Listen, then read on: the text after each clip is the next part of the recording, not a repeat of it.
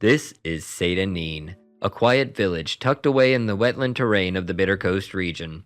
From its lighthouse, render distance and fog willing, you can just make out the towering cantons of Vivek City to the east. First glance may belie the wealth that awaits the budding adventurer fresh off the boat. But look closer, not all is as quiet as it appears. This town, with its lighthouse, merchant, and imperial office, is not just where your adventure begins. If you know where to look, it can quickly reward your exploration, and leave you well on your way to taking on this world and its many adventures. In this episode, we'll explore Satanin's hidden treasures, and by the end of this video, you'll be well prepared to take on the island of Vardenfell.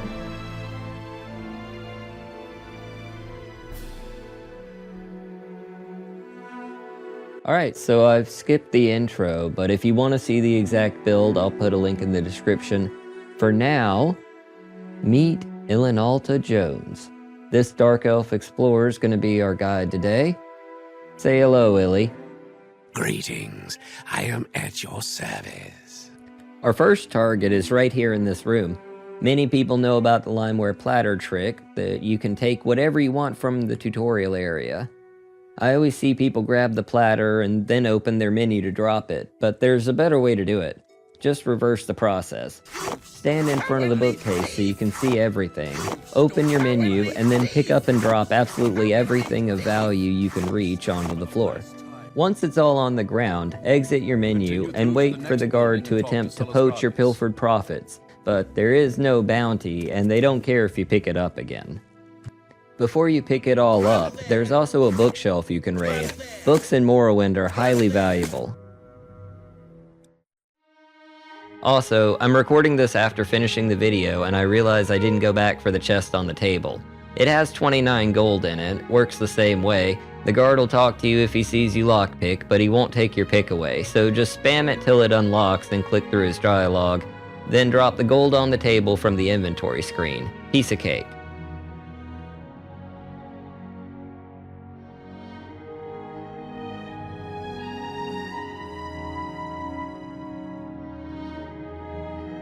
This iron dagger is trash, even for short blade users. There's a much better free one nearby that you'll see later on. Just take everything of value here. Alchemy ingredients can really add up over time, both in value and weight. Many are light, but pick up a dozen eggs and you'll start to feel it. Barring a few we're going to talk about soon, you're going to want to sell them off when we leave here. Make sure you grab the ring from this barrel, and take the lantern too, why not? In here's the same deal as before. Take all of his stuff and throw it on the ground like an irate toddler.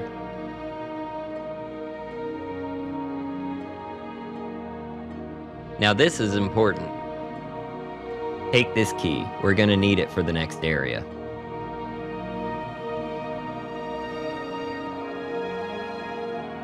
Once you've rearranged his belongings, hand over your prison documents, tell him you'll be a good upstanding member of society and he won't have to revoke your parole, collect your free gifts, and hit the town.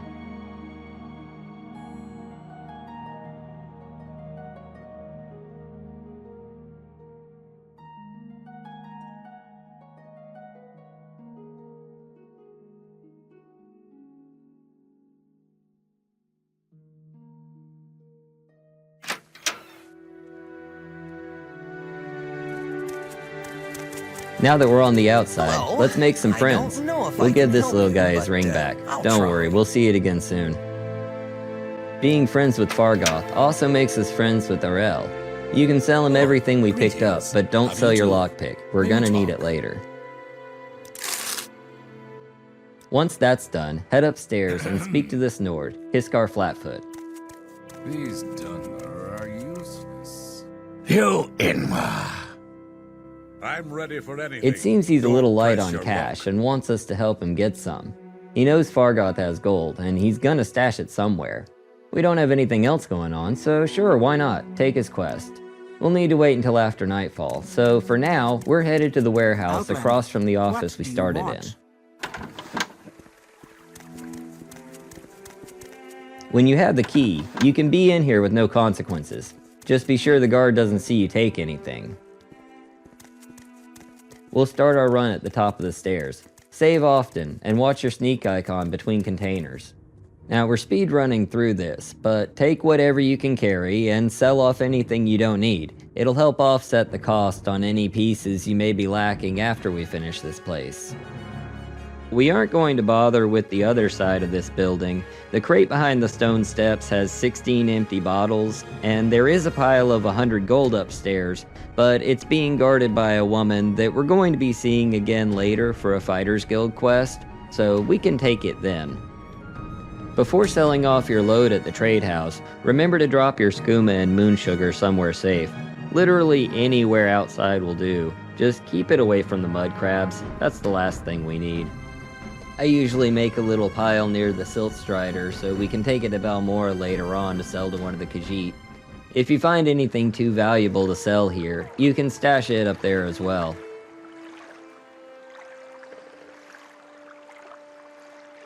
Sell everything else to Arel, and buy what you need to finish your armor set.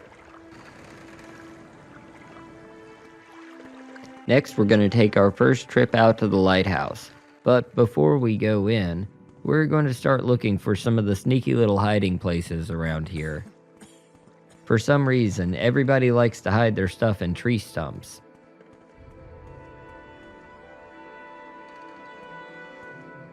This one right by the deck has 25 gold and a silverware cup. Not a very good hiding place, honestly.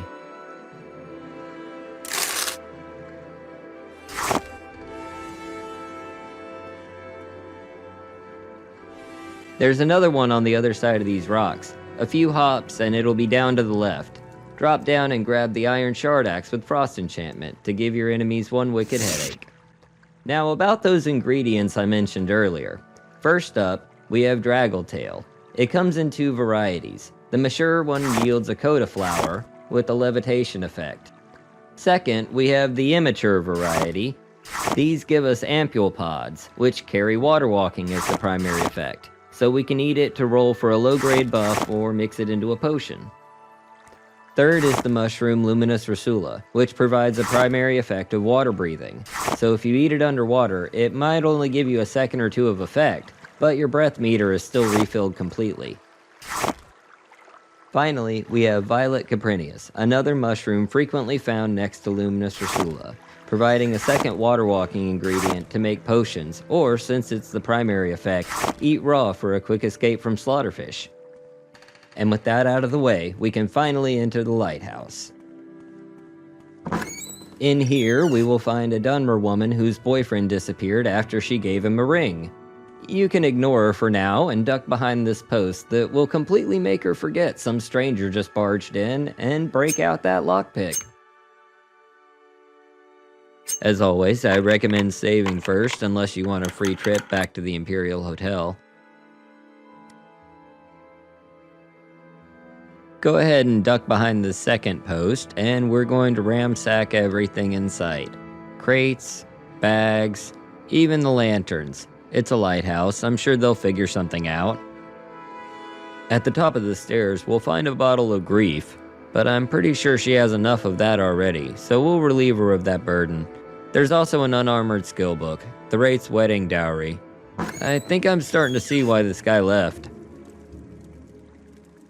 And now we're going to come out here and see if we can figure out where Fargoth stashes his booty. This is generally one of the first quests that gives people trouble. I'm going to show you 3 attempts. The first run shows what happens if we get here too late and aren't in the right place. In my experience, it's best to arrive at 8 PM. If you're in the right place, he should start doing his thing about 9.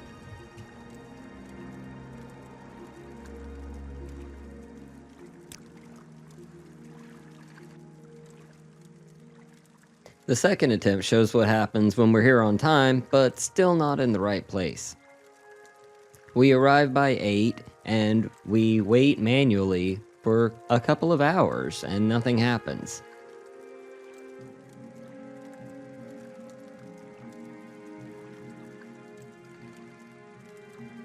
Now, I don't know what the exact quest trigger is for this, but this is just my experience with it.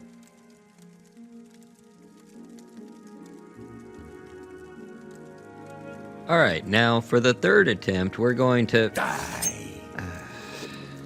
The Dark Brotherhood, ladies and gentlemen. There is no escape. This might take a minute, folks. Let me try to make it a little more entertaining for you. Die, Fetcher.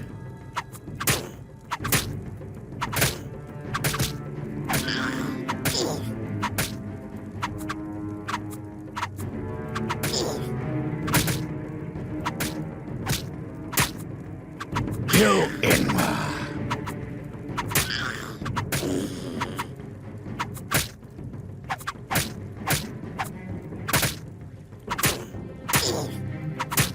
You're beaten.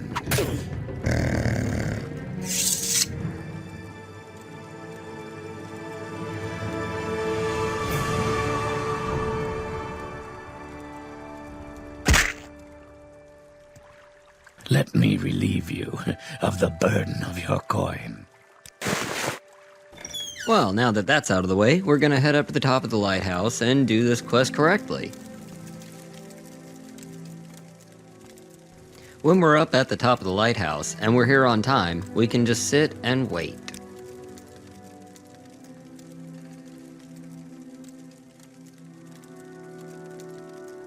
And there he is, ladies and gentlemen. Fargoth is on his way to his hiding stump. It's located in this little pond to the left. I usually head down when I see him go into the water. By the time you get there, he should be gone, so we can avoid any awkward conversations about where his gold's going.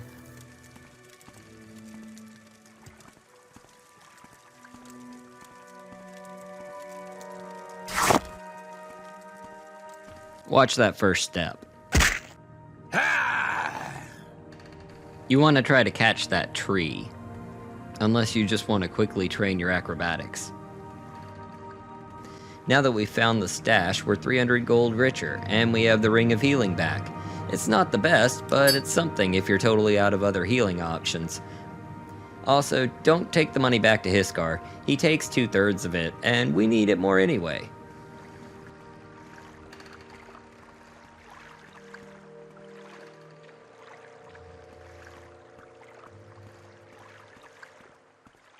Now we're headed out into the swamps nearby. We're going to want to head north out of town and follow the road to the east. While we're on the way out here, I'm going to be keeping an eye out for more of the ingredients we looked at earlier, as well as 2 other mushrooms, Bungler's Bane and Hyperphasia. We aren't going to use them, but get 1 of each and save a Luminous Ursula and a Violet Caprinius as well. We need those for Balmora. These 2 can be found on the sides of trees and fallen logs. A few mushrooms later, and we'll come across another Bosmer friend, Tarahil, who has even better gifts for us.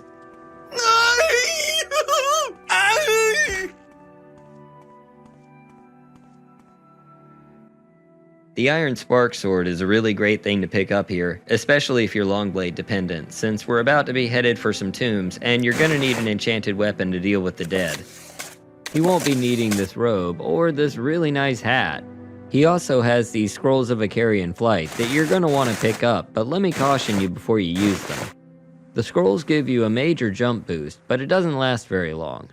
The trick to it is either to land in a body of water, or cast a scroll and immediately select another one, casting it right before you land. Slow fall in the form of a spell, scroll, or potion will also work for this effect. For our next target, we want to keep walking south-southeast like I'm doing now. We'll pass by a couple of ponds and... What? Oh no, not you again. We'll be right back, folks. Let's hear it.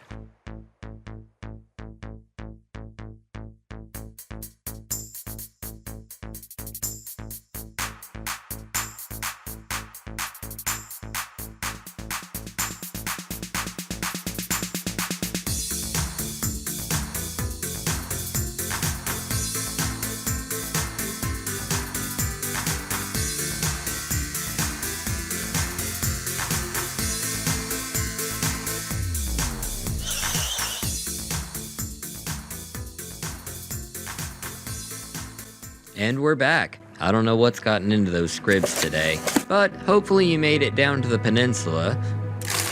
This is Proceus Vitellis. And he is dead. He was the tax collector in Seydanine until somebody killed him. He was also the boyfriend of the woman in the lighthouse.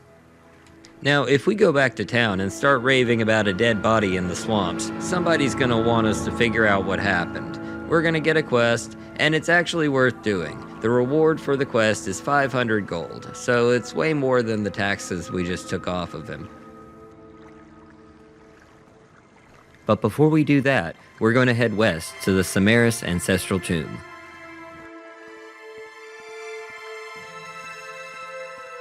This tomb is the final resting place for the ashes of Lord Bren. Lord Bren was the forum screen name of Bill Iberg, who was an Elder Scrolls fan that died unexpectedly during the production of Morrowind. Lord Bren was also remembered by other studios, having Easter egg memorials present in Might and Magic 8, Ultima 9, and Deus Ex. For completing this little pilgrimage, we'll be granted the Mentor's Ring, which has Fortify Intelligence and Willpower for 10 points each. I think this is a really cool addition to the game. It's a nice way to leave a subtle reminder while also giving players a reason to keep coming back here every playthrough. This isn't even the only tomb like this in Morrowind, with 2 others we'll be visiting along this extended tour eventually, along with the final resting place of a certain other explorer that this character might just be named after.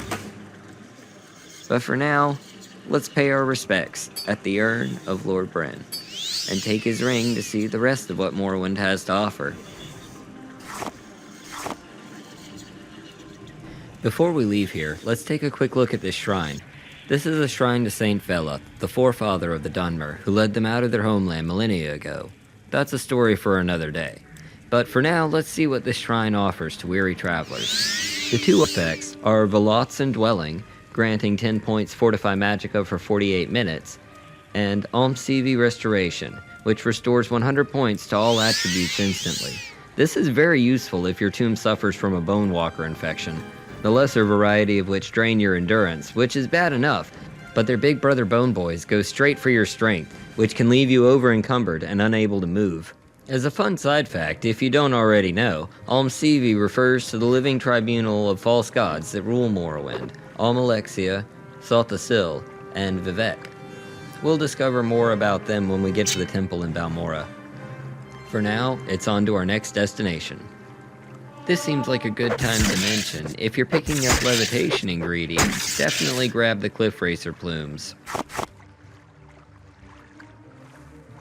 Welcome everybody to Thalis Ancestral Tomb.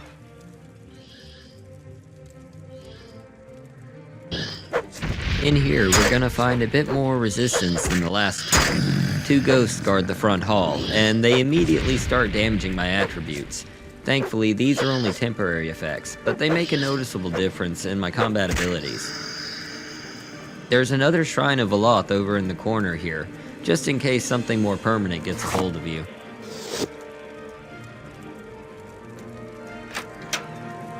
Down here, we're gonna see another ghost.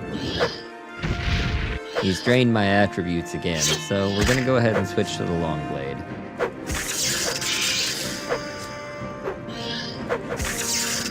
Now that he's down, that's just gonna leave this skeleton back here at the back.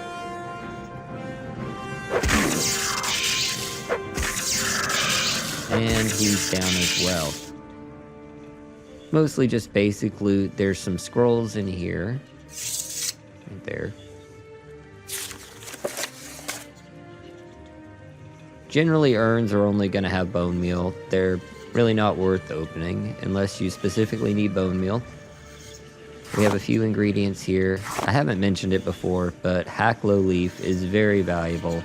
Pick that up if you get the chance. In these chests over here, just some low-level jewelry.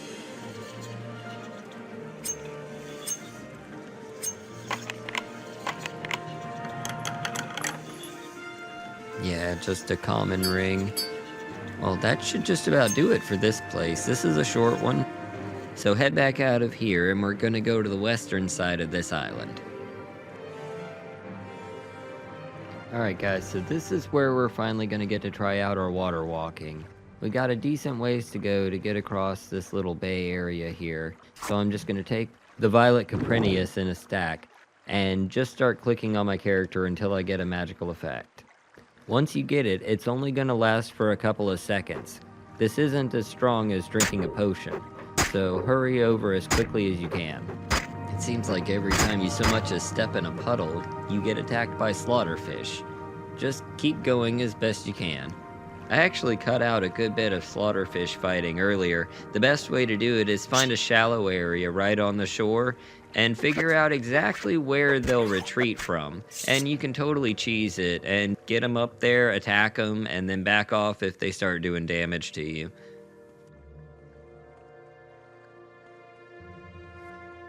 The next stop on our list is going to be Sarah's Ancestral Tomb.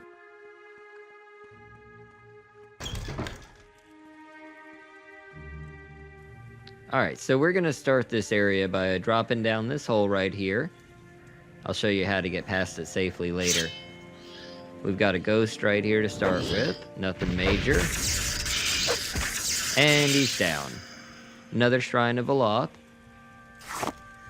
Right here, we've got the Book of Rest and Endings. Common book to find in a Dunmer tomb. Got some potions. We're going to check out this next area. Don't use the trap door. We're going to use the door on the right. And there's another ghost in here. Just take him down.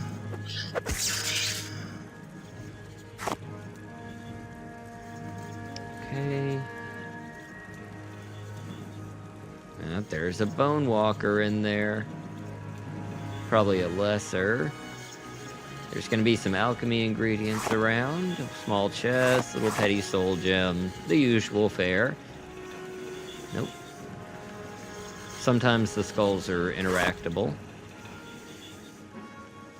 Alright. So the trick with this guy, just try to avoid getting hit by his magic. He'll shoot first. He'll shoot again. Yep. He got me. No biggie. He's down. He's good. We got this. There he goes. And we're good. Okay. Some more alchemy ingredients around. Small chest. Probably a ring or a soul gem. Soul gem. Got it. Okay.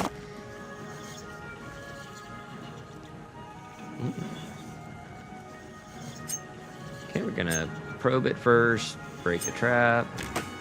Oh wait, that was my lockpick. No, that was my probe. Here's my lockpick. There we go. We've got a boiled netch leather cuirass. Alright, any fans of leather? It's not better than my chain armor, but I'm gonna take it anyways. There we go. Alright, now I could use that door in this previous room, but I want to show you how to get safely over that pit trap. So we're going to go back upstairs. We're just going to want to hug the wall. No need to jump, just get on the wall and just walk.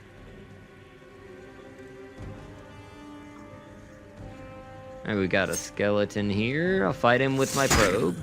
No. Alright. We got this, he's down. Alright. So he has a bow, it's got some arrows, we'll take those. Clean up after ourselves. And let's open this last one, we'll heal first. Let's open this last room up. It's trapped. Trap disarmed.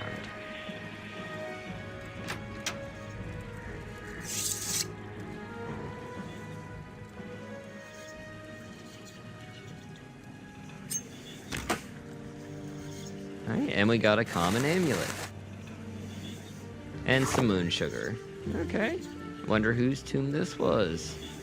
Like some moon sugar. Alright, so moving on. The next place we're going is a bandit cave at the top of this little island, named Arhurinartis. Yes, you heard that right. Arhurinartis. That is a mouthful. They have to have a shorter name for that. The Nord gentleman before us now is fairly representative of the bandits in this cave. Highly aggressive, fairly tanky, probably doesn't smell very You good. should have picked an easier opponent. He must have been talking to himself because he went down fairly easily. Standard bandit fare here. Take whatever you want and we'll move on to the next guy.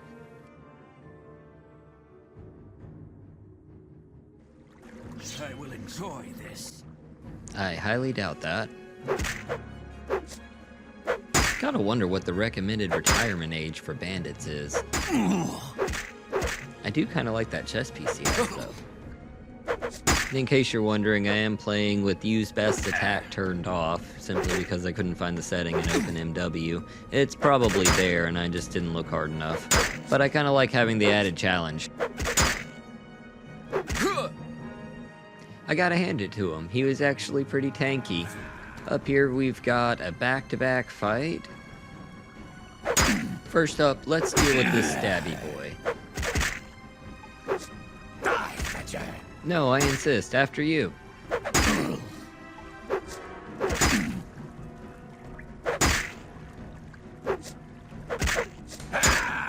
Once he's down, you're gonna want to go into the cave section he came out of. This guy can knock you down with that battle axe, so get in there quick and cut up some orc loins.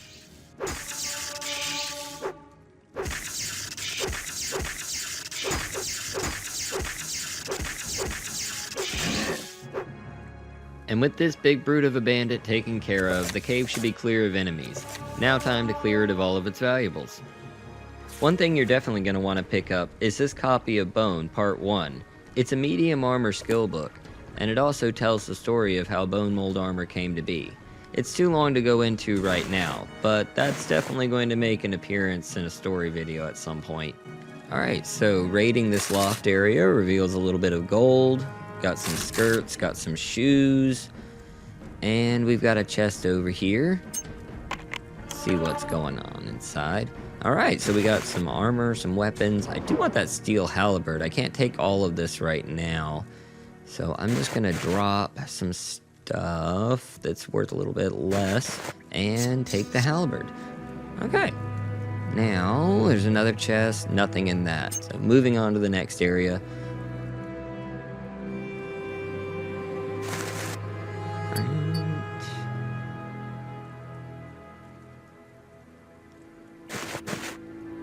Just drop some weight there.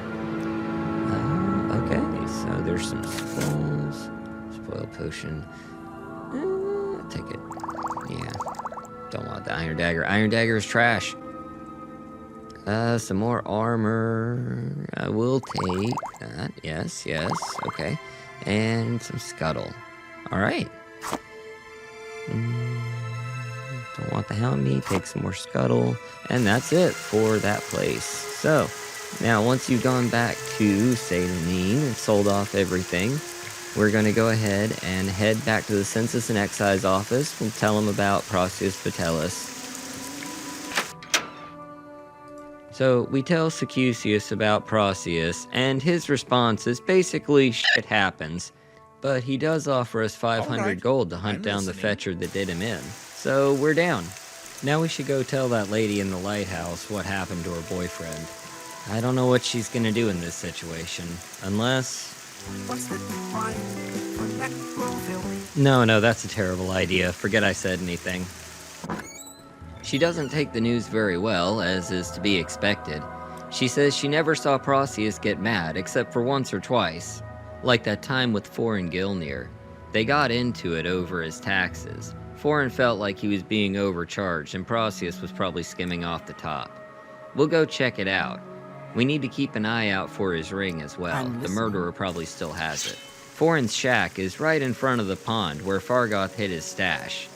I don't know how much he was paying in taxes on this place, but whatever it was, it's too much. Foreign readily admits to killing him, which makes our job as investigator a lot easier.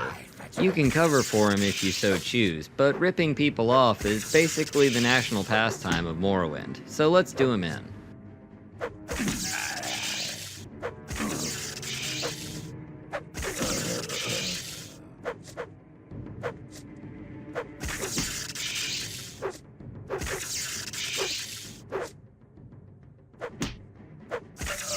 And with 4 and down, we've not only solved the murder mystery, but we've also found Procious's ring. And as a bonus, we now have a depressing little shanty we can use while we're in Satanine. Not bad for an afternoon's work. I love real estate law in Morrowind. While you're here, grab your free copy of the Mercantile Skill Book, A Dance in the Fire, Chapter 6. We can also go ahead and rest and level up.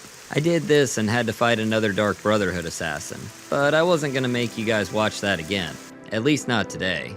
So we return to Secucius and we get our 500 gold. He doesn't seem to care that we had to kill a local in the process. And if you're thinking that's supposed to be a social commentary on how the Imperials feel about the Dunmer, you're not wrong. If you want to walk away with the most gold possible, you can keep his ring. But I'm going to return it to Thavare at the lighthouse. She's been through enough already, and I'm not a monster. She rewards us with 2 health potions, which aren't the best reward in the game, but they might help us later on.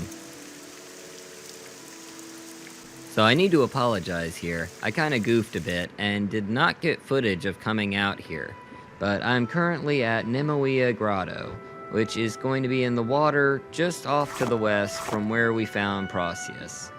These grottos can be a bit treacherous for new players starting out unless they chose an Argonian and can breathe underwater, but this is why I've been collecting all those mushrooms. Inside, we're gonna find slaughterfish, pearls, and one dead adventurer who has a full set of gear that we can take our pick of.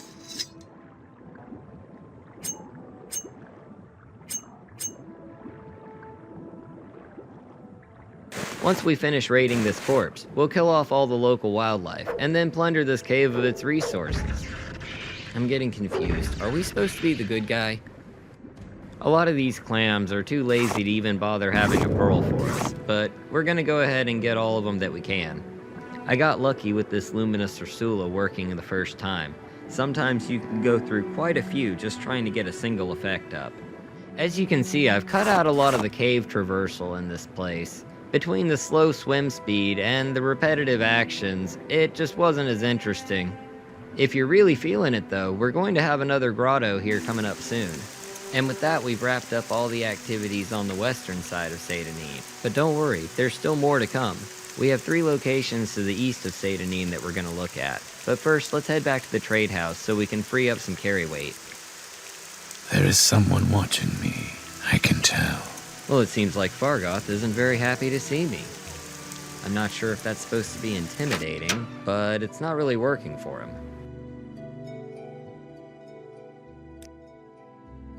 Once you've sold off all those goodies, make sure you restock on your supplies, because we're about to face the single toughest guy in this video. Besides yours truly, of course.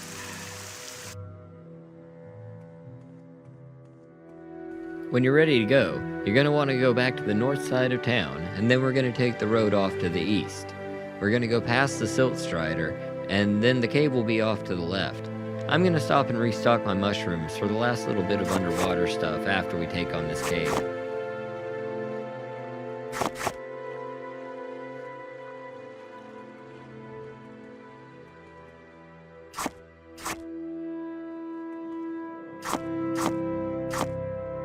Which brings us to the Slaver Cave, known as Adamasartus. Inside, we're going to be presented with a less than welcoming door guard. Take her down and raid her corpse. No big deal.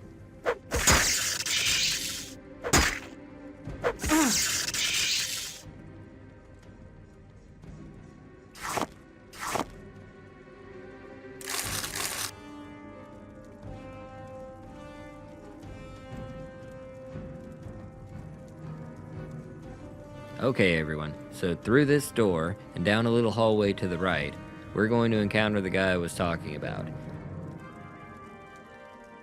I'm going to go ahead and select one of the scrolls that I had from earlier. This should offer a good bit of damage straight away. I'm also going to run up here to the top of these steps, so I've got a better distance on him.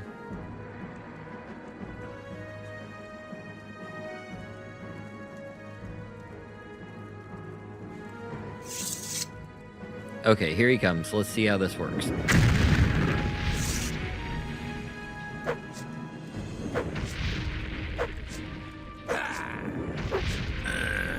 Well, as you can see, I just died there. That's what I meant. He's pretty tough. You have to try to avoid his strikes as well.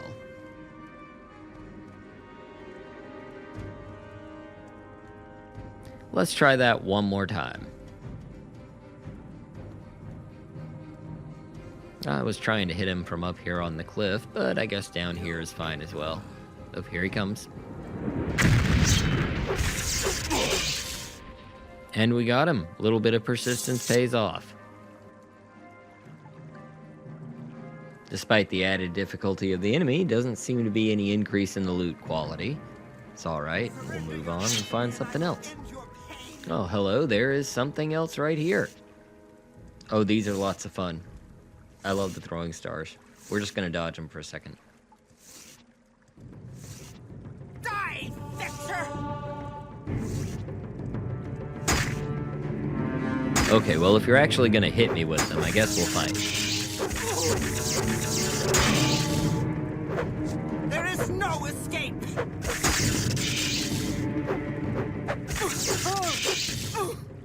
Alright, that's another bandit down. I am going to take the rest of those throwing stars, because those are a lot of fun, even though they're not really tactically very useful.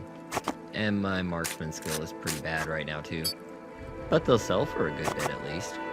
After we're done with her, go ahead and raid all the rest of the crates in this room. One thing that people often miss in this place is there's a whole secret back area that we'll see from the other side once we let the slaves out up top. In Morrowind, you'll find a lot of these slave pens. Now, you do actually have a stat in your menu that tracks how many slaves you set free. You'll have to get the key from somebody in the cave, and it's a different key each time. There's actually a minor faction that functions similar to the Underground Railroad in the real world. You get disposition boosts with them the more slaves you release. We work hard. They have a quest line, but it's not a whole lot. We might take a look at it later on.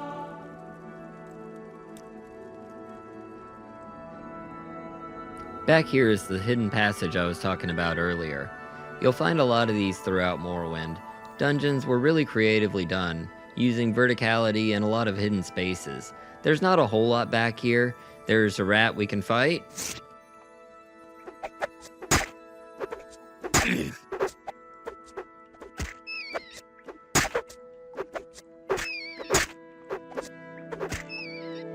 There's a bracer back here, and some gold, and some more mushrooms.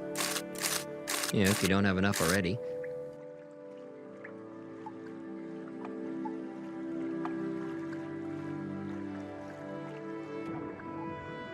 And we can find a Rising Force potion underwater here.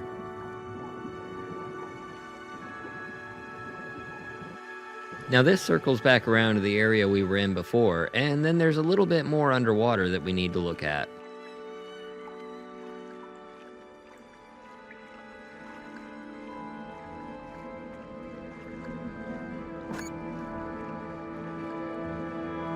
So down here off the dock to your left, you're going to find another little chamber.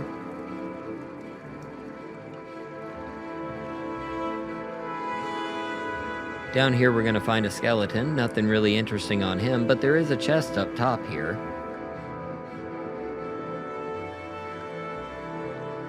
And that's about it for this cave.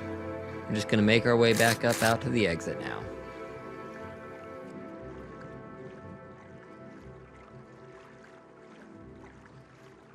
Alright, so now that we're back outside, we're going to head off to the east.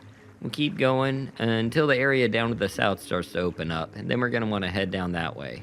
We're scraping along the very edge of the Bitter Coast region, almost getting into the Ascadian Islands. If you see your region change, you've gone too far. When you see a small island to the south, that's where you want to go. Go across the short water channel here, and just keep on going. It's really pretty out here once you get past all the slaughterfish and mud crabs trying to kill you all the time.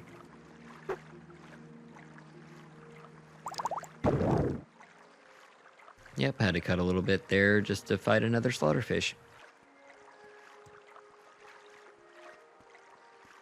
We're just going to continue south over this little plateau here. We're going to come to a little island that has a bridge on it, and you'll see a little boat dock as well.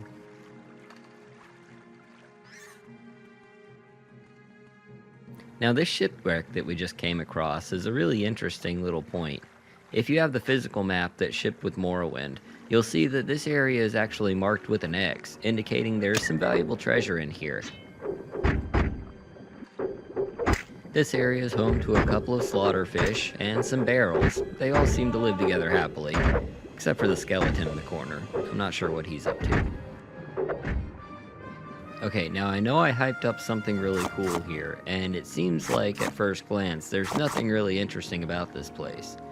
But we're about to come across the thing that we came out here for. And there it is, folks. This worn Imperial key might not look like much, but definitely take it with you. It unlocks a secret door under the Imperial Commission in Castle Ebonheart. We're definitely taking that, and we're going to check it out when we visit Ebonheart. And that should be about it for this place, so let's head back outside and head to our final destination.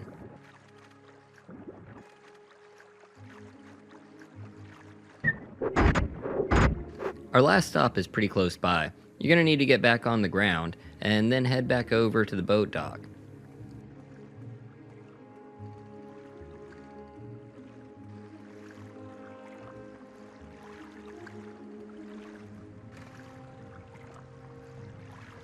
The chests here are empty, but the little sack does have some moon sugar in it, so definitely grab that.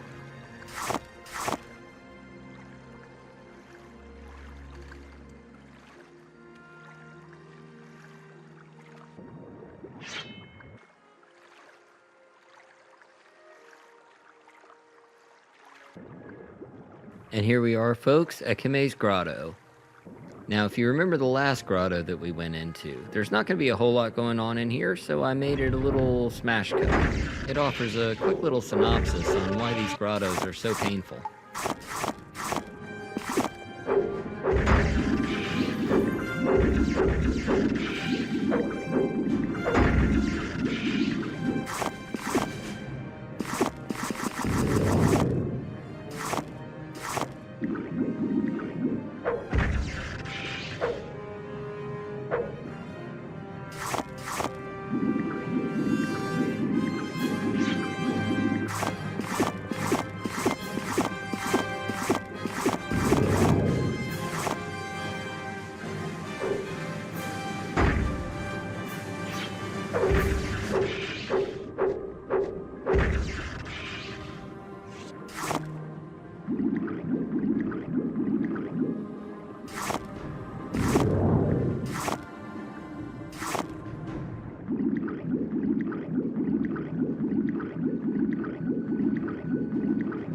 Alright guys, so that place is painful. I went through it so that you would know to not bother going through it.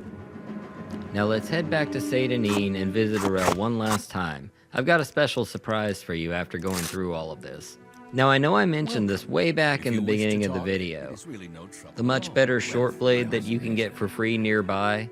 Well, I left it off till the end because everything else that we've been doing, even if it was criminal, never incurred a bounty.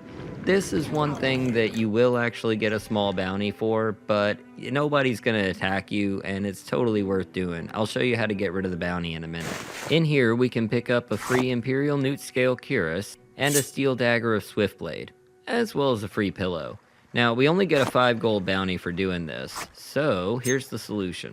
Go outside and drop absolutely everything from your inventory, just to be on the safe side. It's fun to run around naked and hear the NPCs with unique dialogue. Make sure you hang on to enough gold to cover your bounty, though. After that, go collect all of your stuff, and we are done with this area. Very funny.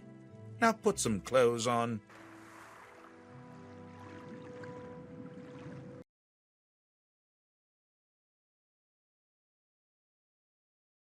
The Lord's Mail is the best heavy armor chestplate in Morrowind, and today, I'm gonna show you how to get it at level 1. You can get the armor with relative ease, but you'll have to fight for it. I recommend a solid free weapon like the Iron Shard Axe or Spark Sword, and whatever armor you can get for your spec. Destruction Squirrels are viable too. The main thing you're gonna need is booze, and maybe a little skooma too. I'm gonna grab everything we need off camera, and then we'll get going. Okay, we're back now. If you're curious about what all I did, the whole process is explained in detail in my Mysteries of Morrowind video on Seyda, where I show lots of free sources of early game gear.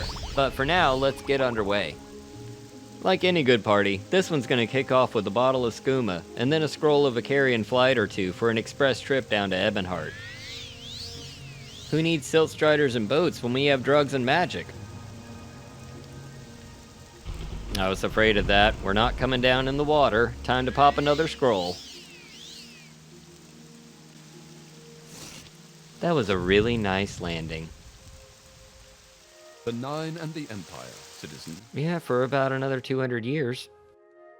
The Lord's Mail can be found in a small cave to the north of the castle, in the possession of a Legion deserter named Furious Acilius. I guess he figured out the mail was worth a lot more than a soldier's pay. Just a word of warning, hold off if you're planning on doing the Legion quest line. Killing this guy early has been known to bug it out. But I'm an orc with the skooma problem, so I'm just gonna keep the armor.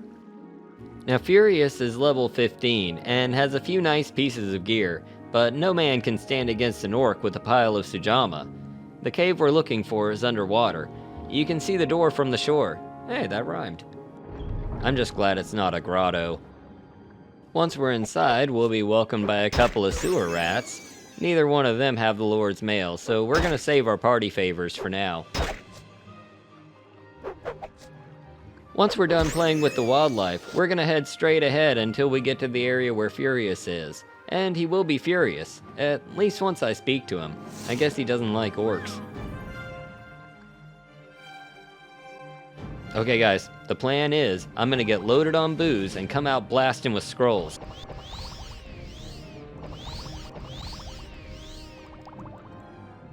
And some skooma, for luck. Once we're good and hammered, we're gonna go get him good and hammered too. Or at least axed.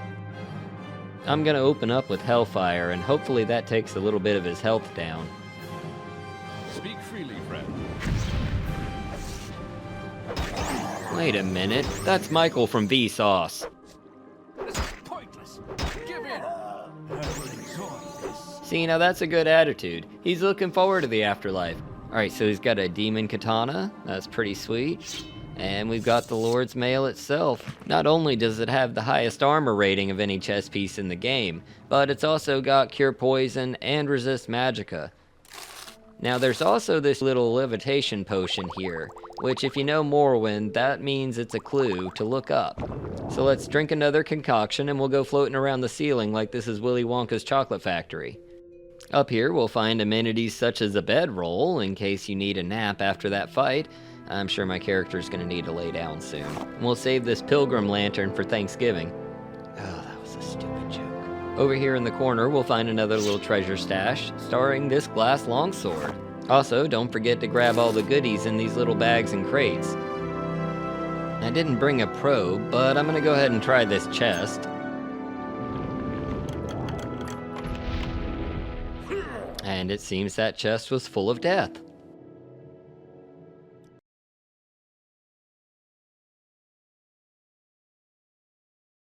What is up everyone, this is Gitshiver again with another 5-minute Morrowind, and today we're getting the Fists of Randagulf, arguably the best heavy armor gauntlets in the game, and we're gonna do it at level 1. Let's get going. Now, this is a bit north of where we left off last time. You'll need to get to Gnar Mach, and the easiest way is by boat, as there's no silt strider. What is this about? Wow, you are nosy. Now that we're here, we're gonna leave as quickly as possible. We need to run up the coast to a peaceful little cave known as Ilanibi. Now, if you've played the main quest of Morrowind, there's a chance you groaned internally at that. But rest assured, the toughest enemies we'll face are crazed naked troglodytes wielding spiked clubs, and that's no worse than an average day on Reddit. For taking this pleasant stroll on the back end of nowhere, we're going to be rewarded with the Fists of Randagulf. That's right, fists, plural. We're getting both of them in one place, which for Morrowind is actually pretty sweet. The right fist gives you a 20-point fortify strength, and the left fist gives you a 20-point fortify agility. So, used together, they're a pretty deadly combination. Both gauntlets carry armor rating of 90, and both of them are worth 35,000 gold, so nothing to sneeze at here. We aren't going to focus on it too much in this video, but there's also a lot of other good loot in the cavern that you should take advantage of while you're out this way. Ilanibi is normally a 5-course buffet of dreamers, ash creatures, and Daedra, topped off with the faceless nightmare that is Diject. No spoilers about him today though, or any of the ash creatures in Daedra, since they don't even bother to show up until you hit level 3. And Diject doesn't show his no-face until we're on his related quest. There's still gonna be some dreamers in here, but with the Lord's Mail and our bound longsword, we've got nothing to worry about from them. When you get into the cave, you just want to head south through the Carcass of the Saint. When you come to a 4-way split, you want to take the right-hand path, and just follow that on around. It'll curve down to the south before long. The next location we're going to come to is called Marowak Spine. Marowak must have had a pretty bad case of scoliosis, because this place is really windy. Just keep heading south through the winding path until we get to the Blackened Heart. Despite the name, we won't find any Marowaks or Cubones in here. I guess the Dreamers are kind of like Team Rocket in a way. Speaking of the Fetchers, here's a couple now. I'll show you how quickly our bound longsword takes these guys down. Easier than mud crabs.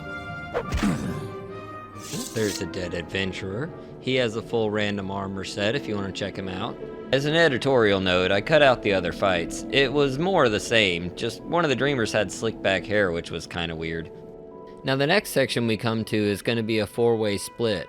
From here, we want to take the northern path into the Blackened Heart. Unlike the previous areas, the Blackened Heart is rather convoluted, with side passages branching off either way. Just keep focused on going south, and you'll eventually get to the door to Soul's Rattle. You'll know you're in the right place when you come across this staircase with the sconces on either side. Just go straight up and take the left at the end for the next door.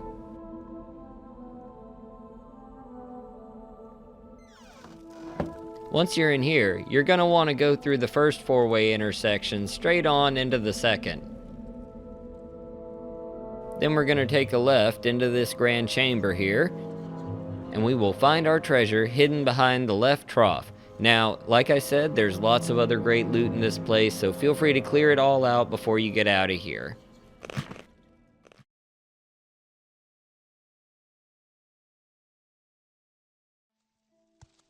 Not now, Outlander. Head on.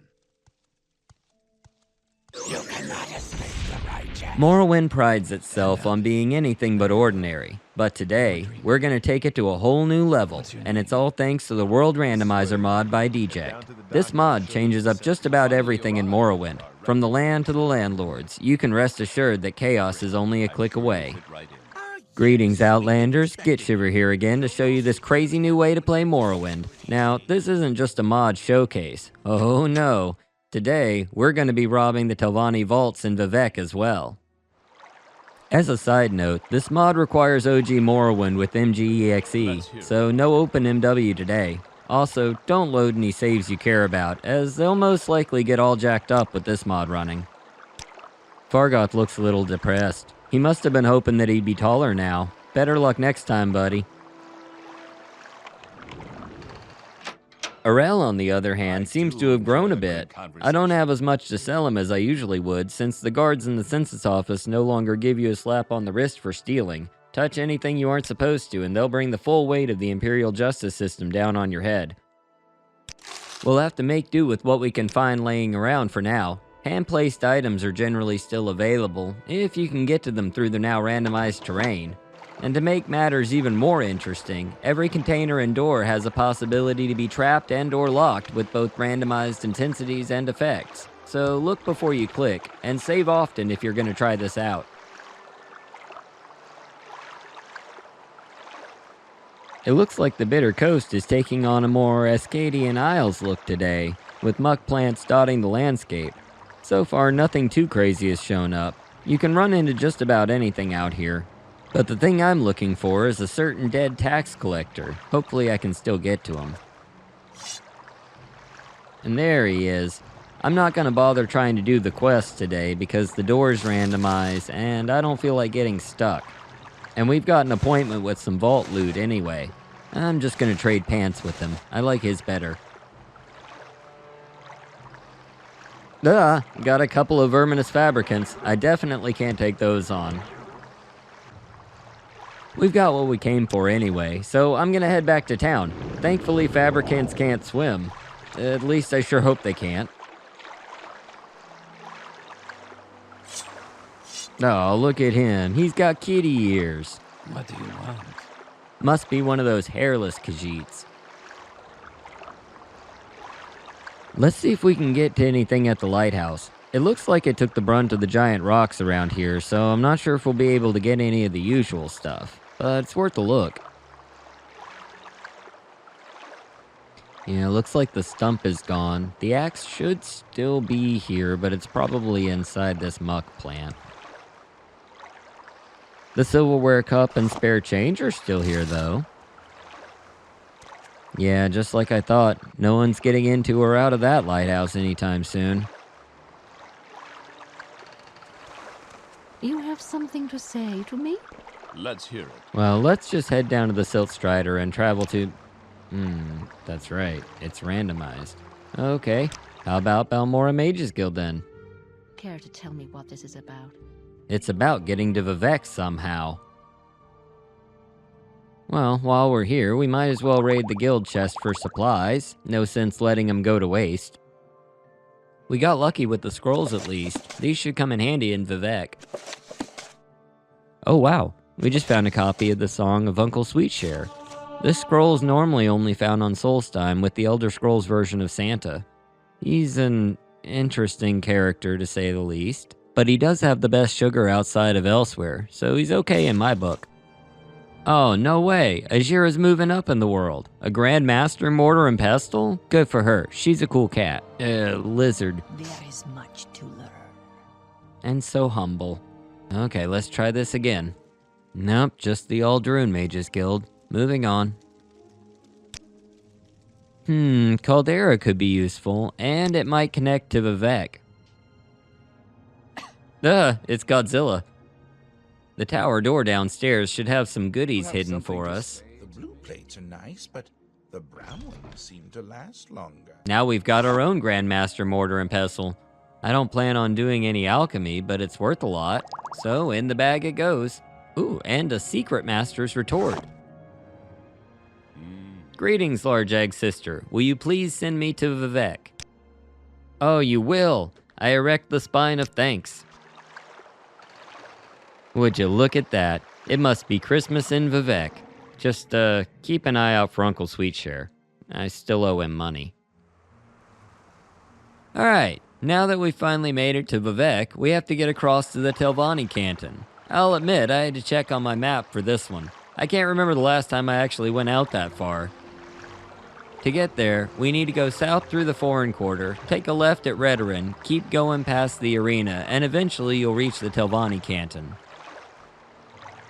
I wonder why they stuck the extremely powerful and often eccentric wizards as far away as possible from everyone else. We're watching you, scum. Well, at least someone is. That's a pretty extreme nervous tick, though. After climbing to the top of the Telvanni Canton and waiting for your legs to stop burning from the run, we can enter the plaza. We're headed into the western corner to find the Telvanni Tower. Once inside, take a right, and there you'll find the Telvanni Vault. In here, we'll encounter an interesting collection of ordinators. We can ignore the two up front and head to the door at the back of the room. Don't forget to close the door behind yourself. We want to be on our best behavior. Now, here's the challenge of today's video. If you're here for trouble, you'll get more than you bargained for. This guy has the key we need. It's not going to be pretty, but he is going down. Remember those scrolls I picked up in Balmora? That's going to be my lifeline here. You will pay with your blood. Okay, fair. I gotta equip each scroll individually, and get back in casting stance each time. You cannot escape the righteous. So close. And he can heal himself, of course.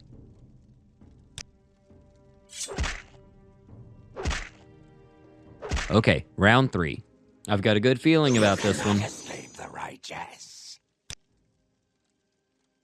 Oh, come on. One We're shot? watching you. Really? Scum. It's alright, we got this. Persistence is the name of the game. This is Morrowind. I'll keep doing it until I get lucky. Okay, I've got a better feeling about this one. We're watching you. Scum.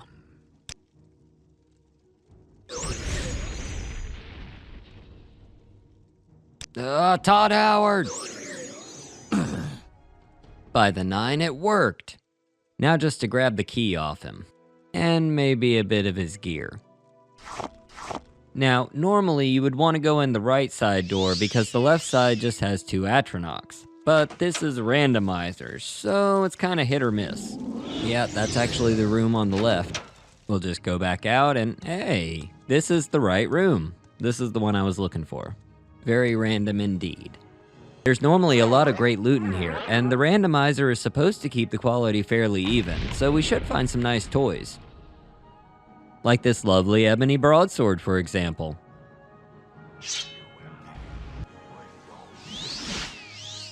The guards seem to be totally confused by my chameleon spell. They know someone's robbing them blind, but they just can't find me.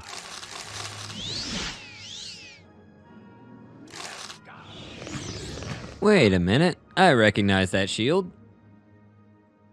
Oh yeah, what we have here is the Dwemer/Daedric shield Spellbreaker, worth the trip all on its own.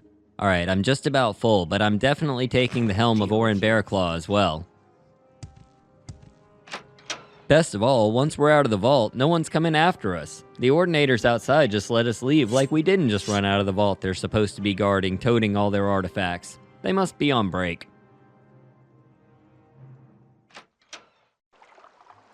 Looks like the door randomized again and dropped me straight into the sewers. Not my idea of a clean getaway, but I'll take it.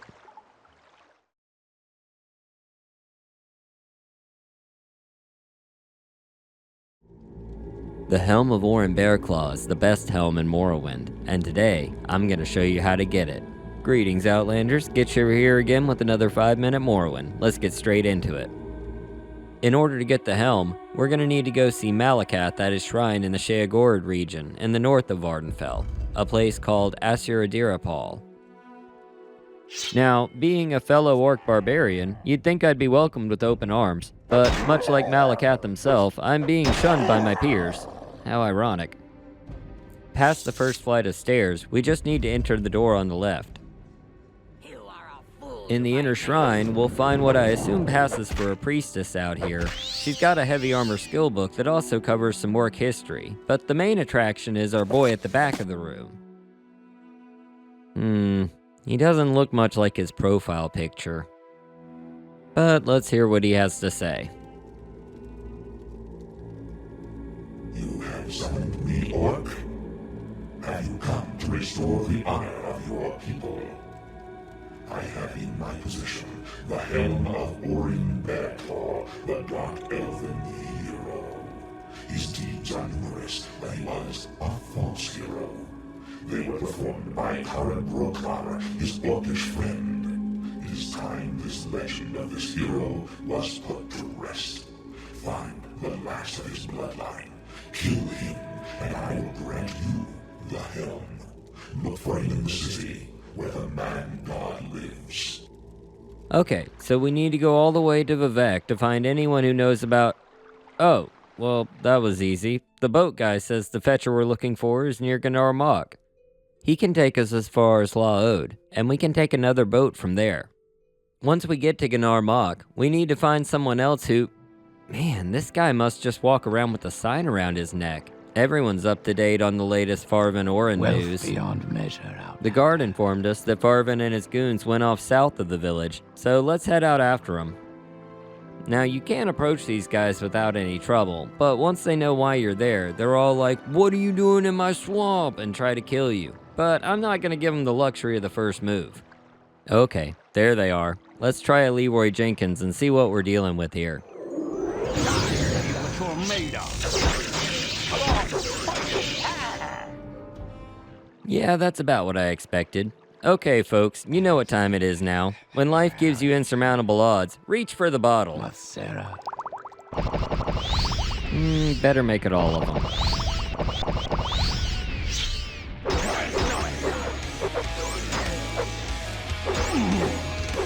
Give in!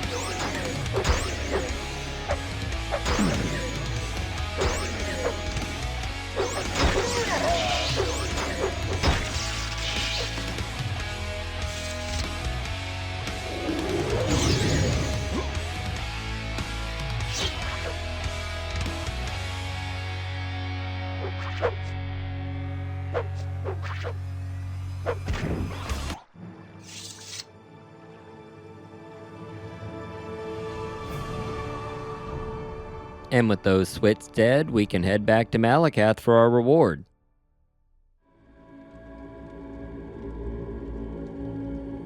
You have killed the false hero and ensured there will be no more to follow. You have helped bring back honor to the Orcish people, and for that, I am glad. Here, take the helm of Orion Bearclaw, wear it proudly, and let it serve as a reminder of what really happened. Now we have Malakath's blessing and another amazing relic to add to our collection.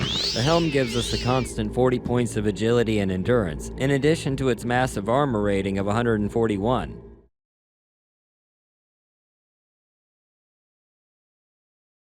Eliadon was a holy knight of legend in Breton history, a man of courage and determination. His shield, the highest rated in the game, was a gift from a grateful baron who spent all of his riches to have it created. But Eliadon's ward is quite far from High Rock. It's located in the cave of Vibardad, northeast over the mountains from Kuul, in the tomb of Mordrin Hadrin, one of the first playtest characters in Morrowind. Greetings, Outlanders. Gitshiver here again, and today we're getting Eliadon's ward. This small cave consists of 3 areas. The first chamber houses a couple of scamps and 2 sorcerers that are less than thrilled to see us. Fun fact, they aren't just sorcerers, but archaeologists as well. The first, Badama Andaris, will summon a Bone Walker and try to hit us with Weary and Greater Fireball, followed by crossbow bolts when she's out of juice. I'll also note that this Daedroth is supposed to be in the next area of the cave. I guess he was just excited to see us. Like with most sorcerers, if we just hang back for a few minutes, she'll exhaust her magicka, making her much easier to kill. I can't take it anymore. Looks like she's pretty fed up with us. Stupid! Aw, that's just hurtful. Well, that's one down at least. Through this door, we'll find the other sorcerer, Elante. I should enjoy watching you take your last breath. Well, besides getting poisoned, that was pretty anticlimactic. She's got a key for the wooden gate here on the table next to her, as well as her notes on the tomb. Ooh, a skooma pipe. I'll save that for later. The gate's only a level 5 lock, so I guess you could just skip Elante if you really wanted to. Now we have to do a bit of swimming. We need to go into this hidden passage to the left. This is where we'll find the key for the tomb itself. It's also where we're supposed to find the Daedroth. But since we don't have anything to fight here, we can just take the key and head back to the last chamber. Now we need to take the other underwater passage, and this is where things start to heat up a bit. In here, we're going to encounter 2 Dremora Lords. Luckily, they're taking turns today. I suppose it doesn't help that we're fighting underwater, but we'll just take care of this guy and move on to the next one. A little Sujama should do the trick. Now that he's out of the way, we can take on the other Dremora, who seems to have told the Golden Saint to come out early since she's supposed to be behind the locked door, but this is more fun anyway. Okay, so that scroll did next to nothing to her. We're gonna need to kick it up a notch.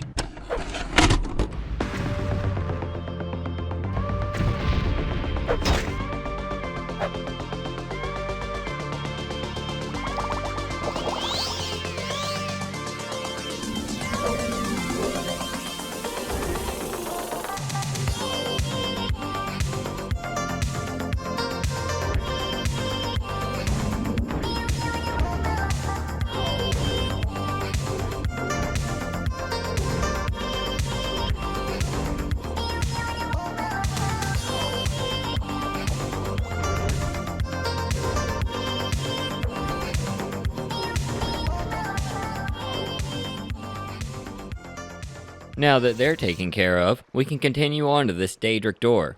Inside, we'll find several worthy artifacts, but none more than what's hanging above the dais.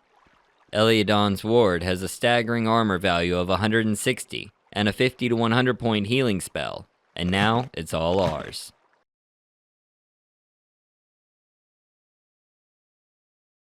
A mighty katana, forged by the dragons of the north and granted to their champion. It is said to carry the fire of its makers unto all of their foes. The weapon was acquired via unknown means by Boethia, the Daedric Prince of Deceit, a true testament to its lethality. Goldbrand. This blade is one of the strongest a mortal could hope to wield, and today, I'm gonna show you how to get it early on in your playthrough. Greetings, Outlanders. Gitshiver here again with another 5-minute Morrowind. Let's get straight into it. Our adventure today begins as it often does, in the Bitter Coast region, near the town of Laod. We'll be traveling to the north of town into the swamp. Off of the coast from the Daedric ruin of Asturnabibi, we'll find our first stop, the sunken shrine of Boethia. Here we'll speak to Boethia's fallen statue and get the quest for Goldbrand. What do you want with me, mortal? My shrine is in ruins. My priests have forgotten me. Will you rebuild my shrine, mortal? Restore it in all its glory? Accomplish this, and I will reward you. You will be the bearer of Goldbrand, my sword of legend. There is one who can help you do this for me. Listen. Rough hands to smooth stone, carving rock instead of bone. In Caldera, an artist waits his masterpiece to create. Find the one who may shape the rock. Go. I wonder how long he's been cooking up that little riddle. Go to Caldera, look for an orc, check in the house that smells like pork. Boethia wants us to ask around, meet some people, form meaningful connections, but ain't nobody got time for that. We need to go to the 3rd floor of the Gorak Manor. It might sound fancy, but it's basically a frat house. If you haven't met Creeper yet, he's the scamp merchant on the 2nd floor here. He's one of the best merchants in the game to sell armor and weapons to, so check him out. Finally, on the top floor, we'll find an orc sculptor. This untitled rock of his doesn't exactly fill me with confidence, but I make videos on the internet, so what do I know? He could be the next Michelangelo. He wants 2,000 gold to make Boethia a new shrine, and he'll need a copy of the book Boethia's Glory to base the statue on. If you're short on gold, take his orcish armor from the crate on the other side of the rock here, and sell it to Creeper downstairs. He won't really care. Now we're off to Vivek to see Jobasha at his rare bookshop. To get there, we'll need to enter the lower wasteworks of the foreign quarter, and head down the western hallway. His shop is at the end of the hall on the left. Once inside, head downstairs past the mall cop and we'll find our new friend hanging out in his room at the back of the storehouse? Whatever. Looking through his inventory, we'll find that this one does indeed have wares if we have coin. So grab the book Boethia's Glory, pay the cat his gold, and then it's back to Caldera for us. We return to Gorak Manor and give our so very eloquent sculptor friend the book. Hopefully him can read. He tells us it's going to take him a while to get the job done, and that he's going to build on Kartog Point, a large rock with special significance to orcs after an orc named Kartog died there. I love how he doesn't bother to ask or even inform anybody that he's going to do this, he just goes for it. Once he's sent you on your way, find a place you can hang out for a while. And by a while, I mean 21 days. Stand up. There you go. I'm awake. Now that that's out of the way, we need to head to Gnar Mach and travel north around the bay to what used to be Kartog Point. Speak to Boethia to claim your prize. You have done well. The shrine is a worthy one, but my power will again be felt. Take this, mortal. Wield the gold brand with a strong hand, and let all know that my shrine has risen.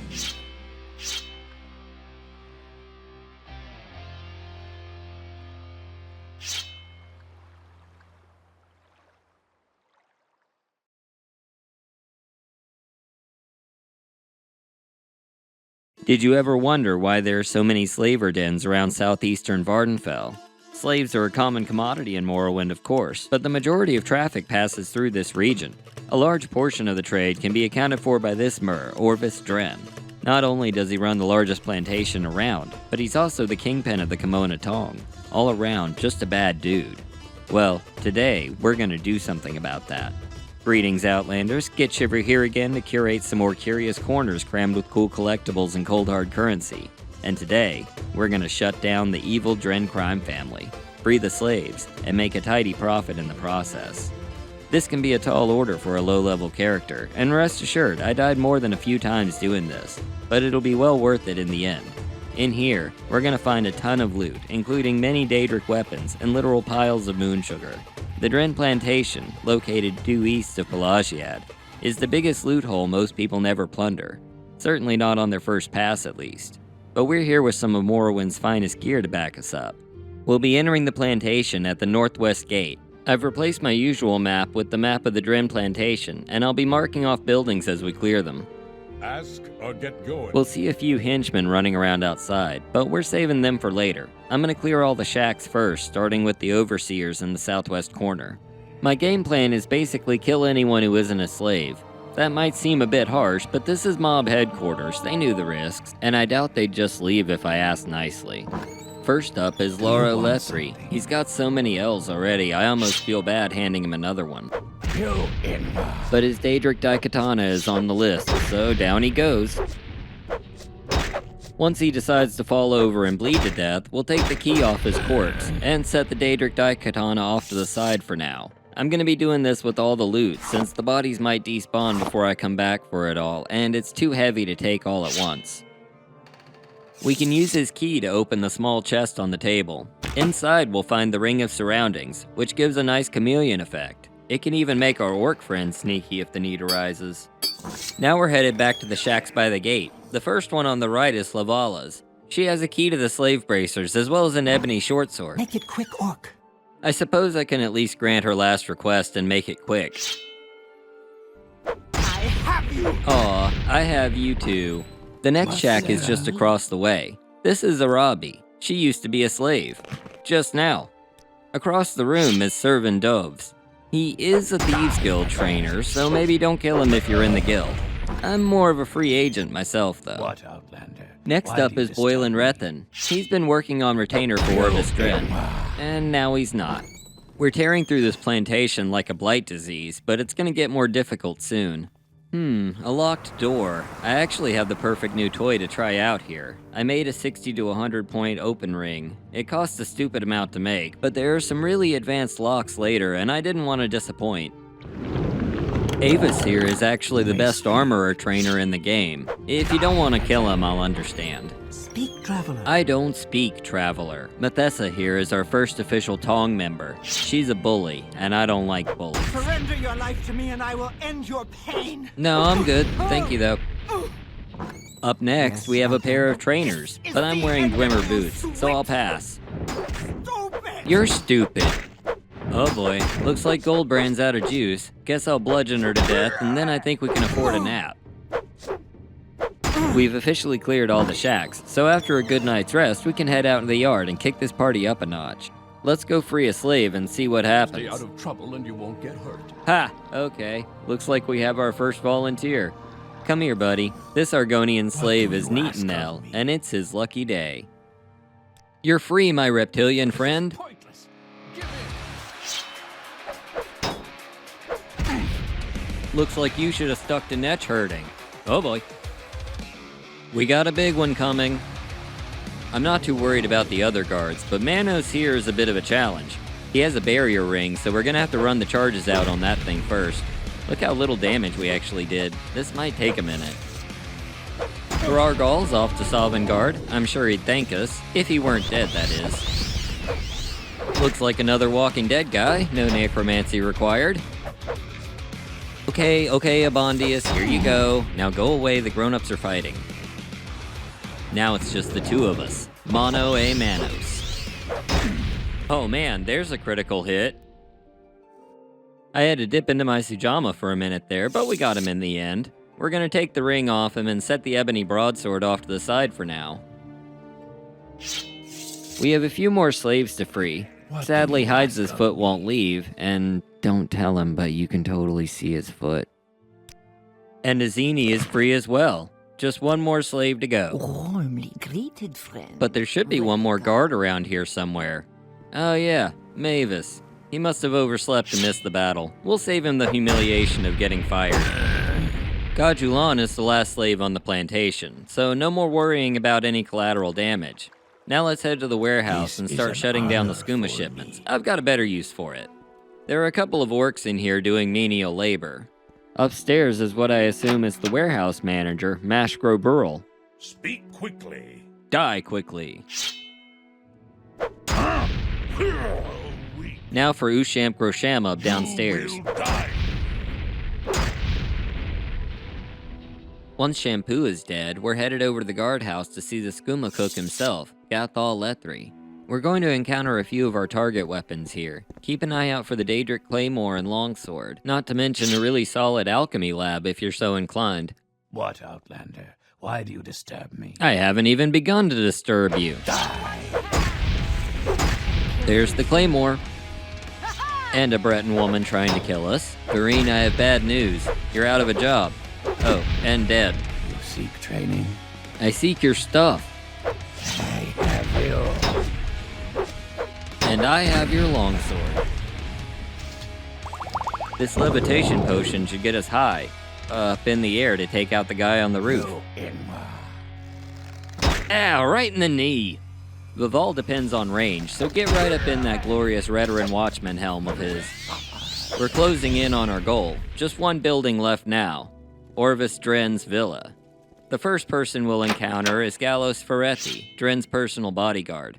Don't let his outfit fool you. This guy's a beast. He's officially Lalu, but his loyalties lie with Dren alone. And he's deadly with that Daedric shield and katana.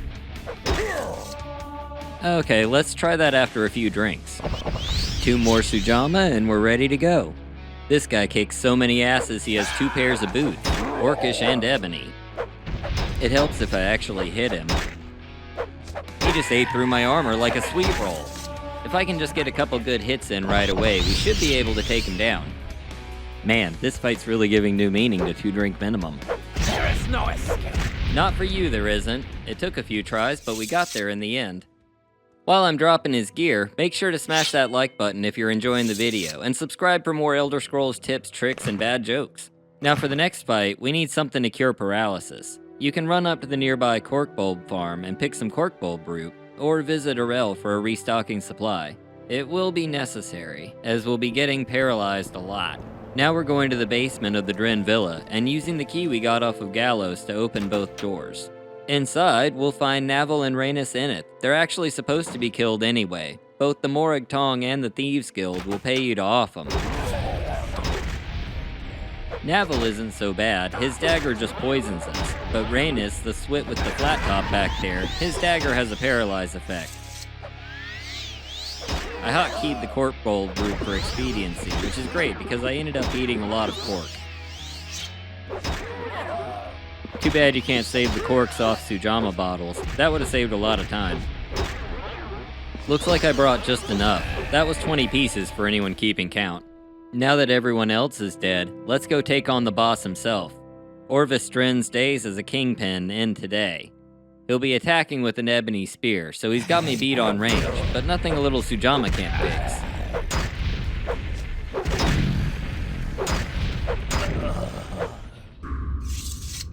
A few well-placed strikes and he goes down like a crippled cliff racer. We'll take all the goodies he has laying around, and I'll show you what the hall looks like all together. This is honestly ridiculous. It took me longer to collect everything than it did to kill everyone, and this is only the good stuff. Plus, we now have a massive base of operations to fill with even more artifacts and loot.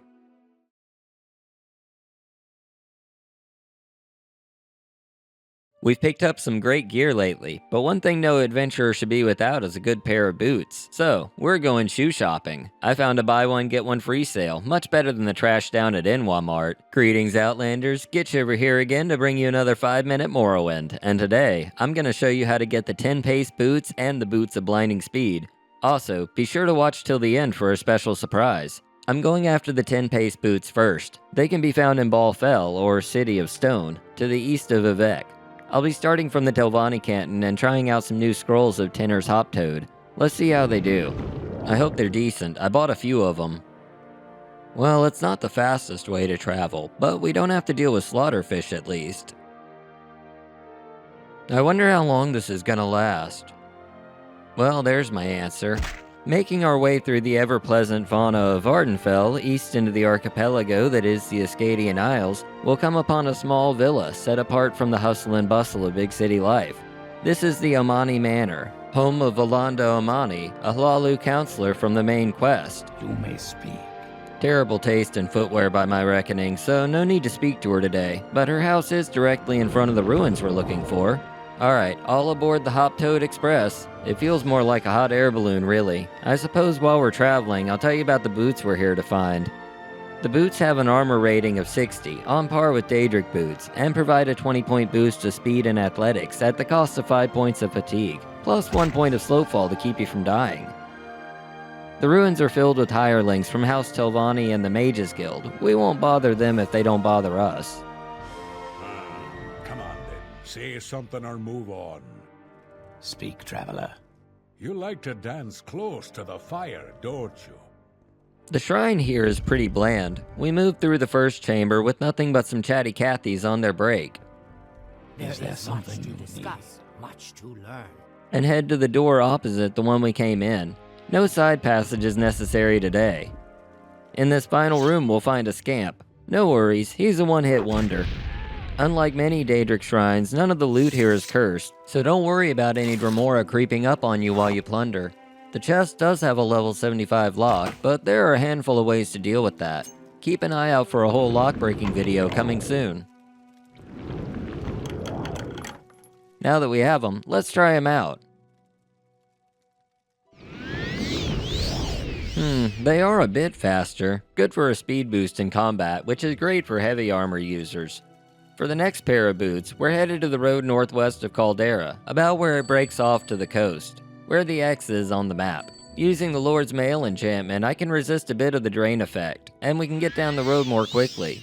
The boots of Blinding Speed are a community favorite, and much better known than the last pair, but they have their own unique drawbacks that you'll see in a minute. No need to worry about that too much, as I'm also going to show you how to deal with them. Turn left at the naked Nord man. He's interesting in his own right, but sadly he's not our target today. We'll have to come back and help him find his clothes some other day. When you come up to the second fork in the road, you'll want to stay to the right path. Just look for the signpost and take the road to Gnar Mok. It won't be long before you come up on an interesting sight. There's a Redguard woman pacing back and forth, but she seems a bit fast.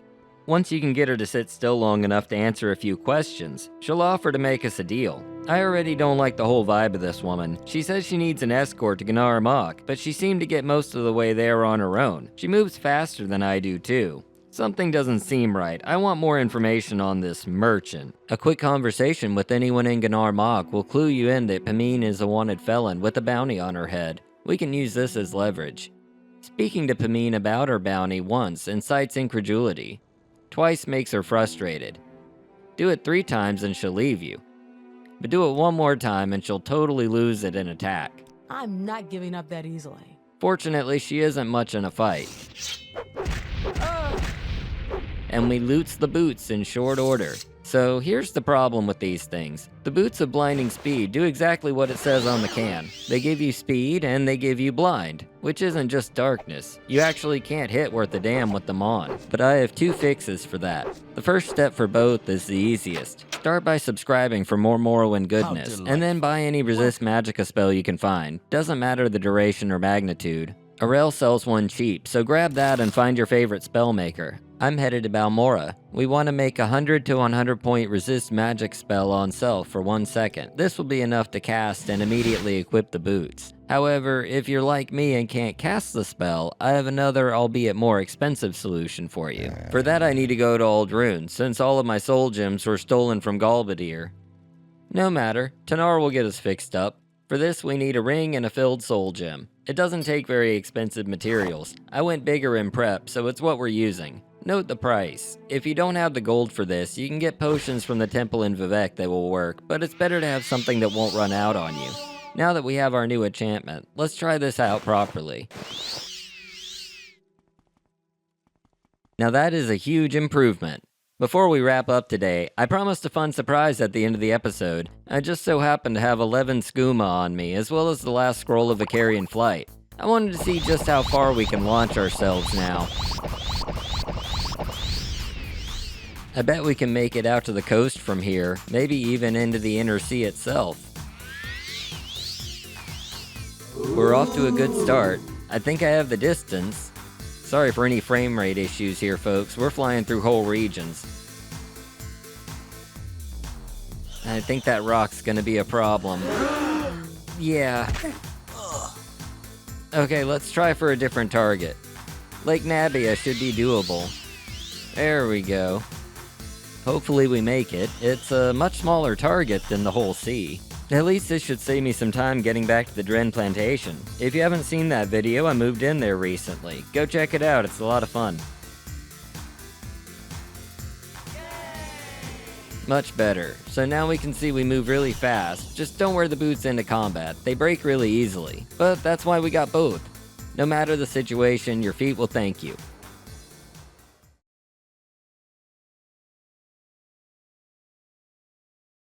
Swords are a common thing to find in Morrowind. Even a casual look around the province will show you many takes on the classic design. But today, we're going to be picking up a truly unusual one.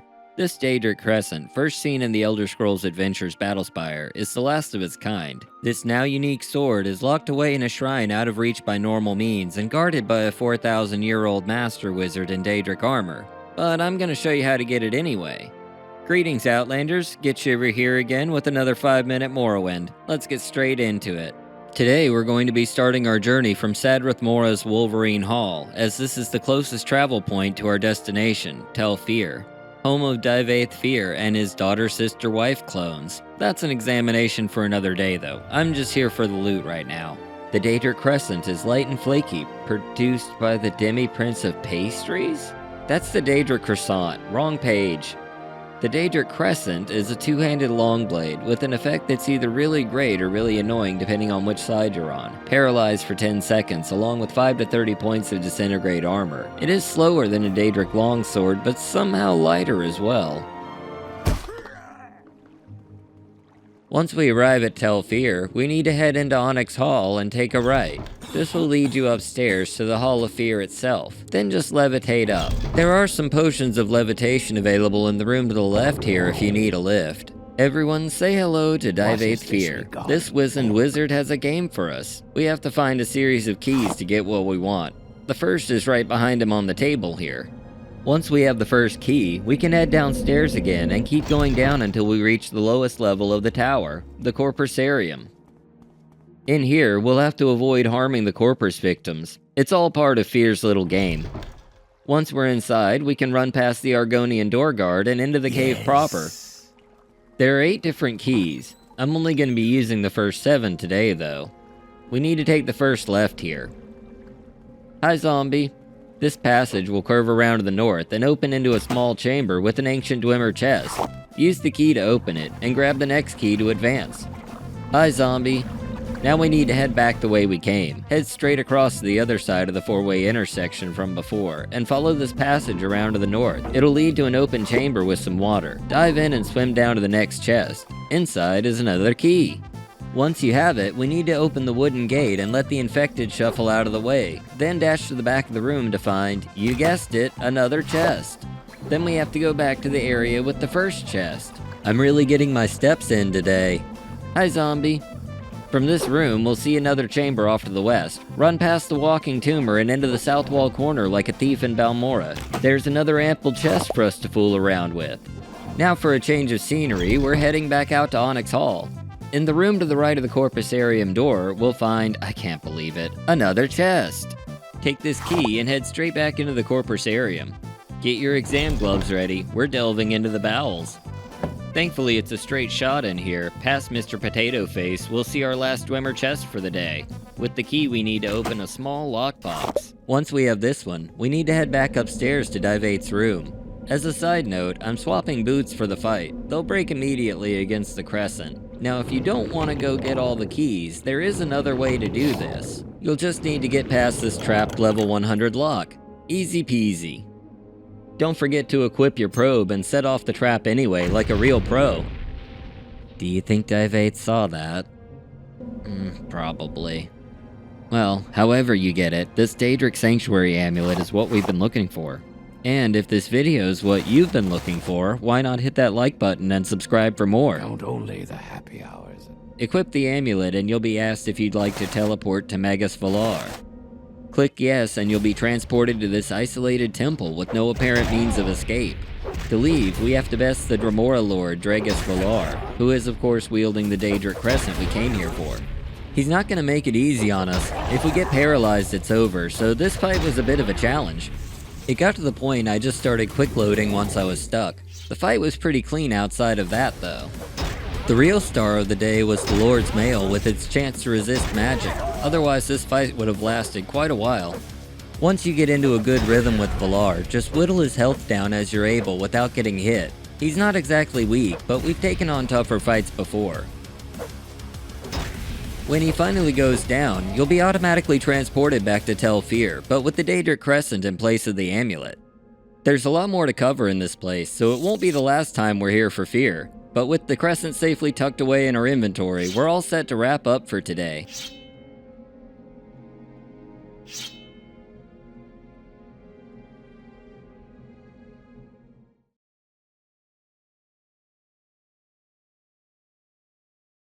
How many times have you had this happen? You're exploring a cave or a tomb and you come across a sweet chest that's just too high level for you, or a door you simply can't find a key for blocks your path. Well, fear not friends, cause Gitshiver's got you covered with today's slightly different 5-minute Morrowind, where we're going to be taking a look at some of Morrowind's less conventional methods for bypassing a stubborn lock. The most obvious tool to use is a traditional lockpick.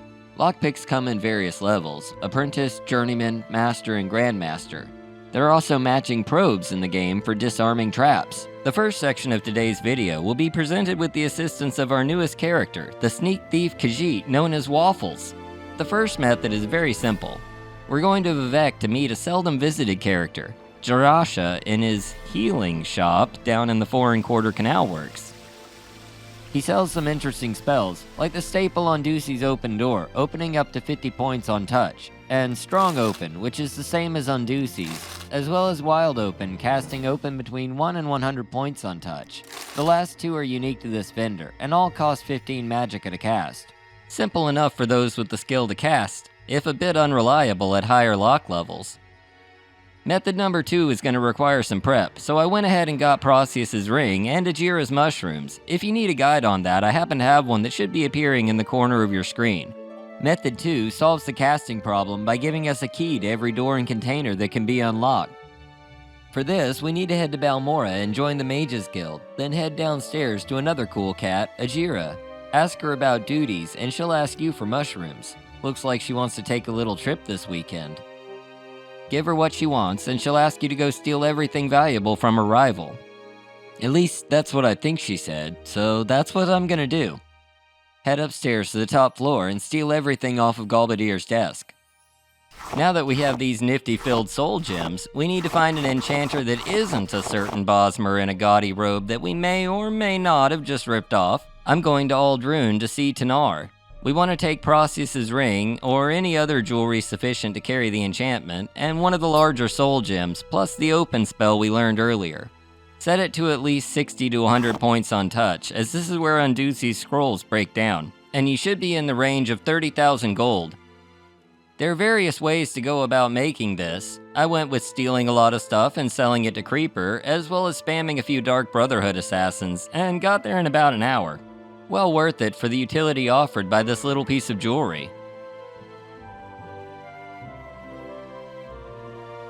For the last method, we're going to be swapping over to our usual orc character, since this will really screw with the Thieves Guild questline and Waffles is interested in working for them, but that's a series for another day. We need to return to Vivec's Foreign Quarter Canal Works. On the opposite corner from where we found Jarasha, we'll find Sabine Frowney's bookshop. In the back is a level 65 locked door. Fortunately, this character also has a magic open ring. So we waltz right past the meager security to find a well-dressed Red Guard man and his Dunmer associate. This is Gentleman Jim Stacy, a master thief in the guild and a primary quest giver. You're supposed to do his quest to get this special tool, but we're not doing that today. Nope, this way is much simpler. I'm not giving up that easy. I'm going to enjoy it.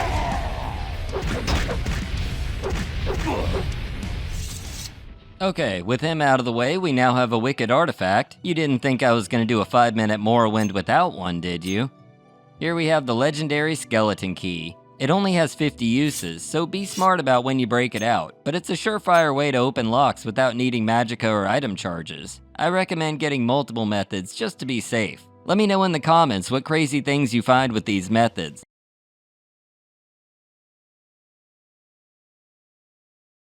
Among the most legendary artifacts of Tamriel are many pieces of Dwemer Meg. From the tools of Kagrenak to the comparatively simple Dwemer puzzle cube, they left us many wondrous and powerful devices. Few are as difficult to track down as our quarry today, as the lengths one must go to and the degree to which the artifact is obscured in Morrowind leave it well out of reach of the casual adventurer. But no obstacle is too great when it comes to tracking down rare and valuable items, not for seasoned Morrowind explorers like us. Today, we're tracking down the fabled shield Spellbreaker. This shield dates back to circa First Era 400, when history records it in the possession of King Rorken, a Dwemer lord under King Dumak. Rorken used this shield in the War of Rorken-Shalador, which, as the name implies, was a war between the Dwemer king and the legendary Nord mage Shalador. King Rorken used Spellbreaker to break Shalador's spells. I'm beginning to think the scribes of the First Era weren't exactly what you would call big brains when it came to naming things. The enchantments on Spellbreaker have fluctuated a bit over the millennia, or less apparently, since as recently as 40 years ago during the events of the Elder Scrolls Arena, the shield carried the ability to completely reflect any magic and silence the caster to boot. 16 years later in Daggerfall, it had lost its ability to silence opponents, though still functioned as a proper ward against any magic it encountered. Fast forward to today, and we find that the shield is once again changed, and not just its enchantment, but also its form. There were minor changes made to the design between Arena and Daggerfall, but these amounted to a fresh coat of paint compared to the dramatic change we see in Morrowind. It's hard to see this as even being the same artifact, as it was previously associated with Valenwood and later Hircine. Now we find it on the other side of the continent, tossed aside in a Dwemer ruin. But I'm getting ahead of myself. Let's get underway and we can learn more about Spellbreaker as we go. Our journey today starts from Voss. Tel Voss. Either one really, they're practically the same place. We're headed into the interior of Ardenfell, to Red Mountain itself. If you were to draw a line between Voss and Aldrune, you'd cross over the ghost fence just south of our destination. This is probably as good a time as any to tell you that in order to go get Spellbreaker, we have to be on a specific, obscure quest we get from a vampire in a tomb deep inside the ghost fence. A quest we can only do if we ourselves are a vampire. Why not just go straight to where the shield is, dummy, you might be saying? Well, it isn't that simple. The artifact isn't spawned into the game until you're on this quest. So you can see why the prospect of getting Spellbreaker is for some a bit of a deal breaker. Once we hop the fence into this restricted area, we're fair game for the ashholes who call this place home. Fun fact, vampirism does not protect you from ash diseases, so there's a fun turd to add to your punch bowl. My recommendation is to avoid them like the plague they are and run straight for Salval Ancestral Tomb. Once inside, we'll be greeted by the door guard, a bone walker, followed by the receptionist, also a bone walker. Downstairs is Jerry in accounting. You guessed it, a bone walker. Delving deeper into the tomb reveals another bone walker. In the penultimate room, we'll find, wait for it, one last bone walker. With all of the bone walkers out of the way, we can continue on through this door. I said we can continue on through this door. Well, this is no good. Looks like we're a little stuck. Seems like this guy is a bit of a cell breaker. Our quest giver is quite literally standing in our way. Mastrius has been alone in there so long, he just refuses to allow anyone into his room or speak to someone face to face. I had to actually leave the tomb and come back in. While we were gone, he moved his pile of Monster Energy cans out of the way and deleted his search history before finally letting us inside. speaking to him reveals that he's a prisoner here. Azura, in a not-so-rare direct meddling in the affairs of Mundus, locked him up in here because he sucked the life out of everyone around him. Clearly, the Mistress of Dawn and Dusk didn't take kindly to him treating perfectly good potential worshippers like Capri Suns and sealed him away in this tomb. He begins to tell us how he has a plan to break out, but he needs our help, and he offers us an opportunity to rule the galaxy together as father and son, or something like that. I was done listening to his sob story. Just give me the shopping list. He needs us to go to the store and pick up a fresh Daedra heart. Thankfully, I brought one with me from the Clan Korra vampire lair. If you missed that video, you should consider subscribing so you get alerts for new videos every week. The other thing he needs us to pick up is the Dwemer/Daedric Shield Spellbreaker. No points for guessing that one. He tells me to go to a place up north outside the gated community, across the tracks to the rough neighborhood that is the northern Ashlands, in a Dwemer ruin known as Bithwand, near the coast. He implies that the former owner of the shield died nearby, but doesn't indicate what killed him, so we should be on our guard going in. Task in hand, we can set out for the northern coast. Hopefully you brought some levitation or jump magic to get back over the ghost fence. If you didn't, and don't want to use one of the many ash creature-infested secret tunnels that the Sixth House uses, you can use Divine Intervention from inside or just outside the tomb to be transported directly to Voss. It's a longer walk, but over flatter terrain, so it's easier overall. I'm going to assume that you're heading directly to Bithwend and go north-northwest from Solville Ancestral Tomb, through the ash and dust, over the ghost fence with its depictions of Almsevi carved into its pillars, past the secluded Cavern of the Incarnate and towering Zergonapal, finally arriving at the Dwemer Citadel of Bithwend. Now, I need to warn you before we get inside. As you may have realized by now, I'm a bit partial to scribs. The fetcher who designed this dungeon, however, was not. Inside this wretched place, we'll come across many scribs, which is great. Unfortunately, most of them have been killed by the Dwemer spiders who roam the halls. Many still remain, and I make it my imperative to smash their heartless metal arachnids before any more scribs get hurt. With all of our thumpy boys safely screeching away, we can get back to business. In this room at the back of the delve, we'll find the dead adventurer we were told about. The two-handed wooden staff is an odd choice of weapon for someone who supposedly carried Spellbreaker, and the shield itself is all the way over here behind a rock with no explanation as to why it's so far away. Talk about an immersion breaker.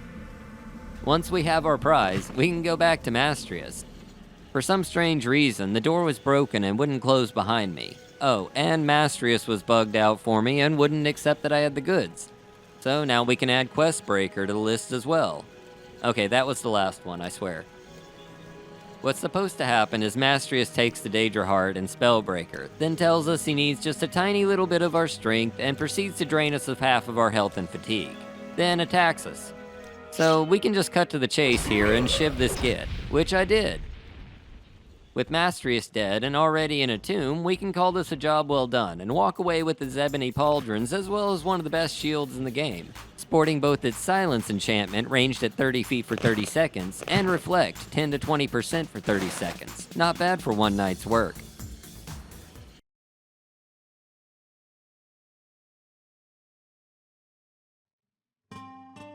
Very few things in Morrowind are just handed to you, outside of a quick death at the hands of one of its many dangers. Generally speaking, things will be alluded to in conversations or mentioned in a note, and it'll be up to you to find them. But as we've seen with tools such as Goldbrand, the Daedric Crescent, or Spellbreaker, sometimes simply going to a location and picking up your latest Gamebreaker isn't really an option.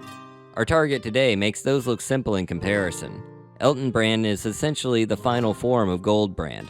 It's the kind of artifact that many have heard of, but few manage to acquire due to the challenges involved.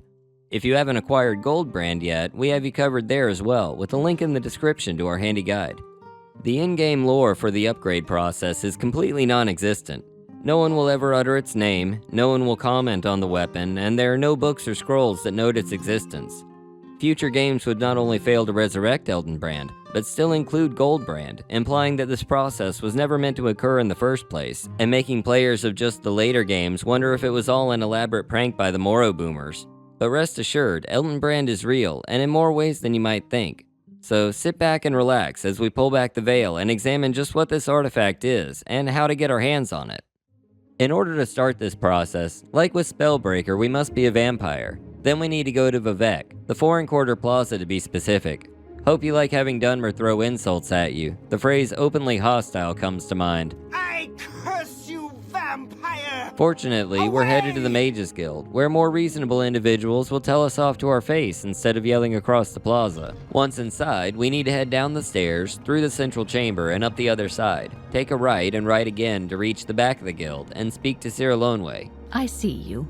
Hello. She has a git in need of shivving, and I got the orc for the job. She tells us that her rival, Shashev, needs to be eliminated and his key recovered. He's been reported in the Aldscar Inn in Aldrune, so it looks like we're going to be doing a bit of walking. If you have mark and recall, drop a mark here since we have to come back once the deed is done. Once the sun goes down, it's time to get a move on. If you have a solid levitation method and the boots of blinding speed, you should be able to do this in one night. If you're having to hoof it, I recommend heading north from Vivek, across the water south of the Dren Plantation. Then take the road from Pelagiad north around the coast of Lake Amaya. When the road curves to the east, take the first northern path that leads into a foyata. You can follow this north all the way to Ghostgate without having to deal with all the meandering and towns along the way. From Ghostgate, it's a simple enough walk west through the foyatas to Aldrune. Be aware, there are few locations to rest once you pass into the first foyata, so rest before passing north of Fort Moonmoth. With the directions out of the way, we can talk a bit more about our objective, specifically how I said this was the only game with Eltonbrand. That's not exactly true. Eltonbrand has actually appeared in many basketball games. Let me explain. See, Eltonbrand the Sword is a product of Bethesda developer Mark Nelson, who was a big fan of the Duke University Blue Devils college basketball team. One of his favorite players on the team was future NBA player and manager Elton Brand. Also, the guy Cyrilonwe wants us to kill has an unusual name for a Dunmer, and with good reason. Shashev's key isn't just the quest item we need to recover. It's also the name of the longtime basketball coach of the Blue Devils, Mike Krzyzewski, and we need to return him to Cyrilonwe, who at this point I'm surprised isn't a Frost Atronach named the Blue Devil. We don't find out much about Shashev himself. I guess this is just a rare occurrence of the character being a plot device and the item being a person. We finally made it to Aldrune. Don't tell all the people who skipped ahead what we were saying about him, okay? Now that we're here, we need to head to the Aldscar Inn, off to the west from Scar, the giant emperor crab who got converted into upscale condos like some sort of fishy shopping mall post-recession. I wonder how you go about getting something like that zoned for residential use anyway. Once inside, we can ignore the patrons upstairs and head down to the lower level. Down here, we should find our container, target, Shashev. Remember, whatever you do as a vampire, don't talk to any Dunmer, Telvanni excluded, that you don't intend on killing. The more traditional among their culture hold a greater than normal disdain for vampires and will attack when spoken to. This works in our favor this time, and we make quick work of this unlucky mage without so much as a sideways glance from the guard. For a little cherry on top, we also get Shashev's ring, with a very nice 15-second paralysis and poison combo. Making sure we grabbed the key, we can go ahead and go back to Vivek and Cyrilonwe. If you used Mark earlier, it's a simple cast away. If you didn't, I hope you enjoy cross-country hikes. Just follow the route back that I showed you before for the fastest overland trip. While we're on the way back, let's look at what makes Eltonbrand so much better than its base form. The stats on Eltonbrand are similar to Goldbrand's, just with higher base damage, a multifaceted enchantment that boosts your attacks with each strike, and 10 times the charge pool to keep you going longer. The last element we need to make our new NBA star is of course money. We need to have exactly 11,171 gold and not a septim more. The significance of this number was once thought to be a winning score from the Blue Devils against their rival, the North Carolina Tar Heels, 111-71. However, the Blue Devils never beat the Tar Heels by this score, so it's far more likely to be a reference to Mark Nelson's birthday, November 1st, 1971. Now we just have to sort out the exact amount of gold we need.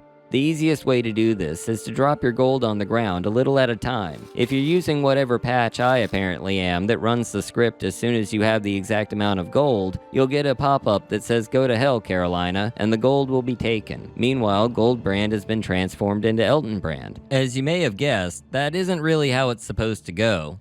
For the sake of illustration, I'm going to show you what it's supposed to look like with the help of another great Morrowind YouTuber, Mickey D. Before I talk to her, have the right amount of gold in your inventory. 11171. Let's try. Elton Brand has been added to your inventory. We're done. Go to hell, Carolina. Hello, Outlander.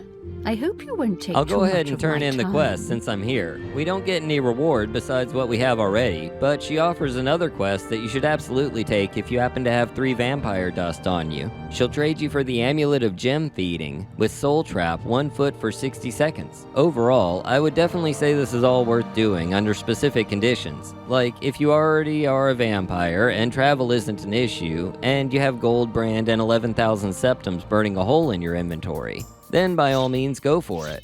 I hope you enjoyed our look at Elton Brand, and if you're looking for more videos like this one, check out the channel. We have lots to choose from, with more coming every week. Go to hell, Carolina.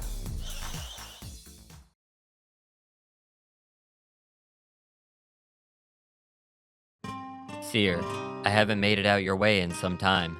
Neve sent a care package. Did you receive it? Been terribly busy since last we spoke. Hopefully no news is good news, and that you and the family still keep 2 lanterns in the farmhouse window. 2 lanterns, hung in a window. An odd sight to the uninitiated, but to those who know their significance, they light the way to freedom. Houses displaying 2 lanterns, or twin lamps, in the window are a sign of safe harbor for fleeing slaves in Morrowind. For at least 600 years, abolitionists working in secrecy have been building a clandestine organization to break the chains of slavery that holds so many of Morrowind's residents in bondage. An organization known as the Twin Lamps. Greetings, Outlander. Gitshiver here again to bring you this exploration into slavery in Morrowind through the eyes of those who seek to end it, the Twin Lamps. A minor faction of abolitionists that many players of Morrowind may have missed in their adventures. Now, I'm sure we've all freed the occasional slave here and there, though it'll take more than that to be a full-fledged abolitionist. But by the end of this adventure, you'll be prepared to take on the challenge and complete the Twin Lamps questline. Slavery itself is commonplace in Morrowind, despite the practice being outlawed throughout Tamriel after the conquest of Morrowind in the year 896 of the Second Era by Emperor Tiber Septim himself. Slavery was seen as an ancient right by the Dunmer, and became one of the many exceptions Vivek demanded in the Armistice before Morrowind could officially integrate into the Empire. Since that time, Dunmer great houses like Telvanni and Dres have benefited greatly from these carve-outs, and the gold never ceases to fill their coffers. But not everyone in Morrowind's elite is in love with the practice of slavery. House Hlaalu, while having many problems of their own, are more accepting of outsiders than any other group of Dunmer. So it should come as no surprise that the Twin Lamps is technically a sub-faction of House Hlaalu, run by Yemeni Dren, daughter to Duke Vedum Dren, the Grand Master of House Hlaalu and Duke of Vardenfell. A powerful ally, but not enough to sway the political winds of Morrowind on such a fundamental issue. Things being what they are, the act of freeing a slave is a crime, tantamount to theft, and in a place where legalized assassination is considered a fair way to resolve disputes, you should be careful about getting caught. So it should come as no surprise that there's very little organization to this group. You won't be given a rank and a title, but a passphrase to recognize other members, and a reputation boost with those in the know. Our rewards will be moral rather than monetary, but having friends in high places is always a nice benefit. As an important note, in order to join the Twin Lamps, you need to have already done the House Hlaalu quests up to the Kinsman level, and have completed the quest Literacy campaign for Yemeni Dren. It's a relatively simple process, but we're going to be bypassing that part for today so we can stay focused on the task at hand. Our hero for this undertaking is an unassuming Argonian named Weonderun, specializing in security and conjuration, among other Nightblade-like skills. We'll be joining her story a few days after her arrival in Seydanim. First thing to be done is to start freeing some slaves. We'll need to free at least 5 slaves to pass the first test, getting a slave to mention the Twin Lamps. The nearest places for a new character to do this, and by far the easiest, are Arhuranardis and Adamus Artis. Both of these caves are full of bandits, but they shouldn't pose too much of a threat. Once they're cleared of hostiles, we'll need to acquire the slave key. In Arhuranardis, this is located across from the slave pen, on top of the chest upstairs. We're only going to be focusing on freeing the slaves themselves, and we can find 4 of them here waiting for us to set them free. A recurring theme in this run was that no one we encountered liked us very much, not even the slaves we came to set free. I guess a personality of 30 will do that for you. Khajiit has no words for you. I have 2 words for you, go free. I want you to have 2 words for me, like twin lamps. Why do you guys hate me so much? Is my personality that bad? I set people free from slavery, and they still don't like me. With Arhur and Artis out of the way, we can make our way back east to Adamus Artis. Inside, we'll find a Dunmer bandit with the key, and unless you're stealthy, you'll have to fight a Dunmer mage as well. Alright, let's get these slaves freed. Yeah. Okay, so this is number 5. Go free. Yeah. Number 6. Oh, no, I'm sorry. You don't need to apologize. That was my bad. This is an honor for me. Okay, this is number 7. Oh, come on, guys. Somebody tell me about it. Ease your Oh, there we go. Are you in the twin lamps? I don't know if they really exist. It said they help slaves like us escape. Until you arrived, I did not believe I would ever see Argonia again. Oh, before they called it Black Marsh. Cool. That mustache, dude. That's wicked. That's something. That is intense. You know, only rumors.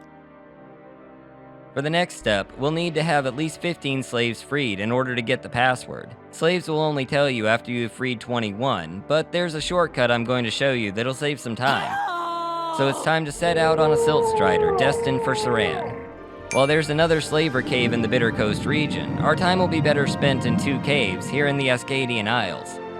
Saran offers a good chance to pick up some better gear, so stock up before moving on. I will note there's a slave market here, but without a key, we can't help those imprisoned. The next slaver cave is Manabi, located just southeast from Saran along the coast. This one's a little more difficult to clear, but we will find 6 slaves in here, totally worth the difficult encounters. Too many elves. Might be seen. Whoa, what's up? Well, I mean, I guess I'm an Argonian. That's what it is. We're all Argonians here, right? It's okay to talk about. Are you gonna tell me? You do not know. You honor me. Speak quickly. Speak. This scent is new. Oh, sorry, that was me. Will you tell me? You won't tell me either. Well, that's 9 freed. This is slave number 10. Will you tell me anything? You do not know. Of course, nobody knows. How about Khajiit? Will you tell me? Are you gonna make me bribe you like the last one? That's not... Yeah, that's not... That's... sorry. I didn't mean to be racist to Khajiit. This is an honor. See, he's a good guy. Can't judge all cats like that. How about you, Shaba? Shaba knows only rumors. What do you ask, master? Are you a slave too? Why are you hiding over here? Has no words for you. Oh, because you're pouting. You're in a bad mood, aren't you? There we go. Yeah, you're not going to tell me anything. Okay, that's cool. To the southeast, among the small islands, is a cave called Yakin Elite, which also has 6 slaves, and like the last cave, several strong bandits. There's a lot of slaves in here. Let's see. Go free. Twin lamps? No. Khajiit has no words. I know you don't have any words for me. It's okay. You don't have any words for me either, I bet. Egg brother, how about you? This scent is new.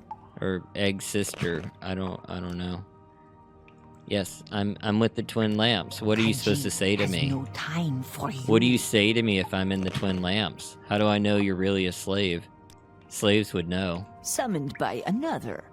Questions again. Running low on slaves. Come on, man. Tell me something. Approaches. Tell me something. You don't know either. Okay, so that... A new scent is here. I think that is everybody. No, okay. Once we're done here, we have enough freed slaves to go do the shortcut I mentioned earlier. We need to head to Jobash's rare books in the 4 1/4 wasteworks of Vivek. With the help of some Telvanni bug musk, we can get its disposition up to where it needs to be. We'll just hang out in your bookshop for a little while. You'll like that, right? So we're customers. Okay. 61. You know what? I can work with that. Here's 100 gold. You like that? You do like that. This is suitable, Leon to run. Alright, twin lamps. Yes, there we go. They're a brotherhood of fellow abolitionists. If Jobasha asks, have you seen the twin lamps? You say they light the way to freedom. That's what we needed to hear. Thank you so much, buddy. Once we're friends with the coolest cat in the canton, we can finally go meet our new boss. Imini Dren lives in the South 1 apartment in the St. Delin canton, on the main level across from the temple. Okay, let's just see here. Imini Dren, yes, we on the run. Slavery. Oh, have you seen the twin lamps? They light the way to freedom. I am always glad to meet another member. There's a family in Alvaloth, the Arvels, who need our help. Go to Alvalothi and speak with Galen Arvel. Alright, so we got a job. Now that we're officially employed, we're going to be sent out to track down special cases that require a bit more experience. For our first day, we're being sent up the coast to Alvalothi to speak with Galen Arvel. We'll find her on the docks of Alvalothi. I know my personality's not great. Hey, let's talk about slavery. Yeah, I know the twin lamps. Well, and yes, we're having some trouble at least. Khajiit slave Jasada was supposed to meet up with us at our boat. He sent us a message that he's hiding in some ruins east of here, but there are 3 slave hunters in town and we cannot risk being discovered. Slave hunters? I see. Need to get rid of them or avoid being seen. Miss Arvel tells us we need to go rescue a kitty that got stuck up in a nearby Daedric ruin. But before we do that, we need to take out the slave hunting swits. They're wandering around town, just waiting for Jashada to show up. I will listen, Outlander, but make it quick. Was that you? Find Jashada will make sure he never escapes again. You do offer training. I'm not giving you any money. Jashada. He left town. Right, sure, he left town. I can't believe you thought I was that stupid. I don't like you, Argonian. You better stay out of this. Maybe we can get him to attack us. Oh, wait, no, we got it. Well, that's one of them at least. Are you one? Yeah, you are one, aren't you? Jashada. He left town. Yeah, you didn't buy it either, huh? Okay. Okay, here we go.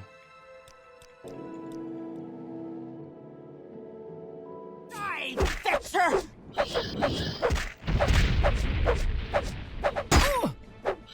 Come on, there we go. Let's see, are you the slaver? Quickly, Outlander. I haven't You much are. time. Make it quick, Argonian.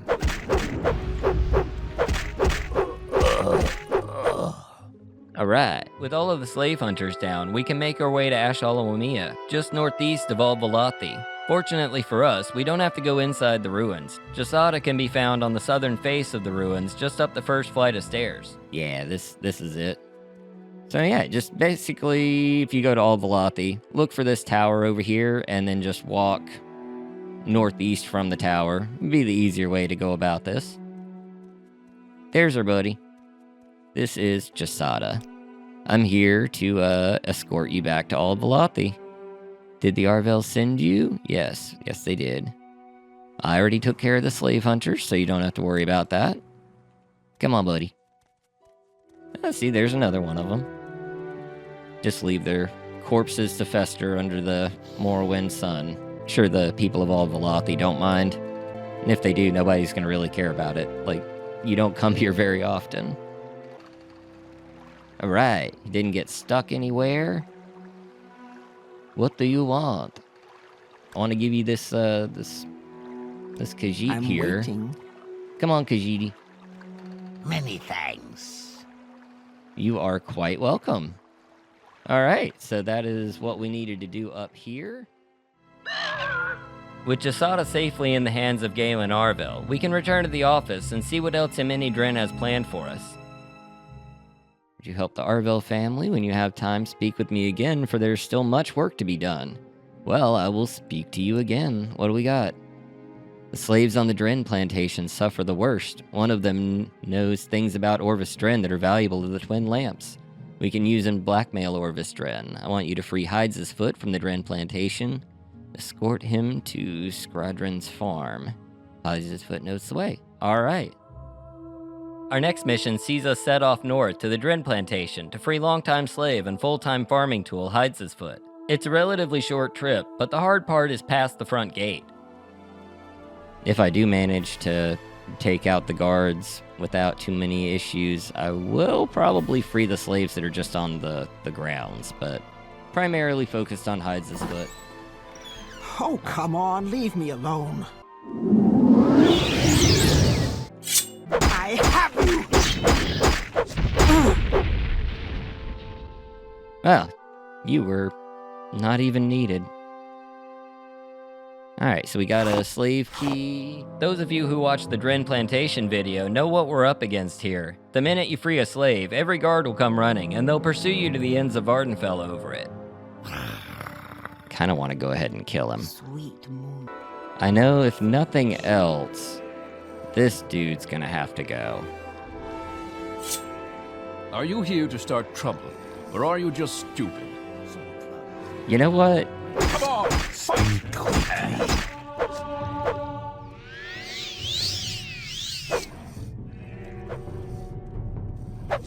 Yeah, who's stupid now, huh? Take that. Oh. Come on now. Is Manos gonna see this? He's probably gonna see this. Just figure if I can get these guys out of the way, it makes the whole process a lot easier. You. Oh, I heard Manos. I heard a Dunmer voice. Manos is probably gonna come running. Although that could be the other guy. He's so inconsequential, I don't even remember his name. I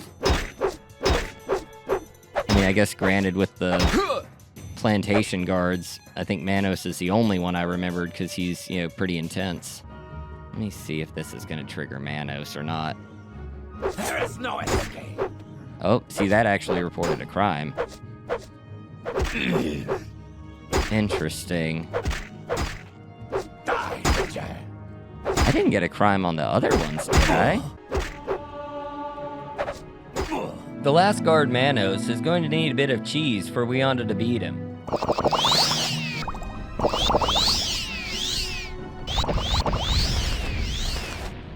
I'm just gonna have to go without any more spell casting for right now.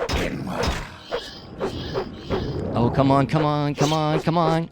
Come on, one more hit, one more hit, one hit, one hit. Hit him once, hit him once. There we go. Whoo! Wow. That's the last guard we need to be worried about. Time to free some slaves. I do want to go ahead and just free these other ones. It is our mandate after all. Right? I know it's a pretty big deal. Getting freed on YouTube. Warmly greeted, friend. I can free you with no consequences at all, so that's nice. Yeah, you can go free too, why not? Stop running away. Or actually, no, start running away. You here to set me free? Should we travel together? Yes, follow me. We're going to Stenderkarn's farm. We'll find Sterndeken's farm, a short walk north past the Arvel plantation, on the eastern coast of Lake Amaya. That should be everybody. There's actually like another little farm right up here that has some slaves on it, but unfortunately there's not a key for these slaves' bracers.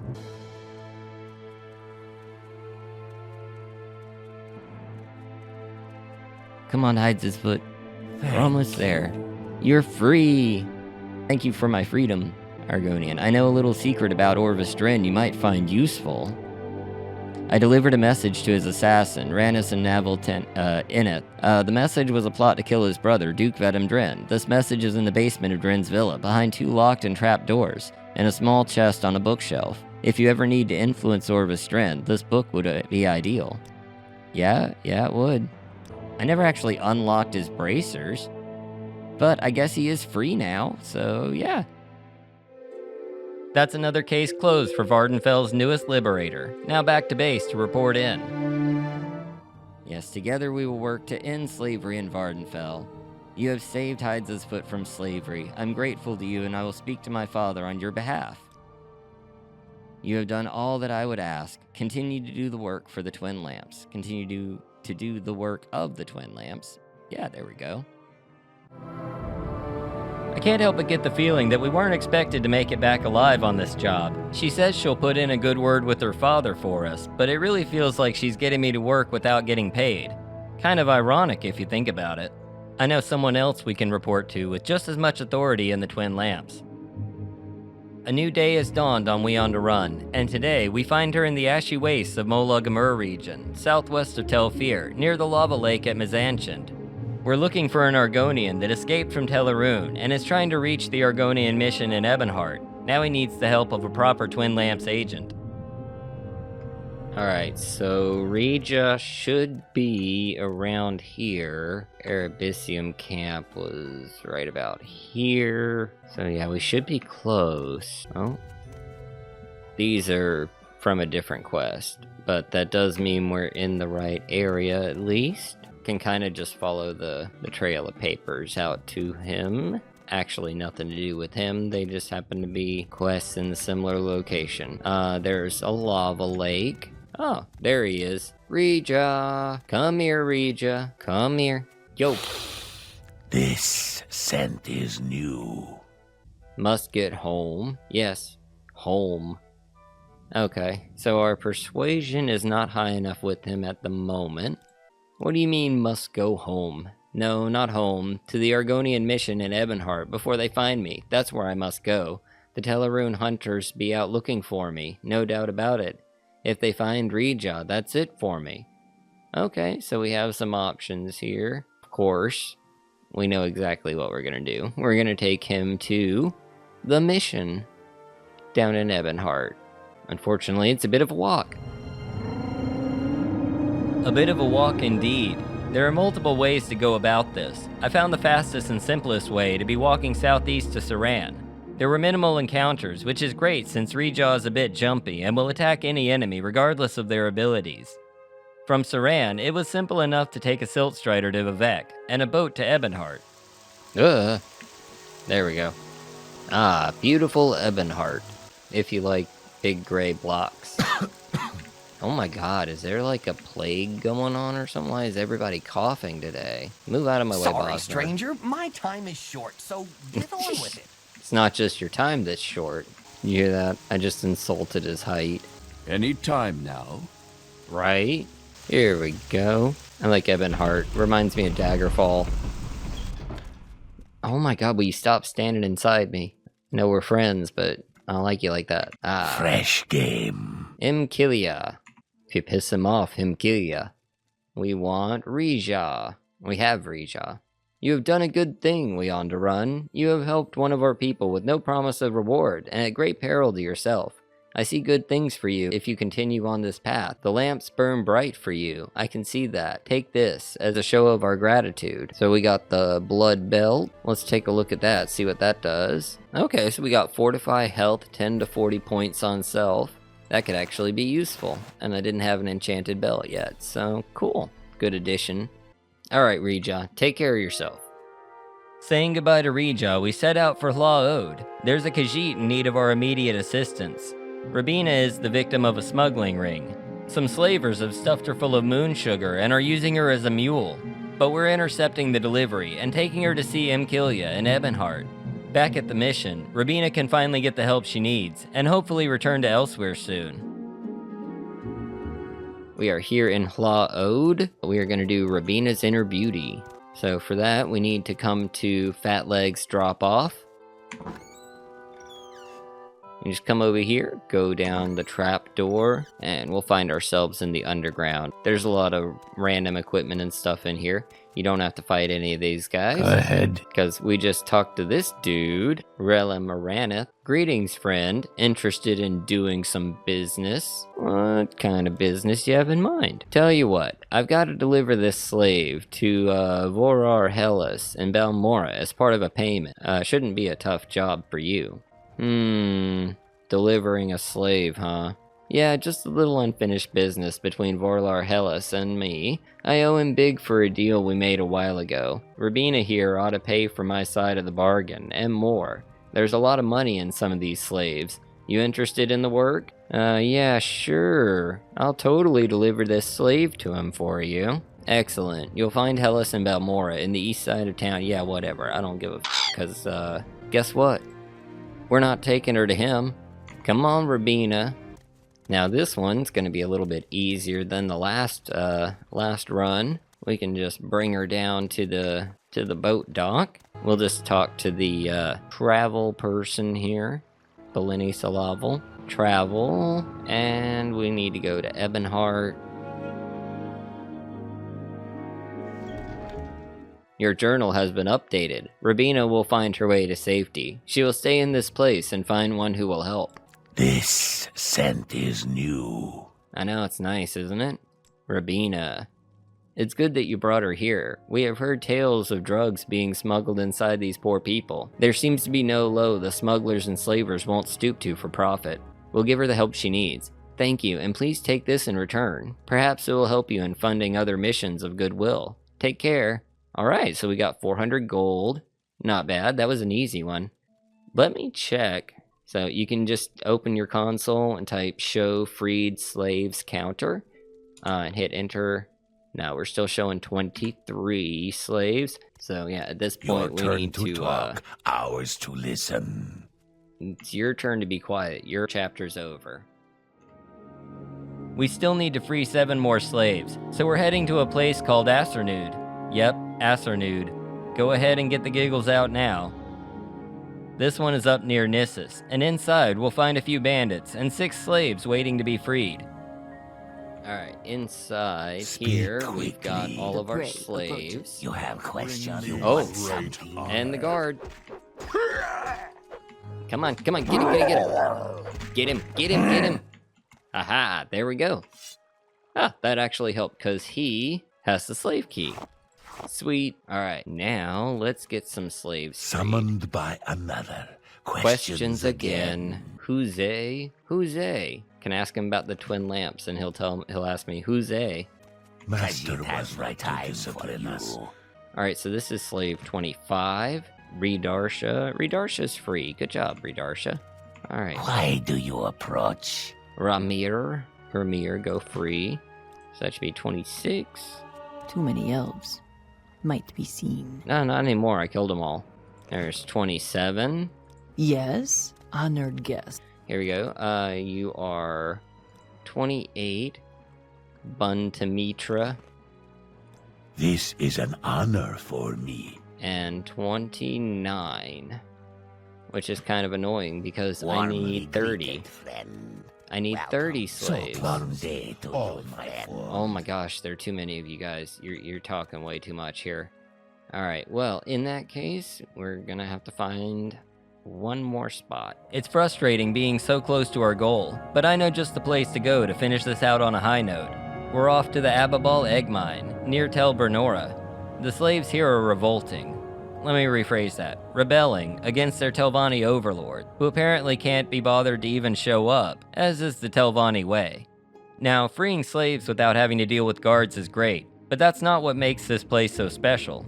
It's the odd quirk that I discovered here that makes this the new destination #1 for freeing slaves in Morrowind. Alright, for our last stop, I've heard that there is some trouble out in the Ababal Egg Mine, so we are here northwest of Tel Bernora.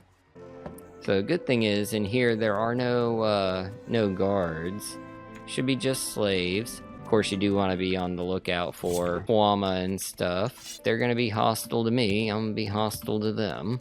Yeah, we need to head down to the Queen's Chamber. So there are like 6 slaves in here, but we only actually free one of them ourselves. Once we get the key from the Queen's Chamber, we can give it to the slave overseer, and he will go around and free everybody else. So much to remember. Summoned by another send questions again. There's quite a lot to remember sometimes. I'm seeing lots of slaves. Has no words for you. That's great. I don't have any words for you. Oh, another Kwama. Get out of here. Not like it's your home or anything. You want something? Yeah, I want the key. I'm glad it's just the little foragers that are violent. Oh, see, here's the queen. Yeah, there's the Abibal slave key. Okay, so first, we have to speak to their leader, Eladal Lay, and join their slave rebellion. Has no time for you. Got some Argonian boys over here. Eladal Lay. This scent is new. Tell me about this slave rebellion. Yes, we are rebelling. If Thorana sent you, go ahead and kill us. Let's listen to their grievances.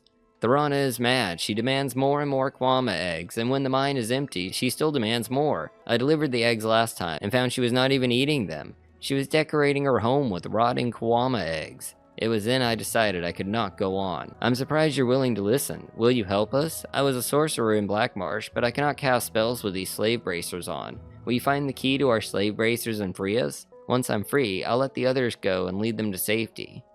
Go free. Unlock his bracers and give him the key. Yes, I'm free now. I'll free the others and lead them back to Blackmarsh. Alright, our journal has been updated. He's going to free all of the other slaves. And what's really crazy about this, I didn't realize at the time, you actually get credit for freeing 10 slaves by doing this place. I double checked and it is from this. I had 29 before we came here. So we now have credit for freeing 39 slaves. That's pretty wicked. That means we are well over what we need in order to go do the final part of the Twin Lamps. So hope you guys are ready for that. Now we can head out to Vivek one final time and see our good friend Jobasha in his rare bookshop. There, he'll have a gift for us as a token of his thanks for all of the work we've done freeing the slaves of Ardenfell. It's nothing grandiose, but useful nonetheless. There's our buddy. Yo, What do you Jobasha, what's up, man? Oh, why is your personality so low with me? Come on, dude, we're friends, right? We're good friends. We're better friends than that. Yeah, 72. We're that good of friends. So, Twin Lamps. Jobasha knows you have freed many slaves, and Jobasha is grateful. Please take these rare books as a gift from Jobasha. Alright, so we've got the Armorer's Challenge, Realizations of Acrobacy,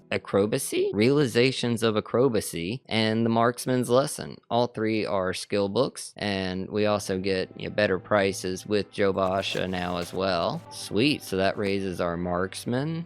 We've got Acrobatics up another one, and the Armorer's Challenge, so that raises our Armorer skill, which honestly wasn't anything we used, but hey, you know what that means? That means we have completed the Twin Lamps. We did it, guys. We've come a long way since stepping off the boat in Seydanine. We freed dozens of slaves and killed lots of slavers. This is the end of the adventure for now, but Tamriel Rebuilt has future plans for Twin Lamps content, so we might just get a part 2 at some point.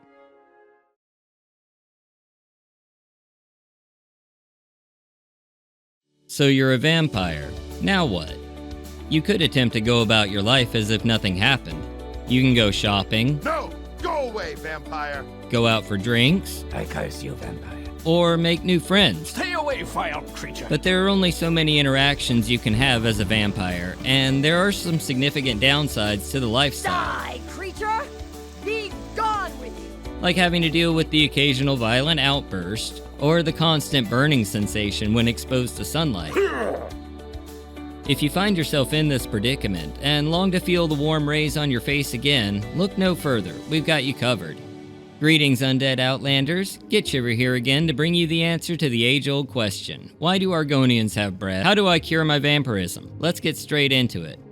If you happen to speak to a mage or scholar about vampirism, they might just tell you to seek out a rare book called Vampires of Ardenfell Volume 2. This book makes reference to a buoyant armiger named Galarithri, who claimed to have been cured of vampirism after being posted to Baal-Ur, home to a shrine of Molag Bal, the father of all vampires. There are several places you can find a copy, but this alone isn't enough to actually start the quest, as we'll also need to find a copy of Galarithri's papers, an even rarer volume. There are only 3 copies, and all 3 are found near a copy of Vampires of Ardenfell as well. They can be found in Vivec, in the secret library of the Hall of Justice, in the Library of Cagranak, at Truenlaw, at Red Mountain, or in Galamdeus, the Clan Burn headquarters.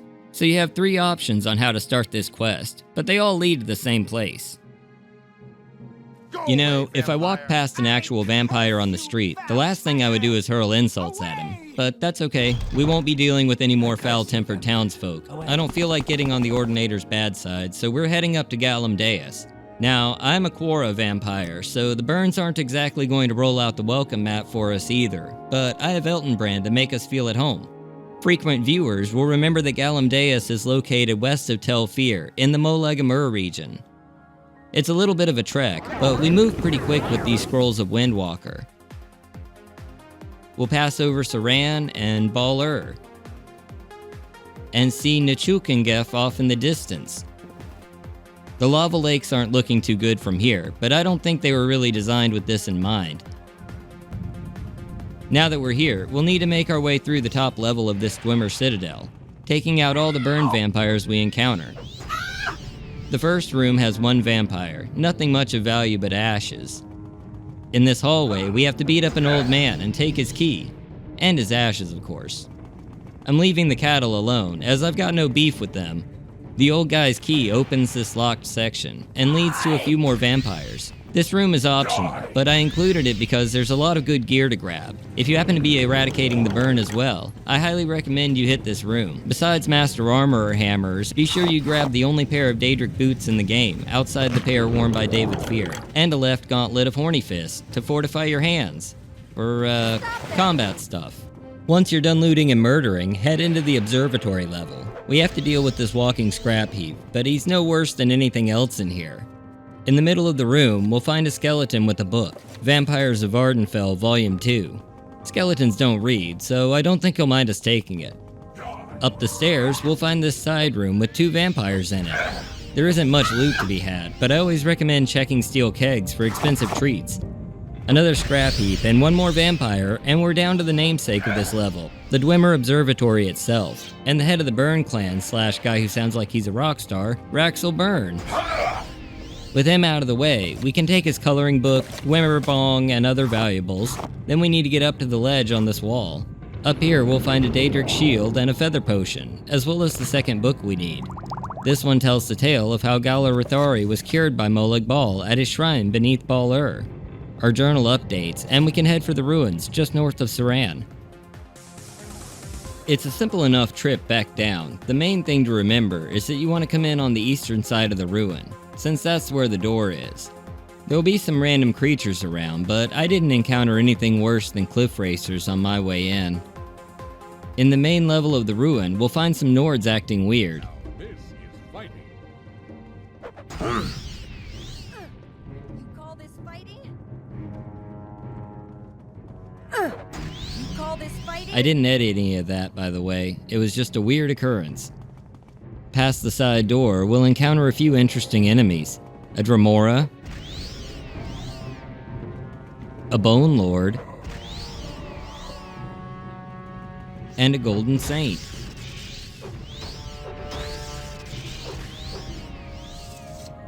Up a winding rock bridge, we'll find the shrine and its tender. I curse you, vampire! Away!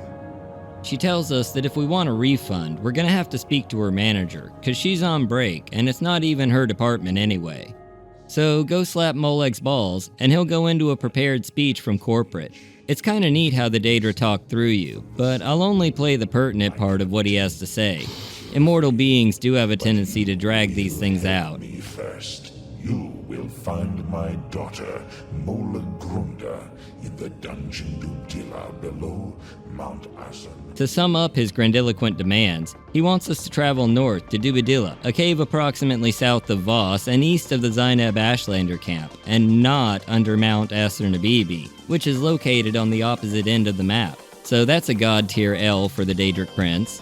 Anyway, once we get to Dubadilla, we need to make our way through to the back of the cave to track down Baal's errant daughter, Mola Grunda, who's been seeing a Frost Atronach and Daddy disapproves. In a Dad of the Year move, he wants us to kill them both, and you thought your parents were bad. Once we've eliminated these moon and star-crossed lovers, we can return to Baal to have our curse lifted. Now this cave is in one of the most sparsely populated regions of Vardenfell, and the cave is difficult to spot. I'll bring us in from a distance so you can see what I mean. The easiest way to find it is to look for the largest hill at the intersections of Voss and Zainab, and head just north of there. The cave entrance is located in the base of the hill ahead. Once we're here, it feels like the hard part is practically done, but right inside the door we have our biggest threat so far, a flame Atronach, and vampires don't like fire. There's a lady over here in this room named Kamenya, but only thing we need her for is the key to the next room. Head through to the chamber to the east. Watch your step though. Most of the cave from here out involves levitation or jump magic, so make sure you come prepared for that. Use the key to get through this door and drop down to the south passage. There's a hunger here, so give him his lunch and put him down for his nap, and then we can move on to the passage behind him. We need to head north, then east, then north again, then east through the door, and into the last chamber. There's a bridge here with a Frost Atronach guarding it. This isn't Grinda's boyfriend, just a bro looking out for the couple. Once he's out of the way, we can head down to send the pair to bed without supper. Now we can make our way back south to Baal and speak to Baal and finally have our curse lifted. I see you have done as I asked, little vampire. Now I have eternity to punish my daughter for her defiance. Your curse is lifted. It feels good to be back in the daylight. Being a vampire was pretty draining. Now that we're back amongst the living, we can pick up where we left off, but that's an adventure for another day.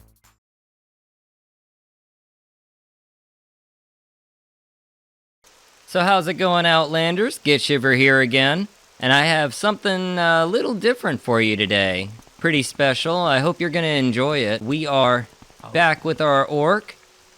We are immortal again, of course, and we have had a gauntlet thrown down. Now, it's not our gauntlet. We're wearing it. We're wearing our gauntlets, so we're good. The gauntlet that's been thrown down is that we've been issued a challenge by friend of the channel, Mickey D. He has challenged me to go out into the wilderness, or not necessarily wilderness, but into Vardenfell, and find one of the rarest items. Not a unique item, but a very rare item. A muck shovel. Yes. Yes, a muck shovel. To my knowledge, I believe only 3 muck shovels exist in the game. And I do not know where one might be off the top of my head. But we are going to do our best to try to track one down. I don't have like an on-screen timer or anything. Where would you like to go? So we're not really calling this like a speed run necessarily, but it is just going to be a fun little challenge. I was thinking about doing it, kind of live, but I was worried that somebody might, let slip where one was, and I didn't want to run the risk of ruining the challenge. So we're just going to go out on our own and we're going to look for one. Now, I believe if I were a muck shovel, right, I would want to be where there's muck. Right? I mean, that just makes sense, doesn't it? So, I know a couple of areas in the game where there is muck. First off, where we are now, like the Ascadian Islands. Not necessarily Ascadian Islands, but north of there, around the lake. Lake Amaya. Around Lake Amaya, there's some muck. So, maybe over there. I know out here, there is also good bits of muck. And also out here, there's muck as well.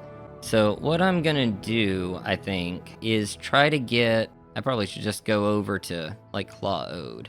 Claw Ode, or... Why walk when you can ride? Margon. Not Molig Mar. Just somewhere on the coast. One of these little settlements. Maybe somebody there. Maybe somebody here. Not here. This is Satanine. I just needed to keep going up the coast. I probably should have just... probably could have gone from Balmora, right? Probably would have been simpler. I'm just going to go to Vivek because there are boats. And I can get to a boat. And then we can go up the coast. Why walk when you can ride? Because I feel like that's probably the best place to start looking. So, hopefully, and I'm gonna try to only cut this for, you know, brevity and consistency with like dialogue and everything. I don't want to be cutting any big chunks out of this if we can help it. And let's just go to the afternoon here. There we go. So I imagine there should be like some little shacks along the coast, maybe. I don't actually see any muck up here, though.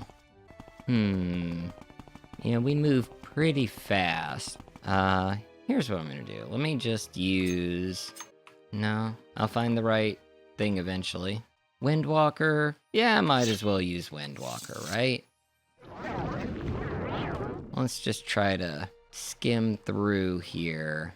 I don't figure it'll be outside. I expect it'll probably be like in a cave or like in a shack, like near some muck. So we're just gonna go till we see muck plants and then, or muck sponges, and we'll start checking around there. So up in the fields of Kumu, I know there's a couple of muck sponges up here. Here we are.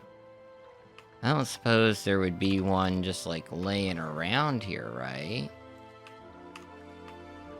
Don't see anything here. Okay. Now, do we have any... I don't think there are any caves up here, right? Oh, something's trying to fight me already. Well, it'll get to me when it gets to me, if it gets here at all. I'm looking for muck sponges. That looks like there might be a location back here. You don't have a muck sponge, do you? What is this about? A muck sponge? Your friend? I'm not worried about your friend right now. Unless he has a muck sponge, or a muck shovel. That's a tomb. Serrano. I highly doubt there would be a muck shovel in there. I still feel like one of the little coastal villages is probably gonna be the place. Somewhere where there is muck and people are doing stuff with it. It's not at the shrine. I think those are really about the only muck sponges out this way. Let me see. These little shacks are probably gonna be where we find it, right? If I had to guess. Do you have a muck shovel? Head on. You got your head on? That's good. I don't know why I'm talking to him. He's not gonna like sell me anything. I can check his stuff without him getting mad. Highly doubt there'd be a muck shovel in any of those. I do seem to remember from way back that I once saw a muck shovel in a cave. Now, I imagine that was probably somewhere where there's more muck than here. Get out of the way. But I don't know. Let me see. Let's just see if we can find any caves to check out. You're probably that dude's friend, aren't you? Probably. Unless you have a muck shovel, I'm not worried about it. Maybe over here. This is somebody's farmhouse, but it is on the coast. At least the coast of a lake. I feel like it's gonna be one of those things that's just like sitting around in interior cell, maybe? What do you want? Jorendar. I can't let you go free. I don't have the key. What about up here? That's a tomb. Yes, an ancestral tomb. Let's just keep going along the coast. I might just need to head out towards Telfir and Sadrith Mora. There may be a better luck out there. There's a lot more muck on the western side. I'm gonna say muck a lot in this episode. and just see if there's not anything back here. Whee! Try to do some mountain climbing here. At least we're getting our exercise in for the day. Running across the whole Ascadian Islands. There's a lot of slaves here. See, we ran all the way to Saran again. And Saran so far away. No, it's not. It's right there. Go away, Nyx Hound. I'm trying to sing. I don't know how many of these scrolls I have left, but, yeah, that was the last one. Let's just head out to the coast, huh? Any muck down here? Not seeing any muck down here. I know Azura's coast is one of the areas with a good bit of muck. I think it's farther up, though. Probably getting out towards, like, Tel Brenora or something there. Oh, yeah, there's Moligmar. I like that this scroll also gives us, like, invisibility. So we don't have to deal with as much there when we're flying around. Otherwise, you end up with, like, a dozen cliff racers whenever you land. Oh, here's some muck. Oh, wait, where am I? It just kind of disappeared there. There we go. Alright, let's get out of the water. Yeah, so here's a cave. I mean, it's a tomb, but it is surrounded by muck sponges. So maybe... I don't know, I'm gonna check it out. Maybe there's a muck shovel inside. This is... oh wait, this is Savile? I feel like I've been here before. There's a lot of ancestral tombs though, so I could be thinking of something else. Come on, disarm the trap. There we go. And... well, there we go. That took a minute for a level 10 lock. No. I don't want you guys hitting me with your stuff.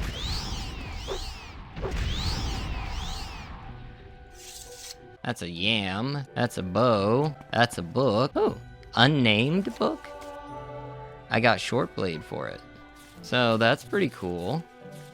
I'm gonna have to look into this. I don't know what this is. Redoran Founder's Helm? Oh, cool. I'll take that too. That's a big shrine. They upscaled that. Were there any lovers of muck that got buried here? Any muck lovers? Lockpick. Oh. Oh boy, more of you guys, huh? There we go. It's a wonder I didn't get hit with anything. There's a lot of undead in here. That's not a muck shovel. It's a short bow. Surely... oh, trapped chest. Okay, it only took me down half.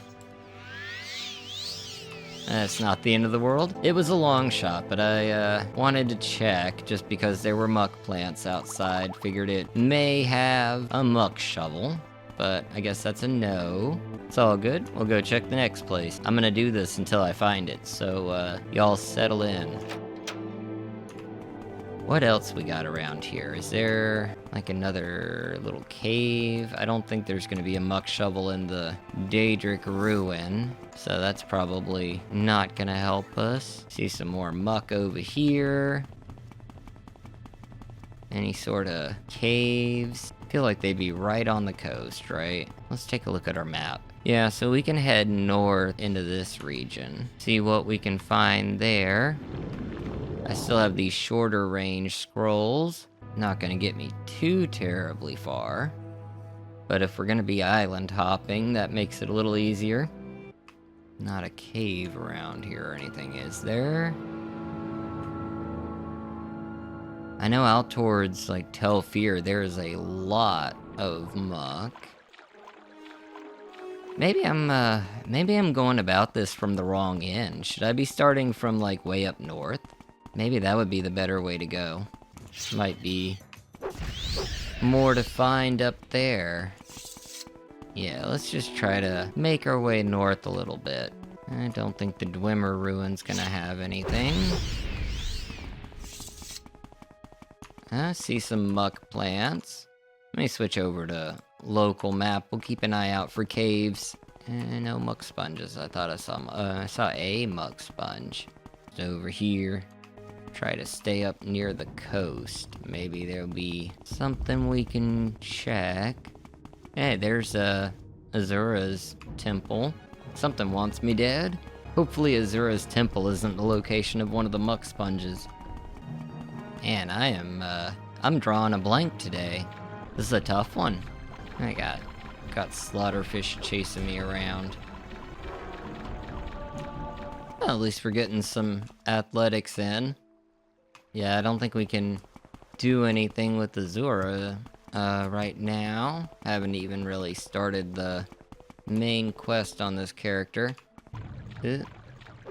Gonna have some more slaughterfish going on. Yeah, I think I'm just, I don't know if there's any locations out this way. Tell you what, let me see here. Let's look at our map.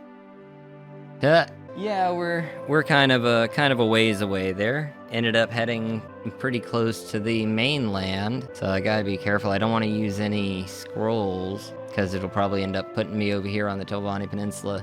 So I'm just gonna head back towards Vardenfell. Let's wait before we do that. Get to the morning.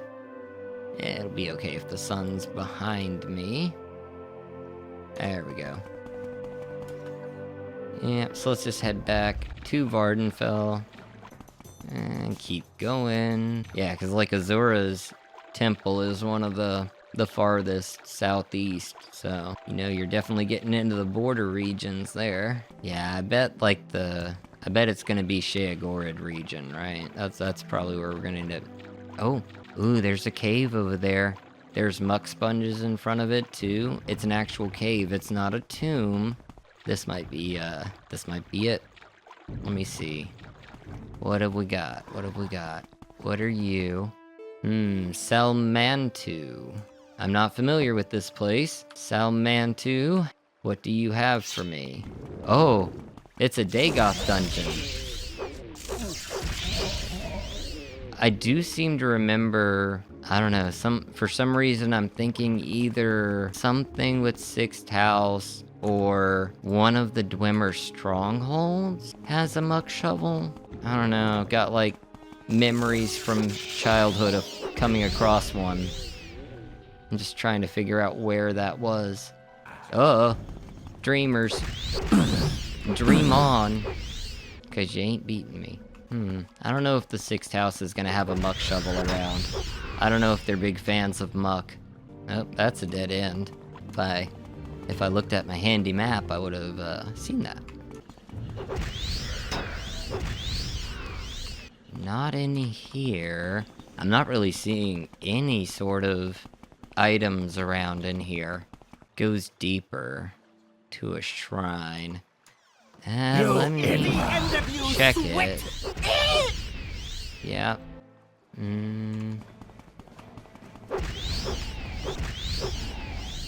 Okay, so maybe somewhere in here. We got a Sixth House bell hammer. Not a muck shovel, though. Ooh. I'll, stop for a moment and take all these goodies, though. They left us a gift basket. Like, hope you enjoyed your time in Salmantu. Take these gifts to remember us fondly. Here. Oh, nice. Got a level 10. Is there one underneath it? Is it just the one? It's just the one. Okay. Well, no muck shovel. At least I hope no muck shovel, because I'm gonna not look there for it anymore. And if it's there, I'm gonna be pretty bummed in the end. Okay, so nothing there. Anything up here? No. I don't want your ash statues.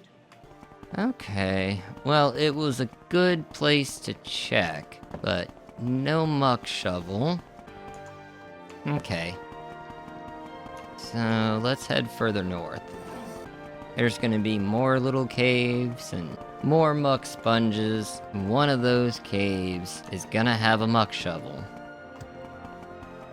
I'm gonna find it. Oh, got some more muck here. Did you just die? Alright, now this is a tomb. There's some muck, though. Aram Ancestral. I'm just gonna kinda... Hi! Outlander, what do you want? Oh, your Father's Amulet. I didn't realize I was like walking into a quest here. Sorry, find it yourself. Surrender your life to me and I will end your pain. Okay, hold up. I was just telling you, I was trying to tell you I'm busy. I'm busy right now. I didn't have time to like come get your dad's amulet. But I mean, I guess if you want to, you know, go that way with it, we can do that. Not any muck shovels in there, are there? Ah, neat. Marksman. I don't use that. Oh, that was trapped. I resisted it. We're good. Oh. This is gonna be one of those, like, big, long dungeons, isn't it? I don't think there's a muck sponge in here. I have a major feeling, the more that we look around down here, that they are probably gonna be up in the Sheagorid region. So I know there's a lot more little islands up there. So there's probably more little island caves. Oh!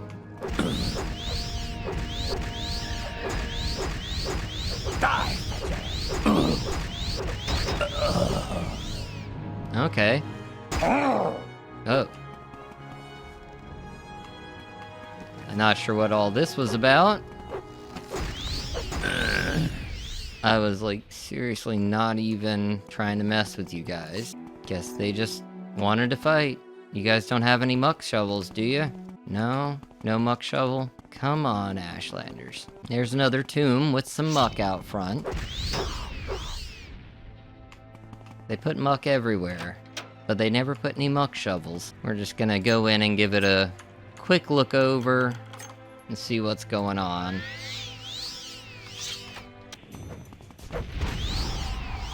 That's a spear. Oh, hello. What's going on here? Got a wooden staff. Interesting. I don't know what his deal is. Wish that staff was a muck shovel, though, I'll tell you that. Okay, surely somebody, some dark elf, who lived on Vardenfell and was buried in a tomb, oops, paralyzed, was at some point very into muck. Gotta be somewhere. And his family would have just put his beloved muck shovel by his grave, right? Has to be. Oh, that's heavy armor. I'll take that. Alright. Let's keep moving. We're gonna find it. Just gonna go up to like every single muck sponge in the game until we find a muck shovel. I don't know, there might be a muck shovel sitting near some muck. Or a muck sponge. And check down here just to be safe. See if we see one laying around. I'm gonna have to rest soon. I'm sure Elton Brand's about out of charges. Whoa. Interesting. He was out of the water. He should have been dead. Yeah, I bet there's gonna be one up in the Sheagorid region, right? Man, I swear I found this same exact tomb like 4 times already. Let's see. Drella. Maybe in here. I hear some scamps. Do scamps like muck? I bet scamps like muck. Maybe a scamp will have a muck shovel.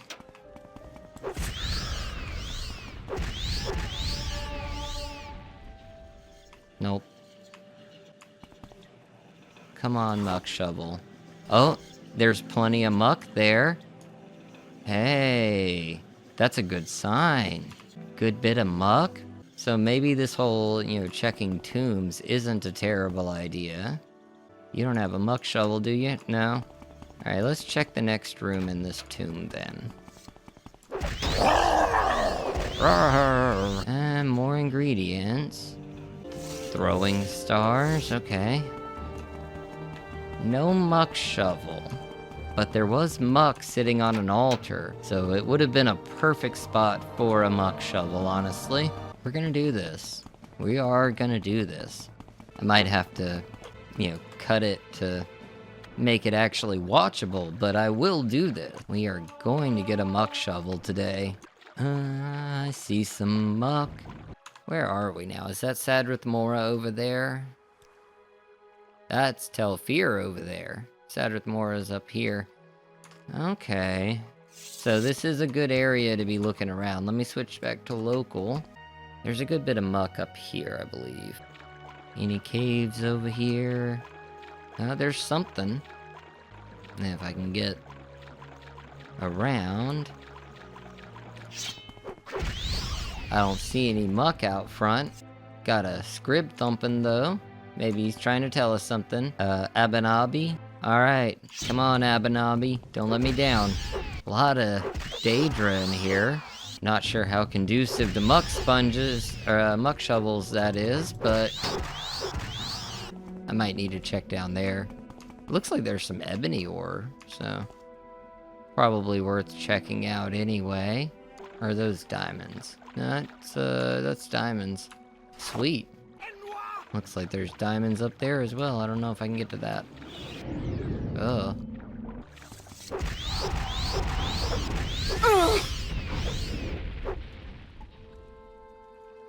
Okay. Ooh. Haha. Well, this turned into an artifact video and I wasn't even meaning it to. So, we have just come across the legendary artifact Chrysamere. So, everybody say hello to one of the best two-handed weapons in the game. I guess that's a 5-minute Morrowind I don't have to make now, right? Cool. I was worried something like that may happen just because we're checking out a bunch of random places. Seriously, Gitshiver's over encumbered now. That rarely has ever happened. Oh, because my strength is sapped. That would do it. I have a restore strength somewhere. Restore speed. Oh, man. And it's by a good bit, too. I don't know if I can... I don't think I can drop that much weight without, having to lose some significant stuff. Fortify strength. Still over encumbered by like 20 pounds. Can I cast multiple, maybe? Tell you what, I've checked the rest of this place, so... Where is my recall? Let's just do that, and we can, go get fixed up. Yeah, so this is my house. Keep everything here. It's a Drin plantation, of course. Okay, somewhere around here. Restore willpower, restore endurance. Come on, I gotta restore strength somewhere. I'll take my booze if I have to, and we'll go get healed up. Yeah, take the Sujama. Where? I must be out of Sujama. Okay, in that case, where's Divine Intervention? Oh, the Scroll of. Go to Plagiad, go get healed up. And it's gonna drop me outside. What am I fighting? Nothing's fighting me, guys. Okay. I'm gonna have to set something down for a minute, so I probably should have just set this in my house. But Chrysamere, you stay right there. Am I still? Oh. Okay, I'm gonna set my greaves down. And they better not go anywhere either. I'll need to set down something else. And drop some books. And that should get us underweight. Restore attributes. Thank you. Alright. Now we can try to do our job. I'm still over encumbered. Oh man. Yeah, it's Chrysamere. It's Chrysamere. That's alright. That is alright. That's why you always want to have mark and recall, right? Because I can just do this. Drop Chrysamere inside my door. Yeah. I'm gonna drop some of these books just right here at the door. I'll put them away later. But that'll give us more carry weight. I don't need these things either. House is just a mess now. Okay. So probably the best thing to do at this point. I don't think we were making much progress towards our goal up there. Let me get Almsevi and just try to get us somewhere with some transport. So we're gonna go up to the Sheogorid region and try up there, hopefully with a little more success. Temple Boat Dude, here you are. What is Temple this Boat regarding, Lady. Orc? Temple Boat Lady, excuse me. You can take me over to, where do we need to go? I guess I'll try the arena, and then I can move to Foreign Quarter from here. You're in my way. Here for trouble, you'll get more than you bargained for. I'm here to travel, not trouble. Move. Oh my... Dude, you... Yeah, go the other way. Asshole, move. There's someone watching me. I can tell. Hey, can I get some assistance over here? Dude, I swear to God, you need to move. Let me try waiting. Okay. What is this about? What would it ever be about? All you do is give people rides. Alright, we head up to the boat. We're gonna head up north, see what we can accomplish here. Short trip, long trip, you decide. Alright, so let's just go up north a bit. Go through Law Ode. What is this regarding, Orc? And where now? Let's go up to... Let's try Gnarmok. Maybe... Is there any muck around here? Yeah, let's get some daylight. I don't feel like there was much muck around here. No. Let's just keep going up the coast. I don't think this is the right area. We need a place that has lots of muck. Muck should be very Outlander, common. What do you want? I guess cool. Let's go up there. Outlander, what do you want? And it put me in the evening again. There we go. Let's go to like 11 a.m. It's raining, but that's okay. Let's see if there's any muck to be had. There's no muck on Solstheim. That's not where I want to go.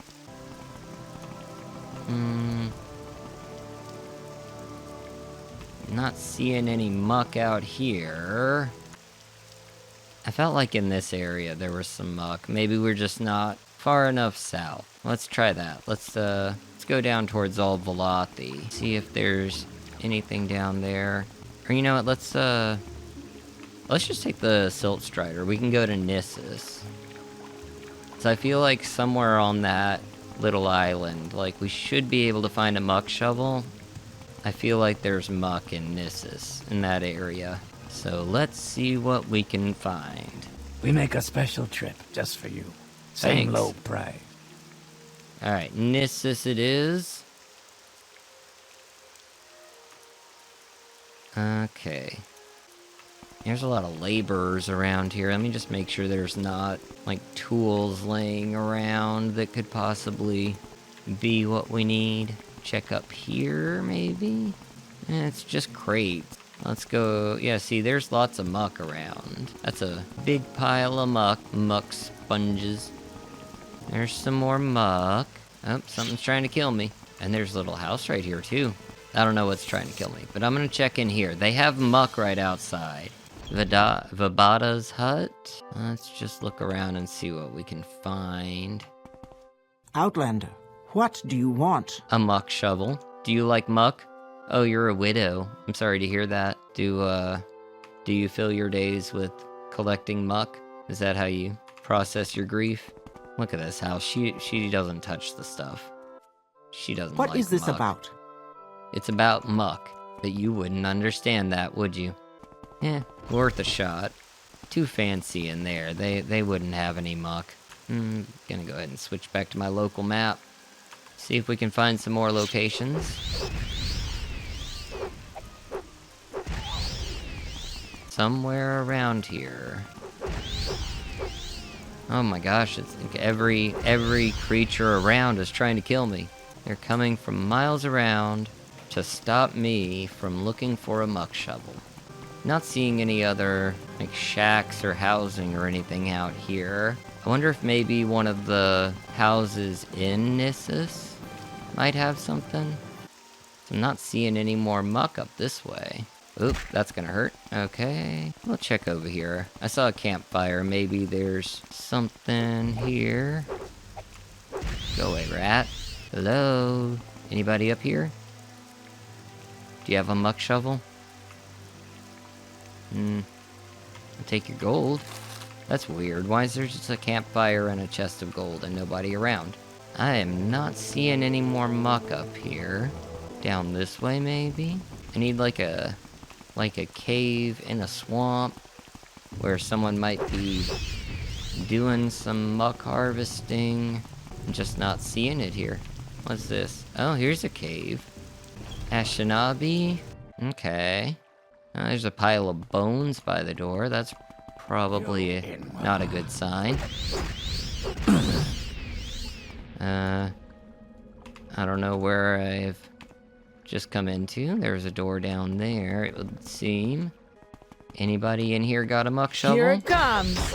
The muck shovel? It's coming? Oh, you meant the Nyx hounds. And a rat. None of this is a muck shovel. Take that. Take that muck shovel. Nope. You've lost this round. I don't know. Seems like I won. I don't think there's a muck shovel in any chests. It should just be sitting out, right? Oh dear. Yeah, they are. Oh, I don't know when that autosave is. What is this regarding, Orc? We're back in cool. Alright, let's go back to Nissus. I wanted to check some of the houses in Nissus. I feel like it's a good spot to check. While I'm here, let me check the houses in cool. Now that's locked. I don't want to be busting into people's houses too much if we can avoid it. So I'm just looking for a shovel. About over here? Outlander. Nope, don't see a muck shovel. Oh, let's just go back to Nissus. At least they had, muck there. They had muck sponges, so they should have a muck shovel to harvest their muck sponges. Alright, let's see what we can figure out here. I'm just gonna check these people's houses, because there's muck right there. Yaz Hut. Is that like Pizza Hut? What is this regarding, Orc? You don't have one, do you? Doesn't look like it. Okay. Maybe this one? Dinadad's hut? Is there a muck shovel in here? Right.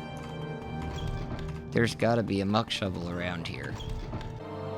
Like, you guys have muck, like sponges, right here in town. What is this regarding, Orc?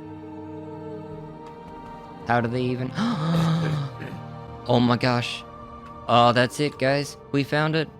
Let me see if I can successfully steal it without him looking at me. I'm gonna save real quick. Come on. Get out of sight. There we go. Alright. We have done it. Challenge complete. Took about 56 minutes, looks like, to find the muck shovel. We got one in Nissus. So, let me know how I did. Did I, walk past a few in different places? Because I feel like we were checking smart places. I don't know. But, hope you guys enjoyed this. If you have any more fun ideas for challenges, let me know in the comments below. Leave a like and a subscribe, and I'll see you guys in the next one. Later.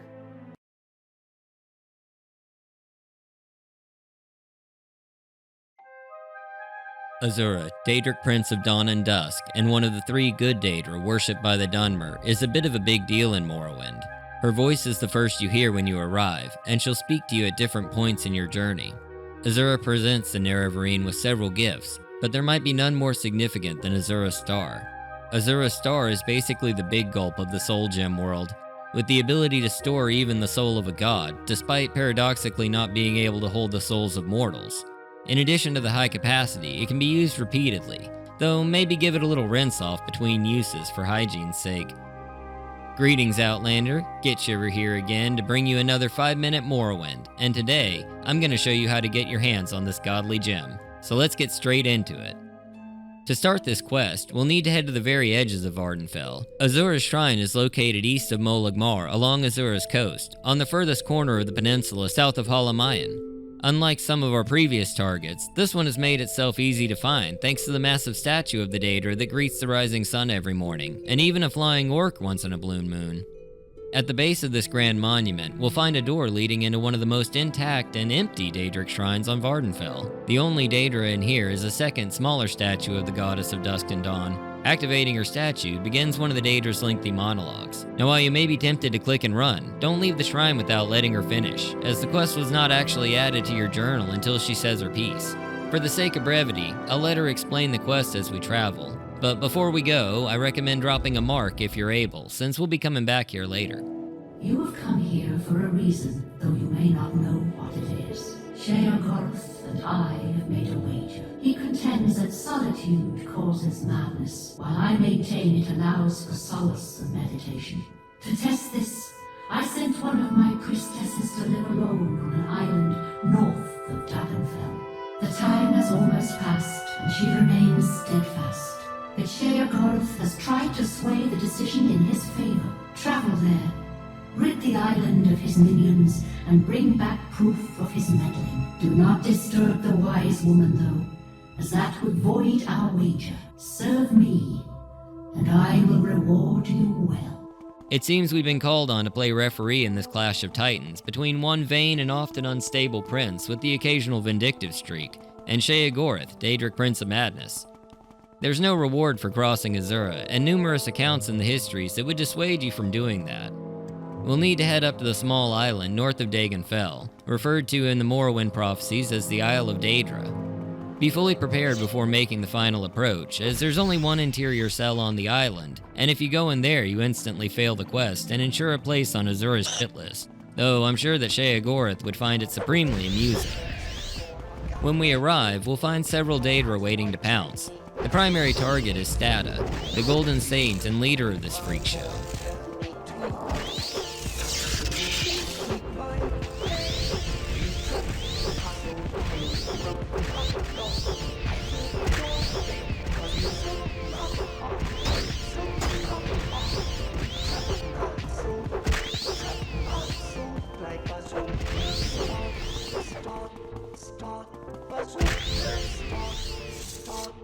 Once you've cleared them all out, check Stata's inventory and retrieve Sheogorath's signet ring, a 30,000 septim ring offering a constant effect that will trade 10 points of willpower for 10 points of personality.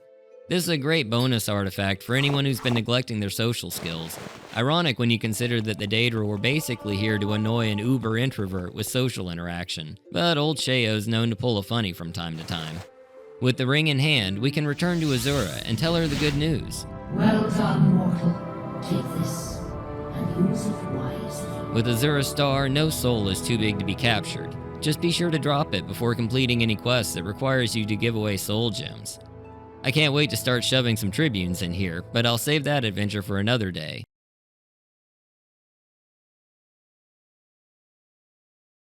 Early on in our journey, we found the Mentor's Ring, a very powerful ring for spellcasters. Later on, we came across the Ring of Surroundings, a ring treasured by thieves, and Shishev's Ring for the assassins out there. Recently, we acquired Sheogorath's signet ring and the Ring of Khajiit. That's only the beginning though, because today, we're adding 3 more amazing rings to our collection. All 3 of the targets today are constant effect rings with multiple enchantments each. They're all located in tombs, and 2 of the 3 of them have no quests associated at all and are just waiting to be grabbed. The third has an optional mini-quest for vampires only, but the end result is the same one way or the other, so we'll be taking the most direct route with that one. Unlike some of our more niche jewelry, these rings have broad applications and will be valuable to just about any character, especially early in the game, as at least 2 of them are easy to get your hands on whenever you want. Let's get straight into it with our first target, a series favorite, Dinstagmer's Ring. Dinstagmer and his ring are a bit of an enigma according to the last remained Dwemer and certified hefty boy Yagram Begarn, which I suppose means the writers already just had too much work to do writing the real Baron Zaya. Just say it's unknown, Todd. What we do know about the ring is that it is a tribute artifact. Much like the Mentor's Ring, Denstagmer's Ring is found with some named ashes, these belonging to a Forum member known only as D. Bryant, who died during the development of Morrowind. The ring itself carries a constant effect triple enchantment, resisting fire, frost, and shock by 30 points each. It can be found in Fallas Ancestral Tomb, southeast of Nisses, located on the shore just across the river.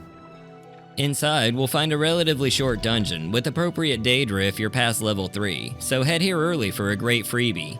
From the entrance, head down and take the unlocked door on your left. In here we'll encounter a leveled Daedra, like this little scamp. The hallway curves around to a lower chamber, with the trapped urn containing our prize sitting on an altar at the back of the room. Give it a good probing before you go sticking your fingers in there, and once it's safe, you'll have one of the best elemental resistance items in the game. I'm also going to bring D. Bryant with us to experience something other than a musty urn for a while. The only other treasure of note in here is a copy of the Athletics Skill Book, The 36 Lessons of Vivek, Sermon 1, so there's your summer reading list already started. The next ring on the list is the Ring of Fineaster. We have way more information on this ring since it first appeared in the Elder Scrolls Arena. Fineaster was one of the hero gods worshipped by the Aldmeri, and he forged the ring to be one of the best protections around from magic users. He added a curse to the ring so that it would eventually leave any master other than himself, but we can keep it for a time. The Ring of Fineaster carries another constant effect triple enchantment. Resist poison, shock, and magicka by 20%. Very useful for pretty much anyone concerned with fighting all sorts of spellcasters. The ring is located on the body of Pop J, another tribute memorial at the end of Senem Ancestral Tomb just south of Dagonfell in the Sheogorid region. The memorial honors the father of Morrowind developer Gary Noonan, who passed away during production. Okay, so this location is absolutely lousy with bone walkers. Be sure to bring plenty of restore potions if you can't resist or tank them. We need to make our way to the locked doors at the back of the tomb by sword, stealth, or magic, however you prefer, as long as it's in one piece. This location might be a little more difficult than some of the others, but bone boys aren't too tough if you take your time and fight them one-on-one. As always, you want to avoid getting hit by their magic, but it doesn't seem like they're doing any permanent debuffs today. We need to head down this hallway and add the last walker to the bone pile, then we can get started on this door. Past the door, we'll have to deal with a few skelemans, but it's all just more bones. Speaking of bones, at the top of the altar we'll find the bones of Pop J, and the ring we're here for. Pop J got named Bones instead of Ashes, but that's okay, we'll bring him along too. Lastly, we have Morara's ring. Mine looks different from what you'll find unless you also use the unique Finery Replacer mod, link in the description. But appearance aside, the abilities are what we're really interested in. The ring is located just south of our current position, in the Drethen Ancestral Tomb, in the possession of a vampire named Morara. If you too are a vampire, you can speak to her and she'll ask you to kill her. We already got cured, but we can help her out anyway. It'll be our good deed for the day. The ring itself carries a very eclectic mix of enchantments. 3 constant effects again, of course. This time we have Reflect 20 points, Fortify Acrobatics 10 points, and Resist Normal Weapons for a staggering 40 points. This one's pretty straightforward. Take out the Bone Boy, open the door, take out another Bone Boy, and get startled by the vampire. Not even trying. Swing wildly at her until she collapses, and take the ring from her corpse. You can take her ashes too if you want. These rings are extremely good, but they aren't the most powerful in the game. We'll definitely be revisiting this category in the future, and tracking down even more amazing rings to add to our collection.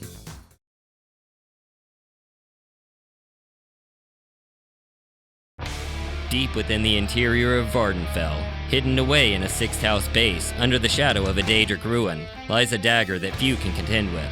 While it may look like cheap chitin, that appearance belies the power contained within it. The power of the Wamasu, a fierce but intelligent creature of Blackmarsh, filled with deadly lightning. One of the most powerful of these dragons was known as Hanek Named, and it's said that it took a score of men a full week to defeat him. After his defeat, one of the survivors took his fang and carved it into a dagger, which retained some of the power of its original owner. That dagger would become the most powerful short blade you can find in Morrowind. And today, I'm going to show you how you can add this fearsome thing to your arsenal early in the game. So let's get straight into it.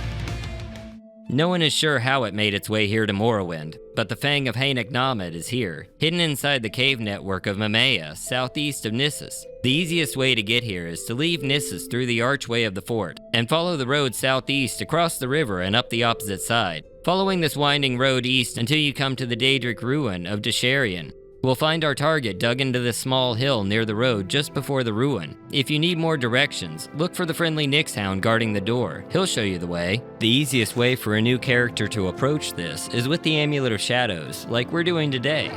The first chamber is the Sanctum of Awakening, and it's a straight shot all the way back to the door opposite the entrance. There will be several dreamers and ash slaves inside the 3 sections of this cave. Being able to pass undetected is a huge advantage here. The enemies may initiate combat with you, but if you go into sneak mode, they usually won't be able to find you, and will either disengage or run away in terror.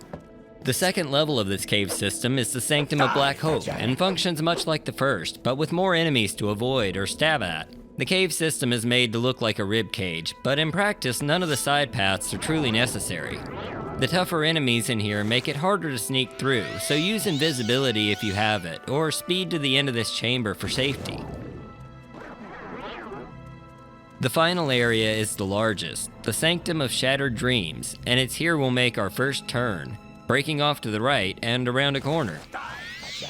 Look out for the Dreamer up on the ledge, and be prepared to unlock a few low-level gates to get to the end of this passage. Past the 2 Dreamers, take the path that leads straight back to another locked gate. Unlock it and head through, avoiding the ash hole coming up the walkway by dropping down the ledge and running into the final room. In here, we'll find a 6th house shrine with a random Dunmer woman in attendance. She'll try to bonk you, but she's easy to deal with compared to everything else in this cave. Behind her is our prize. In here we'll find a Daedric Face of Inspiration, a pair of ebony boots, a Telvanni cephalopod helm, and more. But most importantly, we'll find the Fang of Hanek Namad, the most powerful short blade in Morrowind without enchanting a Daedric Wazakashi, that is.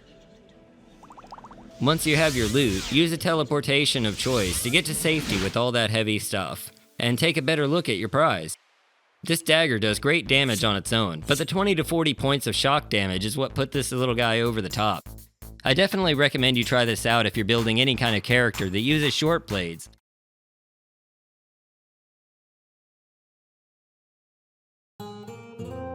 Previously, we showed you 3 amazing constant effect rings, Dinstagmer's ring, the Ring of Finaster, and Marora's ring, and added them to our jewelry collection.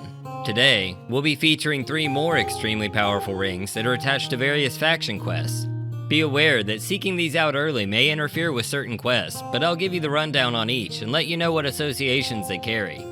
They'll also be a little more difficult to acquire, but a well-geared character should keep these in mind. The first target today is one that is up to its 3rd and thus far final appearance in an Elder Scrolls game, the Warlock's Ring. This Crimson Circlet carries a considerable cast, granting Reflect 10 to 20 points for 30 seconds and fortifying your speed for the same. So this is definitely a tool to save for when you need to urgently flee from monsters, bandits, social interaction. In Arena and Daggerfall, this ring also carried a Restore Health enchantment, which totally plays into its theme. But for some reason, this enchantment was cut from Morrowind. The Warlock's Ring belonged originally to, get this, a mage. But not just any mage, the legendary McDonald's Golden Archmage Ciribane, who much like Finaster used his Ring of Power to guard his cheeks in combat. But the Hand of Time claps all in the end, so Ciribane copied off Finaster's homework one more time and added an enchantment on the ring that would cause it to flee its masters and only bear true loyalty to him.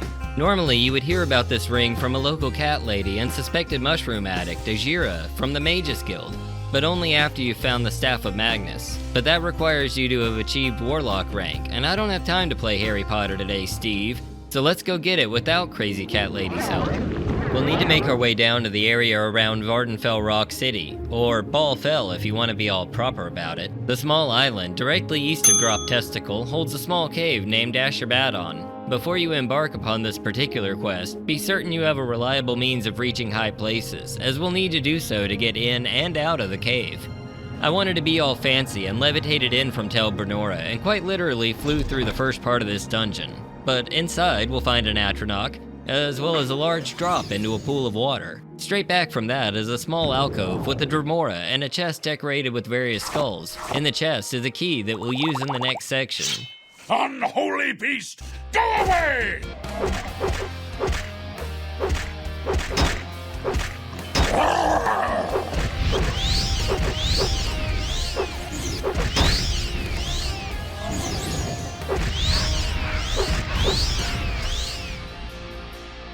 We need to head back to the central chamber and look up to the left, and you'll see our next area. Make your way up and take down the Atronach waiting up here, then proceed into the final room. You can just hang out down here and Vendema Drethin will come to greet you. She carries a Viper Blade, but her 24 spells are by far the more deadly part of this package. Try to let her exhaust her magicka before dealing with her, but be aware that several of her spells are touch-based, so she may try to charge you without casting anything offensive first. Once she's down, we can pull the Warlock ring from this sorceress's sorceress. Be sure to root around in her stuff, as I found many useful scrolls and potions while I was here, and 2 skill books as well. If you need another levitation option, there's a potion of rising force here on the table, so grab it even if you aren't taking everything else. Next up on our list today is the Ring of the Wind. This blustery little beauty is a legendary treasure of Elsewhere, a billowing boon from Kinnereth, or Kinarthi as the Khajiit know her. It was said to be owned by a nimble acrobat named Kasimba Springsnow, who was said to always land on her feet, except when she chose to land on the feet of others. Being a gift from a divine, you've probably figured out by now that this ring is associated with the Imperial Cult quest line, and is the first quest to feature Oracle Lele Lavarian, who recounted the previous quote. She sends you out to find this ring specifically. However, if you've already found it, it shouldn't cause any issues with completing the quest. Besides, the temple has a lot of what I like to call Finders Keepers quests that essentially act as direct instructions to go pick up this epic item and let you keep it when you return. If you were to just do this quest properly, you would be given a cryptic riddle that makes perfect sense in hindsight, but is absolutely useless to you going in. Let me just tell you the riddle and you tell me if it would be helpful. I have seen the wind upon a dark elf's hand, the fire gleam on a dwarf's face, and darkness upon the ring of water, and heard no name whispered in the mouth of stone. The extra big brains among you may have picked up on the last bit at the end. Heard no name whispered. This is similar to the door leading into the mines of Moria when the Fellowship had to speak friend and enter. Naturally, any Gahamer Hudik knows the term no name in Dumeris is Namu. And as all Tamrielic cartographers will tell you, Namu is the name of a secluded and reasonably hidden smuggler den nestled away on the western shores of Vardenfell, west of Telarune. See? Simple. The rest of it will make sense once we arrive, so get your Gwaran gear and let's hit the road. Oh, and speaking of gear, be sure to bring at least 1 scroll of Divine Intervention. Not a spell, not an enchantment, you'll specifically need a scroll to get the special bonus items in this cave. The easiest way to get out here is to head to Telarune and go west from there until you reach the coast of the Grazelands. Even the UESP mentions that much like the riddle, this one is hard to identify until you've already figured it out. For general terrain markers, look for the Daedric ruins of Yansiramas to the southeast, and the Dwemer stronghold of Phelan Serrano to the west. You'll be able to recognize Namu by the highly aesthetic stepping stones leading up to the cave entrance. Upon entering Numa Numa, we'll be accosted by a Redguard woman who really should have called in sick today. In the next room, we'll find a Dunmer archer on a raised platform. In the original game, she had 12 bows and only 1 arrow. I don't know what patch fixed this, but it's been corrected in my install. The rope bridge is a red herring. We instead want to go down this path directly across from us where we entered the cave chamber. The path will curve around to your left and we'll encounter another Dunmer. This one has a really nice little dagger for us to take, so now I have a reliable levitation option. No more chugging potions mid-flight or fumbling with scrolls as I plummet to my imminent doom. Similar to the last cave, we can let this guy Glamis Dren do the heavy lifting for us. He already seems to be, with several pieces of Dwemer gear to lug around. More importantly, he has the Ring of the Wind. Now it all makes sense. The wind on his hand and all that. Now I'm gonna put some fire on his dwarf face. Rummaging around on his person reveals the treasure we came here for, the Ring of the Wind, and its impressive constant effect of Fortify Agility for 30 points. This won't actually make you faster, but it'll make your attacks all the more accurate, and that's never a bad thing to put a ring on. A lot of pretty ladies around here. Now before you run off, make sure you go up to the covered area. There you'll find a Redguard man named John Hawker. Give him a scroll of Divine Intervention, and he'll reward you with an amazing pair of gloves, Zenithar's Warning, with 4 enchantments covering Demoralize, Blind, and Silence, and Zenithar's Wiles with a powerful 1-50 charm enchantment.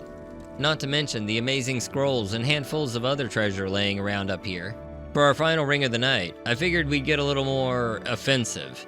And what jewelry could be a better offensive weapon than the Vampiric Ring, with its amazing ability to drain 200 to 300 health and stamina per cast. This is quite possibly the most deadly ring in Morrowind, and its origins are shrouded in mystery. There are said to be tales of the ring's creation in Morrowind many centuries ago by a cult of vampire followers. Though the ring is clearly imbued with some dark power, no Daedric patron has claimed the artifact, and no mortal is known by name to be connected with it. All that we know is that it appears only briefly, and only every few hundred moons or so. Fittingly, this ring is locked away near the very edge of the base game map, in one of the more difficult areas of the map to traverse, the Sheogorid region. Not just that, but we'll need to make our way from Dagonfell to the far edge of the island and the Velothi Tower of Ald Redania. This tower was built back in the First Era by Aldmeri explorers while they were conducting their search for Old Aldmeris. The inside of this place can vouch for this, as the tower is all but collapsing in on itself. Be careful in here, as there are numerous bone boys ready to clap your attributes, including some greater bone boys down in the basement that can do lasting damage. Our primary target is upstairs, thankfully. There are more bone boys in here, but the skeletal war wizard who is currently charging us with his hands up is the main thing to be worried about. Whatever you do not let him hit you, unless you're just grossly overpowered. Thankfully, the ring is untouched, so we can dance around the Skeleman until he casts twice. Then you're good to go in for the kill, as the ring can only be used twice from a full charge. A bit of a drawback to be sure, but this thing is equivalent to 6 full seconds of holding Keening. Before you leave the ruin, be sure to claim the final bonus for today, a very special item, and the one that ties this ruin into a quest line. This one is a Thieves Guild quest for Gentleman Jim Stacy. The Bitter Cup is an artifact of Clavica's File, and if you were to drink from it, your highest attribute would increase by 20, and your lowest would decrease by 20. With strategic planning and character design, this can be used to make all sorts of highly optimized characters straight from the start. These rings are incredibly useful, if slightly more difficult to acquire early on in the game, but now you'll know where to look when you're ready to add them to your own collection.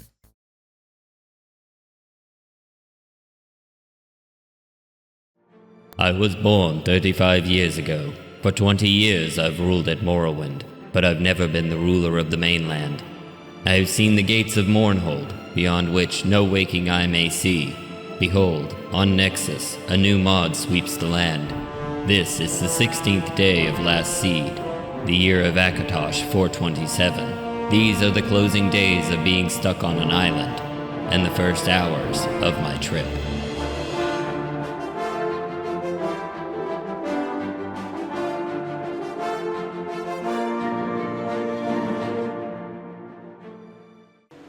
Okay, we're gonna do this, folks. We got it under control.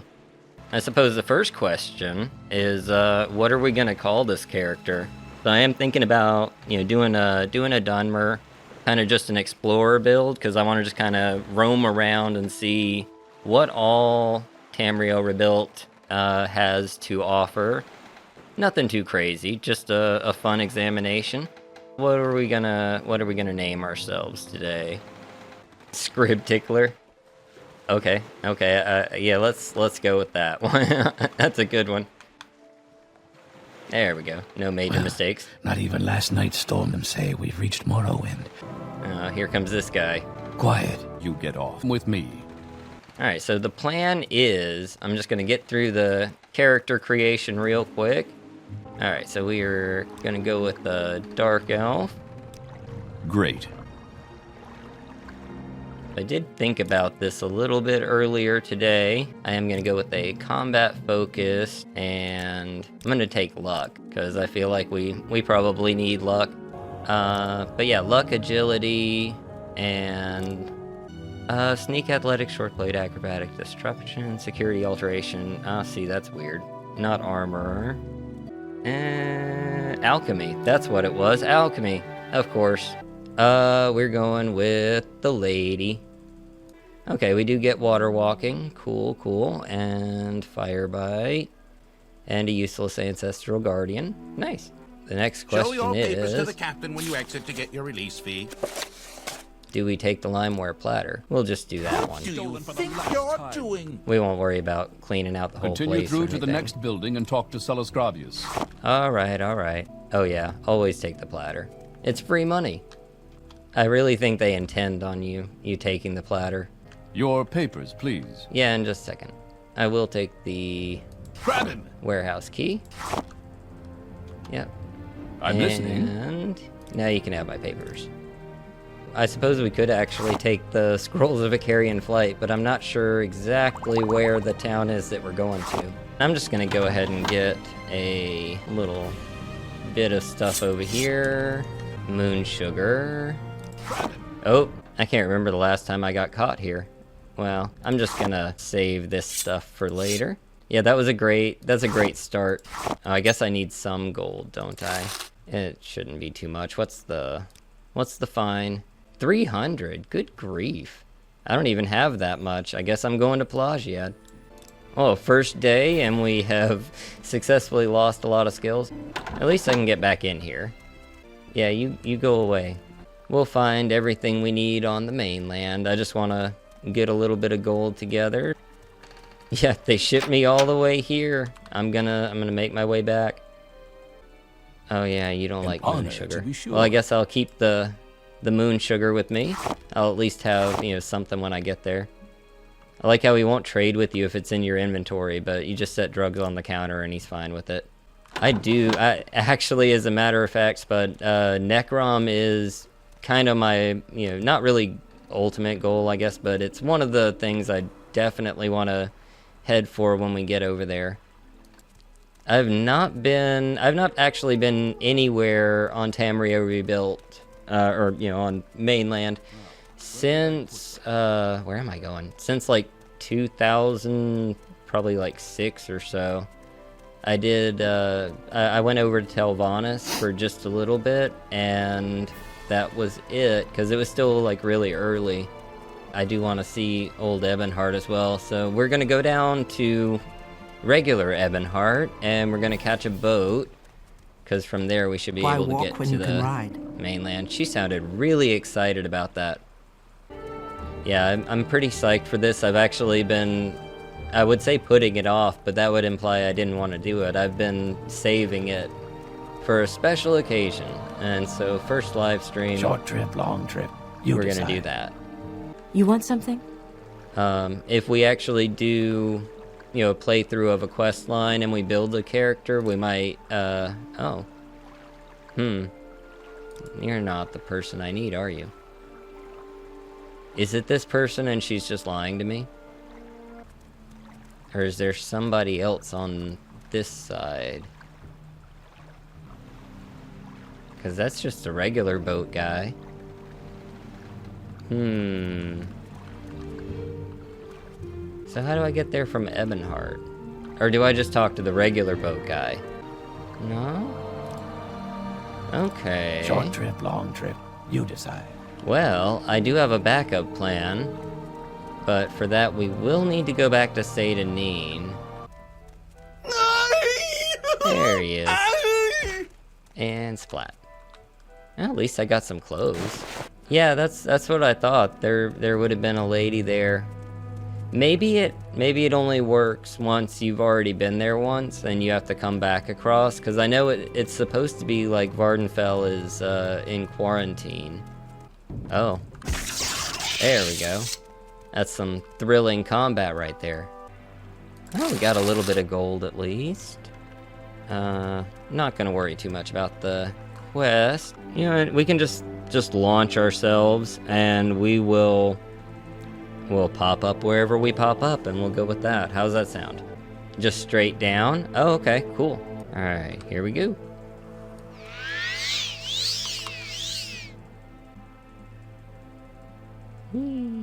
Oh, wait, am I gonna hit the water? Yeah, maybe. Nope. Yeah.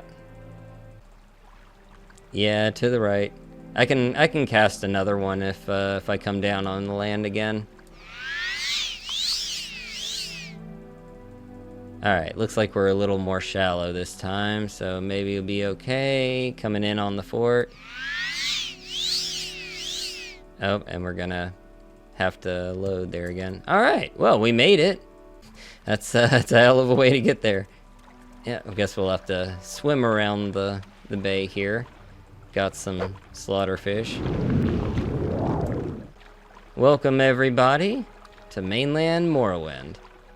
Here's a person. Hello, random person. So if you could make it quick. Just random guy here. Oh, okay, so you're mainland travel. Yeah, so he takes me to Ebonheart and Andithrin. That's a good person to know about. I like this. This is nice. Wow. You can see like a lot of the traditional, you know, just looks like something you'd see on Vardenfell, but the flora is totally different. It already feels like the scale of it feels a lot bigger. I guess this is the stable. Inn? Is this an inn? It's a trade house. Cool. Alright, let's see what you got here. Hail, friend. Can we do some business today? We can once I get my fatigue back. So what do we get here? Do you have some local... Oh, you know what? You don't buy moon sugar either, of course. It's a nationwide ban. I'll just leave it on your counter as customary. So is there some local stuff we can pick up here? Any medium? I might need to go to a specific like armor vendor for that. We got some local drinks. Surly Brothers wine. Nice. That's imported from Oblivion there. Well met, Scrib. Oh, I forgot our name was Scrib Tickler. Okay, so this is a fishing village, or was a fishing village. Oh. What Khajiit do for you? That is fancy. So you're a trainer? Oh, I'm not strong enough for this one. Yeah, you look pretty tough. That's intense. I like the new Khajiit models. She looks like she was just waiting for some kitty treats or something. Think it'll rain? Hey! How about that? First Imperial Guard dialogue. I'm on. So what's this place? Is this a warehouse? Oh, Census and Excise office. They got one of those here too. I'm listening. So I guess this is the mainland version of the guy. You don't want to, hear my life story? I guess not. Is there anything else in here? Oh, there's is that a way out? Or does this just go underground? That's a lot bigger than I thought it would be. Alright, let's go check out the countryside. We'll just go on a run. I'm just loving having a new bit of Morrowind that I don't know anything about. It's great. So, the closest town, I guess like bigger place would be, like Andithrin would be over in this region somewhere. I want to get up to a, kind of like a hilltop around here and see what we can see. I believe this direction is the more completed way to go anyway. Better for a first look. Yeah, we've introduced ourselves down there. Left a good impression on the wall at least. Ooh, is this new mushrooms? Nice. What about these? Can I take that? I wonder what these do. They drain my fatigue, so that's one thing. Do we have our first mainland enemy? Is it you? Oh, we're gonna fight a bug. Hey! Pretty good hitbox. Oh wait, another one. There we go. What are these? Yeth grubs? Oh, and they have resin. Interesting. I wanna go get a better look at the fort. Yes, Dunmer? That is a interesting hat. How many studs are on there? Is that uncomfortable? That's gotta be heavy. Ooh. Do they just have like barnacles on the ship? I can't take those. Am I gonna get in trouble for being up here? Can I take your stuff? I like the new ships. The sails are really cool on that. You know why they have two ships? They got one of them on sale.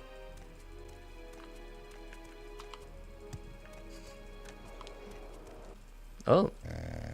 Drozel de Guar. Hello, Drozel. He looks hungry. I better watch my fingers. So who's in charge around here? Think it'll rain? Oh my gosh, they said it again. See, now it's not special. They're saying it too much. Let's see if we've got any advice or secrets around here. Yeah, talk to everyone. That's what I'm doing here.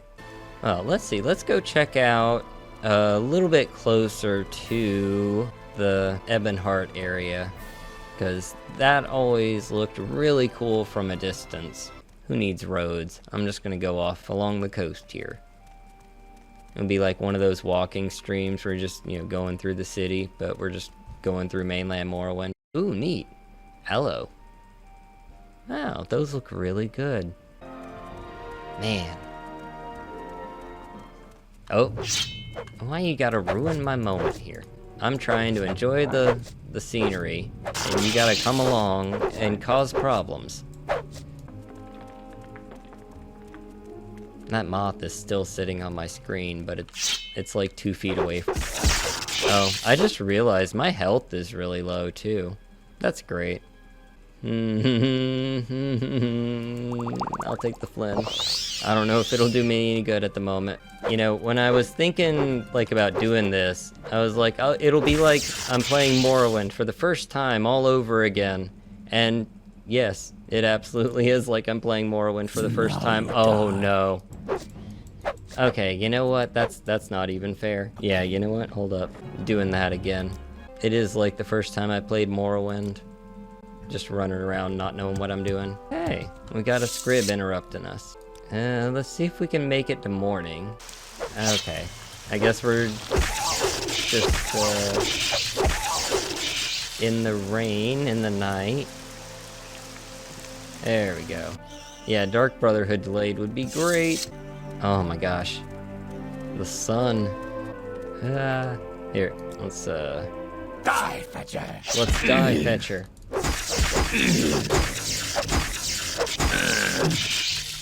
Alright. Well, at least we took him down. I don't know if anybody's gonna have any money around here, but at least we got a little bit of stuff to work with. So where am I now? This is Andathren, right? Yeah, we are gonna get a little bit of lag there, aren't we? And dropping a frame or two. Ooh. Yeah, that's definitely gonna take a second to load. Oh my gosh. Wow. The verticality here is crazy. Let's go up there. Is that like a temple up there? Yeah, that's amazing. Let's go down here. I'm gonna go see up there. Yeah, this puts Balmora to shame for sure. Ah, cool. Got a big Almalexia mural here. And that's original artwork too. That is nice. So I guess that would be the temple. They got the temple banner here. So what's up top here? Helahlalu. Let's see. I want to get up there and go see that place. Is that like some, wealthy villa? Oh, we got the Mages Guild. And I know there is some travel around through them as well, I believe. Oh, this is really neat. I like this style. So it's the traditional kind of second floor entrance, but it just goes out onto a plaza. I'm listening. Ooh. Go ahead. Hold still. I want to look at your armor. That's interesting helmet. It's like RoboCop over here.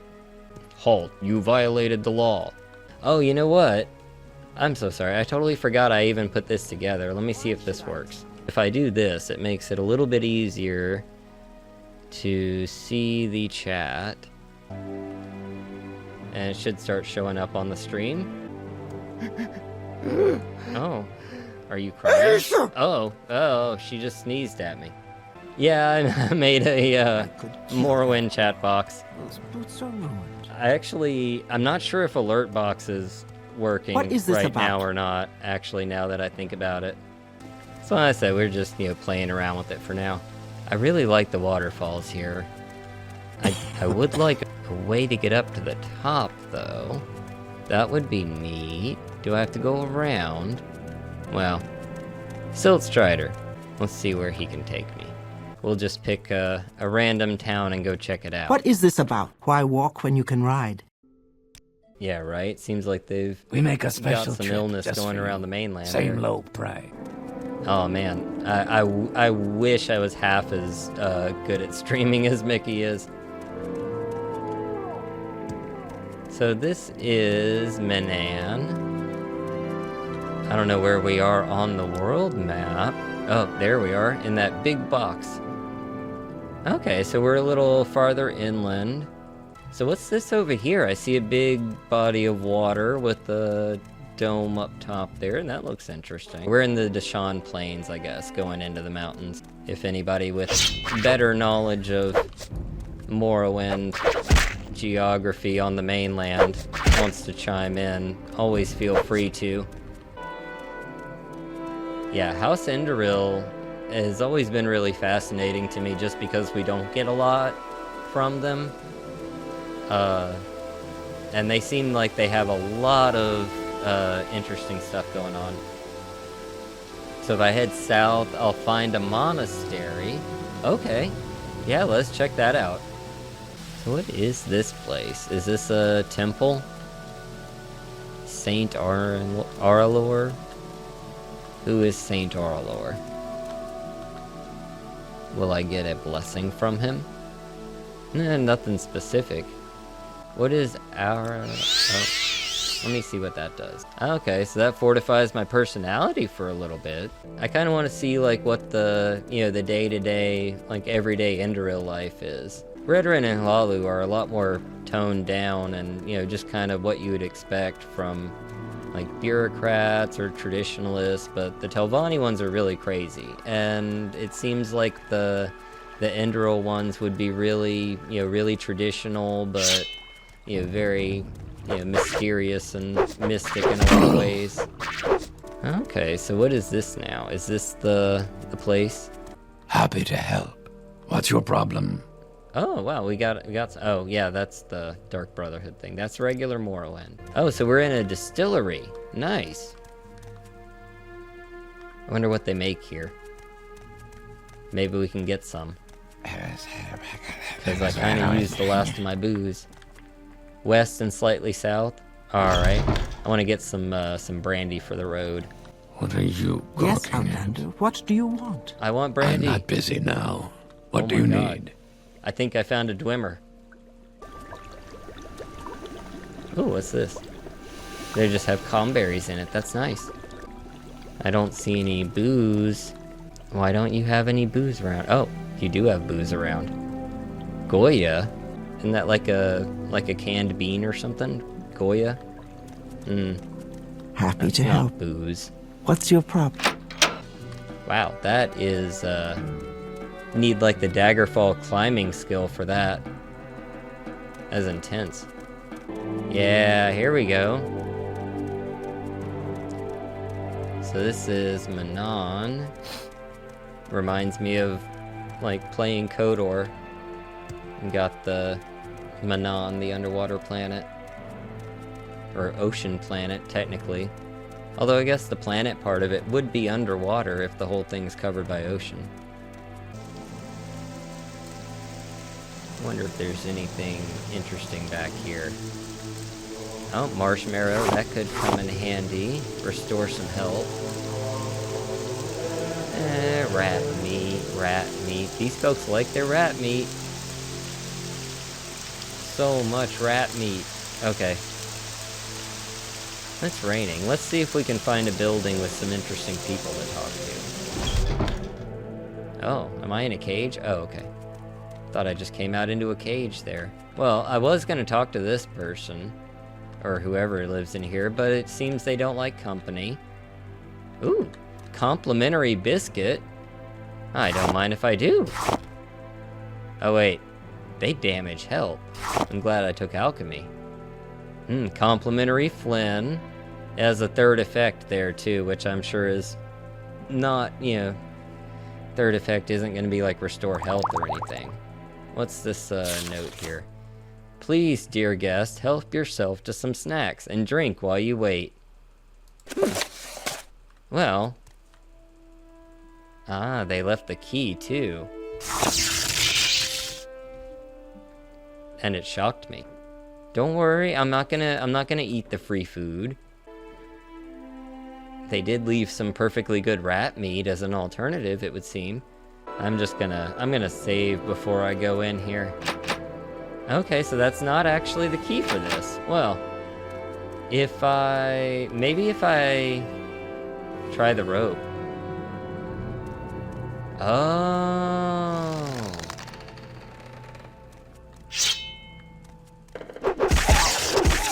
Neat. That's pretty cool. That is really cool. I like the, better luck next time, assassin. I'm not an assassin.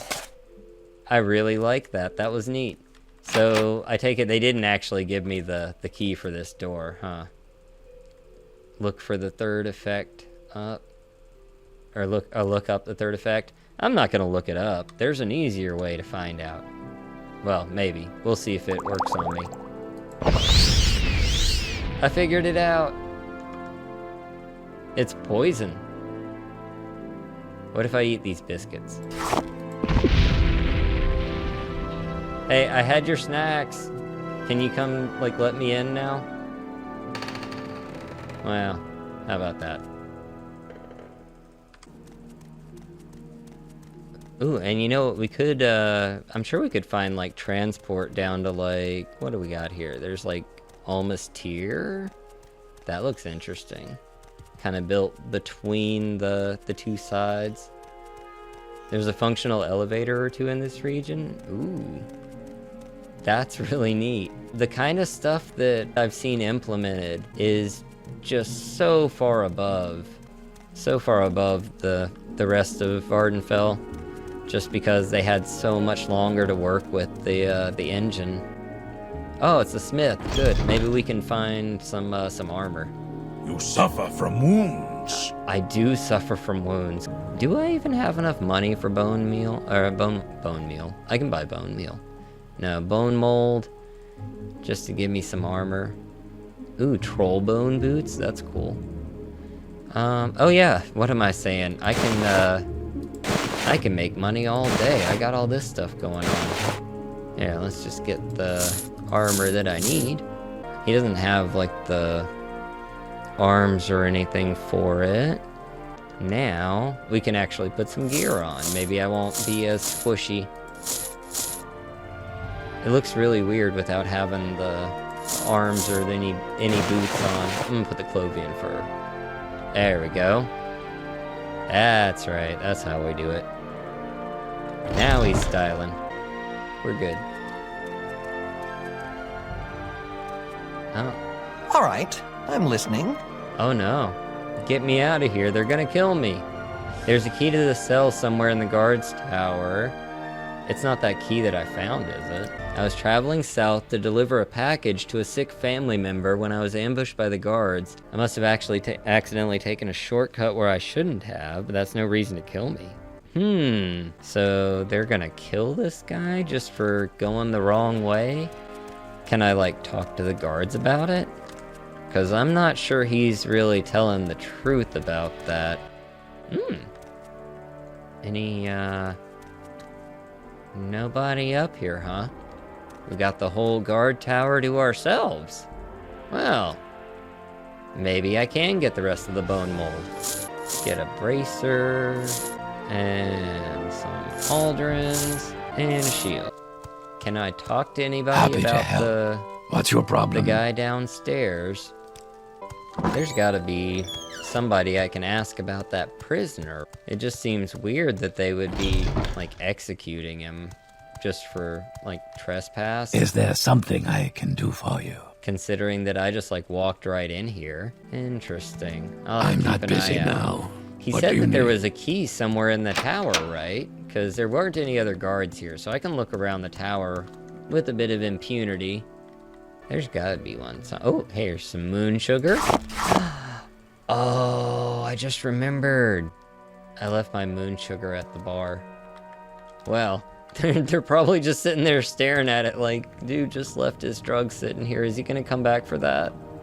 I like the vase here, just to throw that out there. That's really cool. Okay, he said there was a key somewhere in here, and I don't see any key. Where is any key? Come here, dude. Tell me again. Where's this key at? Please, you gotta help me.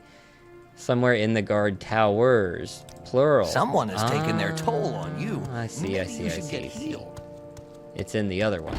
Also, yeah, I should probably find a place to heal up. Is there something you need? Yeah, I know, I'm almost dead. I like to live dangerously. And die senselessly. I really want a bed, but I'm probably gonna have to just step out into the wilderness. I'm learning my way around. Making my way downtown. Walking fast. No, can't rest here. Can I rest here? I can rest here. Okay. Just give me 12 hours. Hopefully that does it. Cool. Hey, Scrib. I really want the Pet the Scrib mod, but it is not on Open Morrowind. So I guess I'm gonna check this other guard tower and see if I can find that key. Do you know anything about the guy locked up over here? Oh, you do training? Neat. Nobody seems to know anything about the guy in jail. Is there something you need? Okay, so now we're on the other side, and we should be able to find... Oh, that's cool. We should be able to find a key. Somewhere in here. Yeah, you'd think that they would have the keys in, like, one solid place. Wait. Oh, hello. What's your story? What's your story? Get me out. The prisoner asked you to help him escape? I'll see about that. His execution date has been officially moved up. What? Why? What is he... What did he do? Wow. So I try to help him and I just get him killed faster. That's messed up. Poor guy. I take it that's the cell key, huh? I wonder... Let me definitely save. And he's probably still gonna catch me. Nope. Okay, cool. We did it. We got it. We got the key. And maybe don't stand behind the door. There we are. Hey, oh. Hello? Where'd he go? He didn't get, like, did they take him, like, right then? Oh. Oops. Oh, well, sorry, dude. I kinda got him killed. I was trying to help him out. They executed him real quick. Yes, I Outlander. thought I had maybe, you know, want? 30 seconds there. They must have. So, I'm gonna go to a different place. Let's go check out Andothrin, because I've been wanting to see it in a little more detail. Where would you like to go? I want to go to some population center and just kind of see if we I'm can't busy now. get some cool stuff. What do you need? Yeah, okay, so we got a street vendor here, and it looks like they've got some local goods. Ugh, the moon sugar again. Is there something I can do for you? Here, I'm just gonna set some moon sugar up here so the guards will think you're selling it. Don't need them. Oh, seller has no gold. Interesting. So it must be just a beggar here, huh?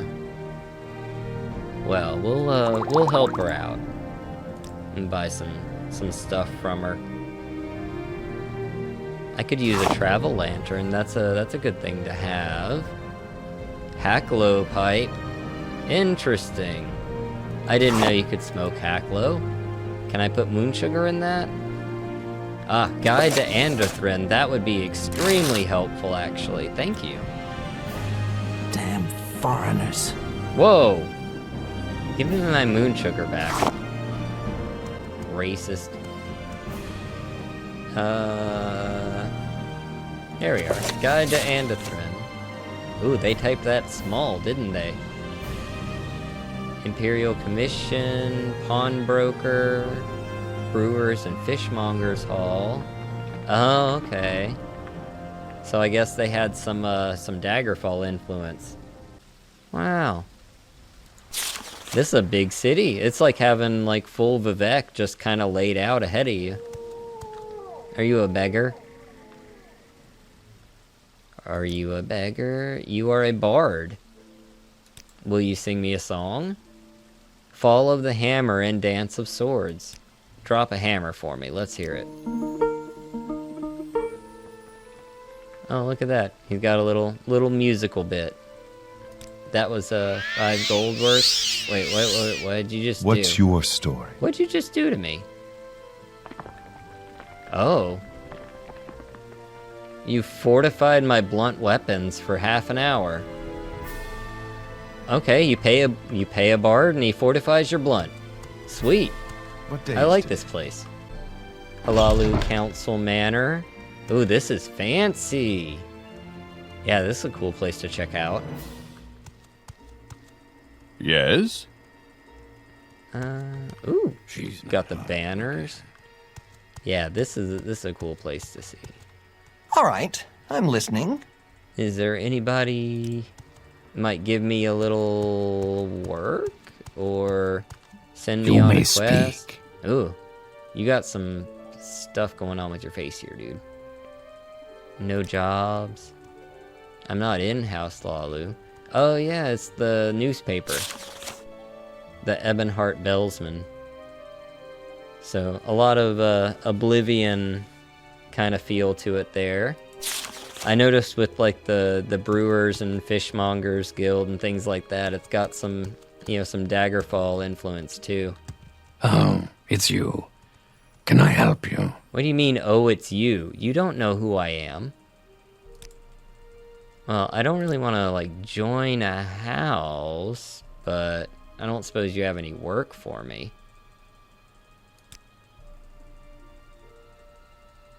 Yeah, I don't want to join the house yet, because I know there's a lot of different house stuff on the island. Go ahead, Outlander. What do you need? On the mainland. Rolled paper. All right, we got fortified blunts, and they've got rolled paper over here. We're in business. Let's see. Is there something how do I get out of here now?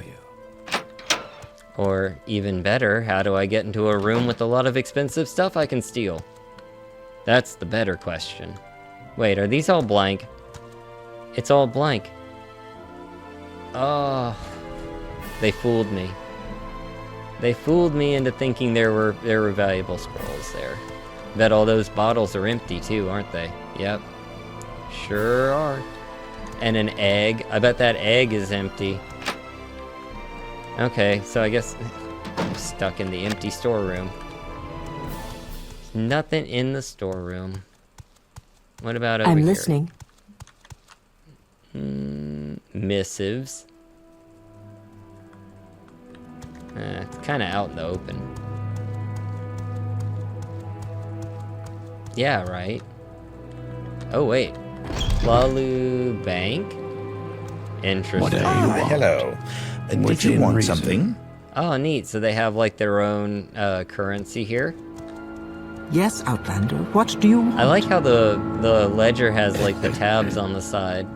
It's really well put together. I am nowhere near equipped to do all of this. But yeah, definitely wanna if I just come in here, is that okay? Is that cool if I just stand here? That's a good thumbnail image right there, right? Yeah, but I will definitely be revisiting this place with one of my stealthy characters. Hello. What I else don't is know there if I can around help you. here? I believe there's... Yeah, I'm getting the hang of this place. I really like the waterfalls. That's just so cool. I am so excited to finally be, like, out this way. So, we should be right around here. Oh, is this the council club? It is the council club. I can read a map. There's so many people. Fine, ask your stupid question. Well, not with that attitude. This ain't your kind of pub. Get out of here. Oh, no. Speak up. Does that say, what is that, fla? Flaw? That's a Dunmer insult I'm not familiar with. Excuse me. He's I was throwing just words at thinking. me I've never heard. What do you ask of me? What do I ask of you? Nothing. I want somebody who I can, like, buy some stuff from, or who will give me a job. Endothren. The people here are really rude. I ask about services, she says ask around. Like, that's what I was doing. Yeah, it's probably a Kimono Tong hangout, but, you know. What if I'm gonna be in the Kimono Tong? You never know. Yeah. No, I don't think so. No, I don't Tell think your so. friends about this place. I will tell my friends. I'm telling my friends about this place now. Game of 36. It's a dice game. Oh, yeah, that's right. They do have, like, tavern games in here, don't they? You really want to stay here, huh? Alright, the room is 30 drakes. No, I get it. You don't want me to stay here. Oh, but you don't want the moon sugar. Yeah, I've never been called a fob before. That's a new one on me.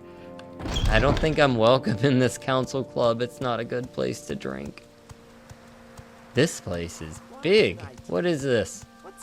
Oh, this is the Imperial, like, commission, right? Yeah. They might be a little more open. I wish I had, like, a work option. I could just ask them about jobs. Yeah, I can ask them just about a couple of random places. I know there are various quests implemented. I'm just not really sure where I need to go for them. But even just looking around, this is cool. Let's present a lawsuit to the council. The Empire is Council everywhere, Club for isn't being it, racist. Yeah. Oh, wait, is this, I'm gonna get in trouble if I pick those up, aren't I? So, Imperial Declarations. I was hoping this might be kind of a job posting of sorts. Abolishment of the 34th war tax. Alright, great. Lower taxes. Cool. That one's locked. Let's go back outside.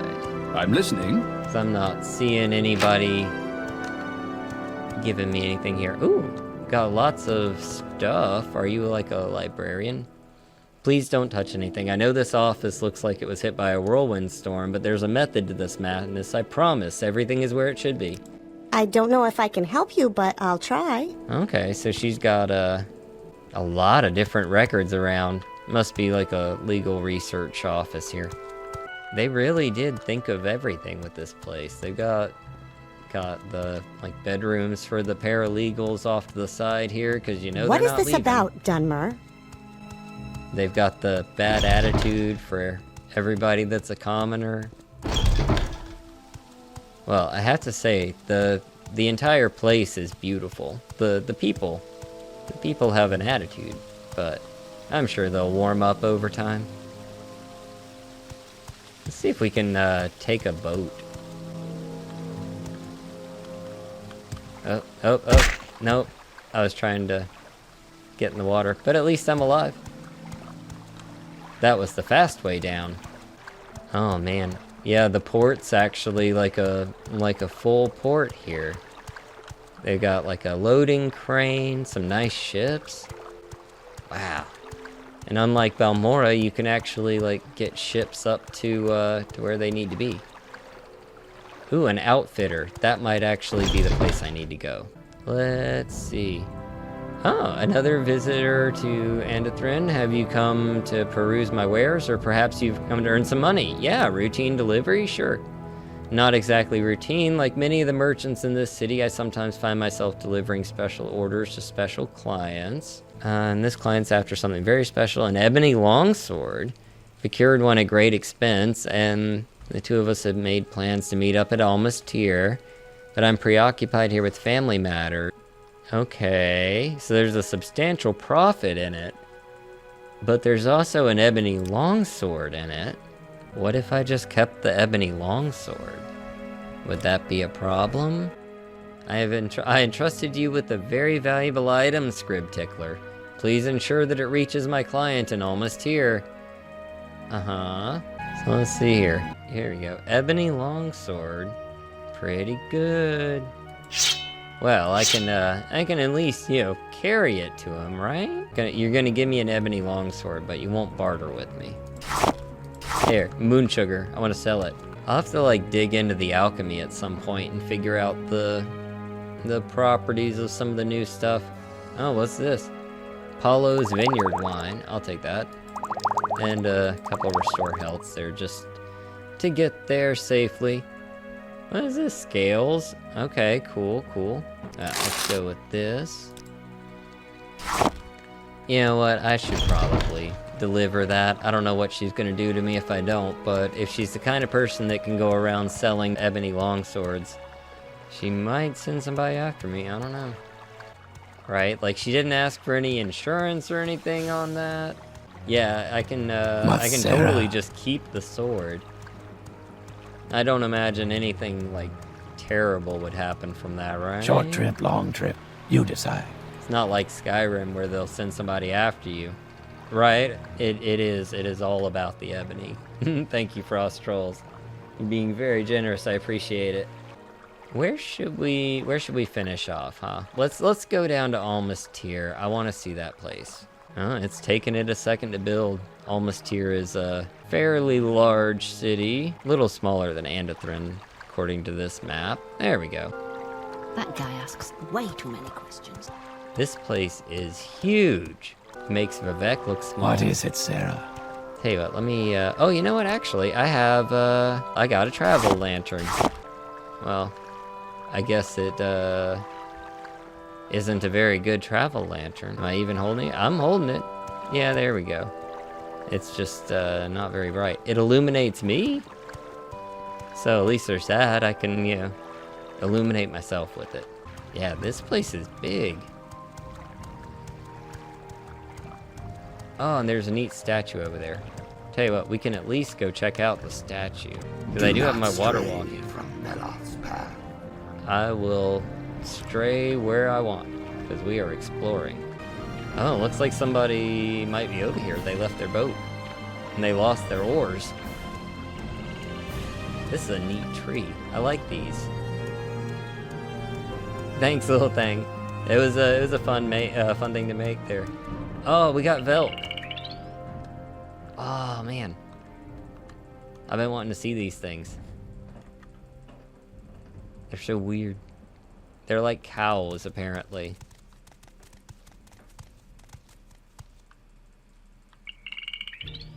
Oh, they make such an interesting sound.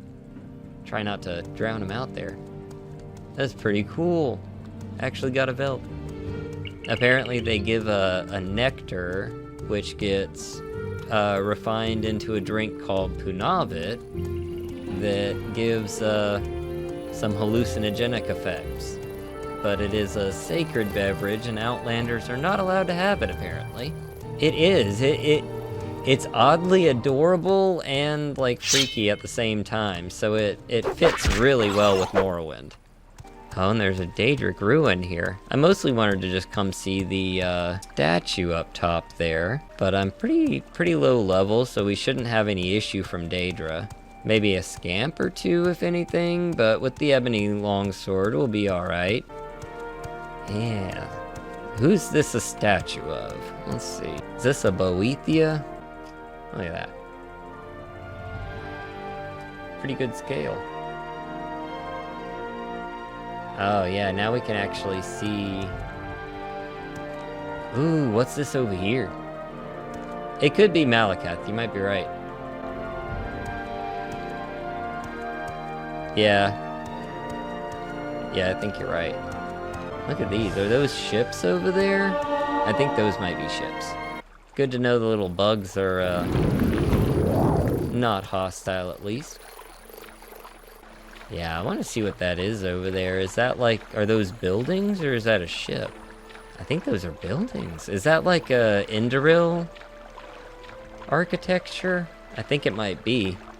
I think it's Roadir, which would make sense. That's an Indoril place. At least I'm working on my alteration while we're on the way. Wow. I love it. So they've got the, yeah, Mournhold tile set for Indoril. Makes sense. Oh, that's interesting. What is this? Oh, it's a tent. Yes, Outlander? That is an interesting shirt she's got on. So, Roadir is House Endoril's port on the Tyr River. Only the goddess's city can rival its canals and stately bridges in beauty and splendor. Yeah, it is really pretty. Mournhold Plus, yeah. Man. Mournhold Rebuilt. Yeah, I feel like I'm gonna have to... Say what you want or go away.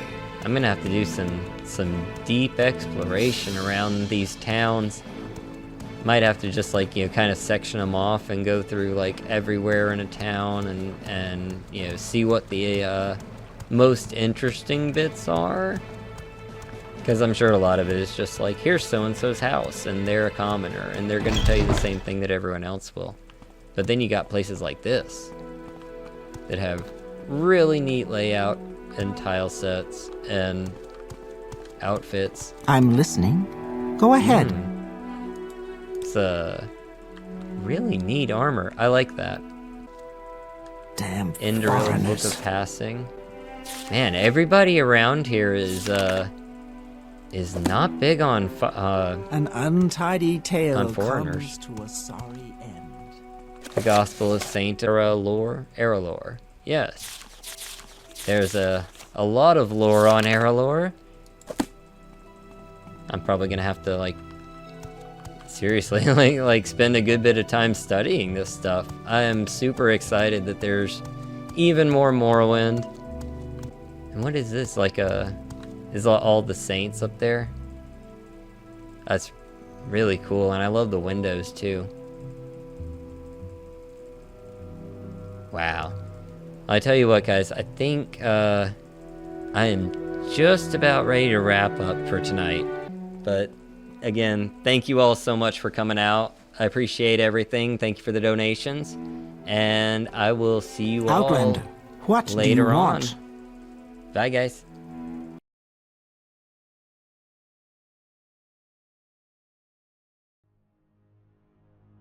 There are many fine helmets in Morrowind, but few carry as high a drip rating as the Mask of Clavicus Vile. Given the name, there are no bonus points for figuring out who this thing belongs to, but that doesn't mean we won't be getting some bonus items as well. The Mask, spelled M-A-S-Q-U-E, as in Masquerade, is the second strongest heavy armor helm in Morrowind, with the base armor rating of 80, equivalent to the Daedric Face of God, and coming in just 10 points behind the Helm of Orin Bearclaw. It's not all about defense with this artifact though, as it carries a constant 30-point Fortify Personality enchantment, the highest in the base game, and only tied by Blood Moon's Amulet of Infectious Charm. The origins of this piece are not known, but the earliest story we have comes to us from that endless font of lore, Yagran Bagarn, in his book Famed Artifacts of Tamriel, in which he tells the tale of a noblewoman named Avela, who as a young girl was disfigured by a spiteful servant. Avela made a dark deal with Clavicus Vile and received the mask in return. Though the mask did not change her looks, suddenly she had the respect and admiration of everyone. A year and a day after her marriage to a well-connected baron, Clavicus Vile reclaimed the mask. Although pregnant with his child, Avela was banished from the baron's household. 21 years and 1 day later, Avela's daughter claimed her vengeance by slaying the baron. To get our hands on this haughty hat, we'll need to make our way up to Dagonfell. May the wind be on your back. Speaking to the residents of this secluded island town, we learned that the whole place was a Nordic settlement thousands of years ago, and there's still a strong Nord presence here on the island. Notable among the local Nords is a necromancer named Sorkvild the Raven, who has taken up residence in an old wizard's tower just to the east of town. Given the Dunmer's stance on necromancy, I'm sure they wouldn't mind if he were to suddenly die of indeterminate causes. The tower itself is easily spotted from town. It's the northernmost tower, as there are few in this area. Just look for the Dwemer Spire and you can't miss it. Here we'll find a disproportional amount of good loot, and a comparatively small number of enemies. Head inside the ruin and down the stairs into the main chamber, and the doorman will come to greet you. He carries a Dwemer mace if you're into blunts, but the better loot starts with this Dwemer cupboard in the middle of the room. The first thing that catches the eye are these very rare and ancient Dwemer scarab schematics, and just to the right of that, we'll find a limeware flask. That's not the only piece of fine serving wares, as on the table in the corner behind us, there's a limeware platter and 2 cups. There's a mage on the opposite side of the chamber, down the hallway that leads back around to the main corridor. Avoid her spells and be mindful of the area of effect, since you don't have to be hit directly to take damage. In the northernmost corner of the ruin, there's a Bosmer who carries a very nice sword that you won't want to miss, the Saint's Black Sword. You should run now. This weapon restores fatigue and health, very useful for staying in the fight longer. With this level cleared, we can return to the main room and take the hatch up to the top of the tower. You're growing weak. In here we'll find Sorkfield himself. You will die where you stand. Smack him around a bit, and once he's had enough, we can loot his corpse for a few low-level enchanted items, as well as the titular treasure of today's adventure, the Mask of Clavicus Vile. The mask is priced at 15,000 gold, but the benefits of wearing it are greater than the benefits of selling it, with that massive personality boost and the armor rating. While you're up here, be sure to check the skeleton for some magical loot. I found an Amulet of Divine Intervention, but UESP implies that it may be a random drop.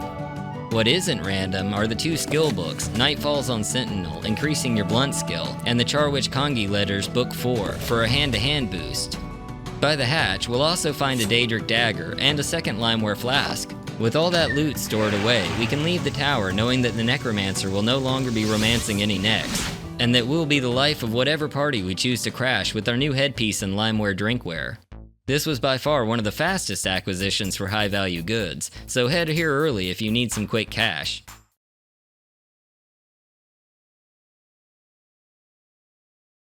Seyda-Neen is probably one of the best-known places in Morrowind. It's the only place that you're guaranteed to experience in-game, and in the last episode, I showed you how to get the most out of this sleepy little town. But what comes next? From here, Morrowind cuts you loose with very little direction, recommending only that you go to Balmora and speak to Caius Casadus.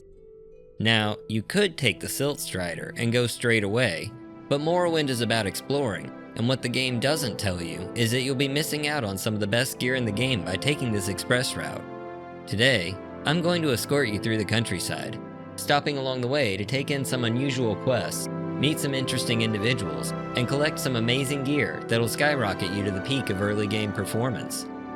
By the time we get to Balmora, you'll be a qualified adventurer, ready to start the main quest in earnest and fulfill your destiny. Now, without further ado, let's get into this second installment of Mysteries of Morrowind, The Road to Balmora. Our journey today begins where we left off, east of Seyda-Neen, chilling in the shade near the city bug stop. While riding a giant insect is a quintessential part of any Morrowind excursion, the metro doesn't run where we're headed, so it's up to us to make our way downtown on foot. We're headed out to the east of town, towards the Ascadian Isles region. There are a few breaks in the hills north of Seyda-Neen, so you shouldn't have any trouble finding your way. Just stick to the road, and before long, it'll turn towards the north and the interior of the island. This road is fairly calm, however you may experience the occasional rat or quama forager waiting to jump you. But they shouldn't pose any real threat if you followed our best start guide, linked on the screen above and in the description. Once through the pass, you'll see Andrano Ancestral Tomb on your left. This medium-sized tomb is involved in the main quest later on, and can easily be avoided for now. We'll be back to clear it another day. For now, stay on the road and keep heading north. Eventually you'll pass by Pelagiad on the right. We'll be heading there shortly, but before we do, there's someone we need to meet.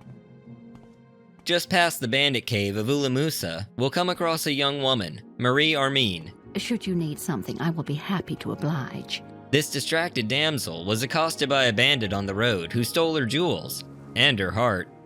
A bandit by the name of Nelos Onmar jumped her from behind, grabbed her booty, and gave her a little pillow talk to boot. She assures us that he was quite gentle, and charming for that matter. So much so that she doesn't even care that he robbed her.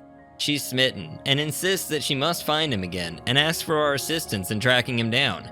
Clearly this Breton noblewoman has some serious hang-ups, but who are we to judge this lovesick lady? If you agree to help her, she'll give you her left glove to present to the bandit, along with her undying affections.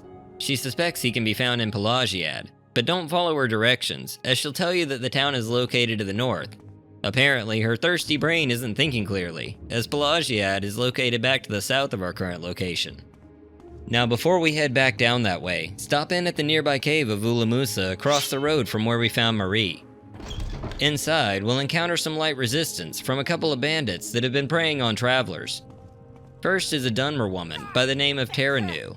If you can manage to calm her, she offers minor training in short blade, light armor, and sneak.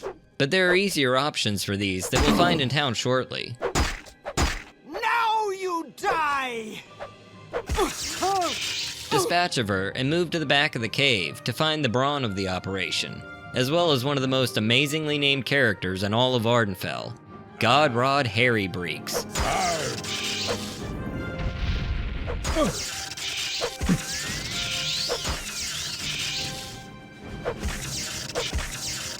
Now this is Pod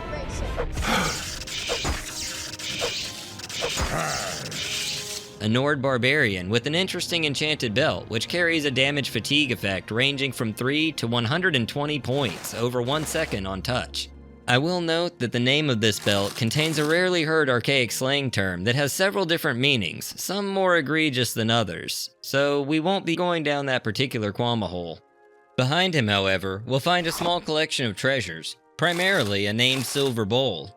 Now, if you ever came across this thing on your own, you probably had absolutely no idea what to do with it, as there's no indicator as to what its purpose is. But grab it anyway, we'll be returning it to its owner soon enough.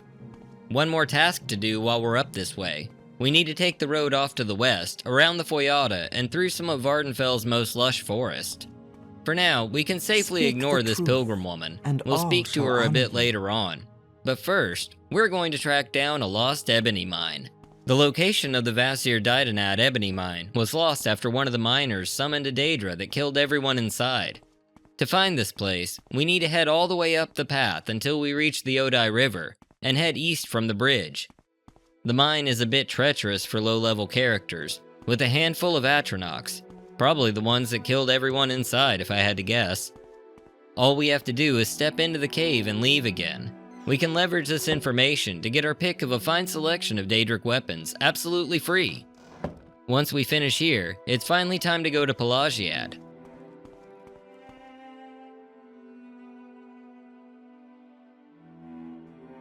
The town is a little bit larger than Seydanine, featuring not only an inn, but an armorer and an outfitter as well. Not to mention the primary purpose for its presence, Fort Pelagiad. The fort sits on the eastern end of town, overlooking Vardenfell's only landlocked lake, Lake Amaya to the north, and Lake Harrian to the south, with its river channels connecting to Lake Masobi in the east, and the Vivek Lagoon to the south, is a hotbed of smuggling activity, leading to the need for a well-stocked Imperial garrison in this otherwise idyllic countryside. We'll get to the fort soon enough, but first, we'll stop in at the Halfway Tavern, so named because it's halfway between the cities of Vivek and Balmora, Vardenfell's two largest population centers. Inside, we'll find an interesting array of characters, including a displaced Ashlander, a Thieves Guild trainer, and a devotee of Mehrunes Dagon, a far cry from what you'd expect to find in such an unassuming hamlet. Our first contact here is the bandit Nellos at the back of the dining room.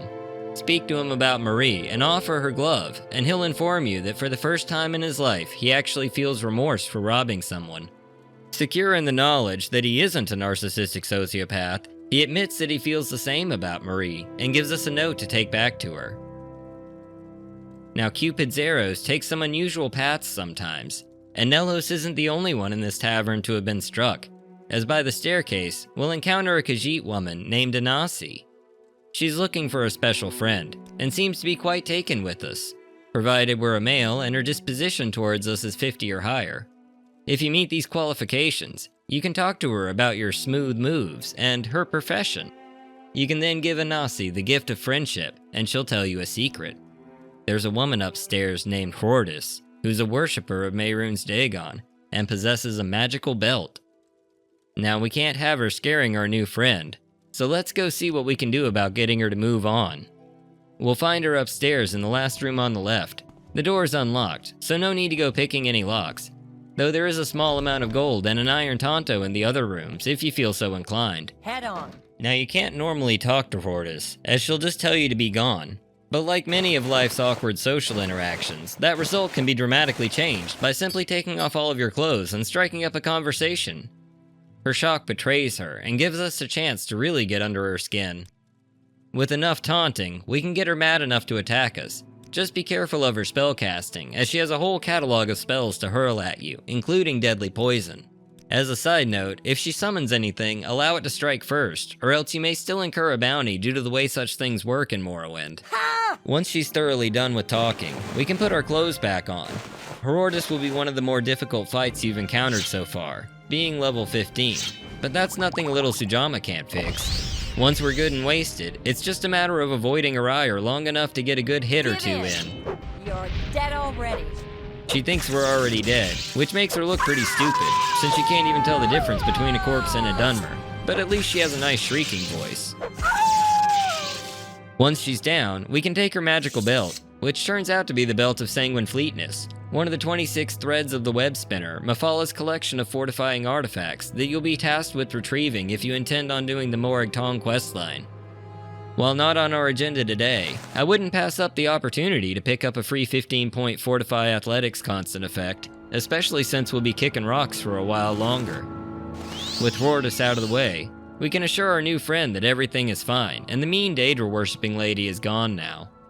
Anasi will be overjoyed to hear the good news, and offer to share a gift of 1 quality feather potion. She'll then ask to share a care, which will involve an individual allegedly affiliated with the Kimona Tong, based in Ganar Mok. That's a little out of our way for today, but we'll deal with them next time we head out there. For now, we're off to the fort to see a Nord and do a little business with the armorer. Head on. The fort is hard to miss, but easy to get lost in as well. Feel free to raid the crates in the courtyard, as they're not counted as stolen, and you can occasionally find some solid enchanted items or strong potions, in addition to gold and soul gems. When you're ready, go in the main building, straight back through the front archway and across the yard. What brings you here, Dunmer? Head to the back left room, and you'll find Yigfa, the Imperial Priestess and Quest Giver. She's very useful as a vendor, offering numerous restocking potions and alchemy ingredients, including all of the bargain restore attribute potions and cure potions, as well as a unique turn undead spell, Blessed Touch, arguably the best in the game, with 100 points for 30 seconds at a cost of only 5 magicka. We can ask her about the silver bowl that we found earlier, and she'll let us know that it belongs to her friend, Pirnet Beluel. The bowl was apparently stolen from her, and it's up to us to return it. She'll give us direction to Pirnet's farmhouse, and thankfully we write them down in our journal. It isn't exactly hard to find by Morrowind standards, but the directions are a bit cumbersome, due in part to there not being many easily recognizable landmarks in the immediate vicinity. We'll be dealing with that in a few minutes though, as there are some other activities in the area that we'll want to do while we're down there. If you're thinking of joining our little cult, hold off until we get done with the bowl delivery. I'll show you why when we get back. Now, if you're the type of player who enjoys stolen silver bowls, you can find one of your very own in the next room over. I'm sure the Divines won't mind too much, but the guards are less forgiving, so be sure no one sees you. The shrine here is quite handy as well, as it can cure poison, blight, and common diseases, as well as restoring your attributes, though there is a 25 gold charge for non-members of the Imperial cult. While we're at it, there's a lot of good equipment scattered throughout the fort. The crates contain various steel weapons and steel armor, so steal the weapons and steal the armor. The smith here will buy it all, no questions asked, so you won't be lugging it all around for too long. Spend enough time doing this, and one way or the other you'll find yourself in the dungeon. The door has a level 95 lock on it, but for the sake of curiosity, I'll show you around anyway. There are 2 individuals currently incarcerated here, a Bosmer Thieves Guild wedier named New Shoes Bregor, who's part of a quest for the faction later on, as well as an orc warrior named Morbash Groshagdub, who's serving time for starting a brawl at the local tavern and smashing up the place in the process. On the other end of the jail, we'll find the guard barracks. They seem to be pretty sloppy, leaving their gear and the jail's prisoner log laying around. Sure would be a shame if anything were to go missing. As usual, save often and avoid detection, unless you want to become a resident down here as well. We can help them clean up the place by grabbing the armor off the bed, and the broadsword over by the door. There are more crates to raid at the back of the room. I got a little carried away, but Sujama comes to the rescue once again. The guards didn't seem to be interested in patrolling back here, so follow the passage around and up the stairs, and we'll encounter another supply stash with more crates to raid and some nice steel bows to steal if you're into marksmanship. On that note, if you need arrows, you can visit the civilian blacksmith, Ulernil, back in town. He has a fine selection to choose from. Once you have your fill of ill-gotten gain, head back upstairs and unload everything you don't need on the armorer, Shadback Burbug. She doesn't mind if we have skooma on us, and anything she won't buy can most likely be sold to the outfitter back in town, or the innkeeper at the tavern. Once you've lightened your load, head out to the south side of town and cast Omsivi Intervention. This will take you to Vivek's High Fane district.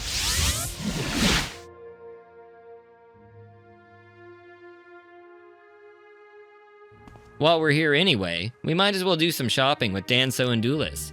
She sells restocking Rising Force potions that you can donate to the nearby Shrine of Daring to get a massive 24 real-life minutes worth of levitation, or just to save for a rainy day.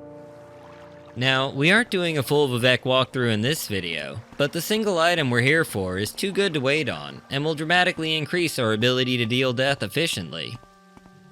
We'll need to head to the St. Olms Canton Plaza. There are several more crates we can loot here for even more free stuff, and none of it's stolen either, so don't worry about being spotted. We just got lucky with an enchanted sword, and as usual we find lots of useful ingredients and little bits of gold that will add up over time. Once you're all looted out, enter the Haunted Manor at the opposite end of the plaza. The name is just to scare people away. There aren't any ghosts in here at all. What is here is Slalu Counselor Drambaro, the best guy to tell about the missing ebony mine. We'll have to contend with this locked door, but an Ondisi scroll should do the trick. There are also an assortment of lockpicks laying around here if you'd rather do it manually. Either way, head downstairs, through the dining area, and around to his door on the other side of the room. It's not locked, so go in and speak to our new benefactor. What is this about? Beyond measure, Outlander. He's annoyed at first that we've intruded into his house, but his tone changes dramatically when we mention Vasir Didnat. Give him the location, and he'll offer you your choice of Daedric weapon. The pieces on offer are a battle axe, staff, katana, longbow, wazakashi, or spear. If you're trying to collect a full set, I recommend the battle axe, as it's the rarest option. Take whichever you prefer, and make your way back outside. Before we leave town, I do want to point out a good housing solution if you don't have a place to stay yet. Just across the bridge at the St. Delin Canton, we'll find an empty apartment, North 2. This furnished room is perfect for the budding adventurer, so feel free to make yourself at home. The storage is safe, and you'll find yourself nearby to all the services you could need.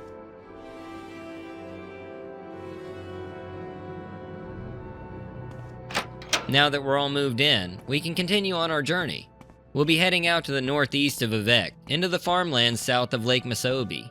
Checking the directions in our journal, we see that Yigfa recommended we cross the bridge near the Siltstrider and go north from there. Being the rebellious sort, I decided to travel north along the edge of the lagoon and pass east from there. You can see the bridge she referred to on our right. From here, head over the next hill and we'll connect to the road on our left. Down the road and to the east, we'll find Piernet's farmhouse, and inside Piernet herself. Somehow I doubt she's actually a farmer, as there are no crops near her house. What we do know is that she lives here alone most of the time, as her husband's an officer with the Legion, currently stationed in Argonia, later known as Blackmarsh. The bowl was gifted to him by a merchant in the East Empire Company, and he regifted it to his wife. Return her silver bowl to her, and we'll be presented with a few options. You could demand a reward, resulting in nothing, or tell her you're keeping it. But then why did you even come down here unless you just wanted to rub her nose in it? If we return the bowl and don't ask for any reward, she'll teach you a bit about Mercantile, giving you a permanent +1 to the skill. An unconventional reward for Morrowind to say the least, but much appreciated. With the bowl safely back in the hands of its rightful owner, we can head back west, across the various islands and bridges leading back towards Seydanine. These road signs mark the turnoff that leads to Ebonheart, and if we keep heading west from here, we'll find our path blocked by a Dunmer bandit named Nels Lalindo. Let me relieve you of the burden of your coin. Now, if you're playing a male character, he'll demand 50 gold. If you choose not to pay up, he'll try to take it out of your hide.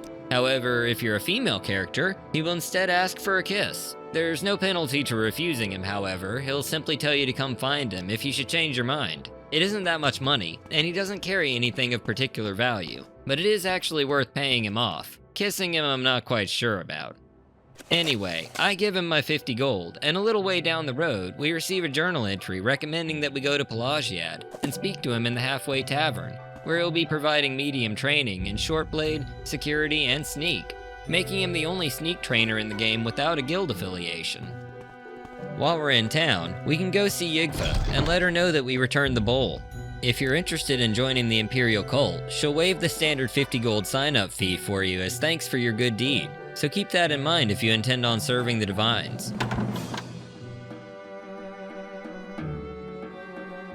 From here, there are several interesting locations to visit in the area around Lake Amaya.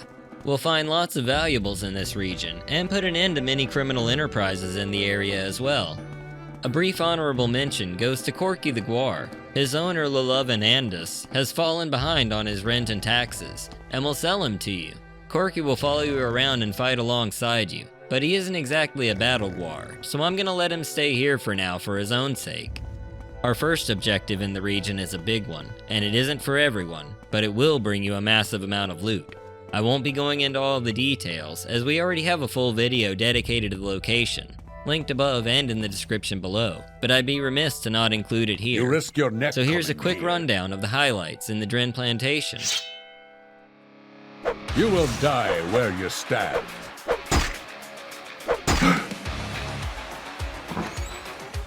What now? You will suffer. Say what you want or go away. You Inwa.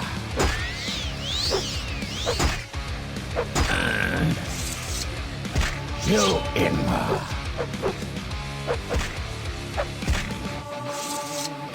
Yes, sir. You Inwa.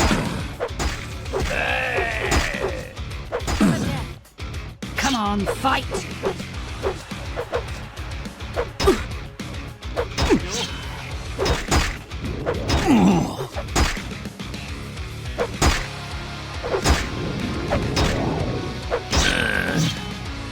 You Inwa.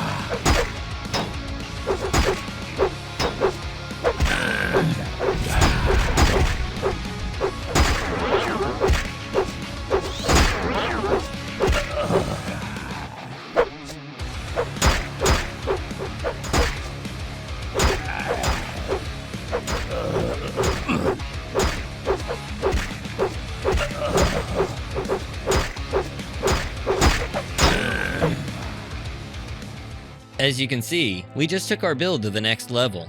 It isn't as easy as I made it look, but it is totally doable, and won't mess up your game.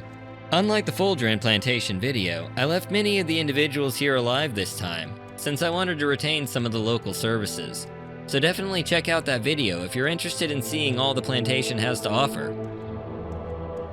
Our next stop is the smuggler's den known as Punamu. The brigands inside here have left us 2 Nyx hounds to guard the door, so we'll have to get them out of the way before we can continue on. The path branches from here, but the left gate leads nowhere. The main prize is down the right path, past a terrifying guard rat.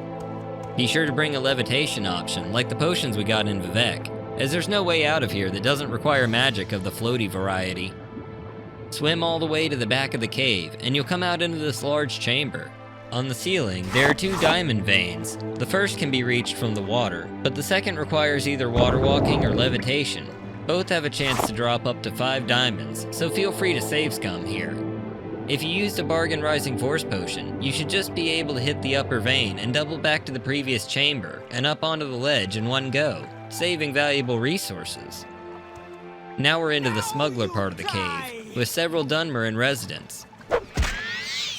Across this central chamber is a small room with another bandit. You will suffer greatly. Don't forget to loot the random crates, and when you're done, take the passage leading back to this trapped door. Disarm the trap and introduce yourself to the Enwas within.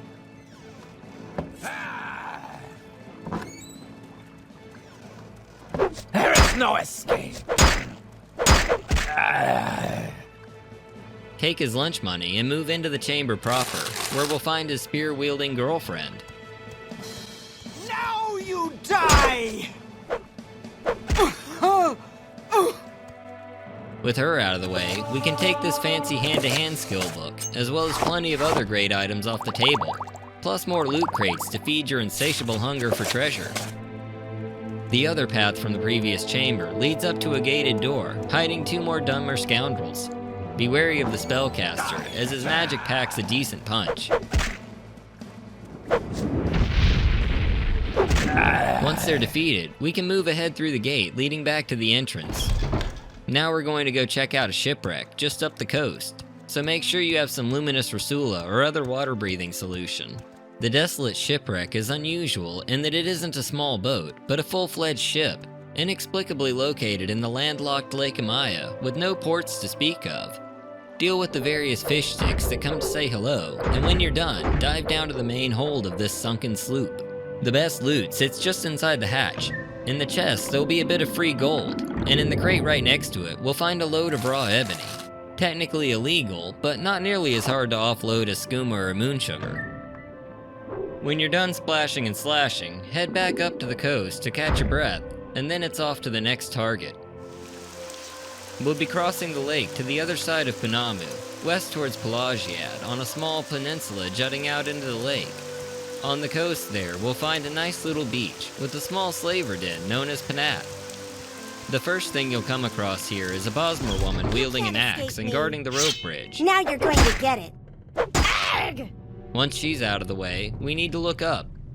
Many people miss this little ledge above us, but a little levitation reveals a nice surprise.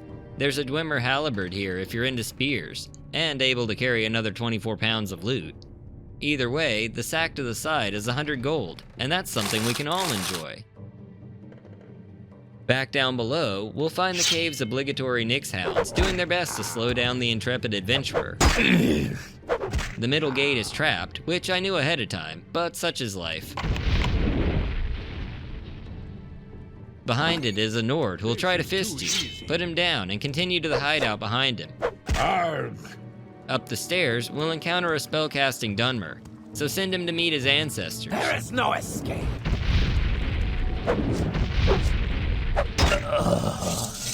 Strangely, he carries an orcish battle axe, so grab that and his slave key, and take your pick of the other loot in the room.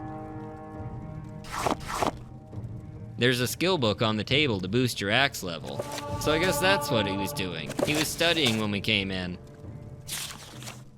Grab the scrolls and potions, including a nice Colovian brandy. Don't forget to raid the urn for a fine selection of randomized scrolls, and head back out to the main section of the cave. If we take the left path, we'll encounter another gate. Unlock it, and we'll come across the last enemy in the den, an orc guarding a slave pit. You grow weak. With her out of the way, we're free to release the 3 slaves down here. So at least we're helping others while we're going on a murder and larceny spree. May you walk on warm sands.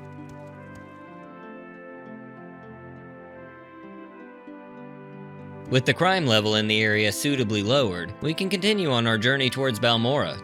There are a few areas we skipped over in the vicinity, but they're related to quest lines that we'll save for a later date.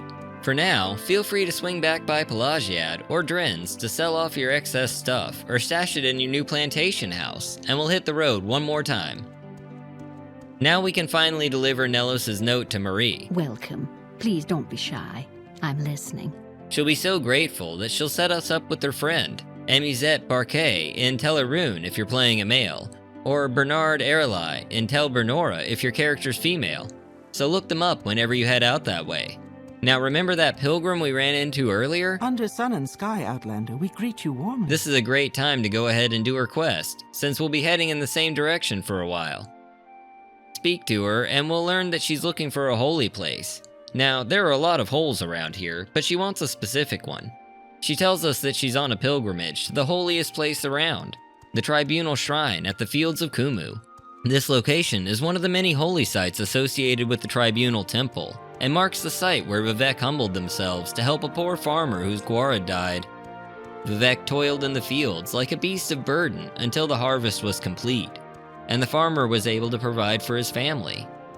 If you leave an offering of muck, the shrine will grant you 100 points of feather for 48 minutes, a decent trade-off if you're intent on scouring the previous caves for all they're worth. Our reward is only 150 gold for the escort, but it's not too far off the beaten path, and it's a lovely view out over Lake Amaya anyway. Backtracking ever so slightly up the road along the shore of the lake, we'll come across this signpost marking the path. Looking towards the northwest, we'll find a passage through the hills into the Foyada that leads up to Balmora. It's a mostly uneventful journey, minus a Kagouti and a few scribs. Just follow the road signs north through the blackened terrain left in the wake of ancient lava flows. Then take the trail leading west when you reach Fort Moonmaw. There are quite a few interesting things to check out in the fort itself, but we'll save those for another day. For now, we'll rejoin the main road leading north. It's just a quick stroll across the River Odai via this pair of twin bridges, and we can finally feast our eyes on the front gates of Balmora, its silt strider, and all of the secrets hidden within. We finally made it to our destination for the day. From here, we'll be able to join several guilds, train in many skills, and start the main quest in earnest. But all of that will be for another day, not too far in the future, so rest up and prepare for the next leg of our adventure.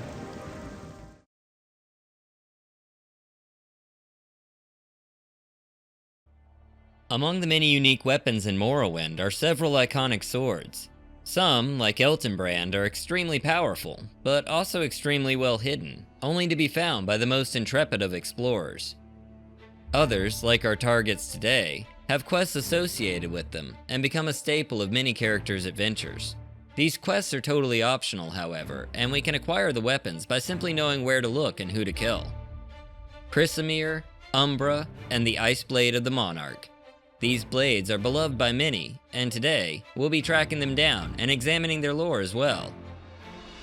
First on our list today is Chrysamere, known alternately as the Paladin's Blade, Blade of Blades, and the Sword of Heroes.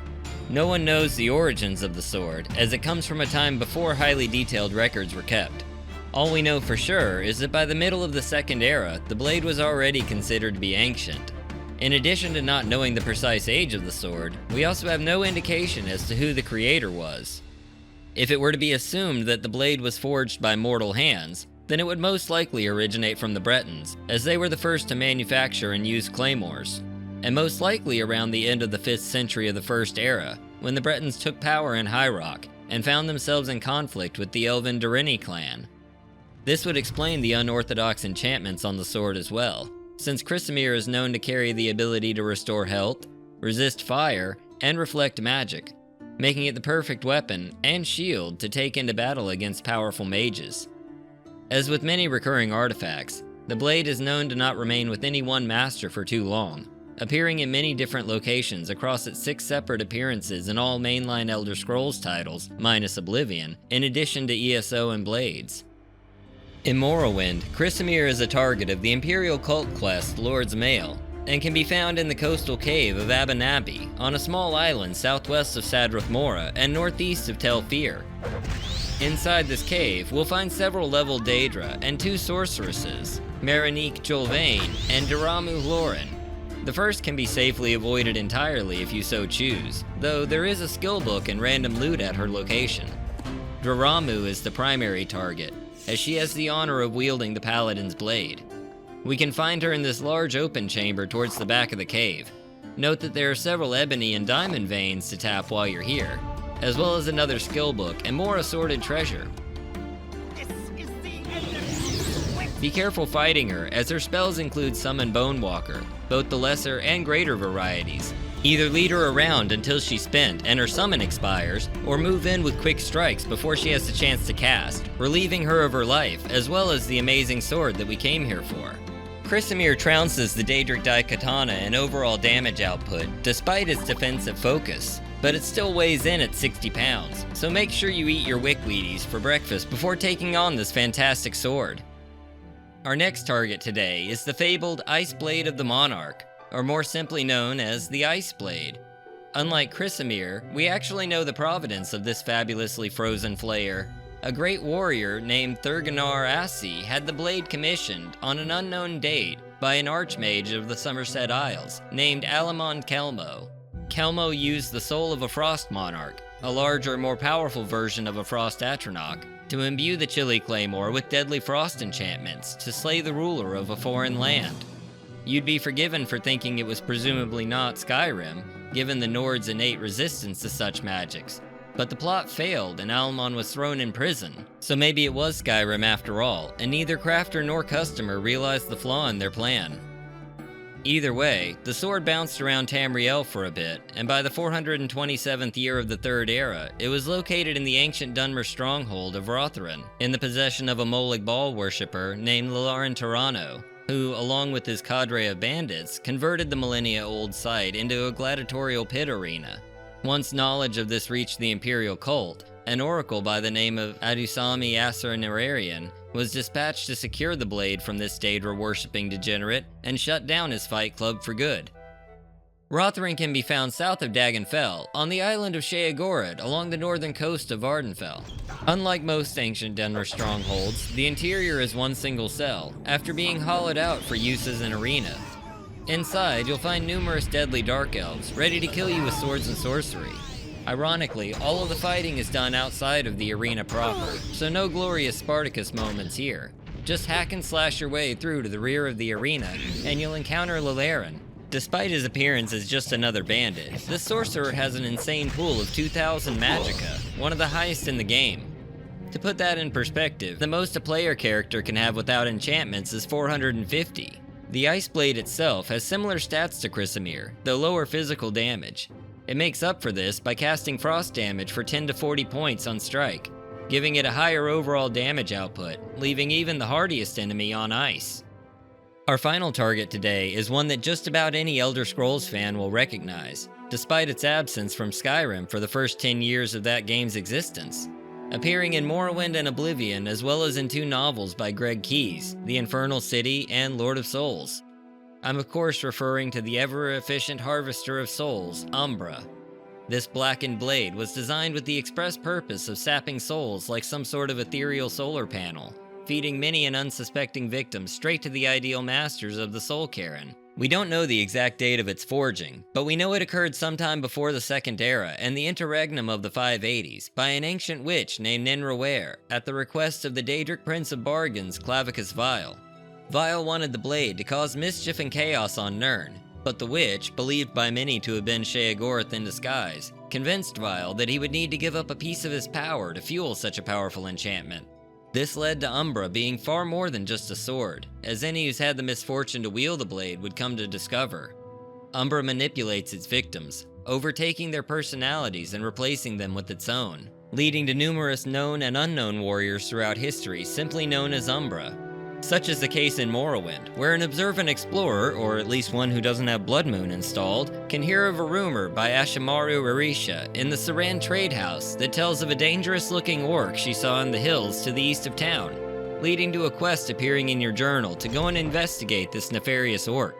Umbra is located just east of the trade house, on the opposite side of the hills that form the eastern boundary of Saran. Levitate over or take the long way around and you'll find an orc in full orcish armor facing the west and the setting sun. May your kills be quick and many. Speaking to him reveals that he's in the sunset of his life, having blazed a path of destruction across Tamriel, killing man, mer, and beast along the way, feeding countless souls to his insatiable blade.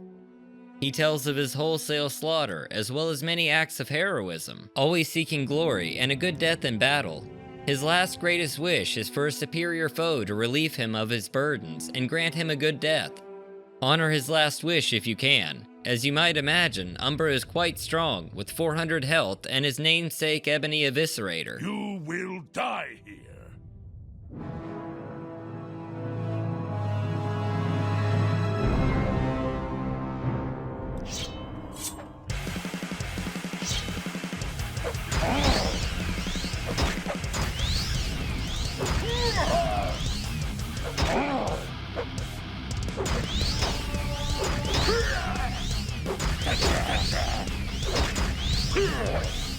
Once he's been defeated, we can recover the sword for our own. Just be sure that you don't lose yourself in the process.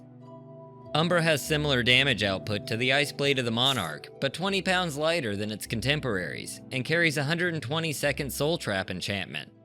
All three of these weapons are amazing choices for the player with 2 hands, plenty of carrying capacity, and a desire to absolutely decimate their foes.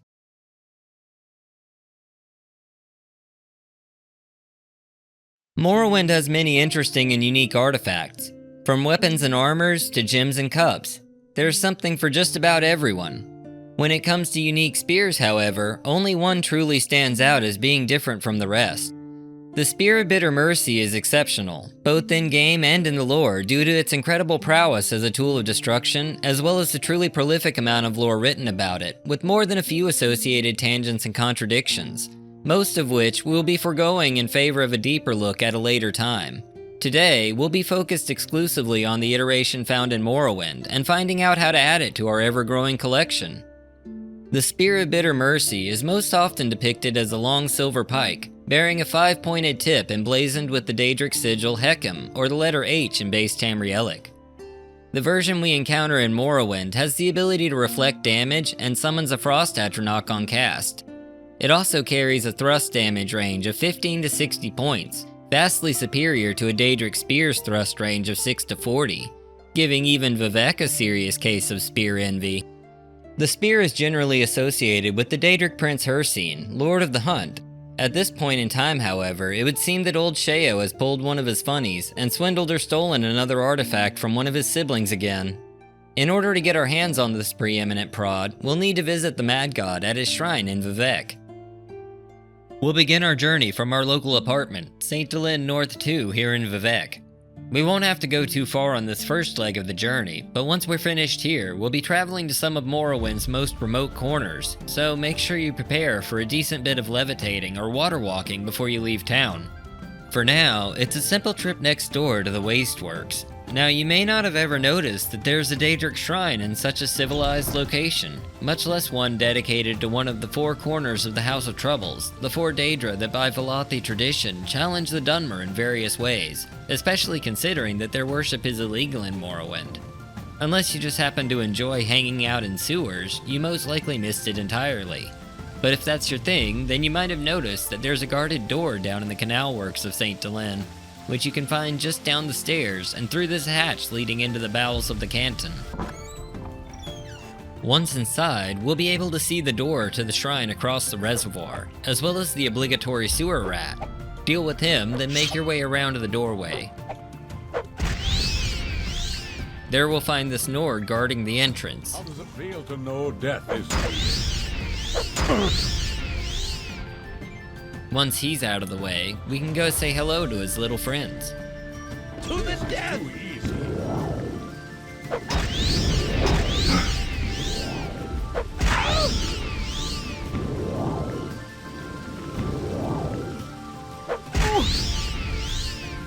Be sure to grab the offerings here. Even the cursed diamond is worth some gold.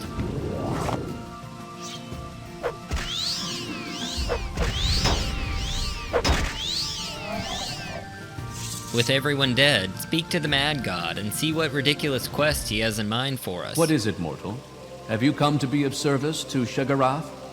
That in and of itself speaks toward your madness. This pleases me. Fetch the Fork of Horripilation from the Mad Hermit near Aldredania. Take care with him. He's not the most stable man. Use the Force wisely, mortal. Few have wielded it who have not come away changed. Use the Force to strike a death blow to the giant bull Netch that resides near the Hermit. Do this. Return the Fork of Horripilation to me, and Shagarath will reward you well. We've been instructed to retrieve the Fork of Horripilation from one of Sheogora's subjects, Bighead, an Argonian found on the northwesternmost island in the Sheogord region. The easiest way to get there from here is to take a boat from Vivek to Tel Bernora, then to Sadrath Mora, and finally to Dagonfell. Once we arrive on the island, we need to head northwest, out over the water, in whatever fashion suits you. ATC, Gitshiver Flight 049, proceeding to take off from runway 1, heading 280 Big Head Island. Roger 049, clear for takeoff.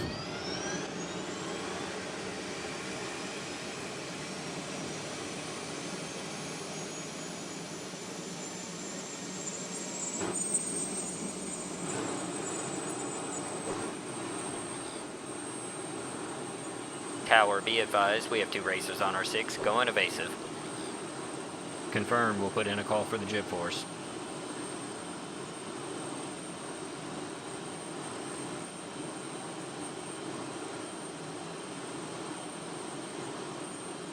ATC Gitshiver 049, beginning landing procedures, Big Head Island.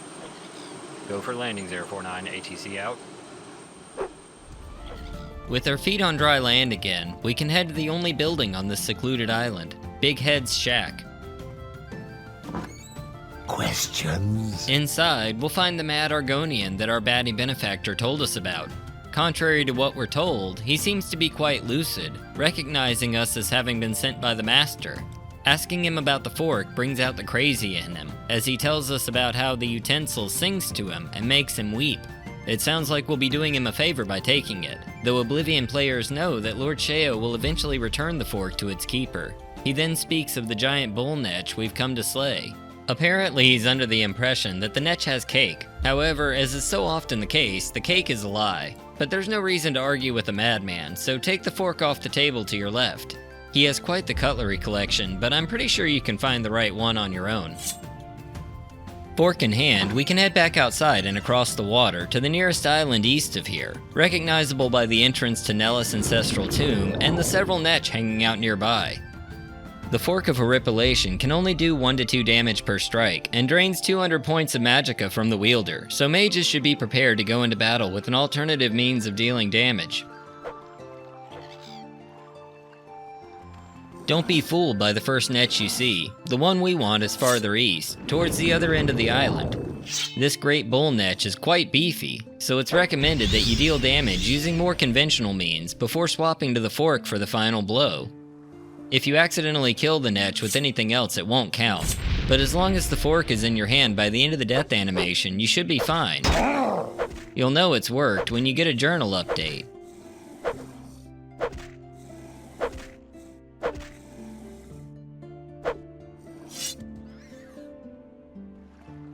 Once the netch is dead, we can make our way back to Vivek and Sheagorth's shrine. Present him with the fork, and he'll grant us a much greater reward, the Spear of Bitter Mercy.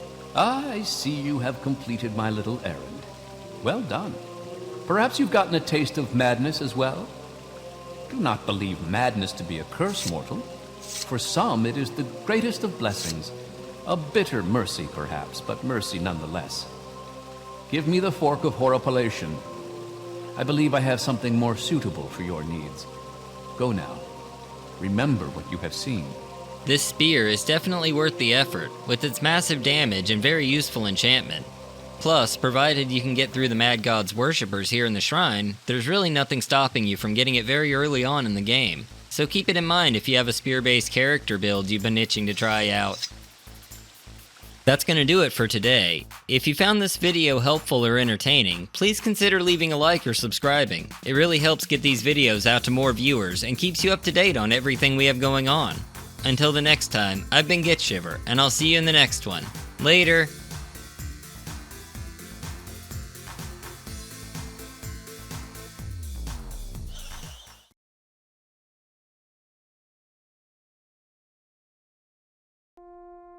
Are you a master marksman? An amateur archer? Maybe you're wondering how well the Skyrim stealth archer style works in Morrowind. If you answered yes to any of those questions, then we've got you covered with today's ultimate guide to archery.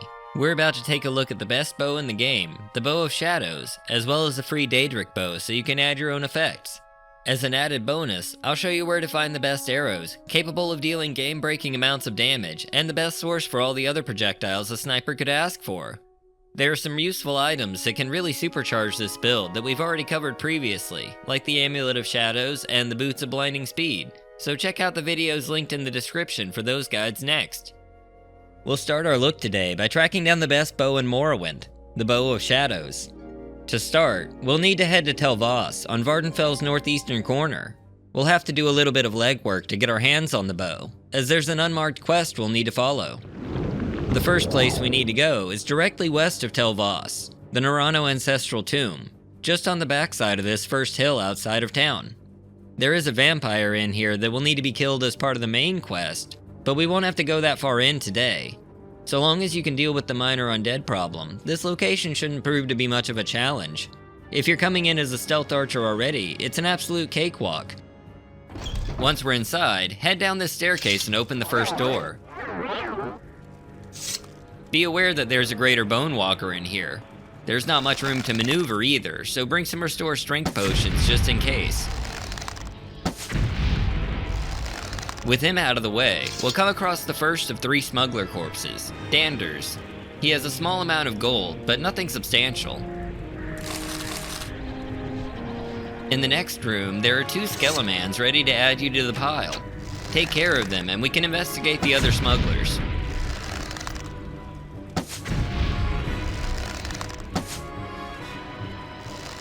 Moving targets can be a pain sometimes, and it seems like it's harder to hit targets at close range in Morrowind. I recommend you have a melee weapon as a backup for those occasional nuisances.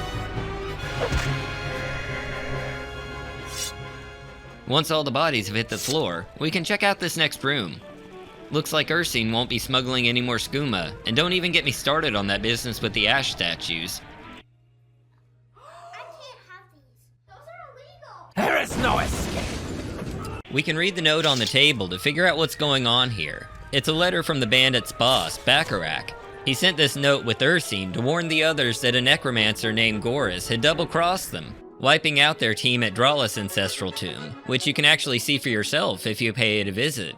Only one smuggler managed to escape and warn Bacharach at their headquarters in Nellis' ancestral tomb, which was likely overrun as well since there are only undead located there.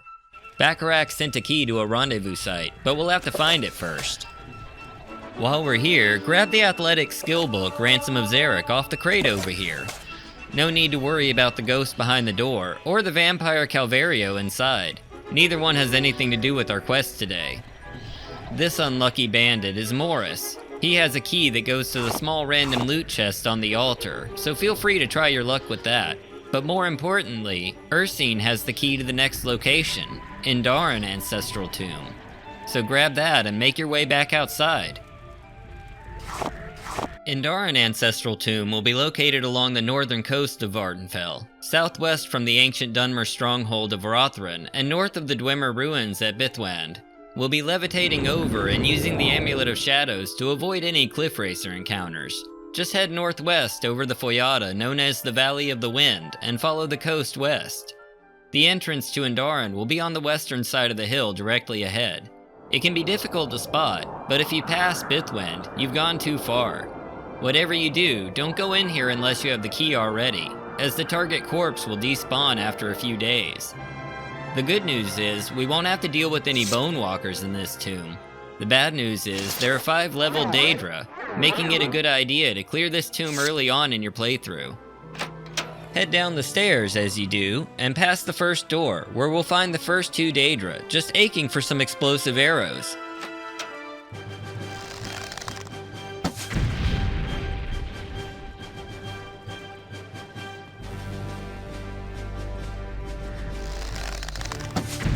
The first smuggler we'll come across is Jonas. He won't be needing this pearl anymore, so grab that while you're here, as well as the free drinks laying around.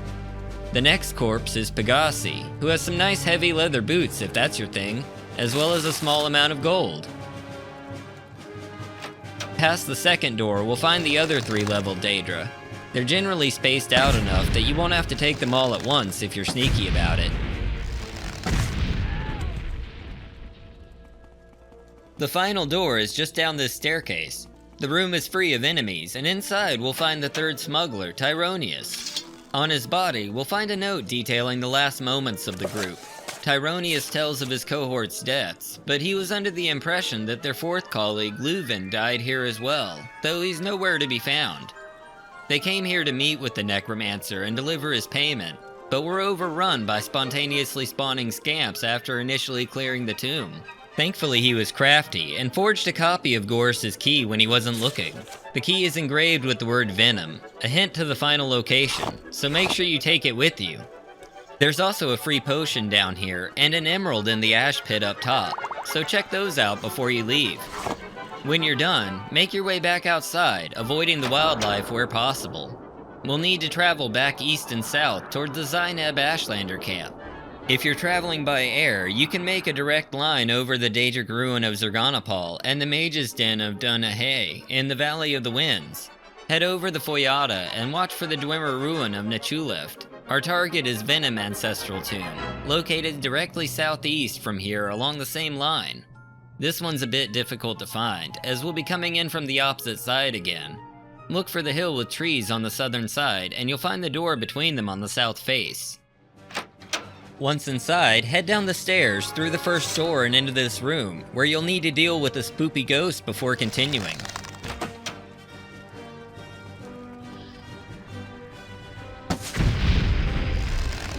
Be careful with the next door, as it isn't one of the doors that our key unlocks, it's just a trapped door thrown in to trick the less observant adventurers. Break the trap and face down the ancestral ghost that's floating around in here. There's a free potion just inside, but that's the last easy part of this particular tomb. We'll need to disarm another trap and pass through to the main chamber, where we'll find not only Gorus the Maggot King, but also the missing smuggler Leuven, who it seems has been working with the Necromancer as well.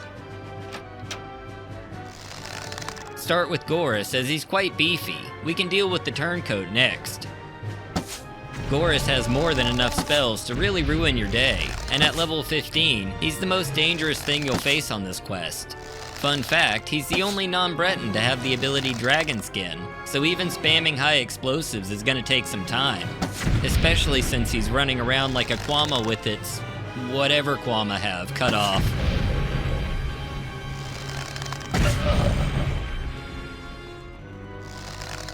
The traitor Leuven is up next. He won't present nearly as much trouble as his boss, going down in only 2 shots. There's also one final ancestral ghost floating around this last chamber. Once everyone is down, we can inspect our new loot. Gorus has a nice ebony staff that we can sell off later, as well as many exquisite wardrobe options for the psychopath with style, so clean him out and head up the stairs to the table on the left. Here we'll find some potions and a trapped chest containing a nice little pile of gems. There's also a copy of Darkest Darkness and an orcish tower shield in the corner. But the real prize is here on the right side of the table, the Bow of Shadows. This little beauty packs one hell of a punch with a damage range of 4 to 40, plus the damage of your arrows, of course. Being an artifact of Nocturnal, the bow carries an appropriate enchantment, casting Fortify Speed for 20 to 30 points, and Invisibility, both for 30 seconds, giving you enough time to vanish after doing murder on some unsuspecting fetcher.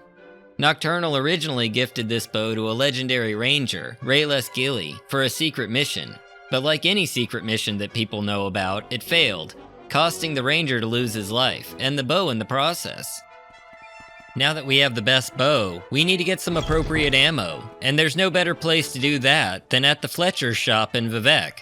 This shop was added in an official Bethesda plugin called Area Effect Arrows, included in the GOG release and free to download from the UESP.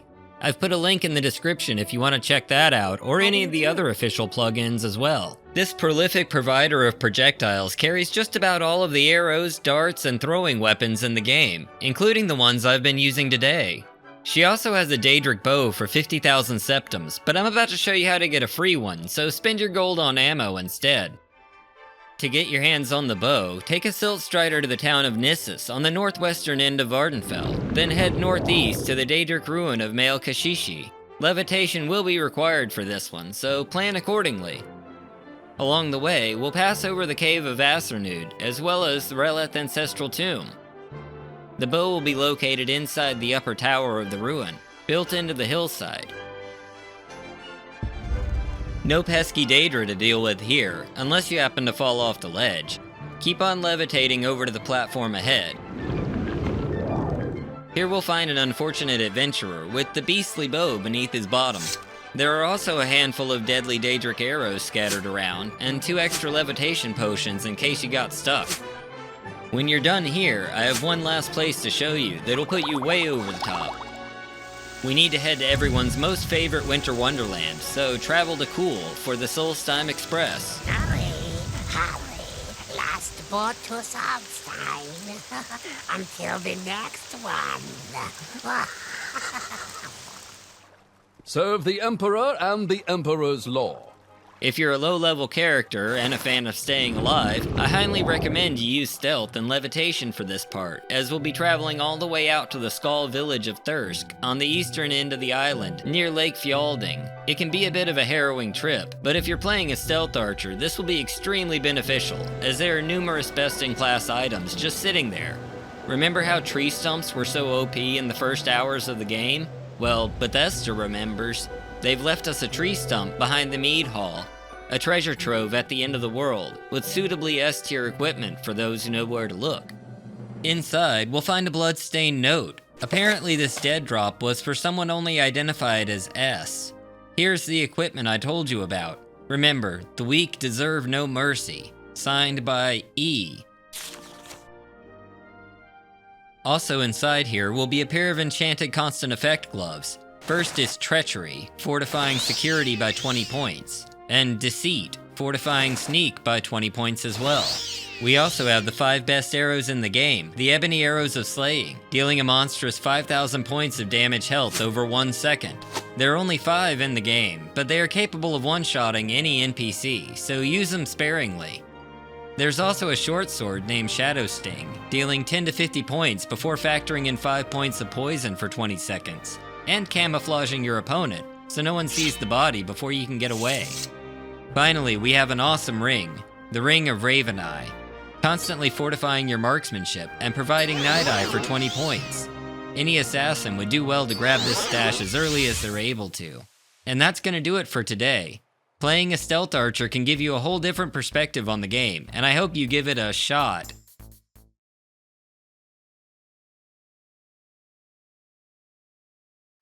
So far, we've looked at some of the best slashing, stabbing, skewering, and shooting weapons in Morrowind. But what about bludgeoning? There are many fine tools available in-game to turn your targets into a fine pulp, and today, I'm going to show you some amazing Daedric blunt weapons, perfect for pulverizing your foes. All of today's blunts come to us from the stash boxes of 2 of everyone's favorite Daedric princes, Molag Bal and Malakath. Truly great places to turn if you're looking to get smashed. The first blunt in circulation today is the ever-popular Mace of Molag Bal. This murder mallet has appeared in every Elder Scrolls game since Daggerfall, and has stayed fairly consistent throughout, draining magic and strength in the early games, picking up Soul Trap and swapping to draining magic and stamina when strength was dropped along with the rest of the attribute system, giving it more staying power than one of the core systems of the early games. Its appearance has changed slightly over the years, but true to form, it remains recognizable to any who would wield it. The origins of this artifact, sometimes referred to as the Vampire's Mace due to its draining properties, were not established until ESO, where it was stated that the mace was crafted by an orcish blacksmith, deceived by the Lord of Damnation, and forced to labor in the pits beneath Cold Harbor. The mace is often found on Molag Bal himself, since he can't bear to part with such an integral part of him. But he'll let you hold it for a while. Probably the same thing he said to Vivek when he whipped out Muatra before the warrior poet bit it clean off. Thankfully, no ball biting is on the table today. Our task is much more conventional. We'll need to go visit the Daedra in his shrine at Yansiramas, directly west of Sadrith Mora, and complete his quest.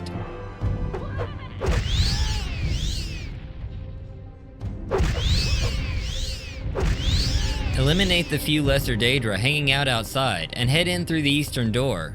Down the steps, we'll have to contend with a Dunmer mage and an orcish warrior. Start with the mage, since he has the ability to paralyze you. Once they're out of the way, we can go slap Molag's balls, and he'll start into his speech, which I've cut down to the essential bits. You summon me now. I have no time for your pleading. I have other matters need my attention. Enter now. He will pay for his insolence.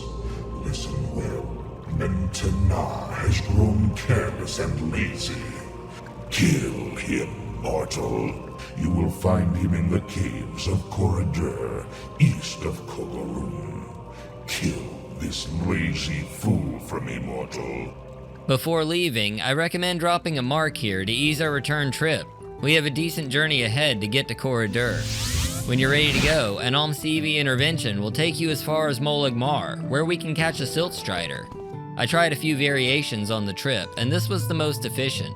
We'll need to take the Silt Strider to Saran, then to Balmora, then Aldrune, and finally to Margon. The trip from here is still a little complicated, so I'll give you full directions over land. From the Strider Port, we need to head east, past the southern side of Margon and towards the Ghost Fence. Follow the trail through the Foyata and it will curve to the north. Take this path north and you'll eventually come upon a break in the hills to the right. Keep an eye out for the large pointy stones marking the path into the plains of the lower Ashlands. You'll know you have the right trail if you come across a Kagouti blocking your path. Keep following the road east, roughly level with Tel Voss, and you'll pass just to the south of the ancient Dunmer stronghold of Kogarun.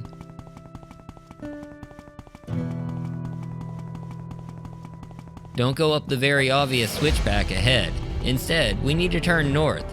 Line up with this stone cairn and follow that line straight back to the two pointy rock formations behind it.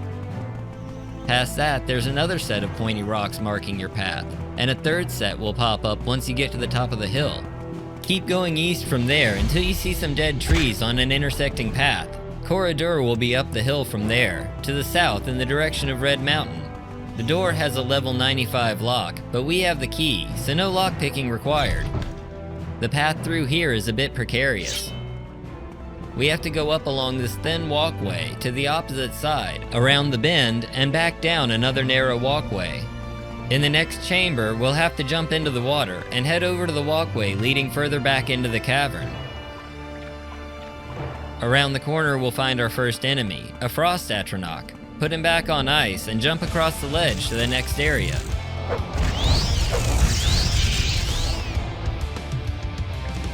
Here we'll find the first Daedroth. Sadly, he's not the one we're looking for.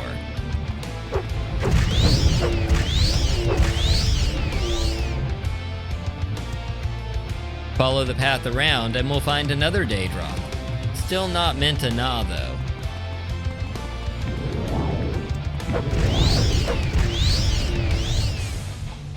We'll now find ourselves in the penultimate chamber, so prepare for the final battle and make for the final room.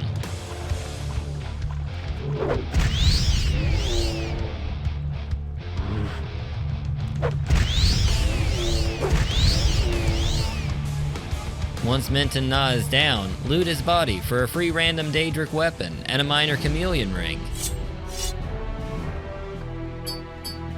There's also a Daedric staff by his throne, and a random chest as well. Don't forget the piles of valuables and drinks to either side. When you're done, recall to the shrine and speak to Baal, where he'll pass you his blunt for a job well done. You have freed the soul of Mentana. Torment will be his. Endless agonies.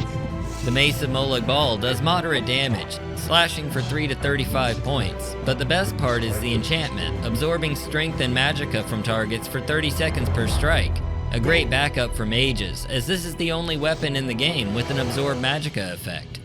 We're not done yet though, as there are 2 more blunts to hit before the day is over. We need to go just to the southeast to Tel Fier, home of Vardenfell's 2 oldest residents, Divaith Fier and Yagrum Begarn. These senile superstars both have a blunt nearby. We'll be starting upstairs with Divaith himself. Our target is locked up tight in a level 100 trapped chest. He doesn't care if you take it, so no need to sneak around. Once you've broken into his stash box, you'll find Malakat's mace, Scourge, sometimes known as the Bane of Daedra. It was originally seen in the Elder Scrolls Battlespire, where it was stated as having the power to banish any Daedra foolish enough to use it. Scourge seems to have done a 180 by the time of its appearance in Morrowind, as sparking it up will summon a Scamp and a Dremora for 30 seconds, ready to blaze through your enemies, and probably your snacks too. This makes it a perfect weapon for conjurers and anybody wanting to play a more long-range build. Now we can head downstairs to the Corpusarium. This last blunt requires the final key from Divaith Fier's key puzzle, which we covered in our Daedric Crescent video, linked on screen and in the description. You can also just bust the lock like the last one. Everyone here is cool enough to not care. If you did the puzzle, the chest uses Divaith's 1155th key and is located right in front of the ever-corpulent Yagrum Begarn, who will probably also eat your snacks, so maybe hide the Doritos. In the chest, we'll find another relic tentatively associated with Malakath, the massive 2-handed Dwemer blunt Voldenrung. The artifact is in its inactive state, so there's currently no enchantment. but it does boast a nice unique model and hits for up to 39 damage, putting it on par with any other Dwarven Warhammer. This also happens to be the hammer that Dwemer King Rorken threw across Tamriel to find a new home for his people during the War of the First Council. Rorken must have had a good arm, because the hammer came down in what would come to be known as Hammerfell, hence the name, on the other side of the continent. And that's gonna do it for today. I hope these 3 blunts leave you feeling nice, and you don't think I'm just blowing smoke. Okay, that's the last pun, I swear.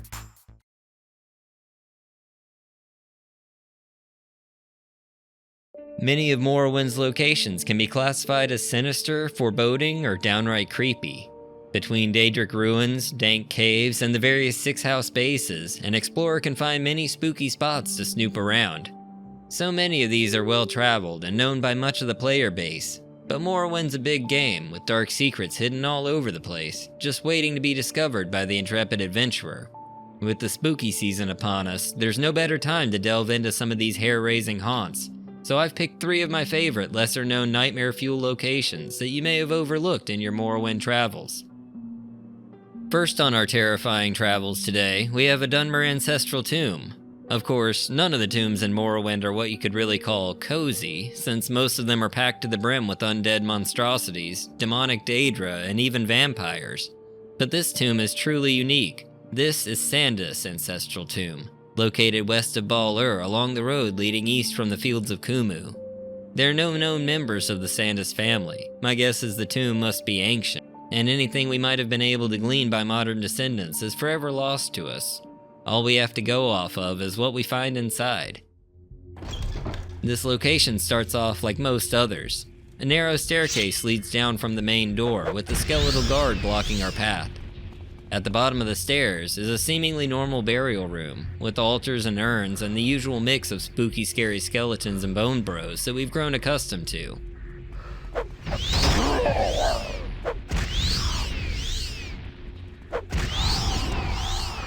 In the large central chamber, we'll come across a named skeleton laid out on an altar.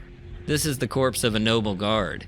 It's uncommon for the Dunmer to be laid to rest in this way, but not unheard of. Among his bones, we'll find a key, marked Key to Sandus' Tomb, which we'll need to continue. On the northern end of the chamber, we'll find a small room with another corpse of a noble guard. These 2 individuals are the only ones of their kind in the game, but the mystery only deepens from here. The opposite side of the main chamber has a locked door, opened by the key we just retrieved. Inside is a Bone Lord. These higher tier enemies are usually reserved for much larger tombs, so whoever was interred here must have been someone important. Beyond here, we'll encounter an altar with a locked chest named a Nobleman's Chest. But this is no ordinary chest, as activating it will display an odd message, informing you that you suddenly feel quite cold. And we can hear the sound of swords being drawn from the recently cleared previous rooms.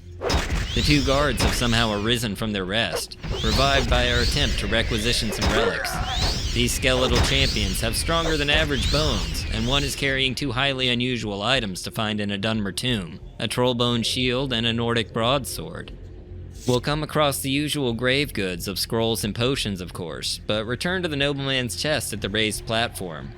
The key for the doors doesn't open the box, but I'm sure you can find a way through the level 40 lock. And don't worry, the skeletons will stay dead this time. So bust the lock, and inside you'll find half a set of orcish armor, a bottle of Flynn, and a small amount of gold. There's no quest associated with this location, nor is there any unique item that might shed light on these restless skeletal guards. Examining the script causing this unusual event offers only one cryptic clue. It names the chest as Bill GT's Cursed Chest, but I was unable to locate anyone named Bill or William on the Morrowind development team. My best guess is that this location is part of a cut quest, removed in the early stages, but far enough along that we get this unique and unsettling experience. The next stop on our tour today is a true house of horrors.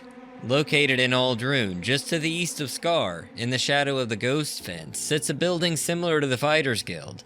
Exactly like the Fighters Guild, as a matter of fact, since it uses the same exterior as well as the same interior layout. But what we find inside is unlike anything you'd find in a civilized guild hall. This is the Morvain Manor, home of a Red Ring counselor who's recently gone missing. The name may sound familiar to those of you who've played Skyrim's Dragonborn DLC.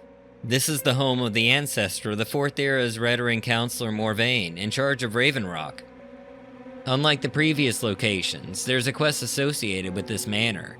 The wife of the Counselor, Barara Morvain, will send you here to complete a task as part of the House Redoring quest. This unassuming building on the edges of town, within spitting distance of the Tribunal Temple, is hiding a dark secret. Upon entering the home, we'll hear various sounds, a death groan from somewhere below, as well as heavy breathing and a shuffling of feet. The upper bedroom is devoid of life, so all of the sounds must be coming from behind the other door. The door is locked at level 70, but the key is located on the shelf right beside it, allowing us to explore the lower levels. Opening the door reveals the source of the sounds, corpus victims. An odd sight outside of the ghost fence or Divaith Fear's corpusarium, but there are several inside, not to mention the body of one unfortunate Dunmer, the former counselor Remus Morvain. No time to mourn the loss, however, as there are still more enemies to deal with towards the back of the house. The lighting here is very unusual, and just a bit unsettling as the various light sources scattered around don't account for all the strange colors. The storeroom seems to be fairly normal, but making our way to the back, we'll find a bedroom where someone has clearly been performing some Sixth House ritual. Things are starting to make a bit more sense now. Perhaps more answers can be found up the side stairs. The last corpus stalker seems to be guarding the final room, and given the Sixth House sigil on the ground, we'll definitely need to investigate it. Inside, there are 2 crates stacked up in the middle of the room, and on top we'll find the cause of all this trouble, a unique ash statue, owned by the former counselor. If you're doing the house quest, this will need to be taken to the temple for destruction. Whatever you do, don't go decorating your home with it. Last on our list for today is a little-known tragedy located deep in Telvanni territory, at the strange amalgamation of architecture known as Tel Voss, where Master Arian has tried his hand at fusing a mushroom tower and an Imperial fort, with mixed results. The whole place is a bit bizarre on its own, and were it not for Telvanni magics, it most likely would have collapsed in on itself long ago. Much of the location is unstable, as the subject of our investigation discovered the hard way, uncovering something sealed away that would have been best left hidden. To start, we'll need to head to the southern tower, and through to the jail located just behind it.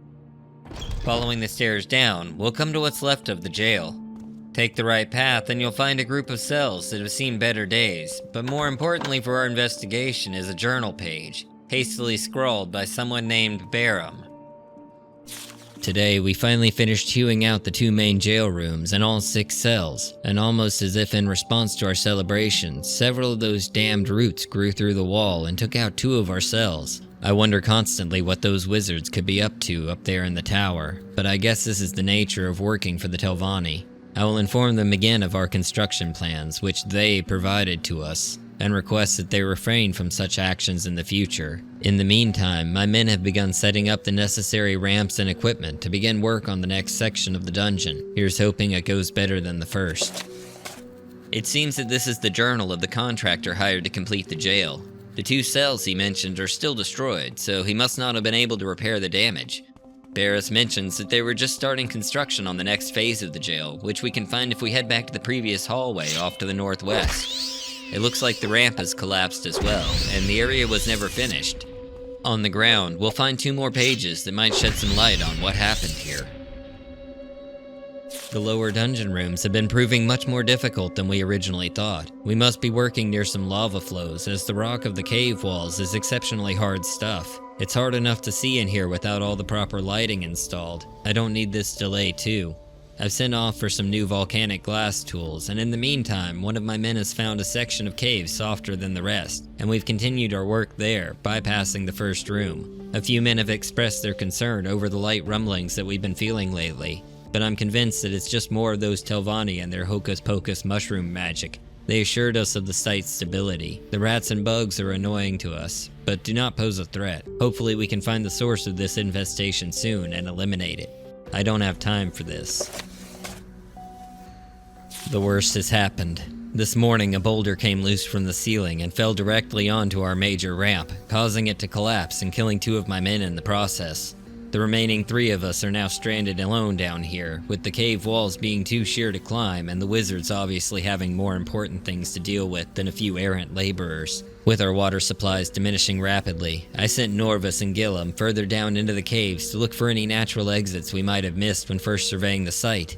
Damn those wizards. They told us the site was safe. What could they be doing up there? Why are these bugs and rats getting more aggressive by the hour? And why is it getting so blasted hot? Things went downhill quickly here, as did the boulder that sealed the fate of the crew. A terrible accident to be sure, but it does seem that the survivors made it out. The only way to go from here is straight ahead, through the next door marked dungeon. This area seems to have been finished, but there's clearly something wrong here. Strange sounds fill the area, and ahead on the floor we'll find another page. I found Norvis's head and torso laying in this room, with a large part of the rest of him seemingly smeared along the walls. I screamed for full minutes when I found it, and now all I can do is sit and stare. My only solace is this paper. More roots keep penetrating the walls every minute, and the rocks and lights seem to be taking on lives of their own. Now I fear not only for my life, but for my sanity. Please, someone come soon. The rumblings are getting faster and stronger. I can't breathe this stifling air much longer. What in Vivek's name have these wizards done? The heat. Whatever caused this, it was no mushroom. If we push a little deeper into the dungeon, we may just discover what it was that the crew found, but be on your guard. Down the northern steps, there'll be one final page saying only, "He is here."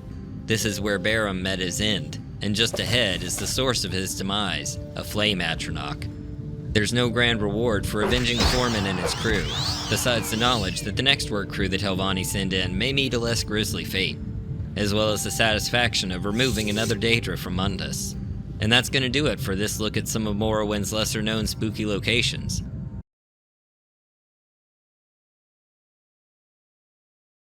If you were offered never-ending life, perpetual youth, immunity to disease, would you take it? What price is too high to pay? Would inflicting untold suffering upon generations to come dissuade you?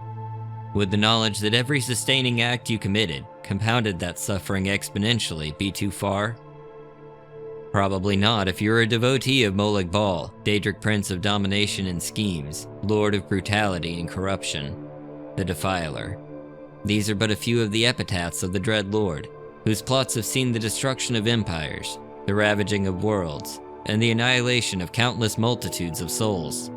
Many of these events are common knowledge to the people of Tamriel, though for most, they are ancient tales far removed from the comforts of daily life in a civilized world, told in taverns or around campfires to terrify all who would hear.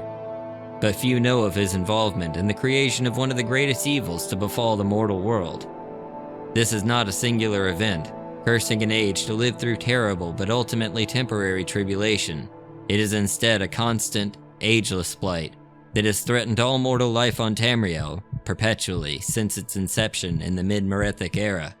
For one of Molag Bal's lesser-known names is the father of vampires.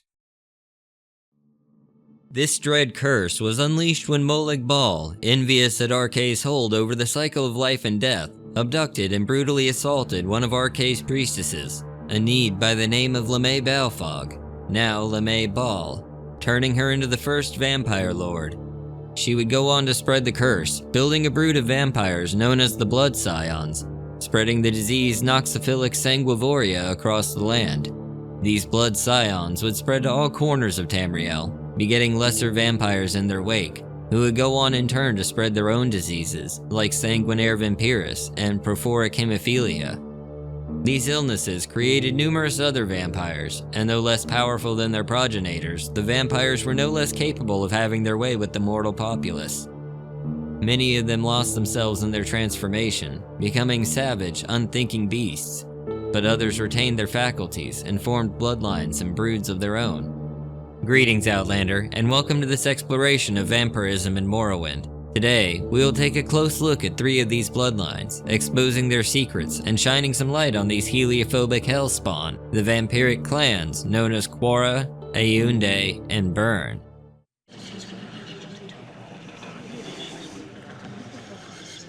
The book Vampires of Ardenfell Volume 1 has the following to say on the 3 clans.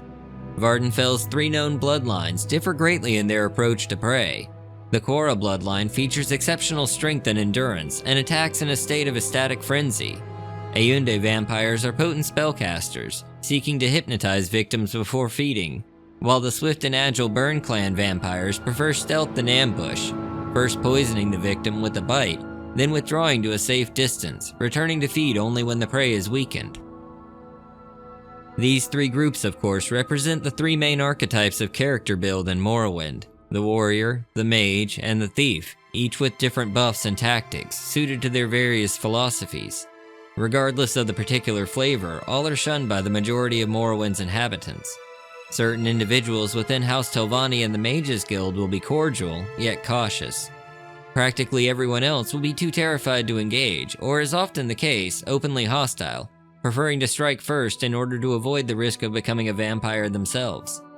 Publicly, the Tribunal Temple discredits the very notion that vampires even exist, despite tales of many adventurers and even many well-respected members of Dunmeri groups, such as the Buoyant Armigers, have encountered, slain, and even become vampires themselves.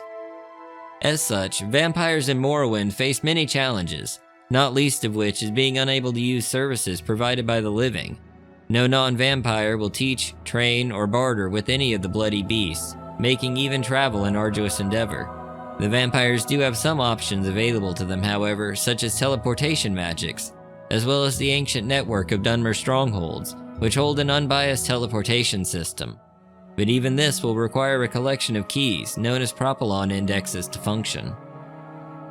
On top of these restrictions, vampires don't get restored health by resting, leaving them few options outside of draining the health of the living. Vampires also have the hindrance of not being able to move freely in the sunlight. Between the hours of 6 AM and 8 PM, vampires are known to take constant sun damage. If caught in the open with no means of finding shelter, even the strongest vampires will be dead in a matter of minutes. The actual process of becoming a vampire is diabolically easy. Any of the vampires encountered on Vardenfell are capable of spreading porphoric hemophilia to anyone they so much as scratch. If that weren't enough, deceased vampires still carry the infection. Even the act of touching their corpses is enough to give you the deadly disease. This illness requires 3 days of incubation before reaching its final stage and full-blown vampirism. During this time, any cure disease potion or healing shrine is capable of purging the infection from the blood. The onset of the condition will be marked by a subtle increase in your fatigue, but also by a disturbing dream of a blonde maiden crying bloody tears as she transforms into a pale, dark-haired creature. Nightmares like this will be a constant occurrence for a vampire, doomed to never again sleep restfully.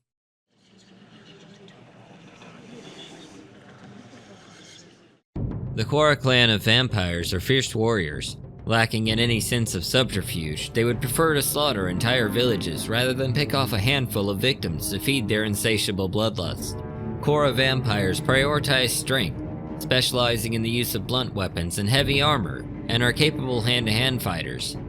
This clan of brutes makes their home in the Dwemer ruins of Drukashti on the northern coast of Vardenfell, located halfway between the town of Kuhl and the Urshulaku Ashlander camp. The members of this clan are almost entirely Nord, though their leader, Volrina Quora herself, is an Imperial, and records indicate that she was born sometime in the Second Era. Her brother was killed by vampires of the Burn clan, and since that day, she has sworn vengeance upon them. How and when she became a vampire is unknown, but over the last 1,000 years, she's gradually built up a force to rival the Burn, waiting for the perfect moment to exact her revenge. If you were to want to join her little family, the first step would be to get infected by someone of her bloodline. In order to start this process, I recommend against traveling to Drukashti straight away. Instead, travel to one of the ancient tombs sheltering unaffiliated Quora vampires. Serrano, Laren, or Allen ancestral tombs all house vampires of the Quora blood. There's also one more vampire, Mastrius, located in Salvel ancestral tomb. But he's a vampire better saved for later, as he's the key to retrieving the ancient artifact Spellbreaker, which we've already covered as well, a video linked in the description below. In my exploration into this faction, I journeyed to Allen ancestral tomb to contract the disease from the vampires within. The easiest approach is to kill any and all of the vampires within, and interact with the corpses until you get infected. After you've been infected, rest for 3 days and you'll experience a dream indicating that the conversion is complete. once vampirism has taken its hold, initiates can make their way to Drukashti, where they'll encounter belligerent but non-hostile vampires along with their cattle. On the lower level, we'll find Volrina, who's less than thrilled to make your acquaintance. She'll see you as a mistake and would kill you where you stand were you not of her own blood. Volrina will offer you a quest, more as a way to get rid of you than to let you prove your prowess, and even says as much, dismissing us by saying she doesn't expect to see you again. The task she assigns is to travel to Gilnath's ancestral tomb, located in the West Gash region, northwest of Nissus. Inside there, we'll find Irarak, a vampire of the burn blood. Also within are 5 still mortal dark elves worshipping Irarak. None of the denizens will be hostile at first, recognizing our vampiric nature. Irarak claims that his minions provide him with comforts and benefits generally reserved for the living, and offers to pay you 1,000 gold to leave him and his followers in peace. If you take this route, Volrina will know that you've betrayed the clan and kick you out. You can, however, take the bribe money and kill him and his followers anyway, which will not incur the mistress's wrath. His followers are quite capable, with a variety of skills and magic as well as melee combat. If you're having difficulty eliminating them, you can lead the group to the front door, go in and out before healing and heading back in for a few more swings. Once Irarak lies dead, return to Volrina and inform her of your success. She'll tentatively accept you as a member of the clan, and tell you that you need to go retrieve supplies so that she may craft you a clan amulet, again expressing her hope that you'll die in the attempt. She requires a whole 5 extravagant sapphire amulets, 2 void salts, a Daedra heart, 1 portion of vampire dust, and a skull.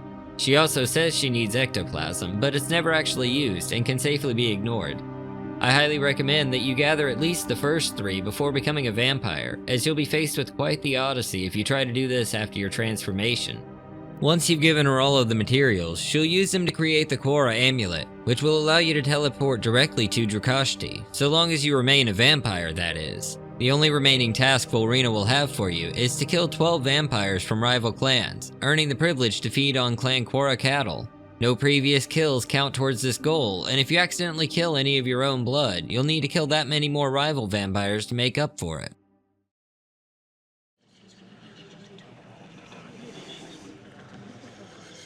The Ayunde clan of vampires are masters of the dark arts.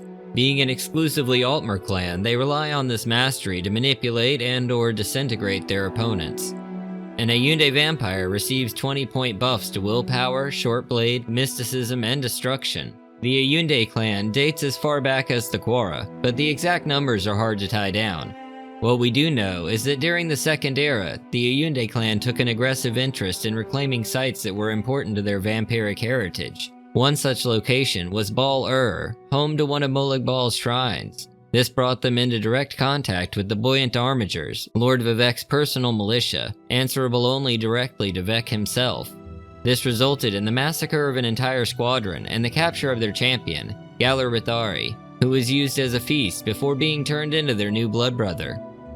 This tale is oddly similar to the one retold in the lore book Surfeit of Thieves, in which a mysterious monastic group appeared in a ruined castle far to the northeast of the mainland in the Telvanni Isles named Ald Olira. The group, named the Order of Saint Ednua, had a penchant for giving their names backwards. Ednua backwards spells Ayunde. We can leave aside the implications that the expansion of a malevolent Daedra-aligned force to sites of ancient power could signify, and focus on where we can currently find the clan in the 427th year of the Third Era. The clan is run from their headquarters in Ashmalek by Dahunain Ayunde, on a private island in the Sheagorid region. This island is located roughly between Dagenfell and the Urshalaku Ashlander camp. As with the last clan, I recommend getting your infection from one of the corpses of a satellite campus, like I did at the relatively nearby Serethi Ancestral Tomb, located to the northwest of Dagenfell itself. Within Ashmalek is a winding network of tunnels and pitfalls, ready to claim the inattentive, mortal and vampire both. The members of this clan are the least friendly I've come across, and if you push through to the back of the compound, you'll find an elderly Altmer woman in expensive clothes who will immediately call you an abomination and little monster, then ask you to find out where her family is. She had a son before she became a vampire, but she never knew what happened to him. She'll then give you a signet ring with her family crest and recommends you start in Sadrith Mora. It's a treacherous trip halfway across Morrowind's northeastern coasts and grasslands, crossing multiple mountains and long sections with few interiors available to wait out the daylight hours. Sadrith Mora itself is one of the primary hubs along Vardenfell's Telvanni coastal archipelago, playing host to the Telvanni Council. That said, the city is about as tolerable to vampires as a Dunmer stronghold is going to get, which is to say, barely. Asking around leads to the Gateway Inn at the center of town. There's an Altmer here named Senya Raman. We'll come to find out that he's Don Wayne's great-grandson. He'll tell the tale of his grandfather, Villadon, and how he was killed by the vampire Kjeld of the Quora clan. Reporting this information back to Don Wayne will see you sent on a quest to Drukashti to slay Kjeld. Kjeld is located on the upper floor of Drukashti, and is one of the few vampiric traders in the game. He's level 13, but only uses a wooden staff. I recommend using fire or a good blade to deal with him. With Kjeld dead and the revenging complete, Dahunain will send you on an apparent suicide mission. She orders that you go to Aldrune and track down a vampire hunter who's been poking around Ashmalek. Beyond that, she wants him killed in broad daylight, with lots of witnesses. This situation only worsens when you begin asking around the local Mages Guild. The hunter's name is Anno Vando, and he's no ordinary vampire hunter. Anno is a highly skilled, level 20, 3rd generation vampire hunter.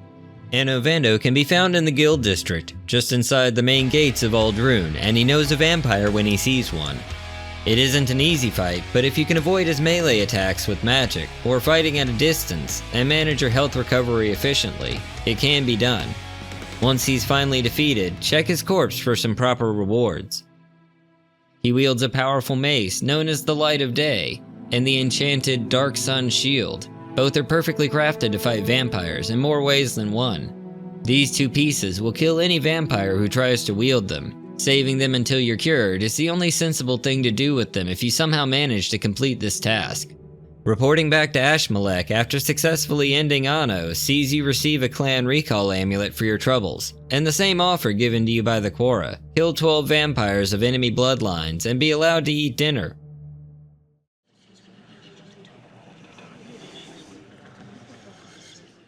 The Byrne clan are probably what most people picture when they think of vampires. Raxel Byrne and his ilk are masters of shadow, moving invisibly across the darkness, picking off prey silently at opportune moments. As such, these vampires enjoy plus 20 to agility, sneak, unarmored, and hand-to-hand. We know little about the man Raxel Byrne used to be, save that he is an Imperial and dates from at least the Second Era. The clan has moved against the Quora and Ayunde at various points over the last millennium, clashing over sites with even the Ashlanders of the Urshalaku. The main base is located at the Dwemer ruins of Galam Deus. The ruin is as reclusive as the clan that inhabits it, found deep in the Molagamur region, north of Moligmar and east of Tel Fir. This location also holds the key to ending your vampirism. I've already done a guide for that, and as always, the link will be in the description.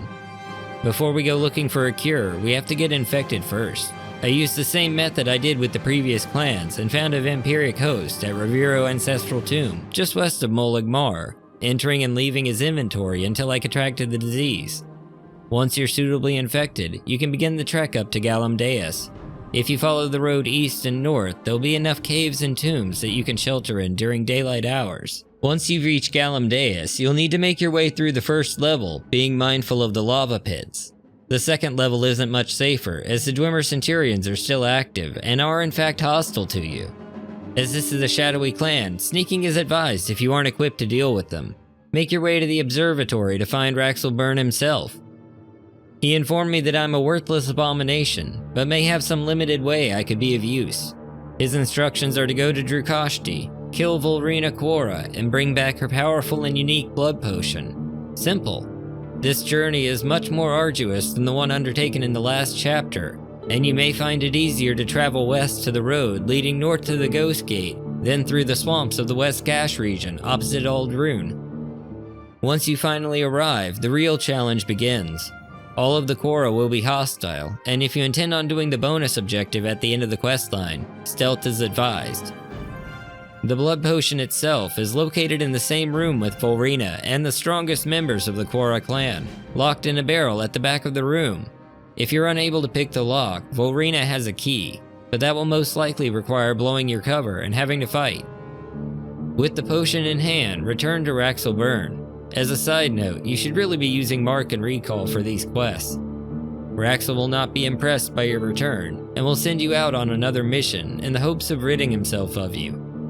This time, he wants you to go hunt down a former lieutenant of his, a vampire named Myrta. She stole cattle and fled to a tomb near Margon called Reloth Ancestral Tomb.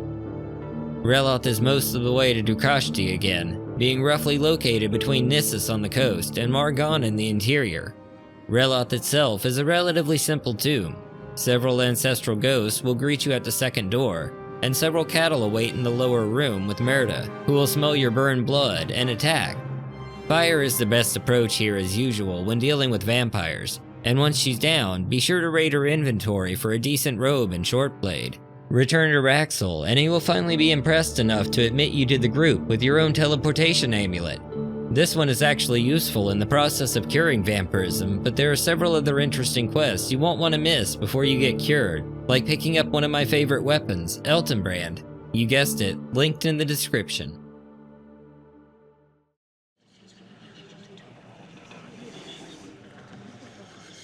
After playing through all of these quest lines for the clans, I can't help but feel like it was a faction that got just enough content to call it playable. These tasks are supposed to be challenging, and they are, but that challenge rests in large part on trying to get from one place to another. As soon as you're actually able to quickly travel to your clan's headquarters and be accepted as a member of the clan, you run out of quests to do. This would be the perfect opportunity to have tensions with the other clans come to a head, and spark a greater chain of conflict and require tracking down artifacts of power in the process. Even a quest to raid settlements in a way described in Vampires of Ardenfell would be an interesting addition to the bunch. I know that in its day, space was limited and things got cut. Ultimately, I enjoy the content we got for vampire factions, I just wish there was more of it. There are also other clans dotted around Morrowind's mainland, so maybe we'll take a look at those at some point.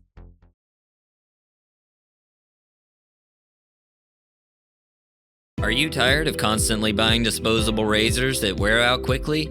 Sick of paying too much for expensive blades cartridges? If you want that satisfyingly close shave but don't want to break the bank, you need to check out today's sponsor. Oh, okay, fine, I don't have a sponsor yet, but I can still sell you on the best razor in Tamriel, courtesy of the Daedric Prince of Facial Hair Destruction, the Master of Razors, Mehrunes Dagon. Mehrunes' razor is one of the most documented of the Daedric artifacts, due in part to the sheer number of times the blade has found itself at the center of coups, plots, and revolutions. The razor, also known as the Dagger of Final Wounds, the Bane of the Righteous, and the Kingslayer, is a powerful ebony dagger. Its powers traditionally center around a small chance to instantly kill any enemy it strikes, with Morrowind being the only exception to this power. The version we encounter in 3rd Era 427 is instead imbued with the razor's secondary effect set, disintegrating the armor of its victims 6 to 25 points and delivering a deadly combination of a 5% weakness to poison as well as 6 to 20 points of poison damage. Mehrunes' razor is one of the few artifacts that has appeared in every mainline Elder Scrolls game since Daggerfall, despite numerous attempts to destroy it. The first conclusive appearance of the razor comes to us from the 2nd Era, in the possession of a Bosmer named Gilrayan. Gilrayan was a native of Whisper Grove, a city in the north of the Glenshade region of Valenwood.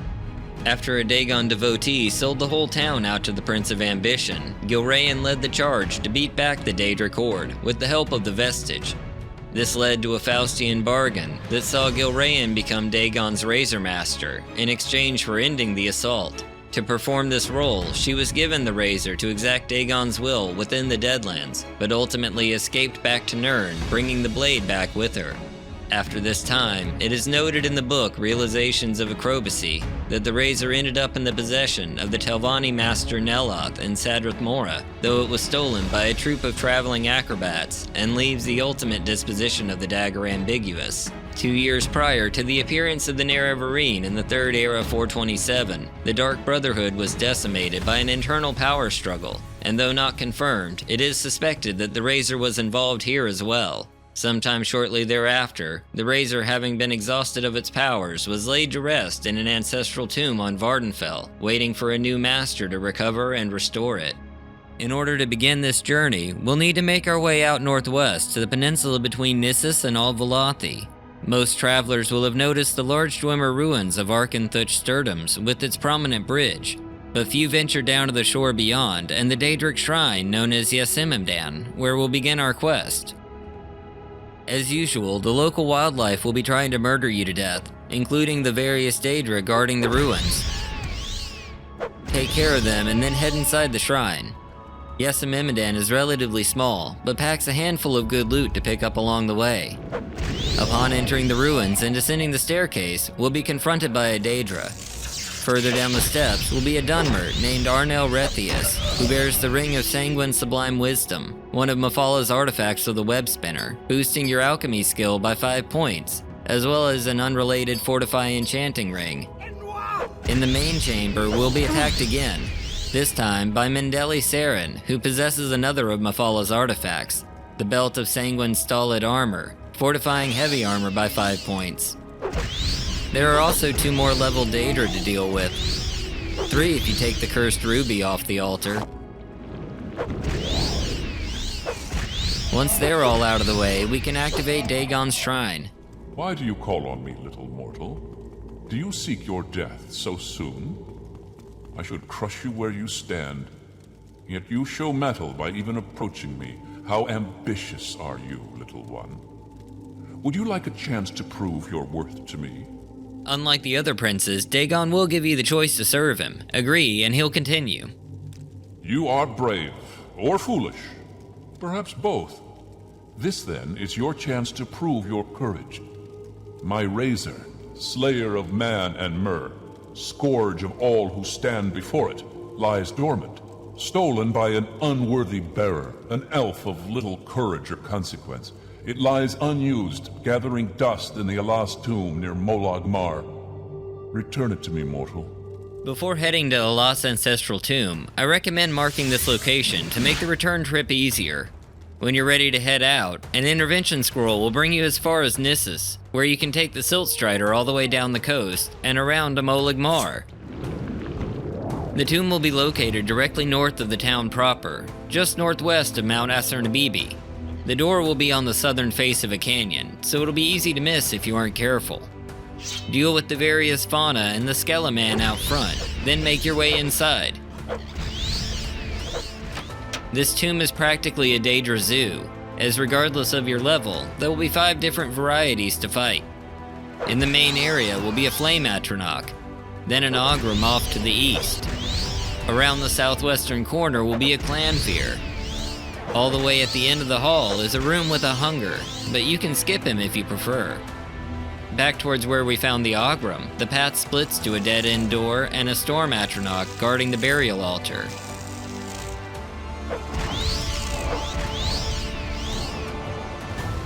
Once all the Daedra have been sent back to Oblivion, approach the corpse of Varner Helleras and pick up his rusty dagger. It doesn't look like much at the moment, but the artifact is still in its dormant state. Returning it to Mehrunes Dagon will restore the blade to its former glory. Oh, and be on the lookout for respawning Daedra.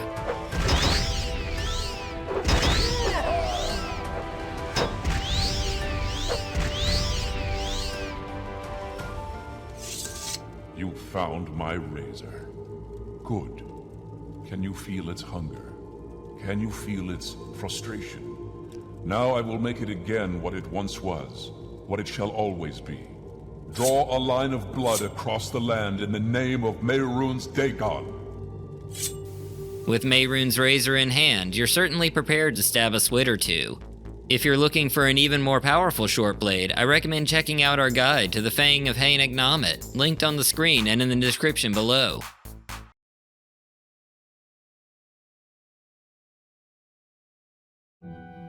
The Nords of Morrowind generally fall into one of 2 categories: the civilized, gentrified, and even noble Nords encountered in cities and towns, making up the first class, and the various bandits, marauders, and even necromancers, hidden away in caves or dotting the landscape, falling into the more dubious group.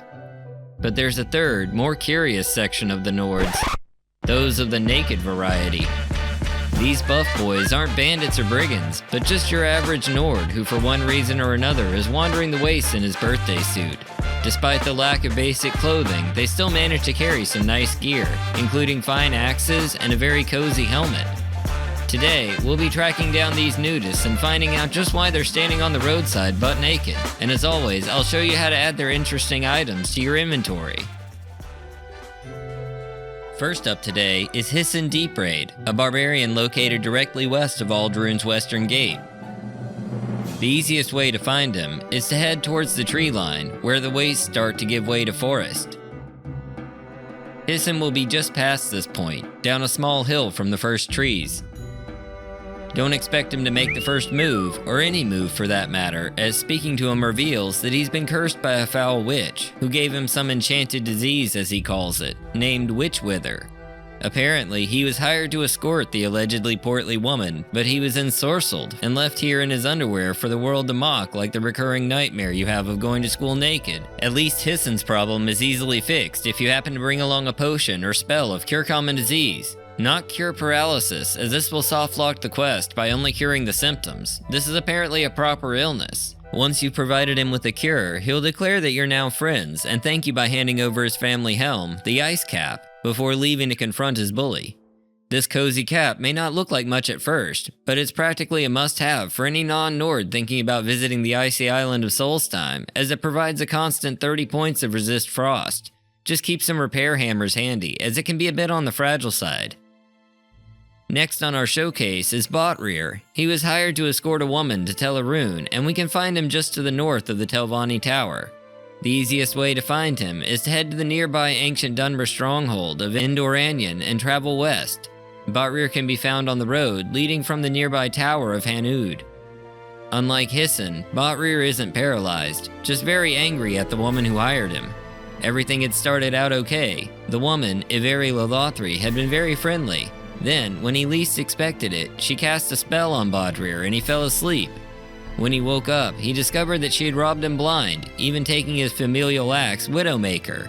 This time, we can actually help track down the witch. Botrear tells us he believes she headed off to the northwest and wants you to lead the way. Ivari is exactly northwest from here, with Andalor Ancestral Tomb located directly between the two. Go past the tomb and crest the hill behind it. Over the hill ahead is a small camp with a lone occupant. This is the fearsome witch that ensorcelled the Nord, and she isn't taking any chances. Once she sees Botrear, Ivari will attack, leaving few options but to fight.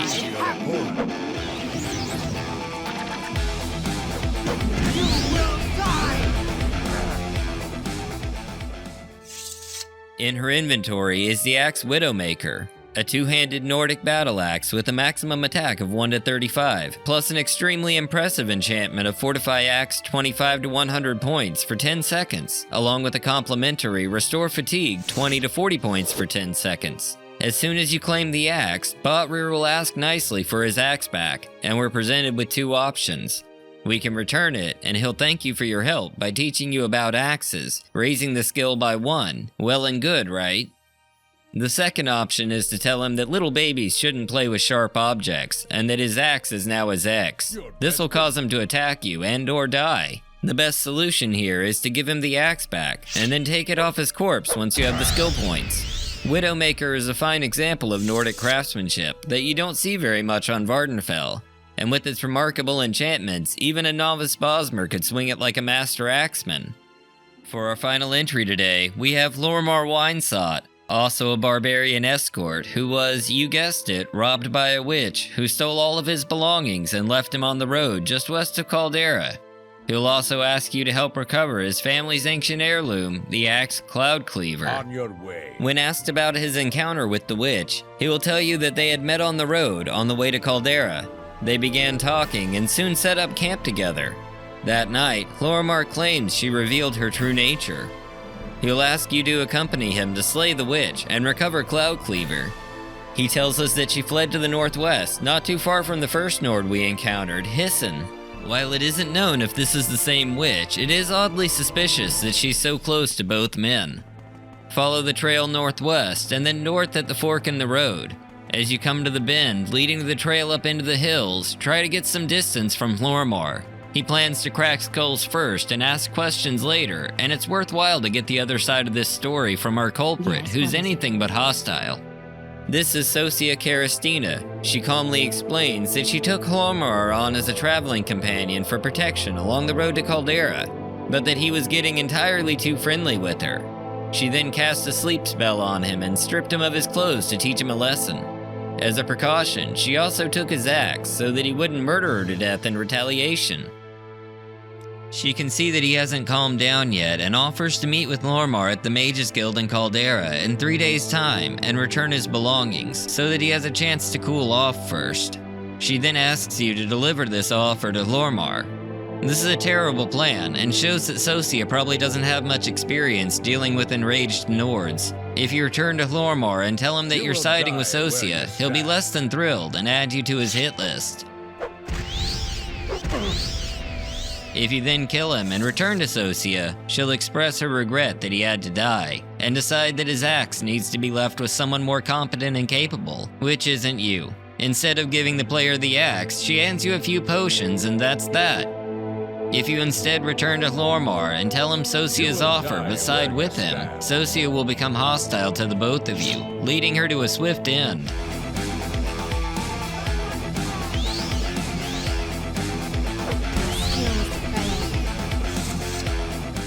In her inventory, we'll find the axe Hlormar was so upset at losing, Cloud Cleaver.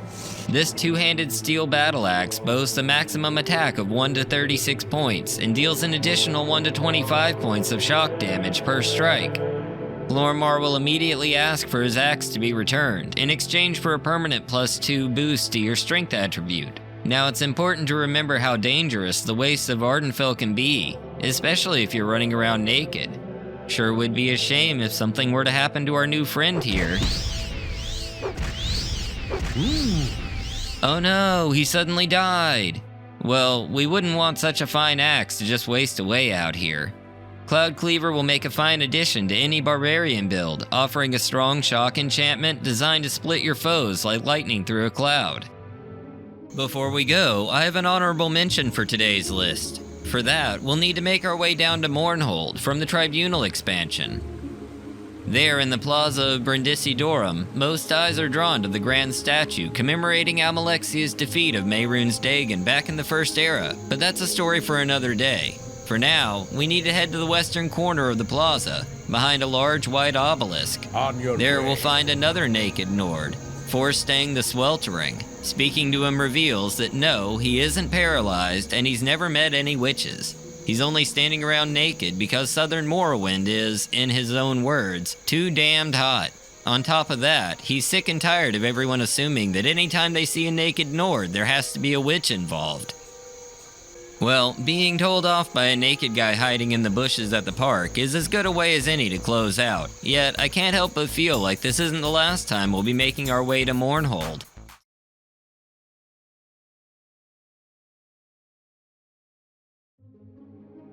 To celebrate passing 1,000 subscribers, I recently decided to answer a question that nobody asked. Can you play Morrowind on 1,000 skooma?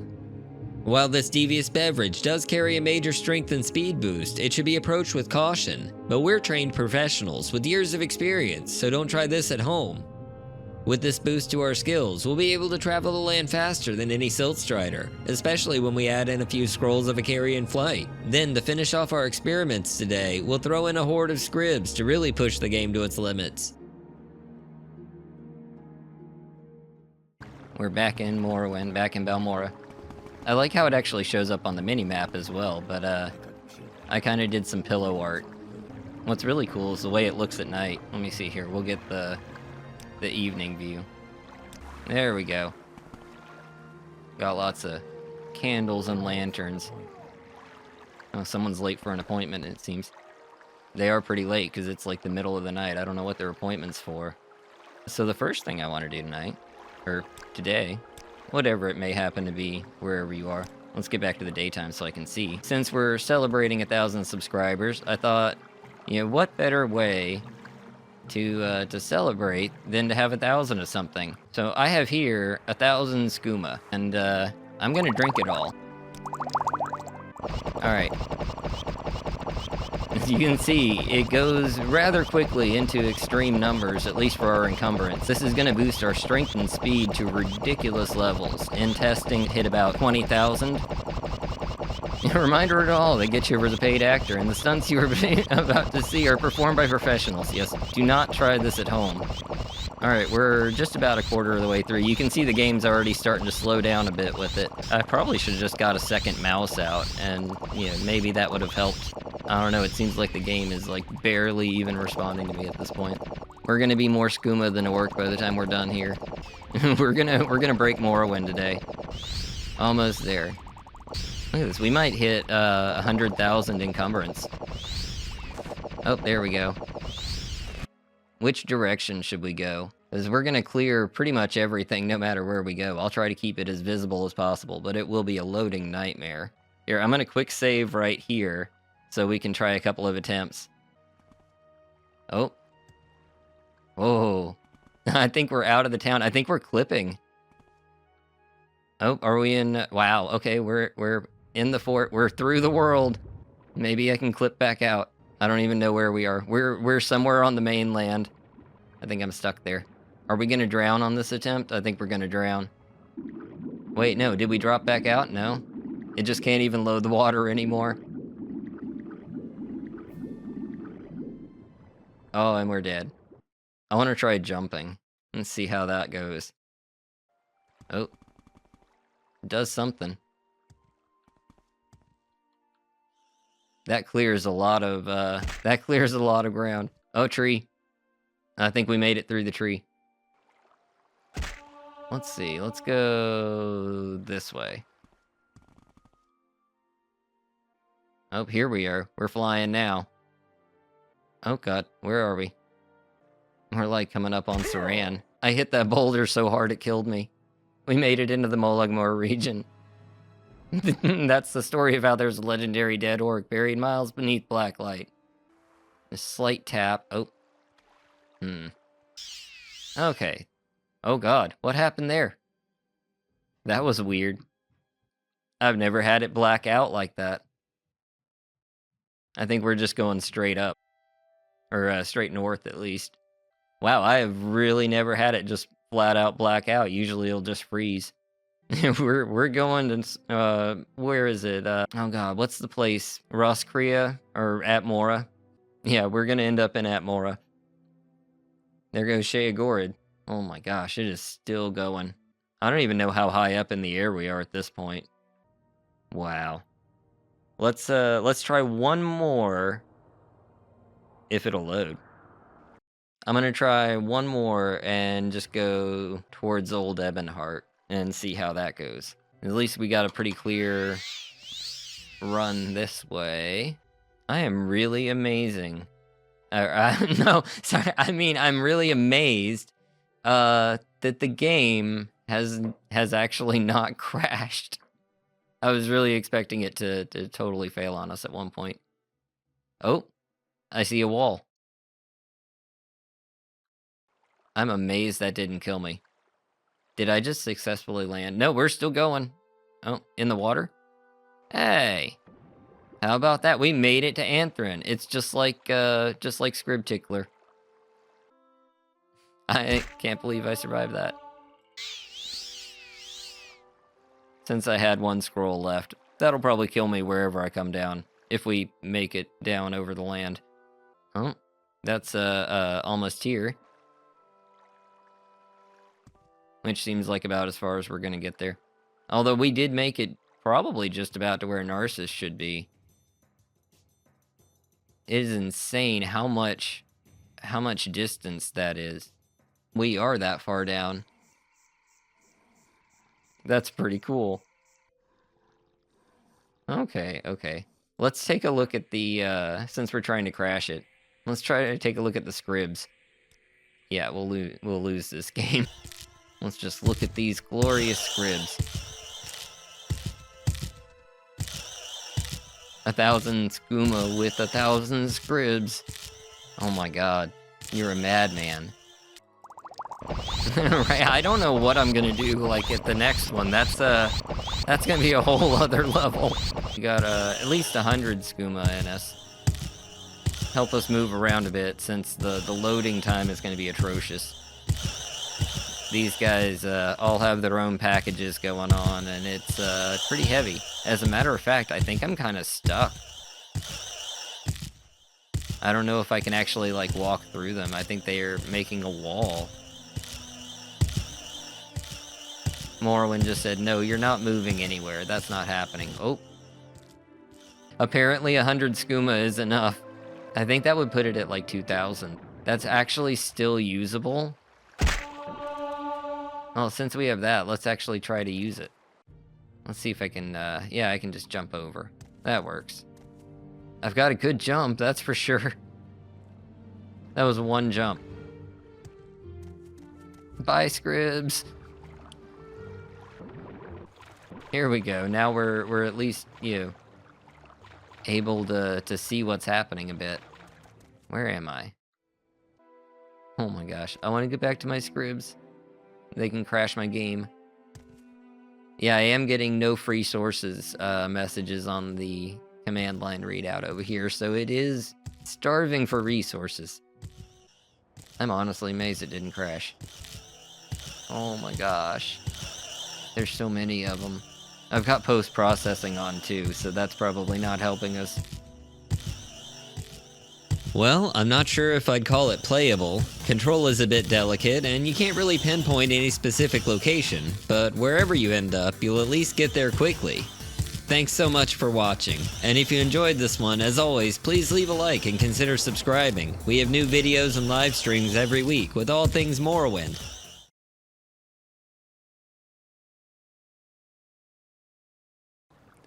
Greetings, Outlanders. Gitshiver here, and today I'm going to be introducing you to the Ashlander Architect mod and showing you how to build a basic settlement. Alright, so as you can see, we are here on the mod page for Ashlander Architect here on Nexus Mods. And of course, like any good mod, you just download it from the files section, either manually or into your mod manager of choice. If you need a recommendation on those, I use Mod Organizer too. It can be a little more technical, but it does the job really well. Now, there are a few requirements to this mod, and they'll be listed right here on the front page. The first of which is actually, there we go, Open Morrowind, but not the regular 0.48. That's the latest public build. You have to get the current development build, which you can find if you click on, Windows builds if you're, in a Windows computer, or there's, Ubuntu options for Linux, and it just downloads the installer. Installing Open Morrowind's a whole other thing that I, probably should make a video on some point, but it's fairly straightforward. The mods you'll be required to use are just basically data packs. So Tamriel data from Tamriel Rebuilt. It's not the actual content that you play in game, it's just the various resources that they've created, because some of those are implemented in. On a similar note, you also need OAB of Ash and Blight, at least the data files from that. So again, nothing is actually implemented in the game world. These are just resources, and they'll be added to, of course, construction build menu options. And then, not required, but always recommended, they're the various amazing static displays. So I knew about this first one, the general, that you'll actually see in a little bit, but I did not realize it was actually part of a series.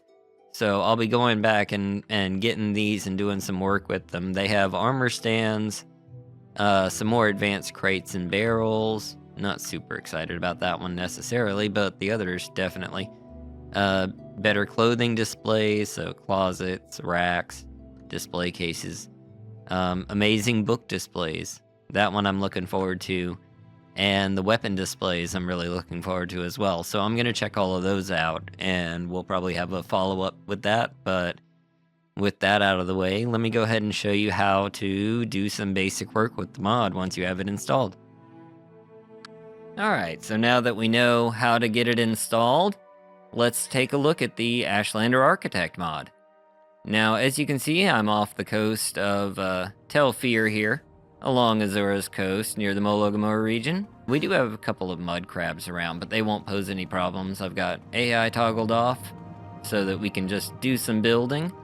I chose this spot because it's kind of a good flat area. And I'm just going to show you how to set up a simple settlement. So the first thing that we need to do is we need to place a settlement marker. We can do that by bringing up our build menu with the B button by default. You can change the key bindings around, but I'm just going to keep it vanilla for now so you can see how it works. So we go over to the settlement tab using our arrow keys and hit up, and it'll bring us into this. We hit markers, go up again, and settlement marker. Now you'll notice this one does cost 3,000 gold. It's the only piece that actually costs anything to place so far. There will be more later that cost money, so it's more realistic of a building thing, but for now it's just this one. And you can rotate it around with the mouse wheel. Holding down Alt and using the mouse wheel should, bring it towards you or push it away from you. And Control drags it up and down.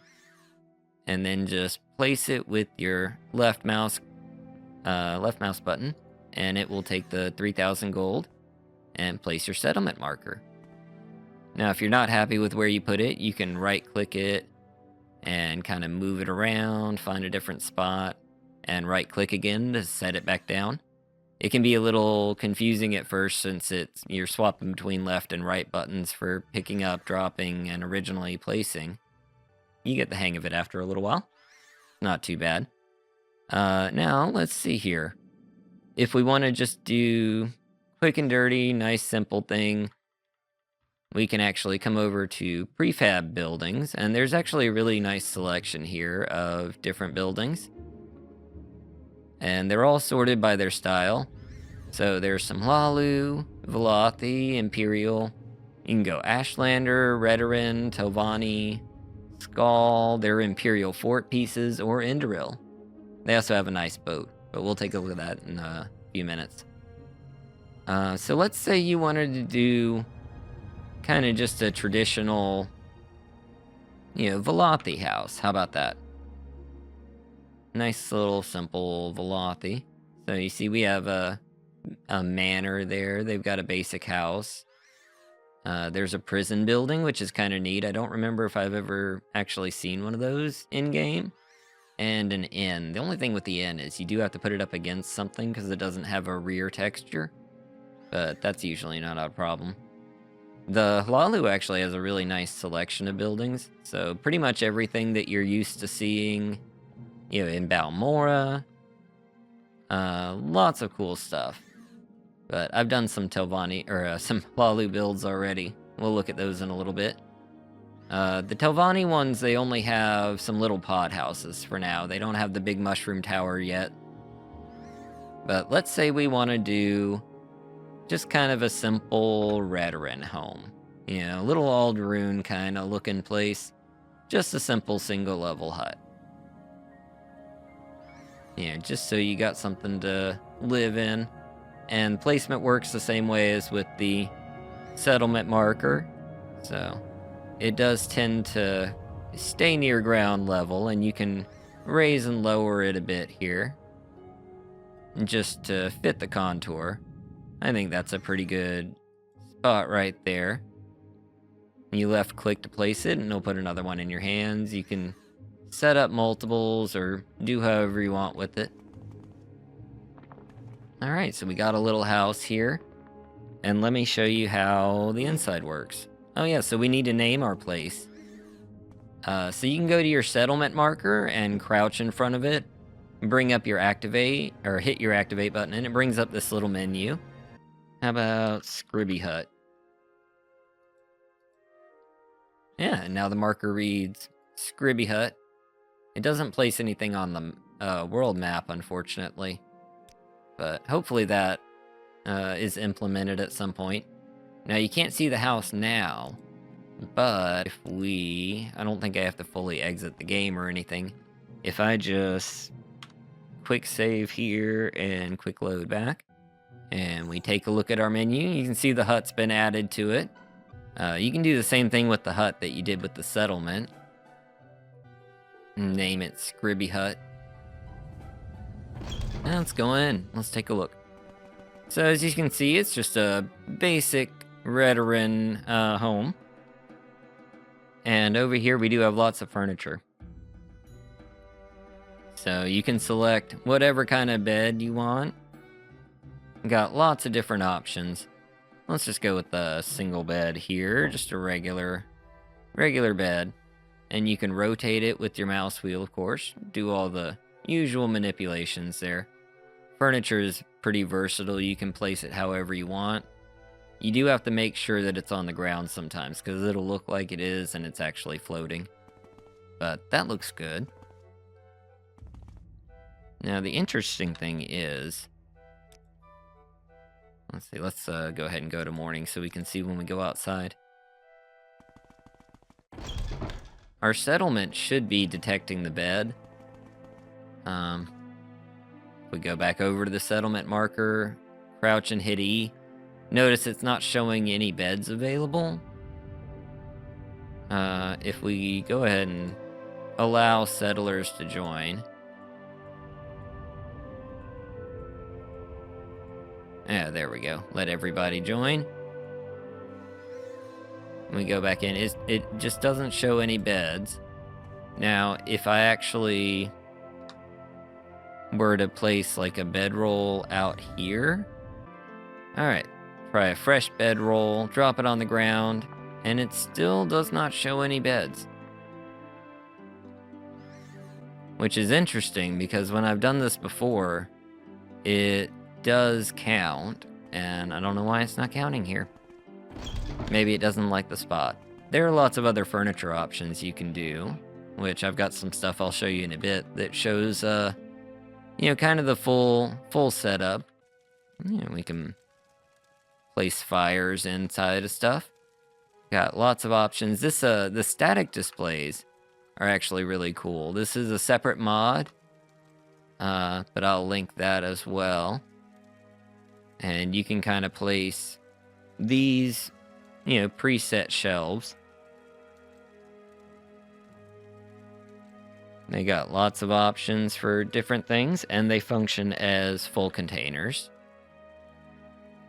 Now, when you're ready to expand your settlement out a bit, there are some bigger options to work with. If we go into the actual building tab, we can pull up some foundations, and those will kind of snap together along the standard, north-south axis here. And they actually snap together, so they're fairly easy to work with here. And if you want to change the height of them, you can drag it up or down. Something to consider when you're designing your settlement or picking a spot for your settlement is just making sure that it's going to line up in the way that you want, because you can rotate the tiles, but it doesn't rotate other than on a 90-degree axis. There are larger versions, like this large Velothi foundation over here, that actually do function independently. And so you can bring that up a bit here. Come on. Oh, vertical lock. There we go. But yeah, you can bring those to whatever angle you want, but they do not snap together, so that is something to keep in mind. Now that we have this little jetty here put together, another cool thing we can do is we can put down, I believe they're in prefabs, yeah, boats. Just one boat at the moment, but it is a pretty neat boat. I do like it. And we can just place that just like this. Oh, maybe a little bit higher up, because as we can see, that one's under, oop. Yeah, so that's one thing that does happen with this. If you click on an element that's not the primary element, then it will actually move independently.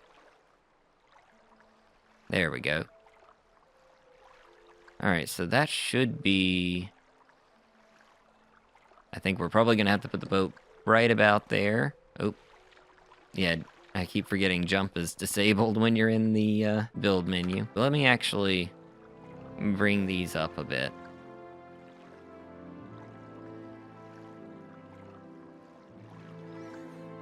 There we go. And the great thing is, now when you click on the next one to it, it'll snap up to that location. And you can offset them as well. And then you can kind of have like, steps going down. Makes it a little bit easier to work with. And that works.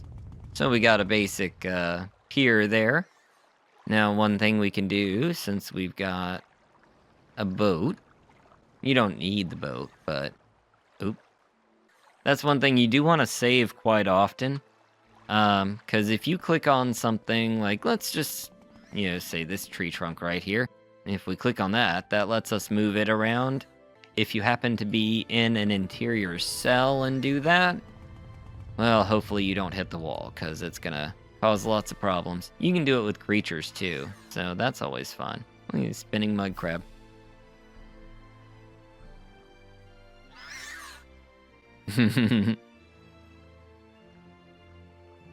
Alright, let's launch him somewhere. How about that? It doesn't launch very quickly. Here, you go in the water. There we are. But now if we go back to the settlements and we go over to markers, we can scroll through, and as you can see, there's lots of different ones. I'm going to put a shipmaster marker. There it is. Now these won't be visible when you're not in the build menu.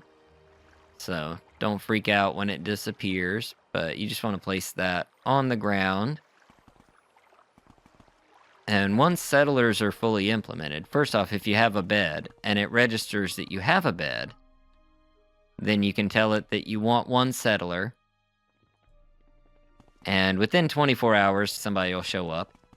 And once it's fully implemented, they should be able to come over here and be a shipmaster and take you all over the place. But now that we've seen kind of the basics of it, let me show you what a full build, full refit of a town looks like.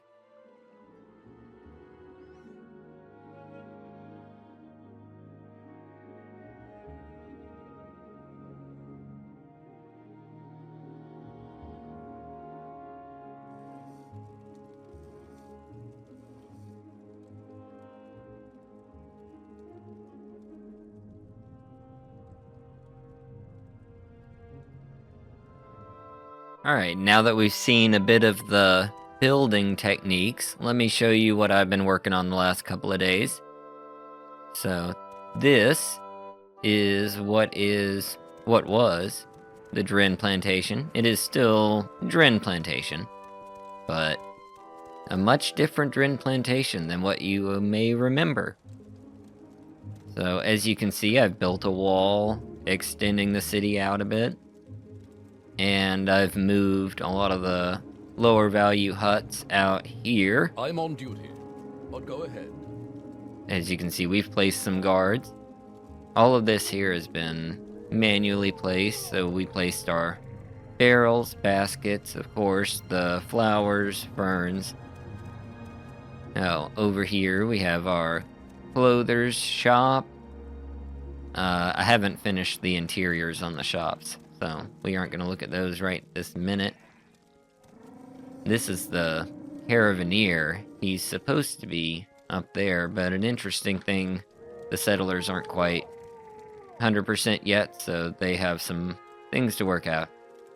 We do have a pawnbroker and a bookseller, little stands, so got a good market district together now. We do have a tavern, which is also not finished, the Thirsty Scrib. As you can see, I've left a lot of the traditional larger buildings in place. and just kind of built around those and accented those. We do have some various guard towers around. Those are still being finished out. And down on the docks, we have a ship now. So, there is still a decent bit of decoration to do here. See, we got another guard tower up there. And this, that for some reason a lot of my settlers are congregating around, is Gitshiver Manor. So, let me give you the grand tour. In the first landing area, we have a little refreshment center. And we've got a bed here for a porter that will run this area here. Nice fire to warm up, and of course we've got our muck shovel prominently on display up here. Little reading corner, some eggs over there. Now if you come down the stairs, we have a little landing, sitting, meeting, greeting area kind of set up. So, I do love these static displays. We've got another one of those downstairs. Now, if we come out this way into the main chamber, this is where the house really opens up. And you can see it's large enough that we have a fountain in here. And there's various things we can look at. Over here is the museum section, which, of course, we're still collecting artifacts to fill out. But we do have everything on display, which I may have too many, may have not enough display places. I'm still working on all that, but yeah, we have banners are placeable. These little coat of arms pieces are placeable. All of this is hand placed. This place was empty. Over here we have our dining hall. So this is a table setting display piece. This is one solid chunk. I did add the food to it, but we have a bar set, and you can do the bar sets. They have all the pieces. It works just like the walls. And of course the fireplaces. The lights are interesting. The ropes are one piece, and they have lots of different options. They have lots of different options for the lanterns.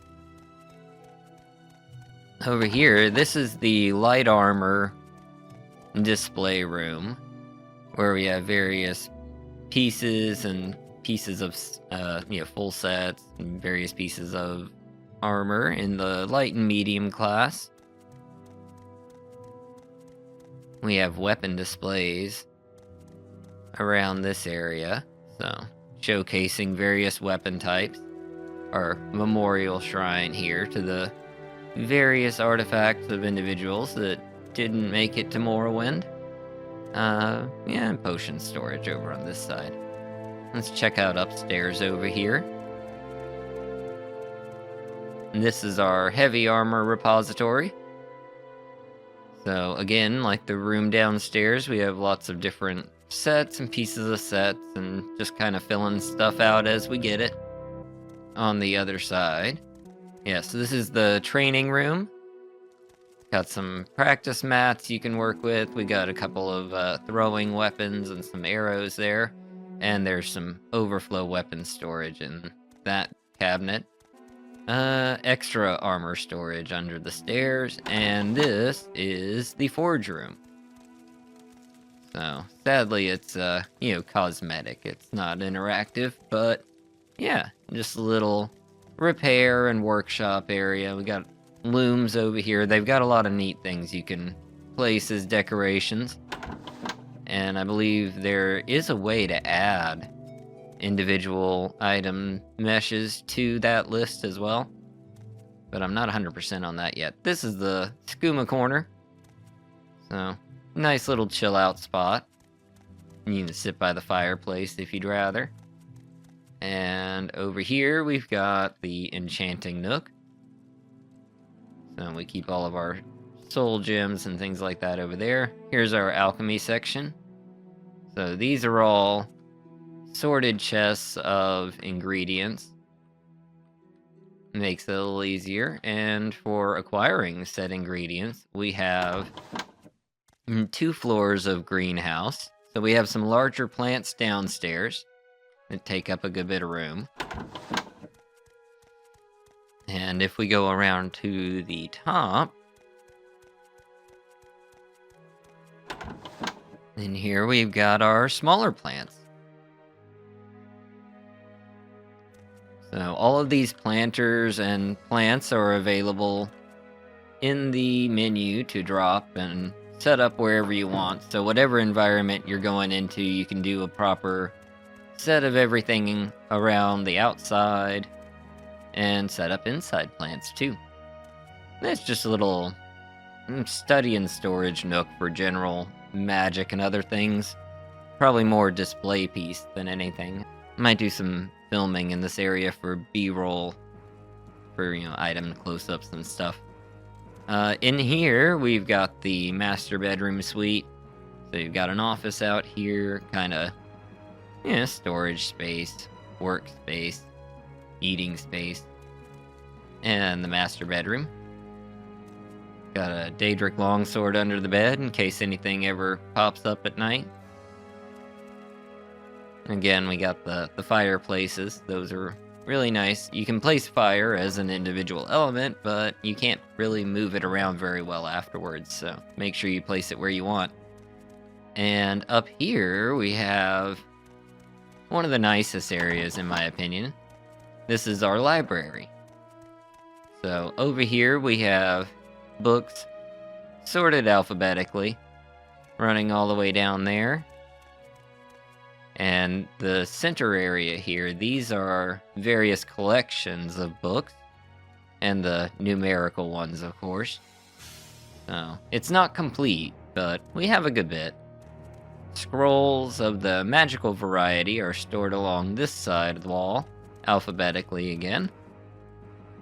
And then there's the research and records department downstairs, where we have various scrolls that don't fit upstairs. Either they're correspondence or, private records, things like that.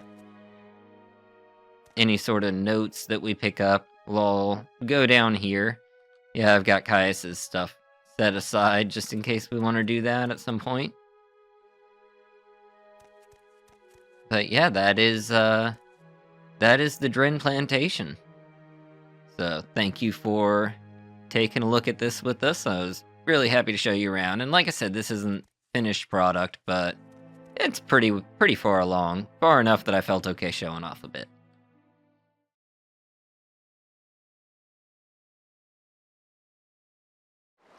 Picture this. You've just returned home from a long day of adventuring. As the sun sets, you wearily enter your home, oblivious to the shadowy figure who's been trailing you. You pass the evening in peace, preparing your equipment before enjoying a less than extravagant meal of scuttle and salt rice.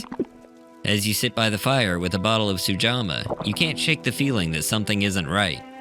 Nothing seems to be blatantly wrong, so you write it off as the residual stress of the professional adventurer and decide the best solution is to sleep. No sooner does your head hit the pillow than the silence is broken by the raspy voice of a Dunmer. Die, Fetcher!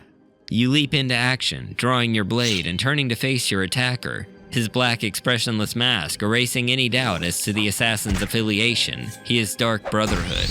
He isn't the first, and if you keep your wits about you, he won't be the last.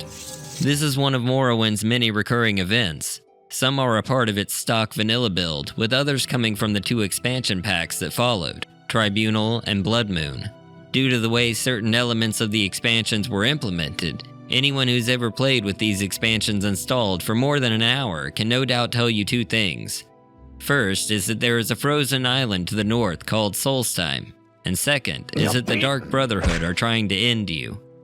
While the former can be annoying when you ask for rumors and they tell you about a frozen wasteland that no one wants to go to for the 10,000th time, the latter results in deranged hitmen stalking you on a near constant basis. While these assassins can be a way to make ridiculous amounts of money early on in the game, the random attacks while you're sleeping and often trying to recover health can be a problem. The attacks can be stopped by reporting to the proper authorities, but we can take things much further than that.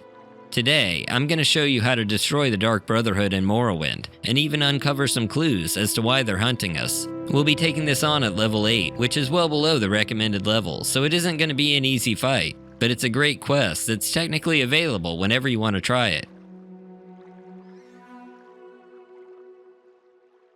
So, we get attacked by the Dark Brotherhood all the time, but, we never really do much about it other than killing the assassins. And I was thinking we might as well make our way down to Mournhold and try to go ahead and kill the Dark Brotherhood. I do have my various rings on me, so I do the vampiric ring if the boss gives us trouble. I don't know if I can do it or not, but we will do our best. Yes, Orc? Yes, Orc. That's me. Yeah, so we're talking to Apelles Mattius, and he's gonna help us get to the mainland by talking to Asine Rand. Yes, what is it? Alright, Rand. I need you to transport me to Mournhold. I fear I've been marked by the Dark Brotherhood, and I need to kill him. The good thing about this is, 99% of it's gonna be like a cakewalk. So, we can speak to any royal guard, and I believe pretty much any of Almalexia's people as well. Talk to them about Dark Brotherhood. I don't know why you'd want to go looking for those demons. Some say they live in the sewers beneath the Great Bazaar. And Mournhold has a huge sewer network that's practically all interconnected. Alright, we gotta find an entrance to the sewers. Oh, well, I guess there's not an area to go in from up here. I'll need to go in from the market. Can't find a sewer entrance to save my life. We definitely need to be careful to watch out for goblins. Pretty much everything else down here is not a problem, but the goblins, if they have their goblin clubs, hit pretty hard. Oh yeah, see, this is what I was talking about. We got goblins.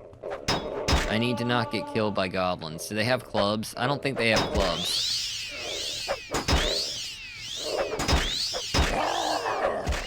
They can really take a hit, too. Alright, well that's 2 goblins. Yeah, look at that. 10 to 35 on the goblin sword. They are pretty tough. Few things take more than 1 hit from Eltonbrand. Oh god. I don't know what he just hit me with. That was a goblin mage there. We might take a different way in. There we are. This is the better way to go. So we've got to get to the Great Bazaar sewers. Right down this way. Oh, nope, that's a dead end. But there is a guy down here. Got a water breathing potion. Slow falling potion. Yeah, and there are several ancestral ghosts, but they're a lot easier to deal with. Oh my gosh. I should rest and contemplate, or meditate on what I've learned. I should. I'll do that later. Here we are, and you can actually talk to this person. I can tell. And she'll tell you that the Black Dart gang is through here. And that would be, kind of the same thing here, considering that the Dark Brotherhood uses black darts. Or at least ebony darts. Definitely want to quick save in here. We're going to start having a good bit of Dark Brotherhood encounters. And they can totally paralyze you, poison you, all the good stuff. There's quite a few of them here. Here they come. He got turned around there, poor guy. Where'd the other guys go? Come on, guys, get up here. They're too scared, they won't fight. They're trying to hide. They know what's coming.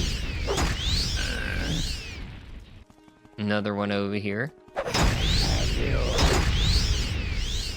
Oh, are you still alive? Here. There you go. Now, the boss, I believe, is in this building. I'm not sure how well this is actually gonna go. Great. Because I know that the boss will try to, paralyze you and poison you a good bit. I do have some cure paralysis. Oh. Okay, I think this is where the boss is. Oh, here we go, here we go. We've got some invisibility. And now... let's try this.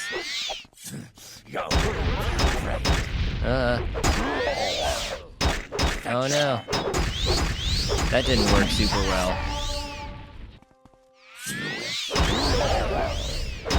Oh, well, it's draining him at least. Oh god. Oh, here we go, here we go. We did it! We got him! Die, rat. Alright. The Dark Brotherhood will no longer cause any problems. I've got an adamantium jink blade of wounds. Pretty slick. And of course they've got 20 dire viper arrows there. And we've got a Dark Brotherhood contract. Which, is on me. So somebody named H has a contract out on me, which is a whole other rabbit hole to dive down, but the Dark Brotherhood at least will no longer be a problem. With the death of Dandruss Vools, we can finally rest easy. The Dark Brotherhood of Morrowind has been, for the most part, shattered. While a handful of agents and even the local Night Mother still live, surfacing in the special duties of the Morag Tong, they will no longer seek your death quite so intently. There is still the matter of figuring out who ordered the hit on us to begin with, but that's an adventure for another day.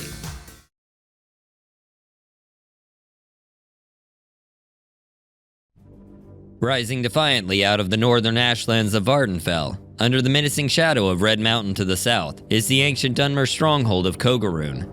This historic site once served as the epicenter of one of Morrowind's most powerful houses, yet despite the millennia that have passed since its construction, it has not fallen into disrepair, nor, as many adventurers have discovered, disuse. Kogaroon, meaning unbreakable home in Dunmaris, certainly lives up to its name, as its great house has been shunned and hunted for centuries, yet still plagues the land into the modern day. This house, much like Kogaroon itself, is considered to be lost, decimated, left with naught but ruin. This disgraced house is of course House Dagoth, 6th House of Resdane, and the domain of the Dunmer, formerly known as Vorin Dagoth, High Counselor to Lord Indoril Nerevar, known now by the neonymic Dagoth.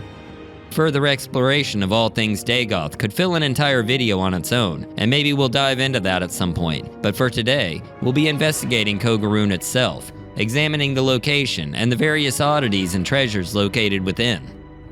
However, before we can do that, we have to first locate the stronghold. For that, we'll be starting our journey from Margon, located just to the northwest of the Ghost Fence. We've actually covered this route before in our Daedric Blunts video, so I'll give you a bit of background on Kogaroon as we travel. Outside of morbid curiosity, there are only 2 quests that will see you sent out to this location. As such, there are no signs marking the trail. According to the Tribunal Temple, Kogaroon is lost, and while the temple has a tendency to be very forgetful when it comes to sensitive topics, I believe they genuinely don't know, as they've sent an Ordinator to try to locate this ancient stronghold, and then sent the player out to look for said Ordinator when he failed to return. The Ashlanders, however, have not forgotten, sending the player to the site to prove themselves in order to gain the trust of Clan Ursulaku as part of the main quest. Upon arriving at Kogaroon, we'll find the first point of interest just barely within the confines of the site itself. They apparently don't make Ordinators like they used to, as despite having a holy relic, Feral Salmon failed to best the few foes patrolling the perimeter. Feral was sent with the hair shirt of Saint Erelor, offering some level of protection, and I imagine a good bit of itchiness. Be sure to take it with you, as well as the free set of Ordinator armor for good measure. We'll encounter a few casual enemies here in the courtyard, but nothing out of the ordinary. Once they're dealt with, we can investigate the smaller buildings located around the area. First is the Dome of Pollux Eve. Inside, we'll find the first of many named Ash Ghouls, Dagoth. All possess a 6th House amulet capable of draining your personality by 20 points, but they're worth 2,000 gold and make for good war trophies nonetheless. Also in this room is one of the 3 tokens the Ursulaku send you to retrieve, the House Dagoth Cup, so be sure to grab that while you're here. Heading back outside and to the north leads to the Dome of Urso and the first Ascendant Sleeper, Dagoth Reller. You shall serve as flesh or dust? These beings are the penultimate followers of Dagoth and will take the time to talk down to you before engaging in combat. Much like their lesser kin, they also carry 6th house amulets to add to your collection. And here we can see that when not demeaning the protagonist, they also enjoy doodling 6th house graffiti all over the place. The central building is the Temple of Fae, with Dagoth presiding. Serve Lord Dagoth. He'll question our destiny and our courage, and get a sword to the head for his trouble.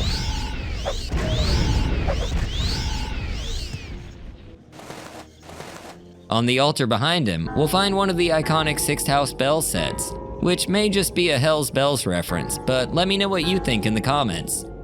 That's the last of the outbuildings, so we'll make our way to the western end of the compound, and the stronghold entrance proper. The ground level is known as the Hall of Fisto, and I don't want to be the one to find out why, so I'll be using stealth in this area. Also because the lesser ash creatures have some interesting dialogue if you can catch them before they turn hostile. First being Dagoth Delnus on the main level. He'll deride our efforts, declaring that we're past the point of words and that we'll face the fury of Dagoth. Unfortunately for Delnus, he'll find himself suddenly struck by a bad case of head wound and not live to see that dream realized. Towards the staircase is the wandering ash slave. Unlike the various sleepers and ghouls, ash slaves are not mortals, but magical constructs, small manifestations of Dagoth's power. The bizarre dialogue paints an interesting picture of the madness inflicted by such an existence. Observant explorers will note that they've been stacking various furnishings all around the site. The significance of this practice eludes me, but maybe they're getting ready to have the floors waxed or something. The door leads to the top floor, known as the Hall of the Watchful Touch, which, again, sounds questionable and unpleasant, much like the general vibe of Kogarun itself. Here we'll find Dagoth Baller, give him a good crushing, and retrieve his anti-Riz necklace. Behind him is a small staircase with a door at the top. This door leads to the roof of the complex. The only thing of note here is a Dunmer standing in the far corner, probably taking a smoke break, but it's nice to see he'll still engage a customer when approached. With the upper floors cleared, we can head back to the ground floor and take the southern staircase to the Hall of Maki. This level breaks the ringed pattern from the previous floors, with multiple areas to explore. The antechamber on the right features a 6th house shrine and an ash zombie, who saw me before I could camouflage, but as you can see, he's been a busy little worker, stacking up the chairs like Dagoth likes them for some reason. Through this door lies the Stronghold's jail. It features 3 cells, basically just locked rooms, improvised on the spot.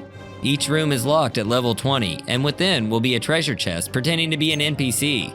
In the first room, there's a Khajiit with an ash statue and an ebony sword. Maybe they fell under the spell of the Dagoth dreams from the statue and were lured to their death here in the wastes. Non-Dunmer are not welcome in the 6th house after all.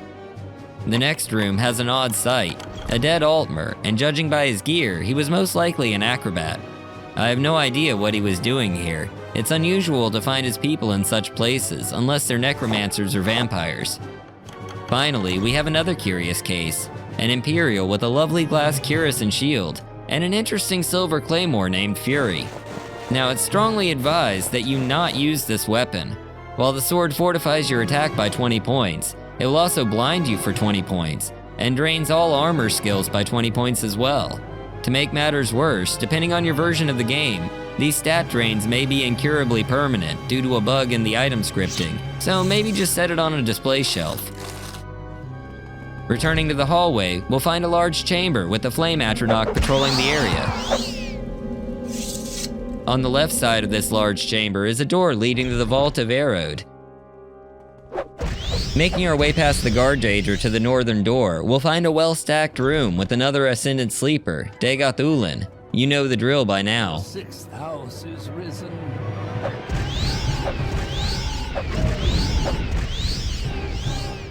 Ulin carries a key to the next section, so be sure to grab that. On the other end of the chamber, we'll find a Bone Lord guarding a few interesting finds. A nearby table has some gold and a potion, as well as a Telvanni Adept Dusk Helm and an exquisite robe. It seems the Bone Lord and one of the developers had too much free time, as in the corner of the room is a work of art that I have to imagine took ages to put together. A 6th house sigil drawn entirely in septums, 284 of them to be exact. With this chamber cleared, we must backtrack to the Hall of Maki, crossing over to the opposite side of the large room to a smaller area, also featuring a single Daedra to fight. In the north of this area, we'll find another door. This one leads into a large space with more Sixth House banners. The single Ash zombie here seems to have lost connection to his lord. We can help him by sending him to his creator directly. The ramp ahead leads to a locked door. Making use of the key we retrieved in the Vault of Erode, we find ourselves underground in the Nabith Waterway. This area consists of a winding reservoir that for some reason is actually brighter and livelier than the canal works of Vivec, but with slightly beefier enemies, like this Frost Atronach or this Ash Slave. Most of the branches here are unnecessary diversions, but the central southern passage will lead us to the penultimate chamber of Kogarun.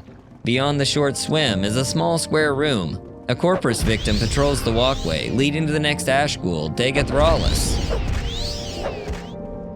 At the southern end of this room is a cave door, leading into the first cave section, Charma's Breath. Inside, we're greeted by a flame Atronach. Beyond here, the path splits. The right path leads into the final section of Kogarun. The left path, however, goes to an area described by the Morrowind Prophecy strategy guide as a, quote, bad place. Ahead is a lava pool and an eager ash ghoul named Dagoth Daynil with another Sixth House amulet.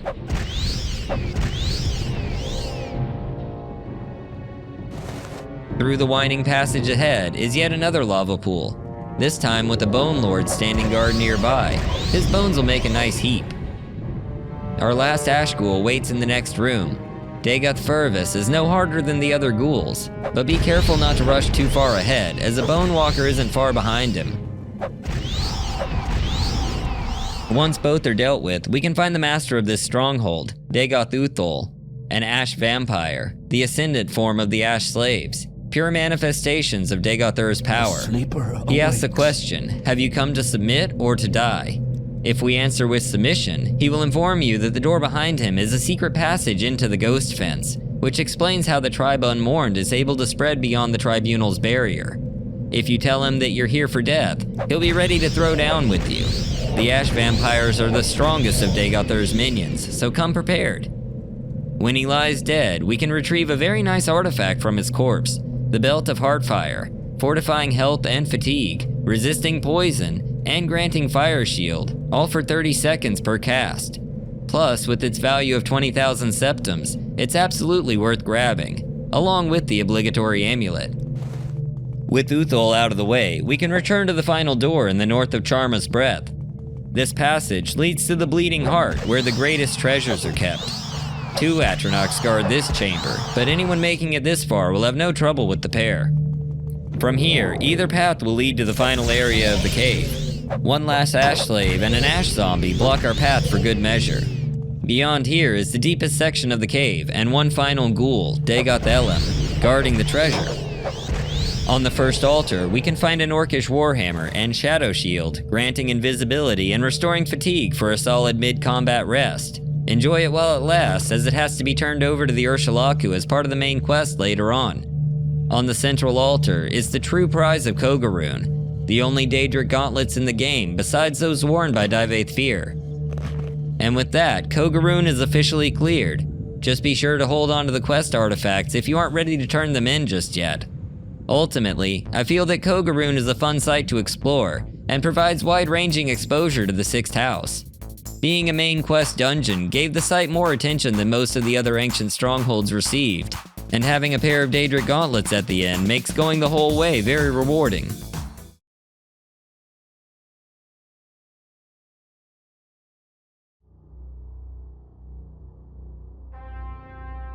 Since the dawn of man, or Mur as the case may be, one thing has remained constant: the need to beat other life forms into submission.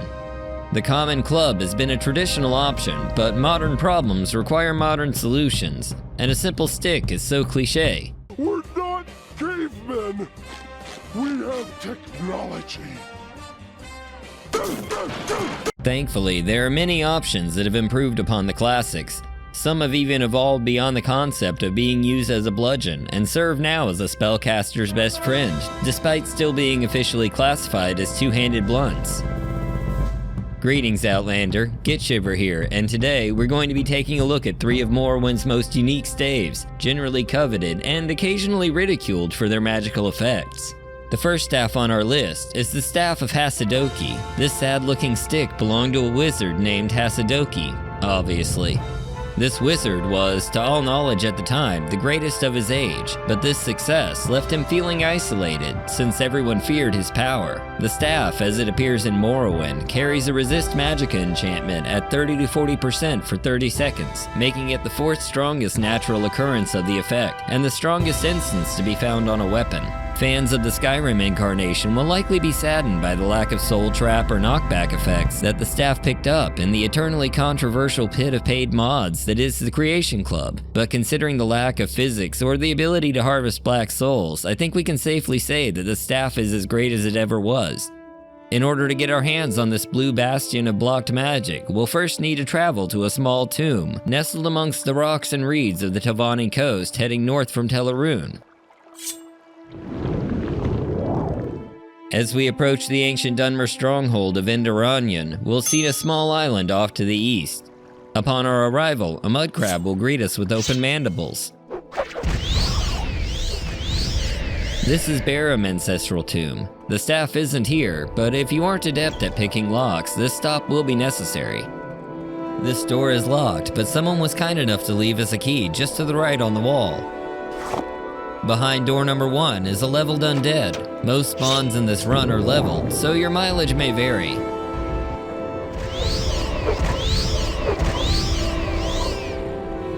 Nearby is a copy of Vivek's 16th sermon for a quick axe lesson.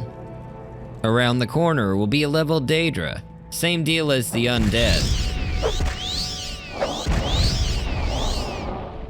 With him out of the way, we can poke around the left side room for another undead encounter. For me, it was another Bone Lord. Plus, an unfortunate sod with an unusual scroll of black fate. These scrolls damage luck 5 to 15 points on touch. There are only 7 guaranteed examples of this scroll in game, and we're going to get 2 of them today. Down the stairs, we find ourselves in a room with 2 doors. The one straight ahead doesn't add anything to today's adventure, so we'll instead focus on the door to the right, behind which will be a leveled Daedra and undead enemies to deal with. Up the small staircase will be our target. Though he appears to be an unnamed knight, we do know that his name is Morty, as will be revealed at our next stop. Grab his key to Gamathran Ancestral Tomb, which happens to be our next target. Heading back outside, we take the relatively short trip to the southwest. Gamathran Ancestral Tomb can be found due west of Wolverine Hall and Sadrith Mora. If you pass Galamdeus, you've gone too far. This tomb starts off eerily similar to the last one. The first door is at least unlocked, but a leveled undead waits patiently for trespassers on the other side.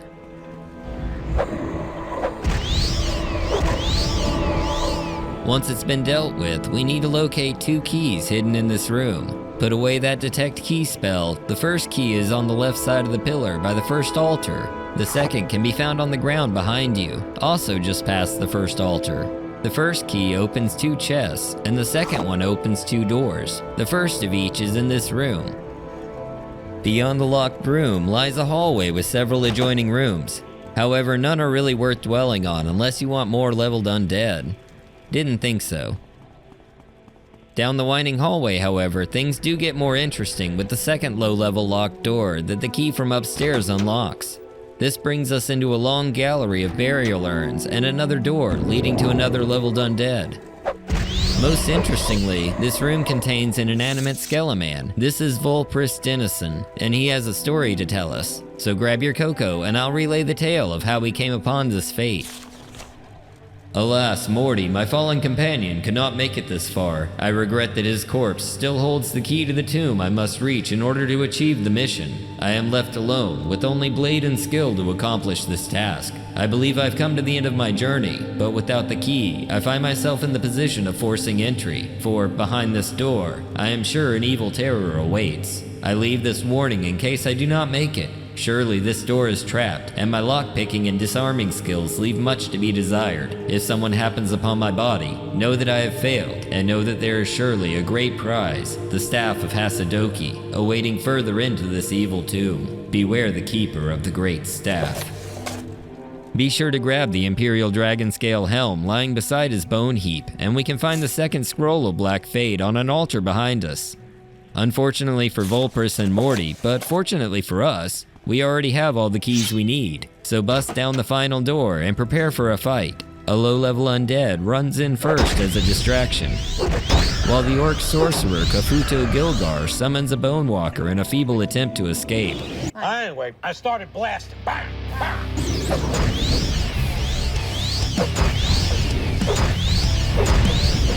Once he's out of the way, we can loot his corpse for our sick new walking stick. The staff is a perfect addition to any Altmer or Apprentice build with its excellent resist magic enchantment.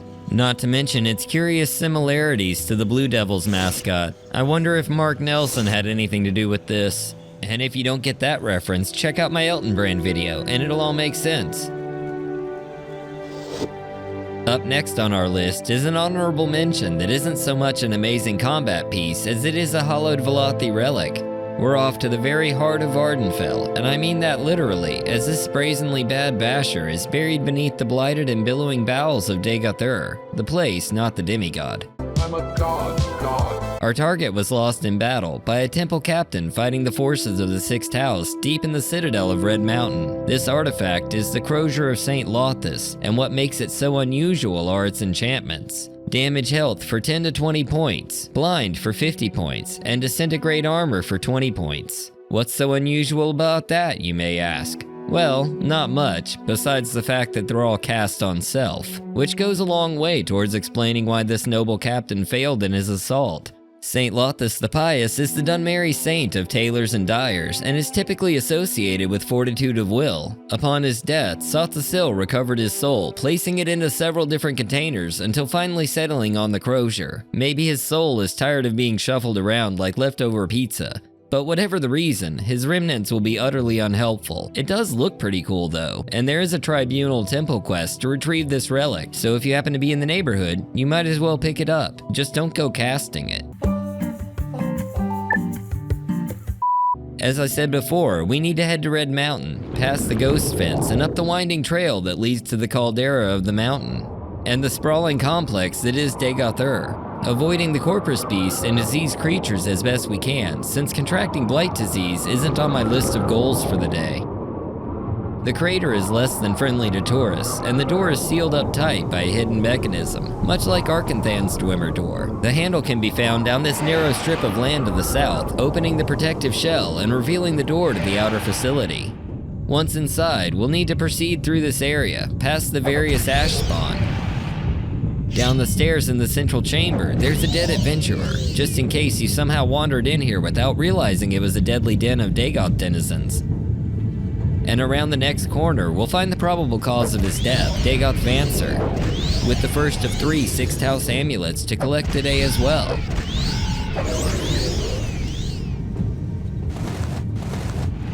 In the next room, Dagoth the Enos waits to offer up his amulet in exchange for a quick death, which is a fair enough bargain as far as I'm concerned.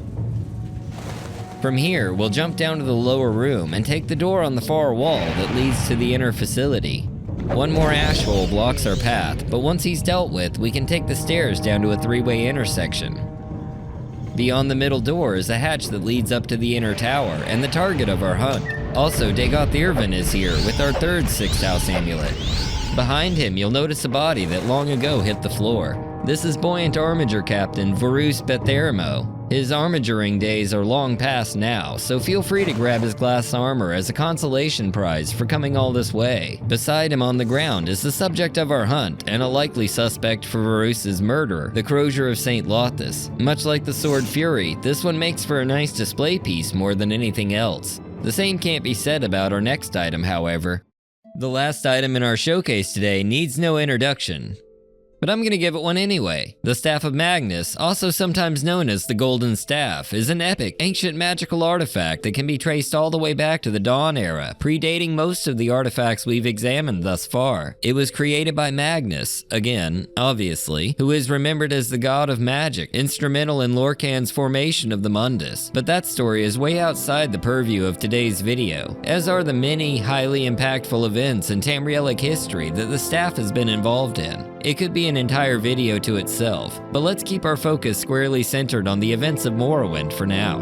In this incarnation, the staff carries two different effects, a 25 to 50% chance of absorbing spells for 60 seconds, as well as restore health 1 point for 60 seconds. This staff provides the second highest absorb magicka chance in the game. As such, it'll be extremely useful for Atronach builds that are reliant on absorbing magicka to function. In the normal course of events, you'll be sent to retrieve this fine relic by one famous shroom-loving feline, Ajira, at the Balmora Mages Guild upon reaching Warlock rank in said guild. But if there are two traits that Morrowind rewards, it's perseverance and initiative. We don't need some drug-addled cat to send us on an epic quest. All we need to do is make our way down to Molag Mar and use our definitely not TSA-approved flying dagger to travel north to Mount Cand. The mountain makes for a fairly discernible landmark, but there are two caves near to each other. One is the Mount Cand Caverns, which we don't want, and the other is the brilliantly named Asu.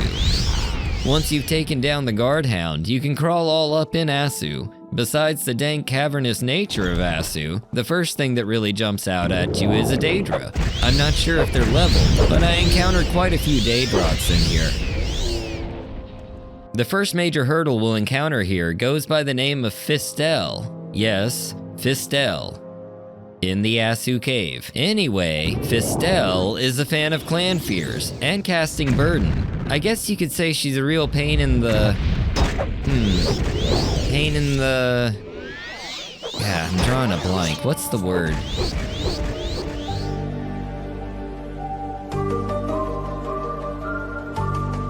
Anyway, once her and her various Daedra are down, feel free to check the random chests in here, including one at the bottom of the pool. Just watch out for the slaughterfish. Moving on, we'll encounter one last Daedroth and find ourselves entering into a vast, gaping, okay, that's enough of that, cavern with a notable presence at the western side. Saving and healing is definitely recommended here, as the sorceress on the other side, Dravini Hlaren, is a level 20 sampler platter of spells designed to ensure that you have a bad time. She'll also most likely have a Daedra sidekick and summon a Bone Walker just for a little extra grief. I decided the best way to fight her was to draw everyone to the bottom of the platform, then levitate around to the back and gain the high ground, which seems to have worked out nicely. Once the witch lies dead, we can rummage around her pockets for the glorious Staff of Magnus and its spell-sucking enchantment. Besides its prowess as a defensive aid, its unique appearance makes it a standout among more common sticks, so find a nice place to display it if you aren't intending on handing one of Tamriel's most historic artifacts to a certain hippie kitty. And there we have it, 3 of Morrowind's most powerful, or questionable, but certainly unique staves. And yes, you can still use them to bludgeon enemies if you want to. I'll definitely be adding these to my growing museum, and I hope you'll consider picking them up as well.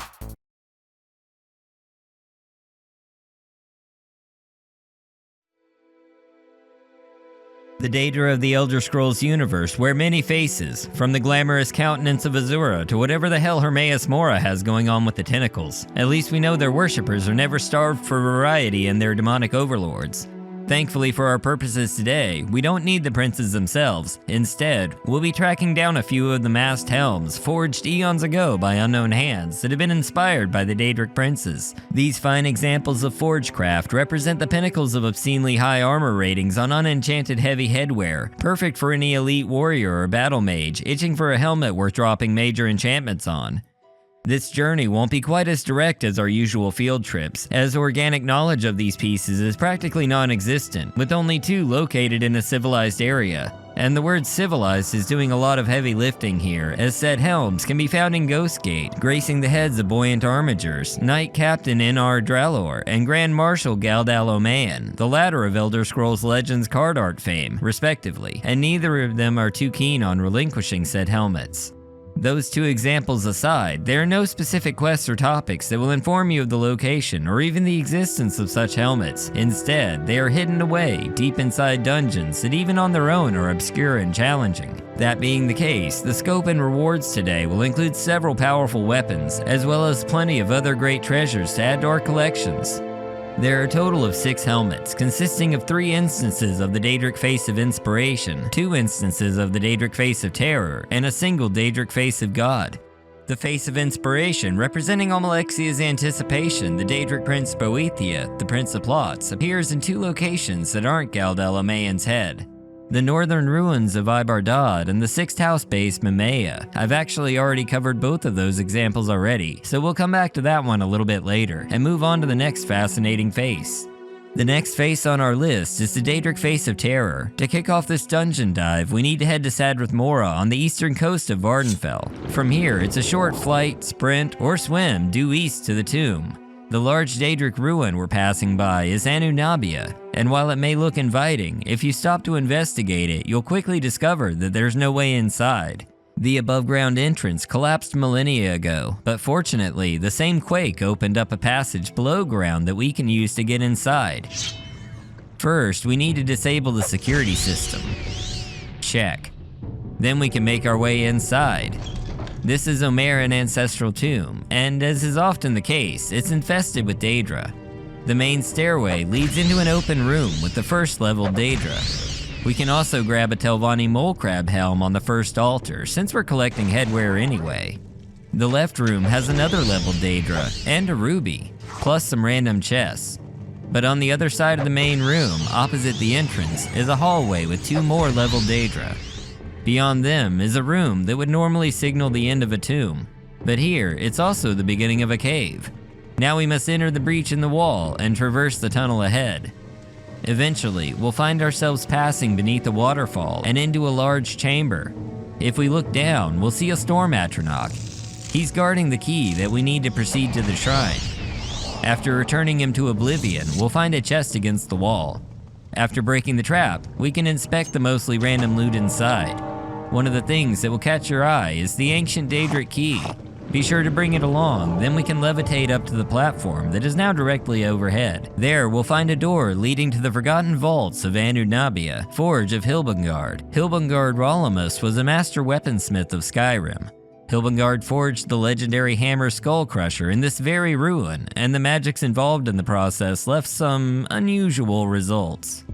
Before we get there, be sure to grab the Scroll of Windwalker if you need a long-duration levitation cast. Then we can hop down to the lower level and deal with the Frost Atronach guarding the next door. This door uses the key we retrieved from the previous cell, and beyond it, we'll find the Forge Chamber itself. There are quite a few points of interest here, so let's take a look at the highlights. In the central part of the room is an anvil with a Grand Master repair hammer, and a strange floating chest, inside of which is the legendary head hammer itself. It's certainly capable of doing some serious damage, with an attack dealing between 1 and 60 damage per strike, in addition to fortifying your attack by 5 points constantly. The feather effect also nullifies the weapon's weight, so equip it to drop 15 pounds quickly. Off to the northwest is the Flame Atronach on a platform, and after introducing ourselves, we'll find a Dwarven Helm of Wounding, a Master Repair Hammer, and 2 Armorer skill books, the Armorer's Challenge and the 36 Lessons of Vivek, Sermon 25. Walking over to the west reveals a Dwarven Jinkblade and an Ebony Spear tucked away in the corner. Returning to the area with the books, we need to levitate up to this small opening, and in the back on an altar, we'll find the Daedric Face of Terror. This mask represents the aspect of Nerevar as Hortator. While not quite as good as the Face of God, it still boasts an insanely high armor rating. And as a bonus, there's another Armorer skill book, the Last Scabbard of Akrash, sitting nearby. Before heading out, check out the other side of the chamber for some Dwemer Boots of Flying with levitation 1 to 100 points for 10 seconds per cast. There are also a few more chests floating around here, so feel free to explore the chamber a bit more.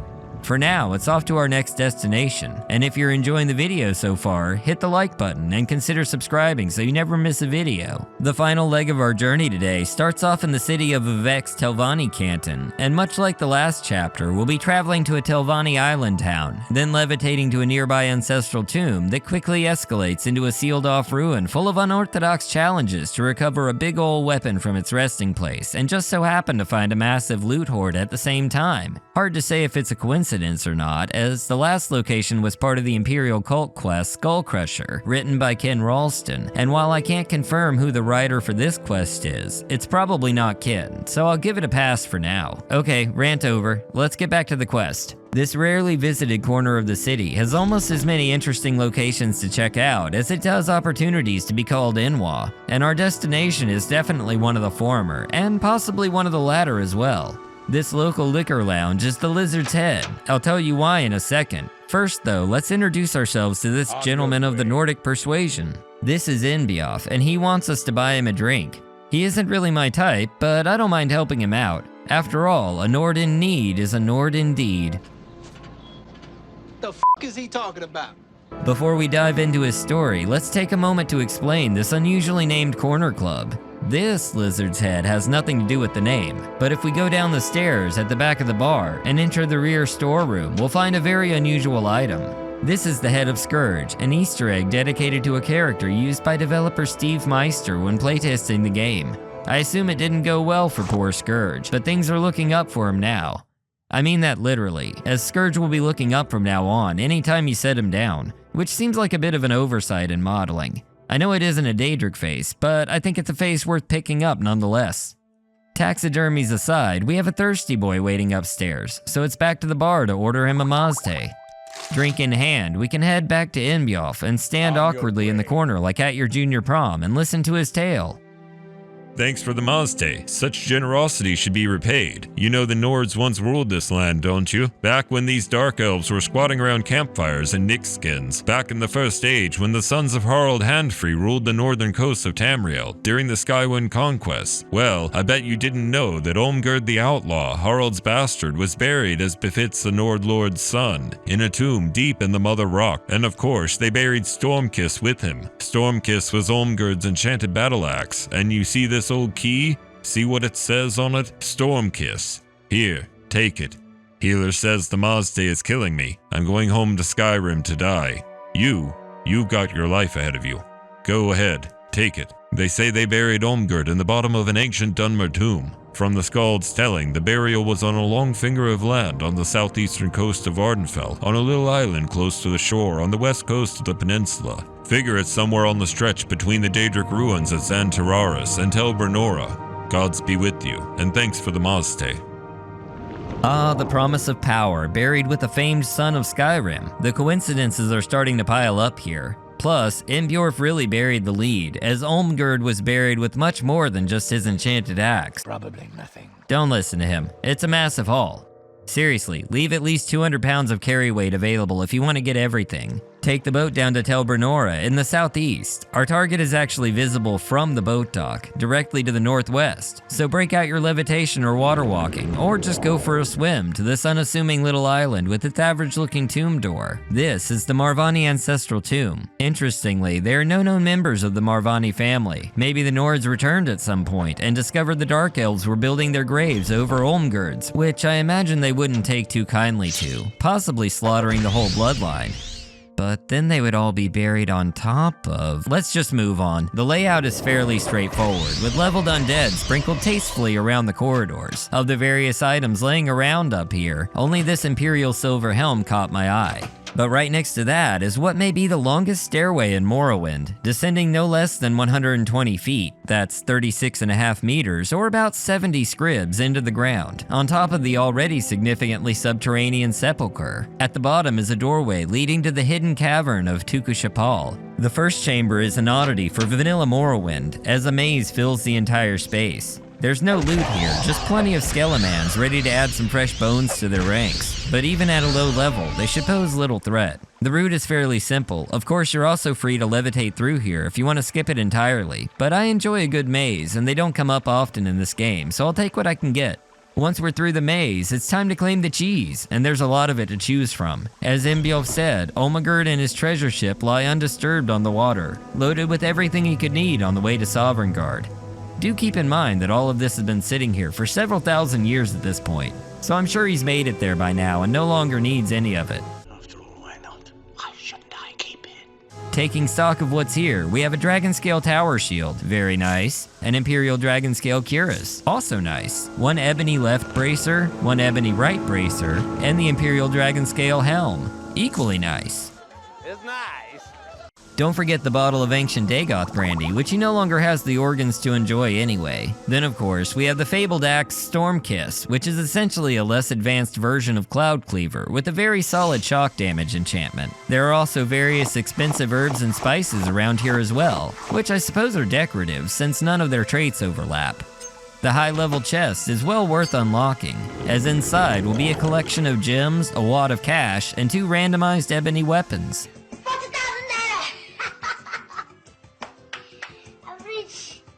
At the back of the boat are several more valuables to grab, but for the real prize, we'll need to levitate up to the small opening above the stairway. In here, we'll find the Daedric Face of God, the highest rated unenchanted heavy armor helm in the game. This mask represents Vivek and his anticipation Mephala, the web spinner. Alongside the Face of God is a massive Daedric warhammer. These 2 items alone weigh 111 pounds together. This chest is random, but the assortment will be similar, so check for anything good, and since we somehow still have room, we can head down into the water by the boat, making sure to eliminate the drow chilling just below the surface before diving into the depths. Down here are 3 ebony ore veins, so we can fill those last few points towards over-encumbrance and use some teleportation magic to escape a probable watery grave with several hunks of ebony. By now, you probably have enough treasure to flatten a Gwar, but there's still one more Daedric face to track down in order to finish the set. So check out the videos on screen now to find your Daedric face of inspiration, along with even more must-have gear like Morrowind's best shield or shortblade.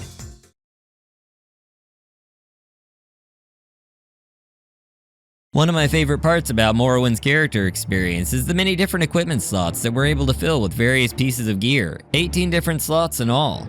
Much more versatile than the 10 in Oblivion or the 7 used in Skyrim.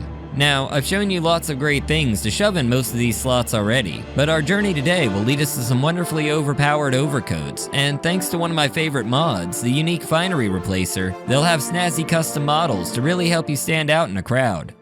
All 3 of the rare robes requiring requisition are Great House quest targets, 1 each for Hlaalu, Redoran, and Telvanni respectively. That of course means that someone else is supposed to end up with the robes, but thankfully we don't have to be on any of the particular quests in order to get our hands on the goods. I'll still give you a brief overview of each quest, just know that they're not required if you only want to go clothes shopping. The first robe on our rack today comes to our attention during a dubious dose of House Hlaalu Hullabaloo, the Control the Ordinators quest, given by Duke Vedamdrin himself. Apparently, he's not a fan of the level of zeal, or possibly fanaticism, with which the Ordinators perform their duties, and he has a sneaky little plan to get them to release the collective cojones of the Hlaalu Council so they can continue their completely legitimate business activities that are definitely not fronts for any sort of criminal enterprises within the Duke of Ardenfel's own family or anything, allegedly, in my opinion. There's a perfectly good explanation for this, I assure you. But if government officials aren't really your speed, how about the arch-canon, Tholar Sarioni, of Sarioni's sermons fame? The Duke feels that Sarioni is a reasonable mer, and they should be able to come to some understanding about what role the Ordinators should play in house business.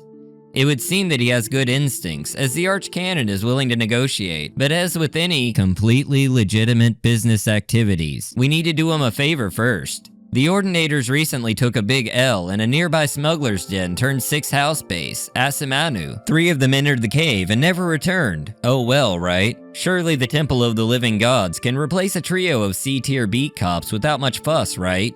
While I applaud your cutthroat managerial approach, the 3 Stooges themselves aren't what has the previously peaceful Patriarch perturbed. As we've seen in places like Kogarun and Degathur, Ordinators have a nasty habit of marching into battle with ancient and priceless relics of the Velothi Saints, then quickly dying to the first strong breeze that hits them, and Asimanu is no different. The cave itself is located west of Vivek Slalu Canton, roughly equidistant between Ebonheart and Satanine on the small island near the remote shipwreck. Inside, we're met with the Descent, a Corpus creature, and a crossroads. Directly across the gap is the shrine's back door, locked at level 35. But if we instead head to the right, we'll find an ash slave and a bit of a drop-off. Be sure to bring some levitation options, as this isn't the only place that you'll need it in here. After dropping down and continuing north, we'll come upon another ash slave, with an ash zombie not far behind. Once they're dealt with, we can turn our attention to the non-ash-based corpse on the ground.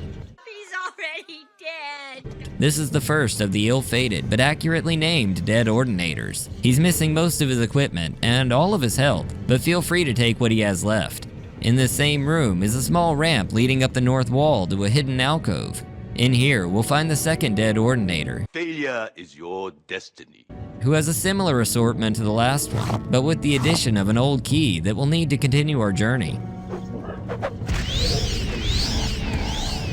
After dispatching of a few stragglers, we can head west through the next room and around a large bend. Then it's a straight run south to the other end of the cave.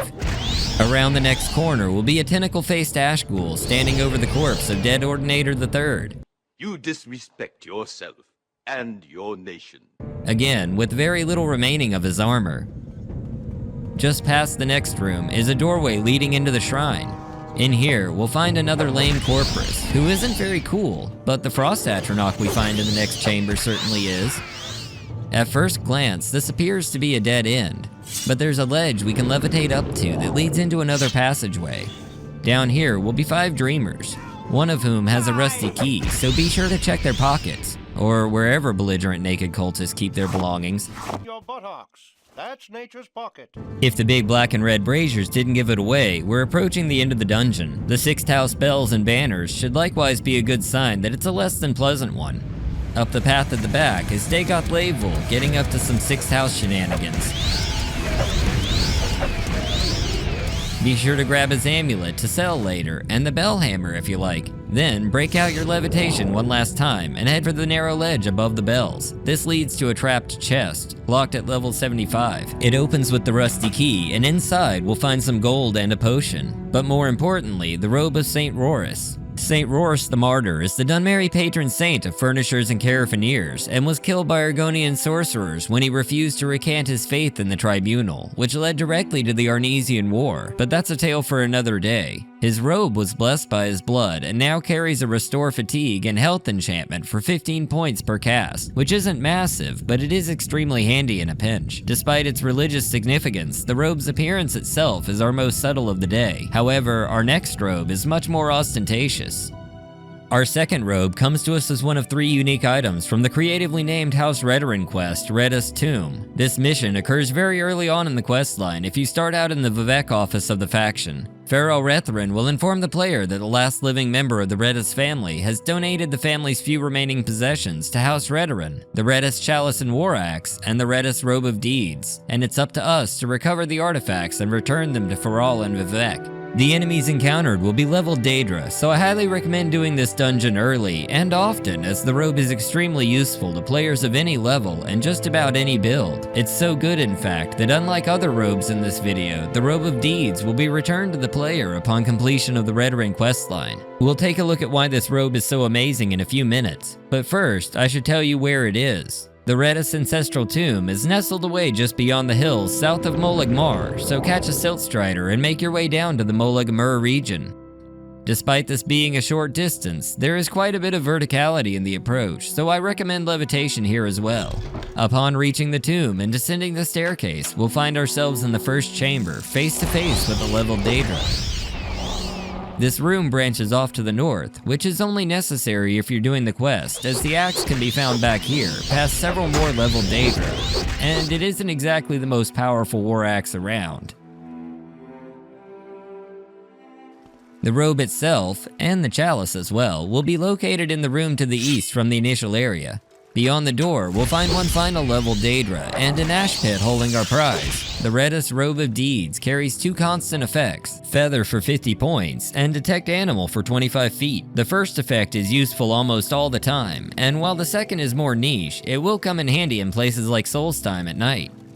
Last but not least, we have another fantastic robe belonging to the House Telvanni questline. The Venerable Master Neloth requests that you go compliment Sinise Thendo, a servant of Archmagister Gothrin, on her lovely robe of the Drake's Pride, and ask ever so nicely if he could borrow it.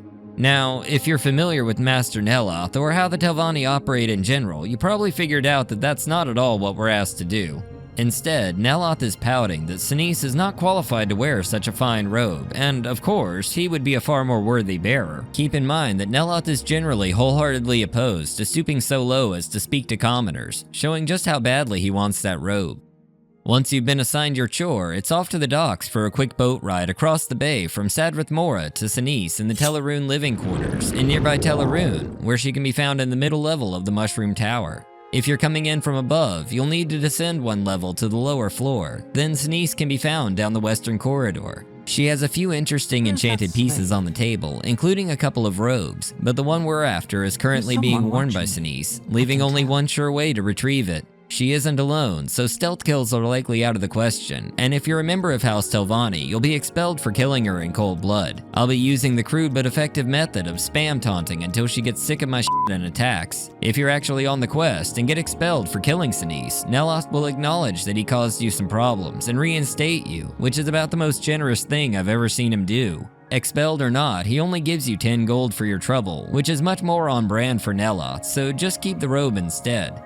Like most spellcasters, if you can get in close early on and strike quickly, Sinise will be down before she's able to do much damage, and we will find ourselves in possession of the fantastic robe of the Drake's Pride, granting a triple constant effect of Fortify Intelligence 10 points, Resist Fire 25%, and Reflect 25%, making it one of the absolute best clothing items in the game. These robes will bring some much needed utility to an underserved equipment slot, and if you're using the unique Finery Replacer mod, link in the description of course, they'll make you the envy of all the Enwas and Swits.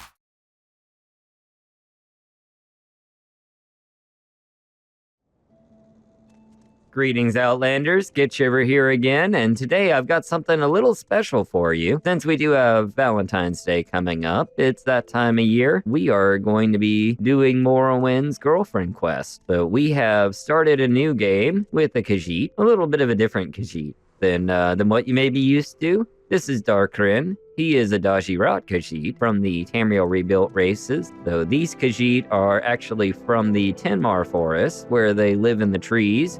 You can't really tell super well right here, but he's a lot shorter than most Khajiit, but that's not going to be a problem for what we're doing today. We're here in Pelagiad to meet a very special someone. There's a certain Khajiit in the Halfway Tavern that if you happen to be male and you happen to be personable enough to have a disposition over 50, then she will be very interested in you. Let's go ahead and go meet her. She's just right back at the back of the bar here. You hail, friend. Oh, Sarah indeed. This is Anasi. And she is going to be our girlfriend. She likes our smooth moves. When Anasi sees smooth moves like this, Anasi thinks a dancer, no? A high wall walker. If you aren't in the Thieves Guild suite, perhaps you should be. Well, we are in the Thieves Guild, but that's neither here nor there. Show her your smooth moves. How can Anasi not see? Must she be blind? She sees you walk, and she likes what she sees.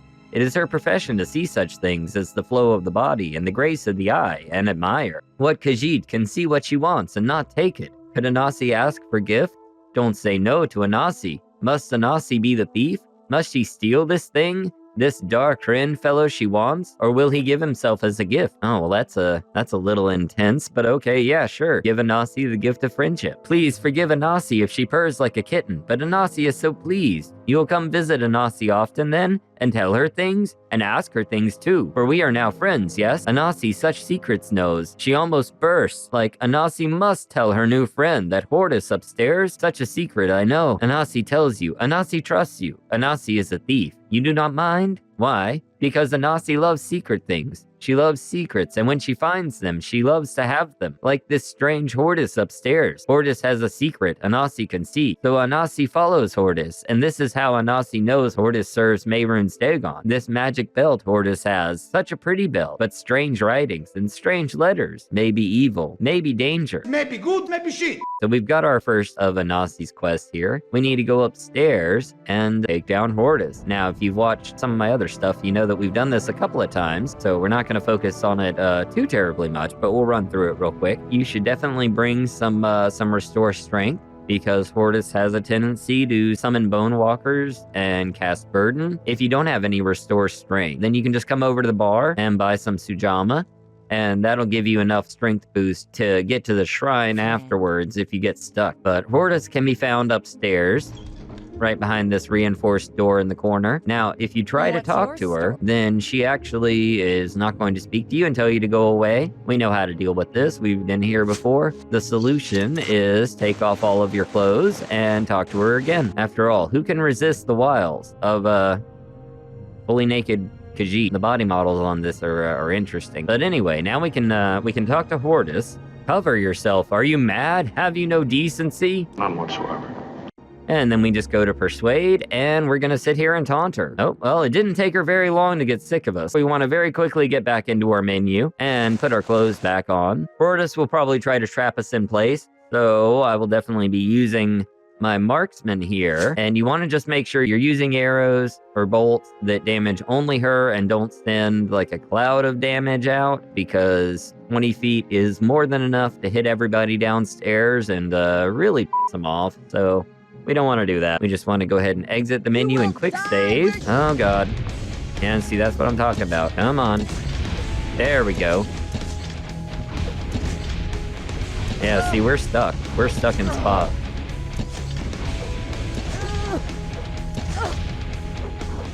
Wow, we actually managed to get all the way to the end there without actually getting hit for damage, so that was pretty nice. But as you can see, we currently have a strength of 0 and an endurance of 0. So at the very least, we can use our restore strength. We're gonna have to take a few of them. Yeah, the good thing is with Sujamma, you only have to take 1. All right, that'll be enough to get us down. I'm gonna go ahead and take everything. And then we need to get over to the Imperial Shrine in the fortress. Easiest way to do that's gonna be to just cast Divine Intervention, and that should drop you right in front of it. We just wanna go in and head back to the back corner on the right, and there we'll find the Imperial Shrine. We make our donation of 25 gold and get Restore Attribute, and that's gonna put everything back up to where it's supposed to be. All right, and back in the bar, we can go talk to Anasi again, let her know the good news about Hortus. Here, this is a little nothing that Anasi finds, a tasty treat and handy. A quality potion of feather, that would have probably come in handy a few minutes ago. If we share a care, forgive Anasi. Anasi is so ashamed to ask her new friend to share such a care, but Anasi is afraid, very afraid. This Dustman, bad person. He frightens Anasi. He comes, tells Anasi there is no more Thieves Guild. There is just Kamona Tong, and Anasi will join Kamona Tong and be protected. Otherwise, unless Anasi is protected, Anasi might get hurt. This Dustman, he talks quiet but very mean. Anasi is so sorry. Sorry to trouble her new friend, but Anasi is scared. It's okay, Anasi. We'll take care of the bad person for you. You're too kind, Darkren. Anasi knows she places great burdens on new friend. No worse than Hortus did. But Anasi cannot fight, cannot shed blood. She has sworn such an oath. Anasi tries to be good, but Anasi thinks now she's in great danger. This bad person, Dren Adren, a dark elf. He is Kamona Tong Bigwig and Ganar Mok. He is found at Nadine Rothran's shack. Anasi is so ashamed that she asks a life, a very great gift, from her new friend. But Anasi has no one else. Well, it's very odd that the Kamona Tong would be asking a Khajiit to join, but that's neither here nor there. If we make our way out to Ganar Mok, and then we make our way up to the western end of town, we'll find this shack right here, and this is Nadine Rothran's shack. Definitely want to save before we go in. And this Dunmer right here is the one we're looking for, Darren Advin. Now, unfortunately, there are also 3 other Tong members in here, but if we're fast enough, we won't have to deal with them. Regret it.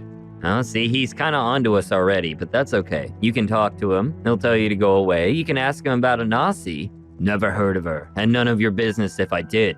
So blow like smoke, or I'll spill you like a baby's cup. You must be hard of hearing, and soon you'll be hard of breathing. Oh, well, I guess that means we're getting killed, or we're developing asthma, one or the other. And we'll quick save, of course, and we'll start shooting. Now come up, blasting. Y'all chill out, I'm blasting.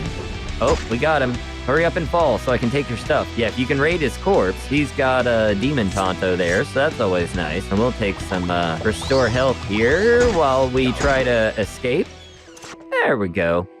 Thankfully, they can't follow us through doors. All right, now we just need to head back to Pelagiad. And once we're back, we can go talk to Anasi. Now, if you did manage to get a bounty... If you did manage to get a bounty in the last quest, Anasi will clear that for you. But I did it without getting a bounty, so we're good. Share a care. Anasi is safe. This bad person is no more. If you get a price on your head for helping Anasi, Anasi calls in all her favors, gets this fixed, promise. Anasi thanks you with her hands, her lips, and her heart. You're not just a new friend, Dark Friend. You're a good friend and a true friend. Now Anasi can share a gift. A special gift she has found for her true and good friend. Look what Anasi has found. Isn't it pretty? And it is just your size. You'll look so fine. Anasi is proud to have such a fine-looking friend. And look, what a surprise. Inside these clothes, what do I find but a book? A very special book. A book Anasi knows her friend will like. And Anasi has a new secret to share with her true and good friend. Guess what Anasi hears? Beldos Derlor. You know this name? The biggest, fattest factor of Redoran. Guess who has a very special key to a very special chest in the Redoran treasury at the Redoran compound in Vivek? Ken. What's a hoe? You guess Beldros Dralor, but you do not guess where he keeps this key. It is so silly, you won't believe. In his wife's clothes chest, in his manor on top tier. What do you think? Is this not a fine gift Anasi shares? Oh, that is a pretty fine gift. And we also get extravagant clothing and 36 lessons of Vivek, Sermon 30, which should give us a skill boost. Yeah, and brings our short blade up by 1. We'll put on the new clothes here that Anasi has brought us. I guess the pants are about the same, but we got a new shirt at least. And look at that. Now we're very well dressed. I think Anasi likes what she sees. All right, and also the belt that we picked up. Since I didn't show you that a minute ago. The Belt of Sanguine Fleetness. The Belt of Sanguine Fleetness is one of Mafala's 26 artifacts of the web spinner. This one gives you a constant 5 points of Fortify Athletics, so that's very helpful. All right, and now we just need to head down to Vivek. And once we've arrived in Vivek's Redoran Plaza, we need to find the manor, and you'll find Dralor Manor right on the northern side of the plaza. Once we're inside, we need to make our way over to the left. Don't worry about these guards. They aren't going to give us any trouble. Up here, though, this would be Mrs. Dralor, and it is her drawers that we have to go rummaging through. Makes it a little more complicated that she's standing right there. But just in case your sneak isn't up to where it needs to be, I do have some tools to help us out here. The Amulet of Shadows will give us a total chameleon.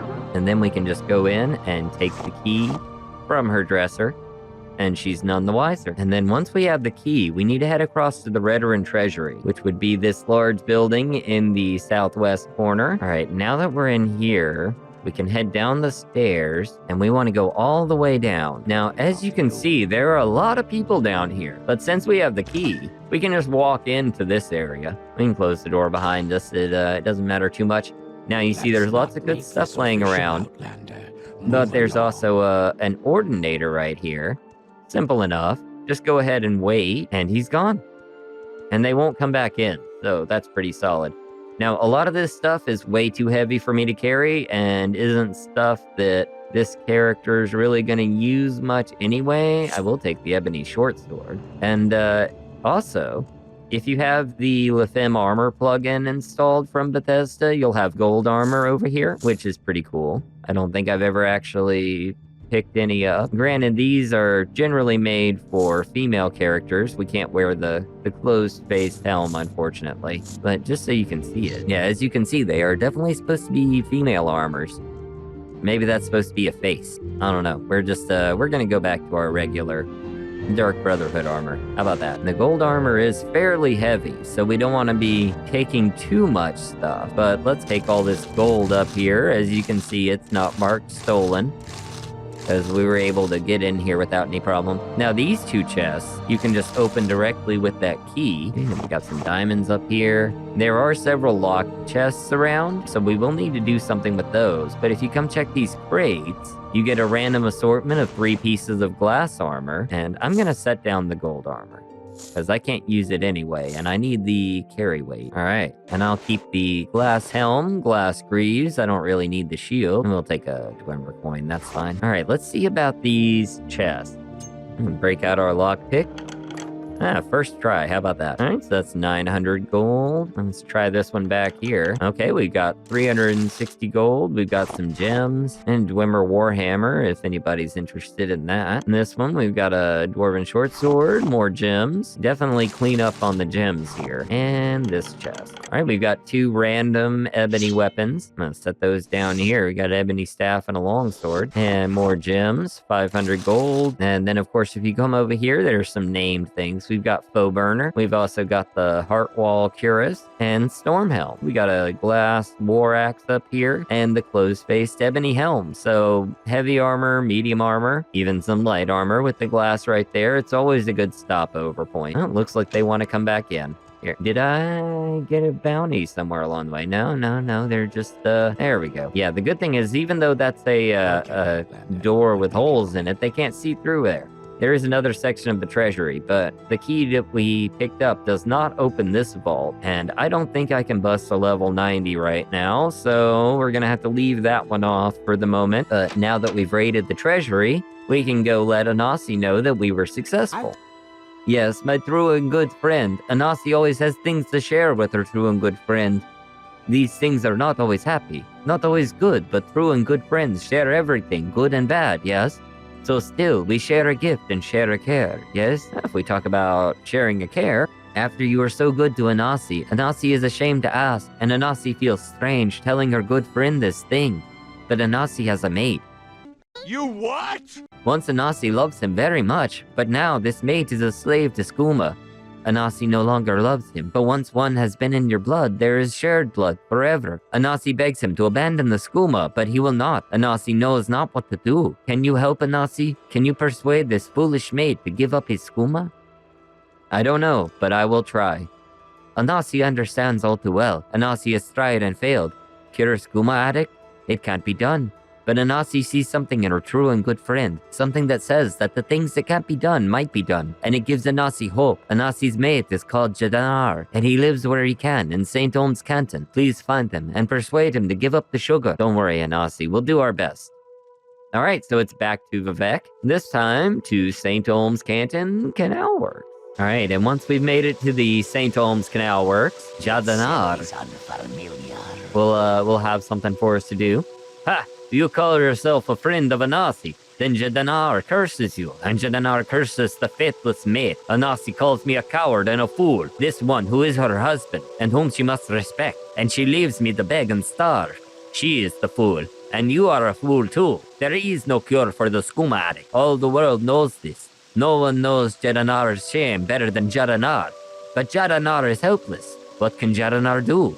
Nothing. But beg and starve and cry and die. Well, you can see he is not very convinced that we're going to be able to help him out. But I happen to know another Khajiit here in Vivek that just might have something that would help us out. So let's make our way over to the foreign quarter and go see Jabasha.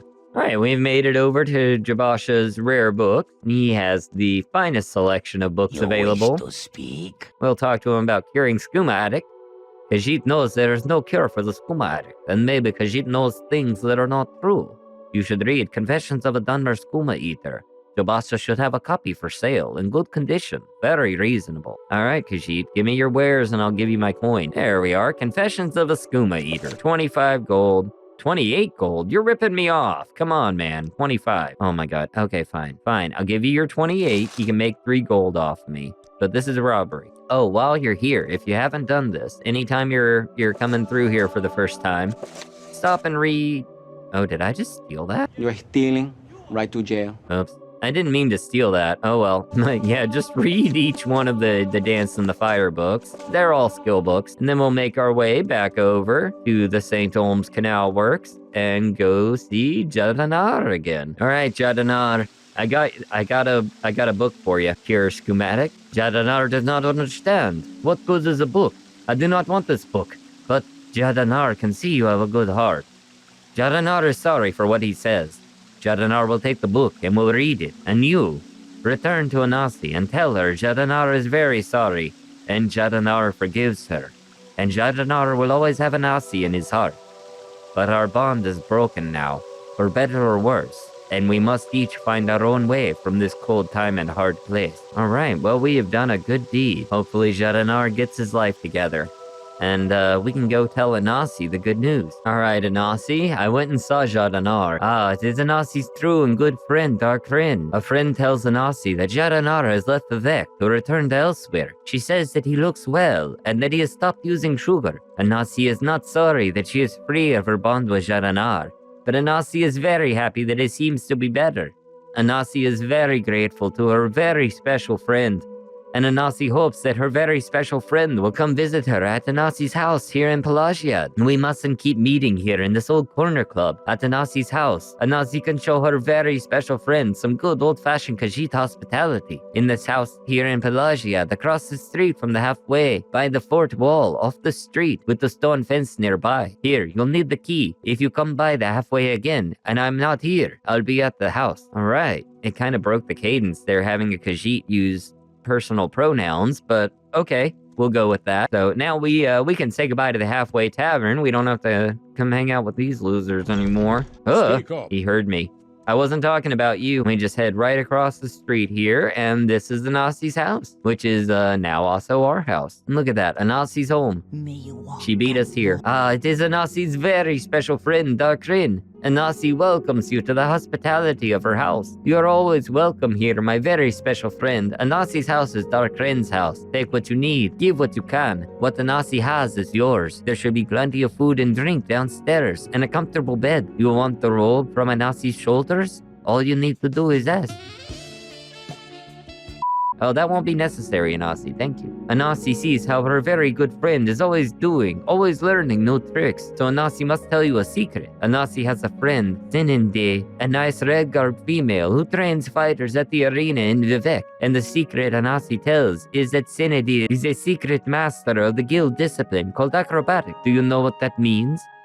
That means there is no one else on Vardenfell who is so fine an acrobat as Sinidi, and no one else can train you so well. So go, see Sinidi, and tell her Anasi sends you. Sinidi is Anasi's friend, and I know that she would be happy to see you. Alright, now she doesn't really specify exactly where this friend of hers is. You'll need to make your way out to the arena in Vivek, so let's head there now. Alright, and once we've made it to the Arena Wasteworks, we need to find the Arena Fighters' quarters, and it's not that guy. But if we follow the hallway on around into the other rooms, we'll find a Red Guard woman, Sinide. I assume is how you pronounce that. Okay, Sinide. Yes, Darkrin, my friend Anasi has told me about you. Any friend of Anasi is a friend of mine. We talked to her about Anasi, and you see our disposition shoots all the way up to 100. So Anasi sent you to me because she thinks you might be eager to learn some of the things I know. That's so like Anasi. Thinking of others, and always scheming, always scamming. Bless her furry little paws.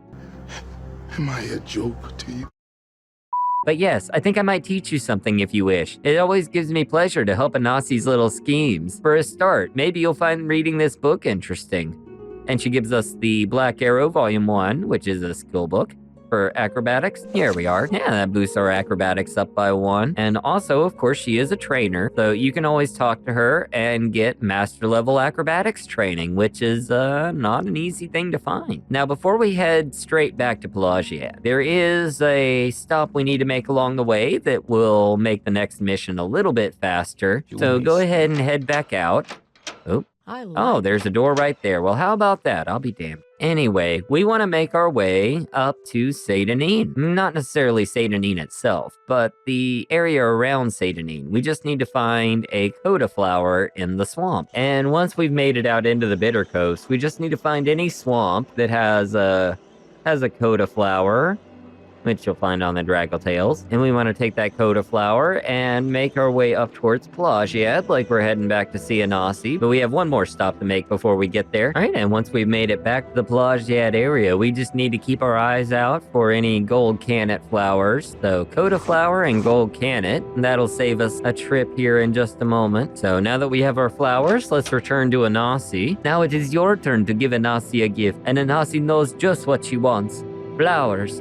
Of course, a special friend knows just what flowers to get, so Anasi will tell you. Just two. One for you and one for me. A pretty Coda flower for Anasi, and a pretty gold Canet for Darkrin. Anasi can't wait to get her pretty flowers. All right, so we'll ask her about a gift again. I love my pretty Coda flower, and I love your pretty gold Canet too. So you keep the gold Canet, yes? And treasure it always. Thank you so much. Thank you, thank you, thank you. And now, you can ask Anasi to share a gift again, for it is Anasi's turn. Isn't this fun? Anasi has a secret. Do you know what a flame mirror robe is? Well, Anasi does not, but she knows it is very valuable. And a friend has told Anasi where it is. In the Telvanni Tower in Vivek, at the Telvanni compound. This wizard, Marian Drenim, he does not wear it, so he keeps it in his clothes closet. Because you are so smart, Anasi knows you will get this flame mirror robe and bring it to show Anasi how smart you are. All right, well, Anasi is sending us back to Vivek, this time to the Telvanni Tower. So we're just ripping off all the houses today. Okay, and once we've made our way out to the Telvanni Plaza in Vivek, we just need to head to the southwest corner and the Telvanni Tower. Once we're in, we're gonna go to the left. That's not too much trouble, you're just in the way. All right, and we need to head upstairs, so we go into the core, go around. Let's get this over with quickly. That's what I'm trying to do. And we'll head upstairs, and here's our buddy right here, Maven Drenim. Now, Maven is not wearing his flame mirror robe, of course. That's actually right back here in the closet. And thankfully, everybody's facing that way, so we may be able to get away with this. I'm gonna try. I'm not even gonna risk it. We're just gonna go ahead and cast our chameleon, and we'll open this up. And there's a flame mirror robe. Look at that. We'll just take all there. How about that? And then we can return to Anasi. Or, you know, see if there's anything else to raid around here. Oh god, they saw me. Well, I probably won't be welcome in the Telvanni Tower for a while, but at least we got a new robe, and we got Anasi a new robe too. Is yours, friend. Oh, she wants to share her sugar. Oh, it's Anasi's very special friend, Darkrin. Yes, it is. Oh, look, a flame mirror robe. How clever you are. But we both knew that, did we not?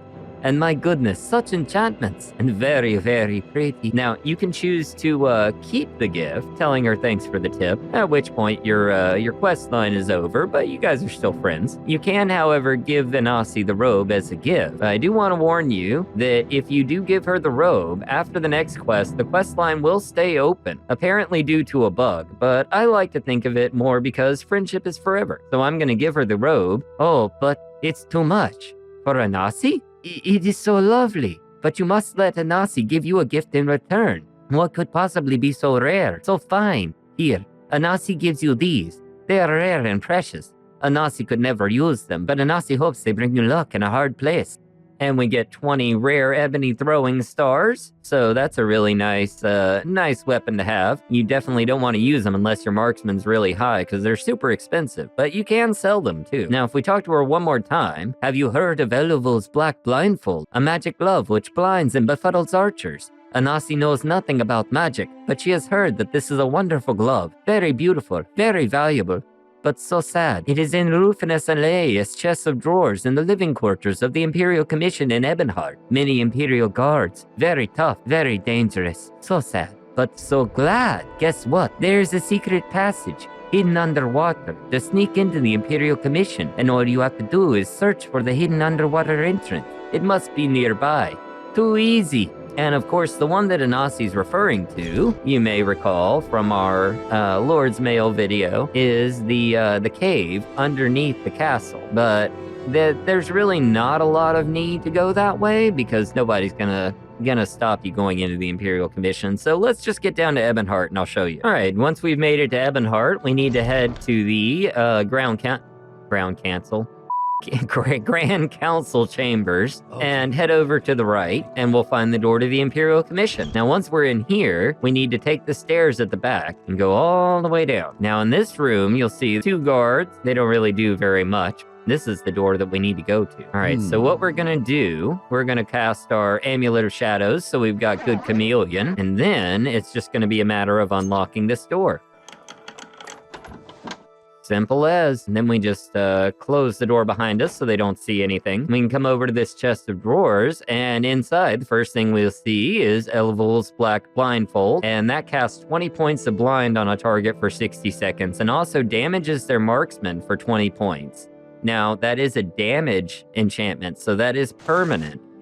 So make sure you don't cast it on anybody you like. At least not if they use marksman. I guess while we're here, I'll take the gold too. Why not? It's simple as that. Now let's head back to Anasi. All right, and once we're back, we can share a gift with Anasi.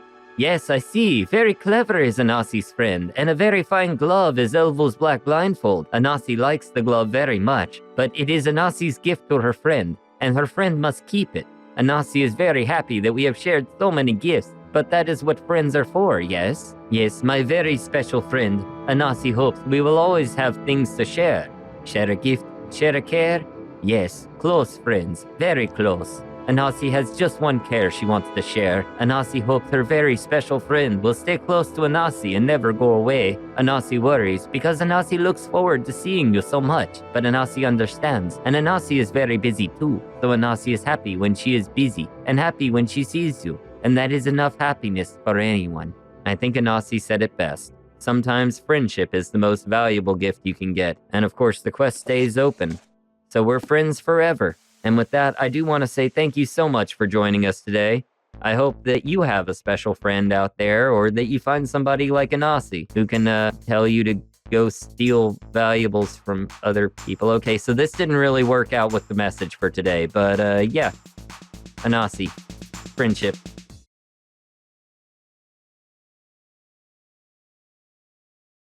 Greetings, Outlanders. Gitshiver here, and welcome back to another video. Today, we're going to be playing as one of my new favorite character builds in Morrowind, so let's get straight into it.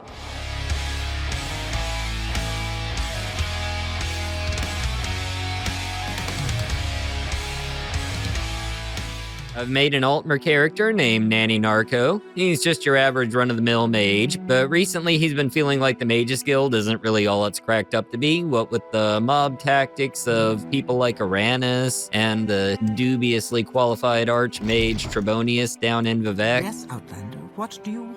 And she probably knows we're talking about her. Nanny feels like his skills are underappreciated, and so he's decided to follow in the footsteps of his ancestors and become a prolific necromancer, or at least as close as Morrowind gets. Basically, he's a conjuration expert with a bad attitude. Now, let me just take a moment before we get started to explain the build a little bit.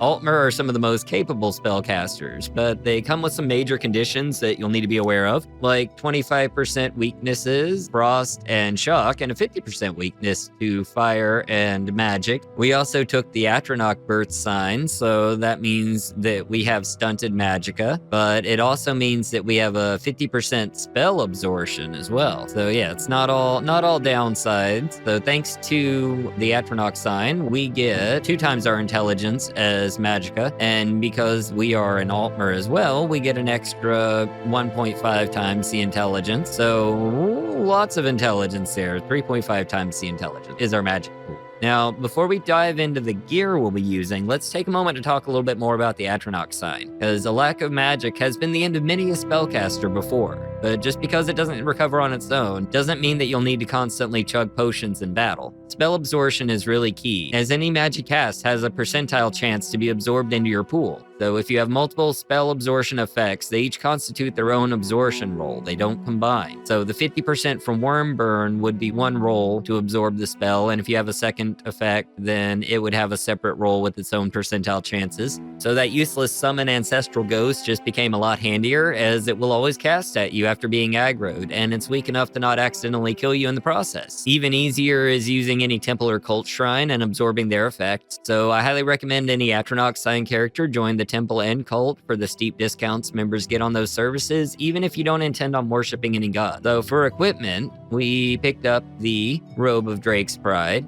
giving us the extra 10 intelligence, resisting 25% of the fire and reflecting 25% of damage as well. And then we also got Dinstagmer's Ring, giving us resist fire 30, resist frost 30, and resist shock 30%, which, you know, if you're doing math, you can see that already negates our racial weakness. And we also have the Mentor's Ring, of course, giving us an extra 10 willpower and 10 intelligence. We do have the Spear of Bitter Mercy. That plays into our conjuration kind of angle, giving us a Summon Storm Atronach, as well as some more Reflect. And we've also got Azura's Star, currently housing a Golden Saint at the moment. You can see that's quite valuable there. I went ahead and got those ahead of time because I've already made videos on those, so we aren't going to be going through the process of picking those up today. But these more than negate all of the negative effects baked into our build, but we can do even better than just compensating. I also picked up the Master Alchemy set from Caldera's Mages Guild and the Soul Gems from Galbadir upstairs. I was able to get into the loop of making really powerful potions, and we have also got some custom enchantments that I put together. We do have a constant 1 point of slow fall, so we won't take any fall damage. We've got constant effect water breathing, so we won't drown. We do have a few points of restore health as a constant effect as well, so our belt, our pants, our shirt.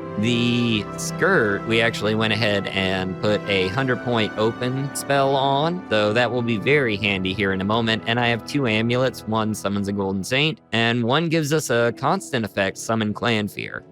Just dependent on the situation as far as what you need at any given time. With all these wonderful toys at our disposal, you'd think we'd have everything we need to go conquering Tamriel, right? Well, this is just the start of the build, as there are a few more things we can add to really push it over the top. For starters, we're going to be making our way out to Morrowind's east coast. We'll just head out to Sadrith Mora,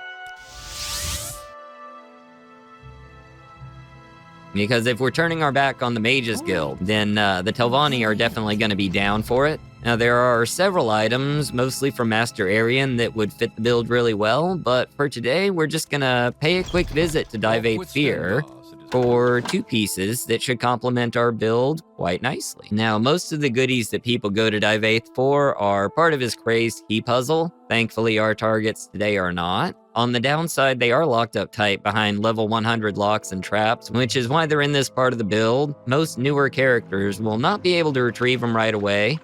See our slow fall coming in handy there. But while they do augment the character quite a bit, they're not exactly necessary right away. All right, so now that we've made it back, now that we made it out to Telfear and Onyx Hall, we need to just make our way upstairs to where Divaith is. Now go into the Hall of Fear, and while we're here, we may as well take these skooma. He's not gonna miss those.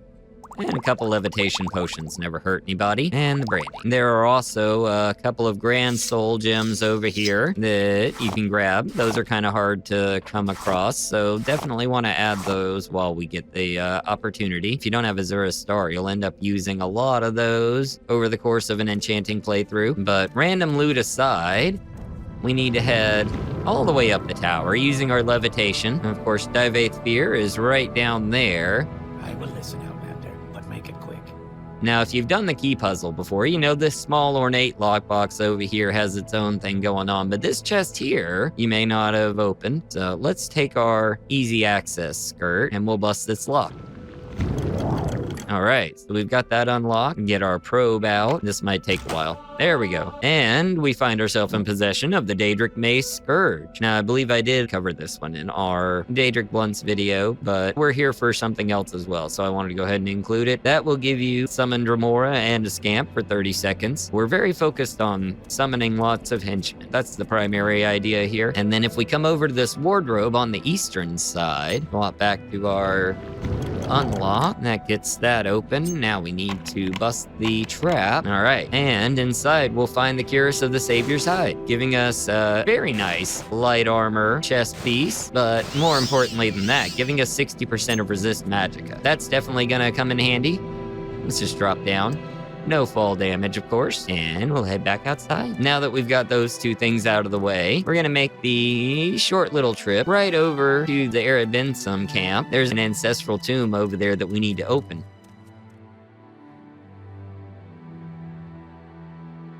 All right, and once we've made it out to Marin Ancestral Tomb, we're gonna head on inside, and we will encounter a very interesting individual. But more about him as we get in here. I'm gonna put on my Clanfair amulet. And one thing you do have to keep in mind with summons in Morrowind is a lot of times you can't fit through the doorways, so always try to spawn them behind you. Might make it a little bit easier. There we go. We'll go in the room first. See, that's trapped. So let's get our probe back. Okay, I see a corpse on the floor already. All right, now we should have enough room to summon our Clanfair. There he is. And get out of the way. Oh god, it's a Bone Lord. Yeah, go fight him. Yeah, there we go. Now you're doing your job. And get a Storm Mat to knock out there. Now, one thing you do have to be careful of is when you summon things that do damage like Atronachs and have area of effect, they can hit your other summons. Oh. Oh. Oh. Oh, poop. Now I've done it. Well, at least he's hitting me with magic. There we go. Just have to wait him out. Oh, look at that. We got a common soul gem. How about that? Common bell. Further back in here, we're going to come across a Nord. Not this one. This one's already dead. Ring of shock balls. No, thank you. Looks like there's another Bone Lord. Let's get another Atronach out here. Yeah, you go fight him. Well, go on. Go fight him. What are you doing? There we go. Fight my minion. Destroy him. All right. Yeah, like I was saying, if we just, you don't need to open those doors. There are just more Bone Lords in there. If we come down the stairs, go all the way around, we're going to find a crazy Nord back there. And I'm not just calling him crazy. That's actually his name. Crazy Batu. Now, if you're playing on Vanilla Morrowind, you may get the dreaded message letting you know you've killed an important NPC and that you need to reset or continue on in the doomed world that you've created. But that message is not correct, as this guy he is not essential to anything at all. So that was a fucking lie. He just has an erroneous message attached to him, and I'm not sure if it was the Morrowind code patch or if it's open Morrowind or what, but in my game it does not. Oh. How many times do we have to teach you this lesson, old man? See, now I got to talking and I forgot about the trap. Too bad I didn't absorb it. But yeah, whether it's the Morrowind code patch or patch for purists or just something in open Morrowind, it is currently resolved. So we don't get the erroneous message when he dies. Oh, you know what? I'm going to summon some more stuff. Let's get our Clanfair back out there. And let's go ahead and cast Scourge's Daedra, why don't we? Look at that.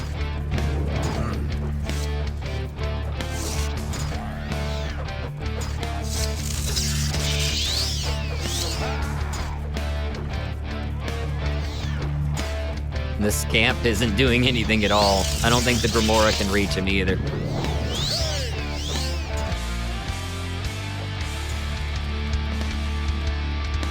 Oh, they're chasing him now. Oh, he's summoning his own stuff. How about that?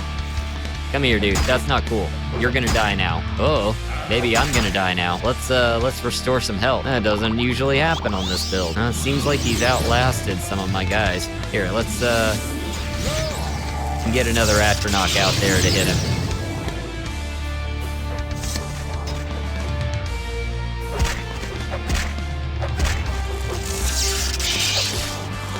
Oh god, I think I hit my own guy.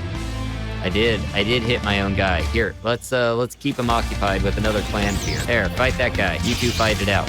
I'm going up here. Yeah, keep fighting the Atronach. There we go. All right, Crazy Batu here. Now you'll see he just wears regular bone mold armor. None of that's super interesting, but what you may notice is the Bloodworm Helm. Summoning skeletal minions and turning undead for 20 to 30 points, 30 seconds on the skeletal minion. And of course, that is very much a necromancer artifact. Yeah, look at that, we're looking more like Mannimarco already. Now, you may also notice that the robes we're wearing are rather colorful for a necromancer. So our next stop is going to take care of that. But for that, we need to head all the way up north to Solstheim.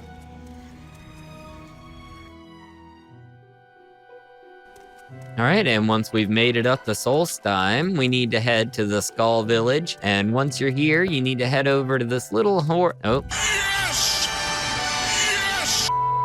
Need to head over to this little house in the corner, and we're going to speak to a Nord named Lasner.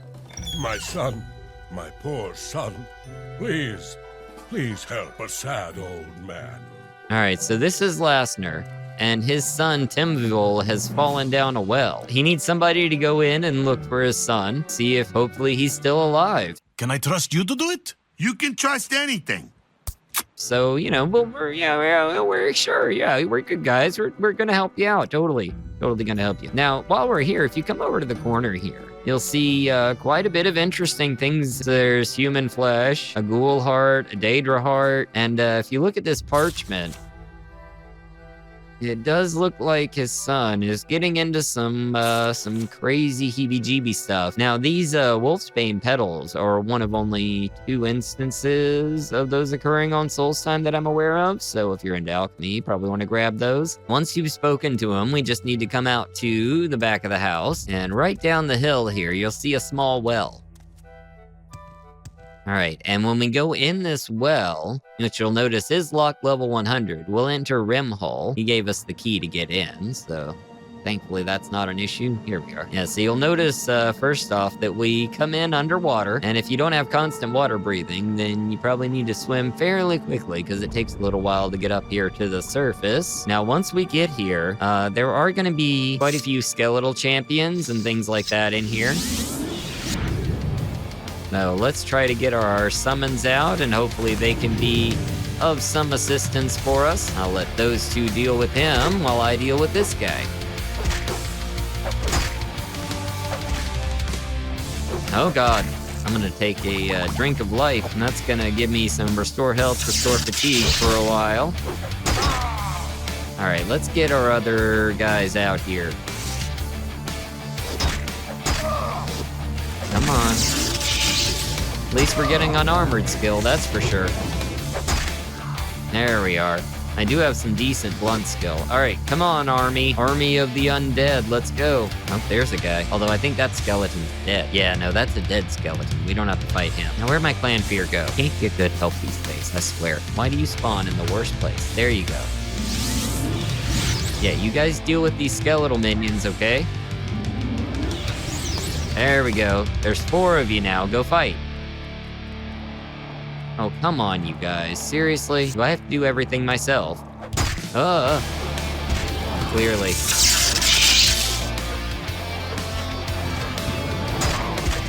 Oh god. I'm about to die. It's also just really hard to fight in closed quarters with this many summons. Oh, there's still one more guy, you guys. Come on. Hit him. There we go. Alright, once we have everything out of the way, we can approach this young man over here. The forces of darkness are mine to command. All shall bow before the terrible power of Timvol.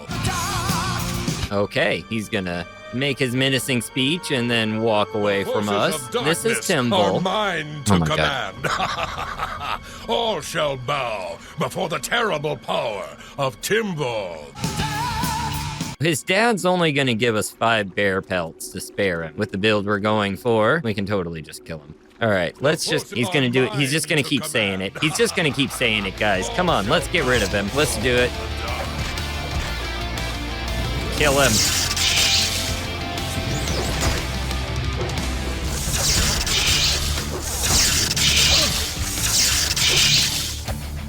How about a little fire? Oh, now he's running away. Come on, everybody, get after him. Get back here. Oh, there he is. There you go. Summon on summon. This guy's starting to piss me off.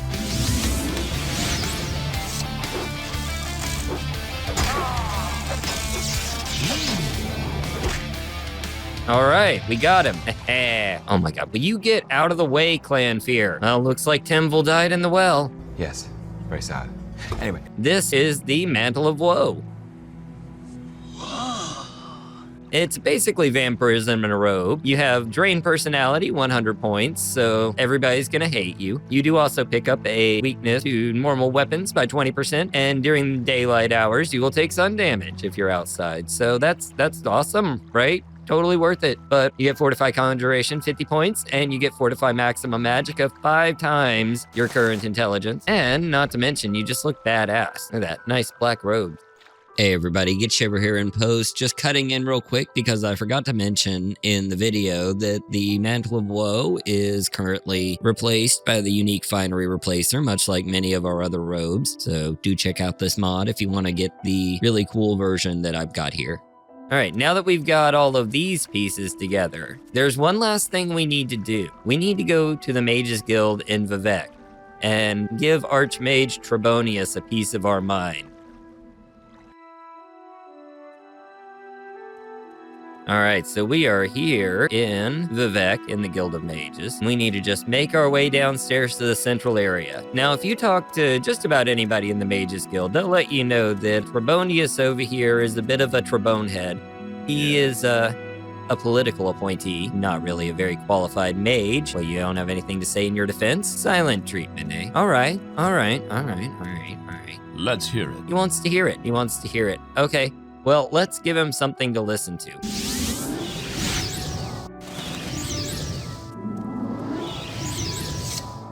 If I can just get past you guys, please. I need to talk to him. There we go. Let's go ahead and go into persuasion, and we're just gonna take the old-fashioned route of taunting him. Now, I will say, if you intend on becoming the Archmage of the Mages Guild, this does kind of hurt your chances at getting that, unfortunately. You're fired. You copy that? You're fired. So, you know, maybe hold off. Who knows? Maybe if you just stick through the quest line, maybe you'll get a chance to fight him later anyway. Like I said, everybody finds this guy kind of insufferable. He doesn't really know a lot about magic.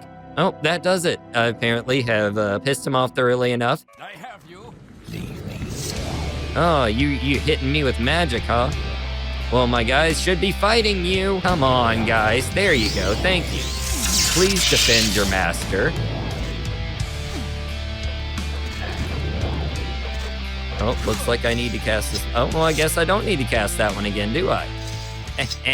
All right, now that Trebonius is gone, one of the reasons that we got rid of him is because, you know, we're breaking with the Mages Guild, but also he happens to have another Necromancer artifact that is very historical, very significant. This is the Necromancer's Amulet. Gives you 25% resist normal weapons, which will compensate a little bit for the Mantle of Woe. It'll also fortify intelligence an extra 25 points, restore 1 health per second, and give us an extra 25% chance at spell absorption. We can also take Trebonius' staff, which has a weakness and damage for fire and shock. Very good blunt weapon there. And, you know, all of his stuff. We'll just leave him laying naked on the floor. But the more important thing to look at is our Magicka pool. Look at this.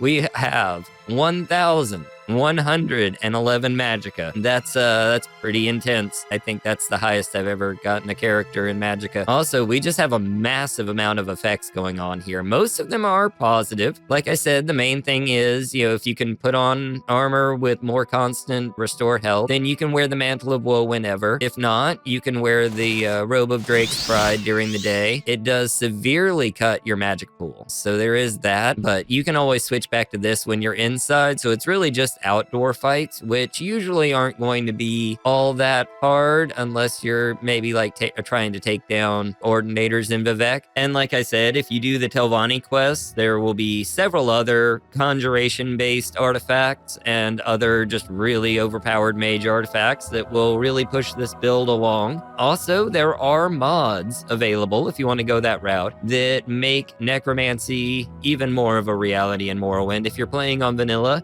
there is Necrocraft, a comprehensive necromancy gameplay mod, And then if you're playing on open, there's practical necromancy, which also provides the ability to raise undead followers. So definitely check those out if you want to add on to this build and start reanimating some dead and really take it to the next level. But I just wanted to get the foundations in place for you and familiarize everybody with the Atronach sign and the way that that works.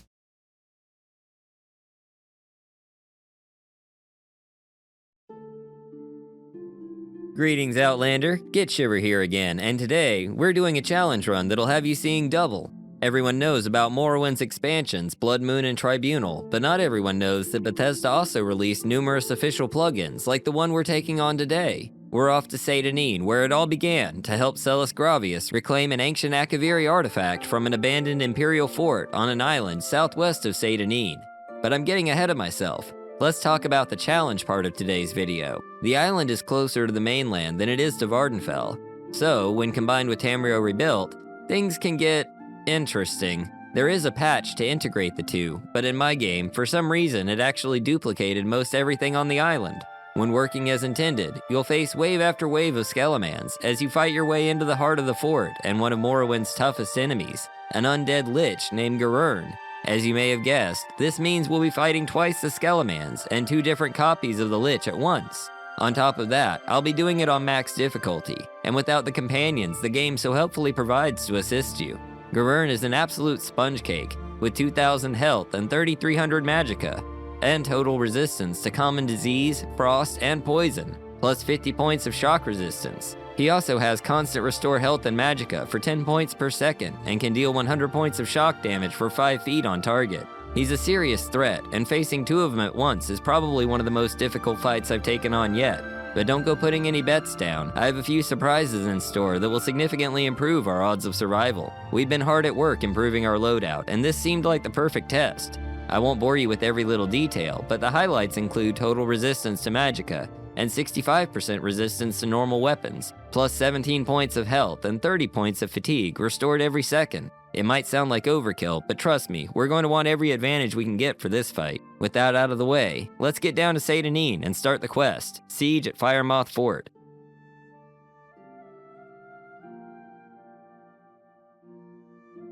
Alright, and once we've made it down to Seyda-Neen, we just need to head down to the Census and Excise office, just right around here. The island itself, you can actually see just on the map there. It's just off to the west, off in the inland sea. Yes.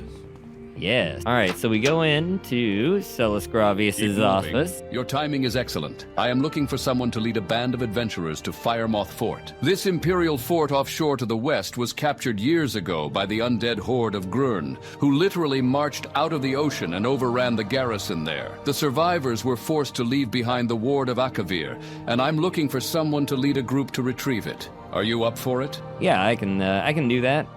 Yeah, so the ward of Akavir, it's one of those Imperial Dragon Scale shields, but it does have a constant effect of Fortify Luck by 25 points. So definitely something you'll want to add to the collection. Now he does want you to bring it back to him, but since we're doing double, there will actually be 2. And we can get one for ourselves and give one to him. Oh, see, this is the first of our doublings here. There we go. So the gate was doubled. Our boat guy is doubled up. Let me see if he'll actually... I don't know. It looks like there may only be one of them, or their animations are in sync for once. Usually there are 2 of them. Oh, nope, there we go. Now you can see it. Isn't that weird? Slimdar, man, he's beside himself, literally. Or actually, I guess he's inside himself. We're gonna move on. That's getting weird. We are ready to sail to Firemoth Fort, which is a really weird way to say it, by the way. Why wouldn't they just say Fort Firemoth? All right. So these guys here are supposed to help you with the quest, but they'll only follow you if you talk to them. And, yeah, I'm just gonna leave them here. There's no need for them to get involved. They're just gonna get themselves killed. They might get in the way, I might kill them. But yeah, they can just hang out, protect the boat. And it is always a thunderstorm here. It will always be raining. There's nothing I can do about that, unfortunately. Just for the record, just so you can see, yes, we are on full difficulty. I've brought quite a few weapons with us. We're gonna lead off with Chrysamere. I've got Eltonbrand, but we're gonna save him for later on. We'll need him in the last room. All right, and right up here, you can just see through the rocks. There's our first group. Oh, yeah, they snuck up on me. All right, you guys. Thankfully, the skeletons, they only take like one hit each if you're swinging efficiently. And I mean, I can take on quite a few. Okay, come on, boneheads. Yeah, this is a really good way to power level your armor. So wear whatever kind of armor you want to level up when you come out here, because you're going to get hit so many times. There's actually a good area later on to train unarmored as well. I'll point that out when we get there. Don't go unarmored against these guys. You might get killed, but it'll be a big room full of rats. So that won't be nearly as bad on you. You can almost kind of start to see my fatigue drop just a little bit. All right, let's quick save and head off to the next wave. We got another undead wave right here. At least it's not a Dagoth wave. That would probably be more entertaining though. I don't know. I feel like it's, you know, fun to go through and fight endless hordes of undead, right? I mean, that's what made Call of Duty so popular, right? If you get a lot of archers on you, they can kind of stun lock you because they'll hit you in quick succession. But if you run diagonally and jump around a lot, then you can avoid a good bit of their arrows. They're not really good at hitting a moving target. You don't get the cool slow time functionality to line up your shot. Even still, Marksman in Morrowind is pretty epic. If you want to play with the undead, this is a good place to do it. Not like in a necrophilia kind of way.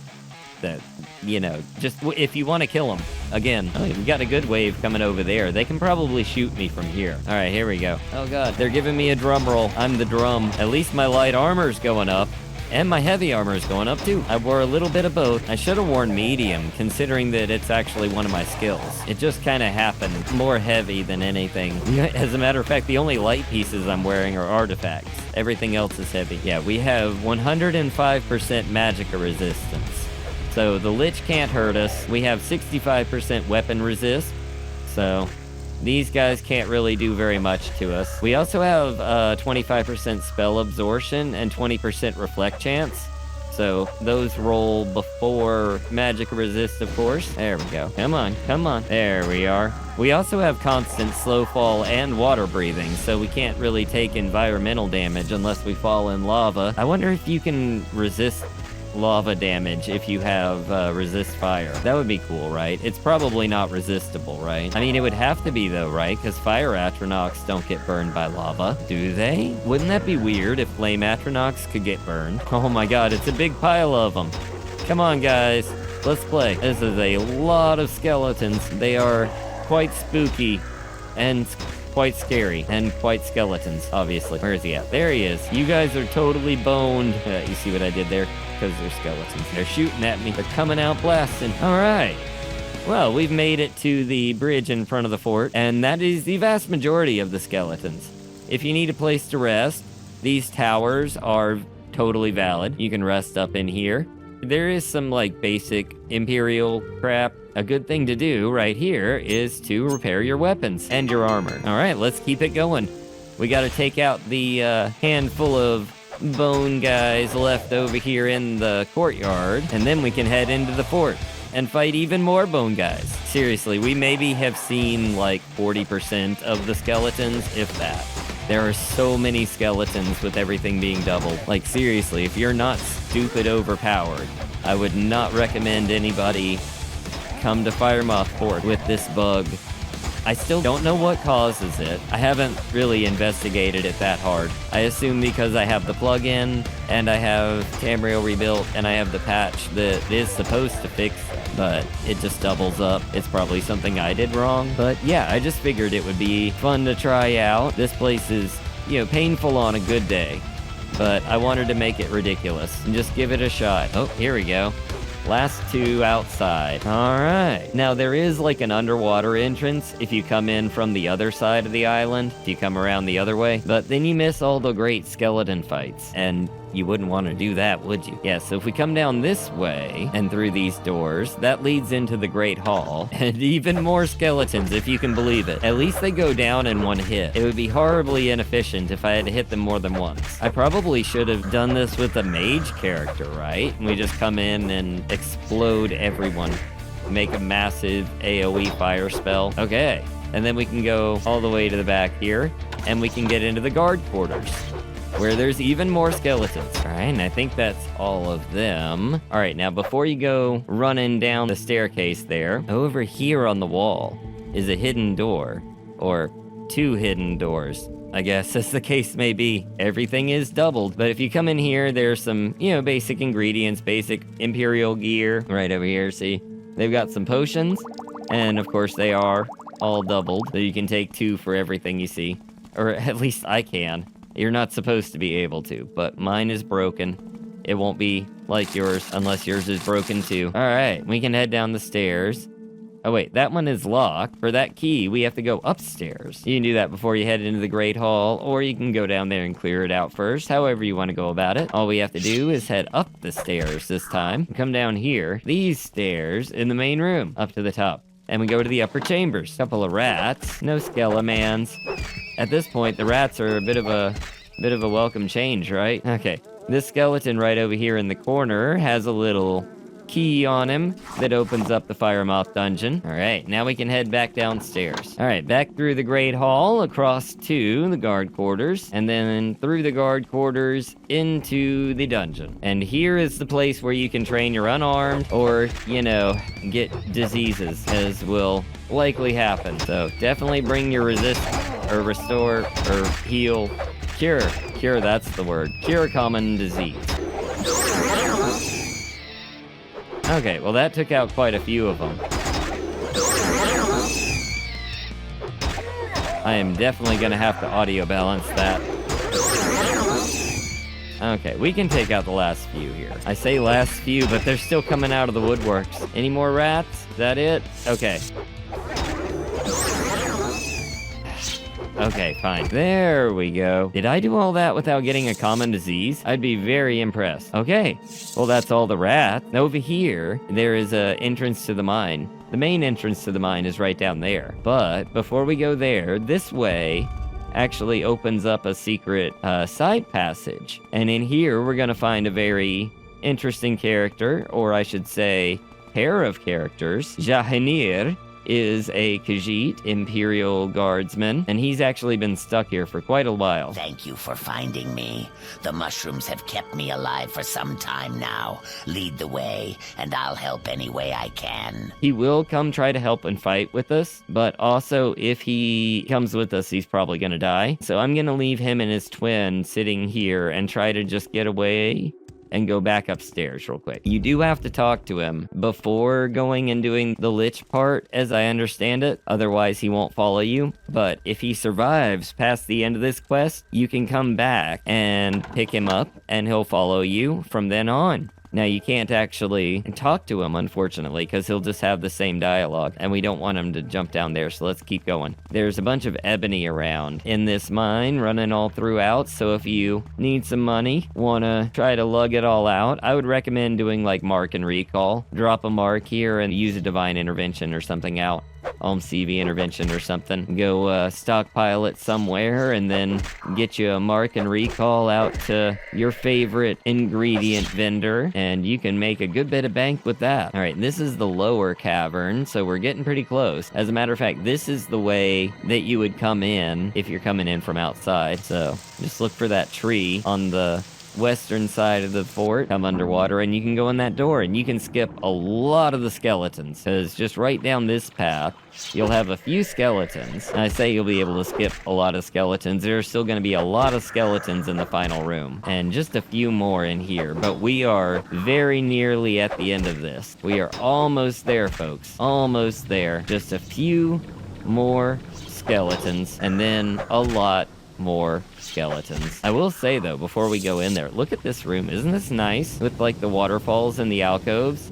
Even more ebony. I'm telling you, there is so much ebony. I think there's more ebony in here than there is in the rest of the base game. All right, and definitely save here, because through this door, is where we'll find Garurn. Now, like I said, he's going to go out with his shock magic, and he actually restores 10 points of magic, 10 points of health per second. So trying to drain his magic is not going to work out. What we are going to do is I have made this sword. This is Lichbane, and it actually damages intelligence. So if I hit him, or I should say them, because there's two of them, a few times with this until he starts actually punching at me, then we should be okay on the shock damage. And then it's just a matter of wailing on him, or them, with Elton Brand. So let's go for it. All right, there they are. They're up top here. Oh god. See, that's what I'm saying. You don't want to get hit. Even me, with all of my magic. Come on, get that intelligence down. That's the skill. Intelligence. Drain their intelligence. I think their intelligence is drained. Let's switch to Elton Brand and finish this off. Okay, the skeletons are kind of annoying me here. Alright, that'll hold the skeletons at least. Well, it'll hold them for a brief second at least. Alright, we just want to keep doing power attacks so we get maximum damage on him. And just take one at a time. Thankfully, I'm restoring enough health that they're not going to kill me. Alright, that's one. That's one. He's down. He's down. Alright, now we just got the other one. You're going down, Garurn. Oh, halfway. Halfway. We've got another level up. My long blade's almost maxed. Oh, is he? Is he dead? No, almost. Ah, come on. There we go. We got him. We got them both. We got them both, folks. All right. Let's get these shields. They're probably broken. Yeah, which actually is really good. If you want to do this and you're turn it in broken. Celes Gravius won't be able to equip it. And then you can actually pickpocket off of him. That's the only way to turn it in and get it, unless you want to actually kill him. His part of the quest is over once you have been given your papers and released. But, yeah, you know, you might just want to leave him alive. Unless you just want that really sweet Templar armor as well. That's always an option. Alright, and now, hopefully I can get my kitty's attention. There we go. What about your twin? Oh, are you alright? Careful there. I thought cats were good at that. Oh, see, your brother does a lot better. Alright, come on, you guys. You guys need to keep up. I don't want to have to be walking back the whole time. Oh, come on. Now, where's your brother now? Here he comes.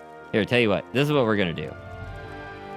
Okay, now... I don't know if they share attributes because they are the same thing. Alright, now they can keep up with me.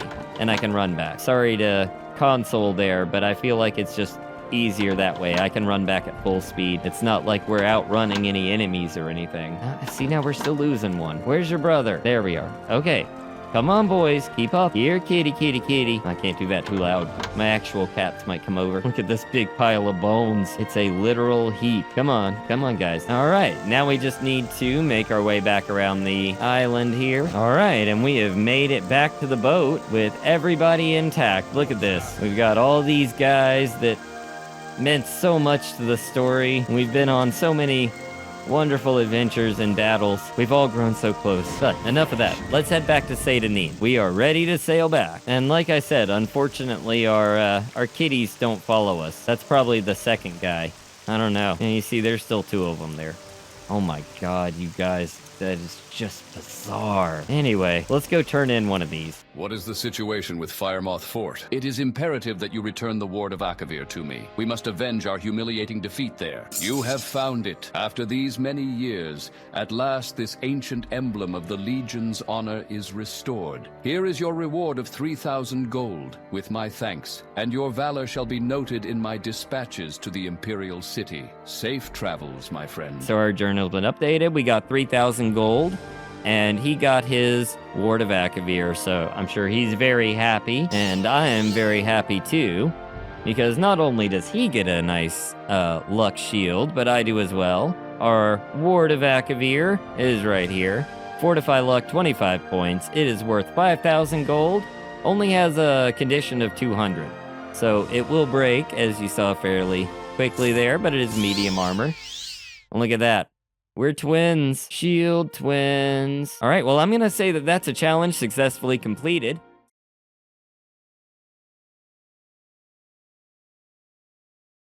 Vardenfell is one of Tamriel's most exotic lands, and wherever you find yourself on this vast island, you won't be far from something fascinating. But once you've been around for a while, you may get the urge to speed up your travels a bit. Unlike later and indeed earlier Elder Scrolls games as well, Morrowind lacks a map-based quick travel system. To make up for this, it introduced several lore-friendly mechanics to speed the player along on their journey. Some methods are fantasy staples, like ship travel or teleportation via the Mages Guild. Then there are the adorable oversized bugs known as Silt Striders, ferrying passengers across the landscape. Beyond these relatively conventional means, we're able to use magic in the form of spells, scrolls, and enchantments to call upon the power of the divines or Omsivi to pull us to their shrines. Even more versatile are the mark and recall effects from the School of Mysticism, letting you save a specific location to return to at will. But Morrowind has one more method that few encounter and even fewer attempt. Often found off the beaten path of Vardenfell's wilderness are ancient strongholds, built thousands of years ago by the Chimer as great bastions against the frequent and devastating raids of Nords from Skyrim and Solstheim. The fortifications were so effective that even when the rest of Morrowind fell to Nordic rule, Vardenfell stood strong and remained independent. The strongholds were only abandoned in Second Era 896, when the Tribunal signed the Armistice, bringing Morrowind into the Septim Empire. Wary of Tiber Septim's unquenchable thirst for power, the Tribunal declared the entire island as a religious preserve, under temple administration, and withdrew all forces save a small peacekeeping force.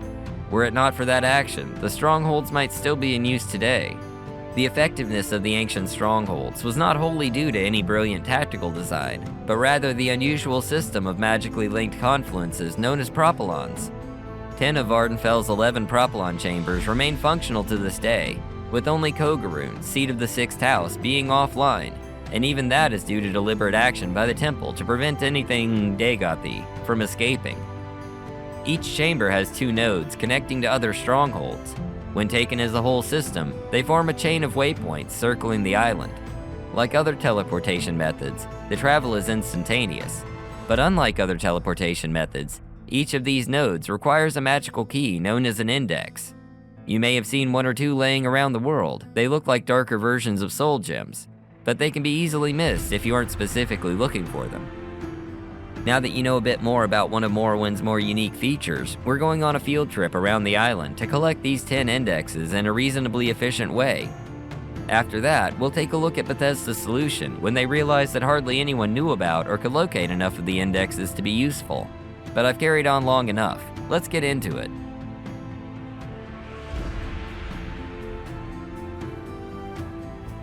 Our journey today begins in the mining town of Caldera, just north of Balmora in the West Gash region. The local pawnbroker, a Redguard named Irgola, has an index available for sale.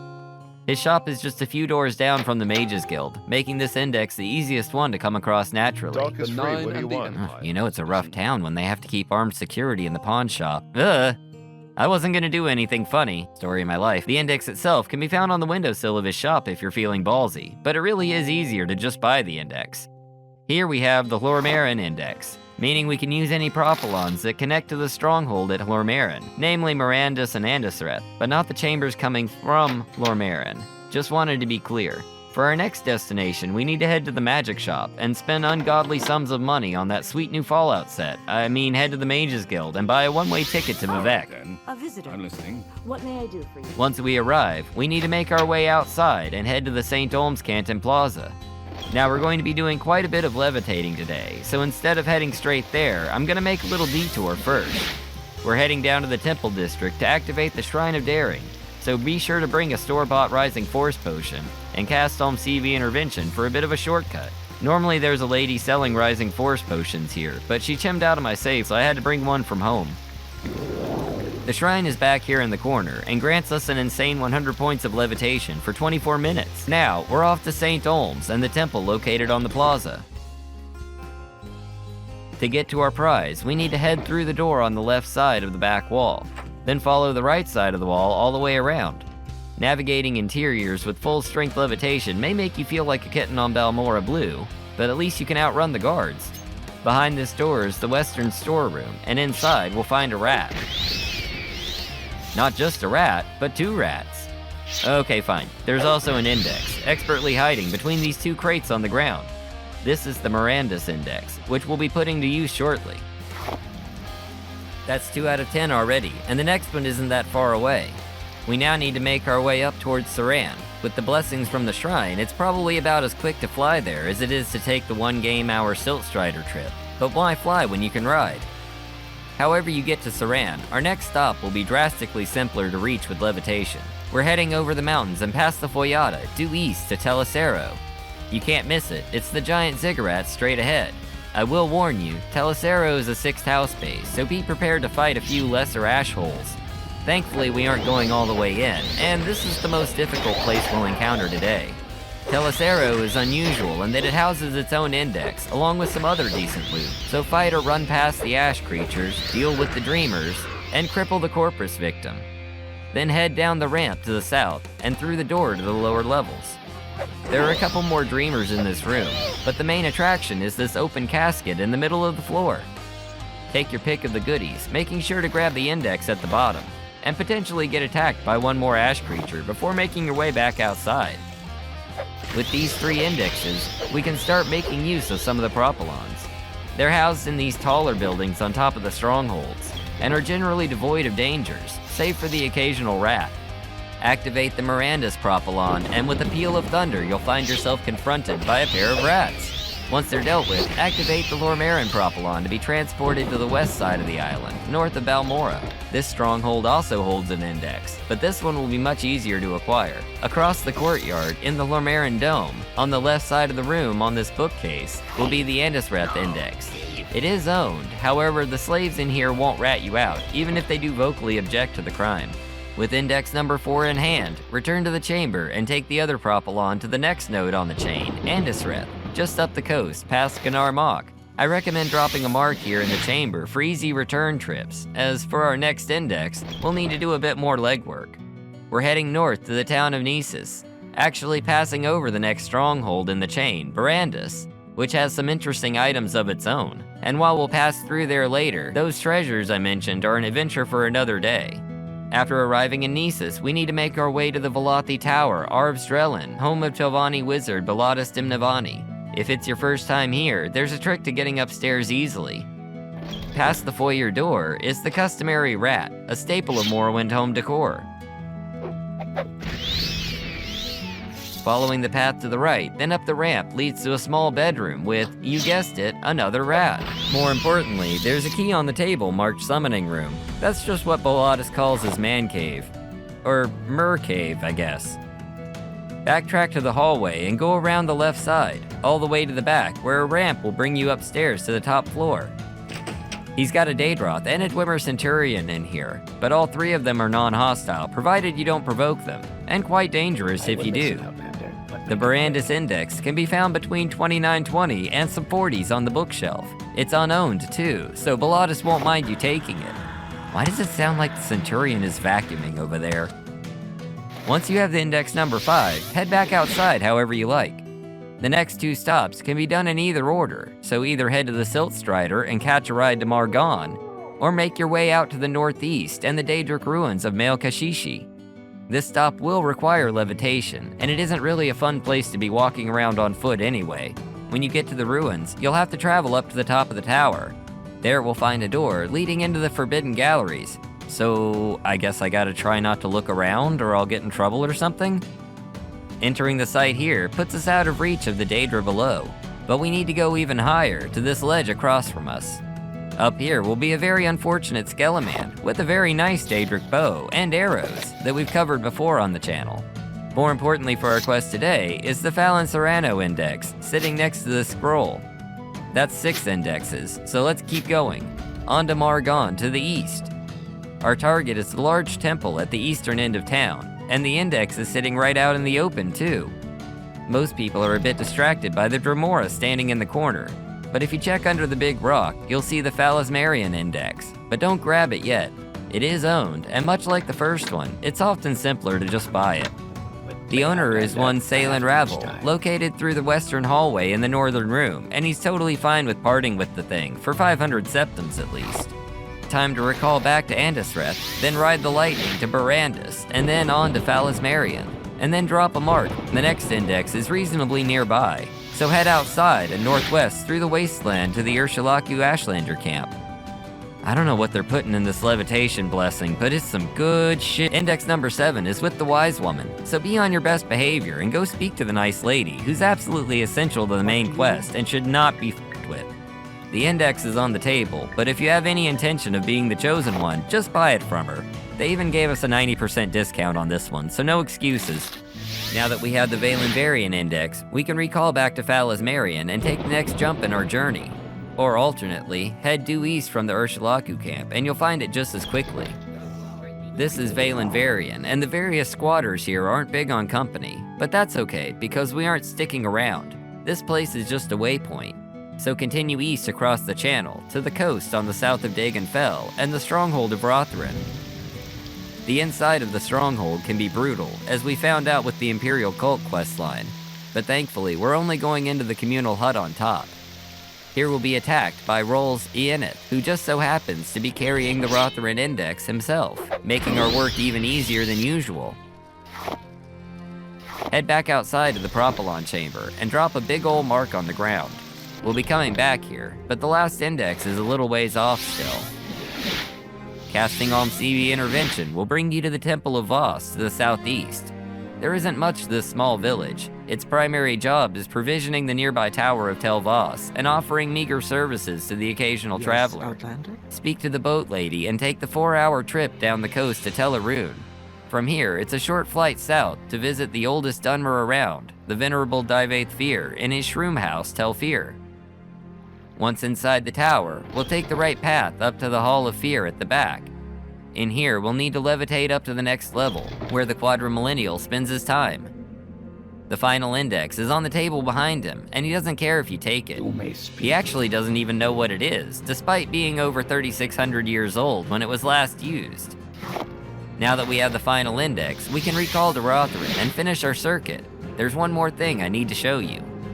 From Rothrin, we travel to Indoranian, then Phalaserano, then back to Telisero. Now we'll take one more trip to Mirandus, where we'll be close enough to Balmora to cast Almsivi Intervention. Once we arrive in Balmora, we need to make our way north, back to Caldera, where we started the day. The Mages Guild, of course, offers a direct connection, but I have enough levitation left to make it on my own, which is great. But I think I've reached that point where you're ready to come down just because the trip has been intense for a while now. Once we're back at Wizard 101, we just need to head upstairs to that guy who always refuses you service because you're a noob.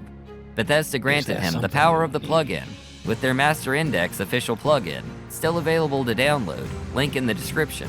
This adds a quest to lead you to all 10 indexes. Indices? Little late to change it now, I guess. Anyway, this is Fulm's Mural.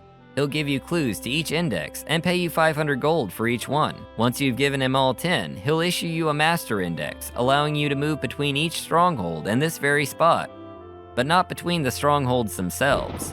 It is a bit of a trade-off, as it actually makes the Propylons convenient to access from the Mages Guild network. And unlike other travel mechanics, you can still use Mural's services after becoming a vampire. The downsides are a bit more niche.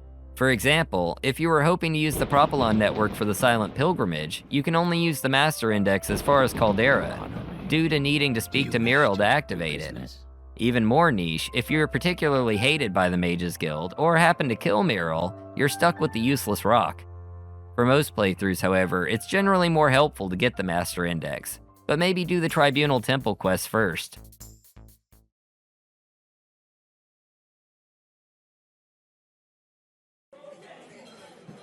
It seems to me that all great ideas come from pure happenstance.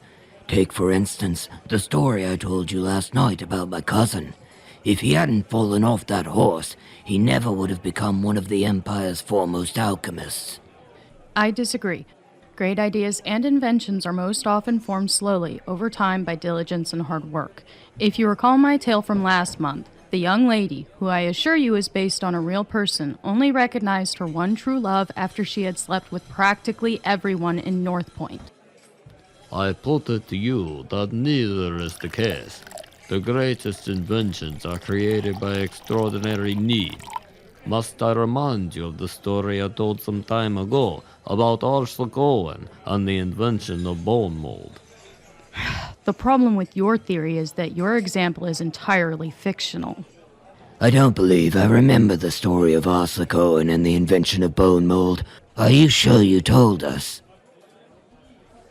Well, this happened many years ago, when Vardenfell was a beauteous green land, when Dunmer were Chimer, and Wimmer and Nord lived together in relative peace, when they weren't trying to kill one another.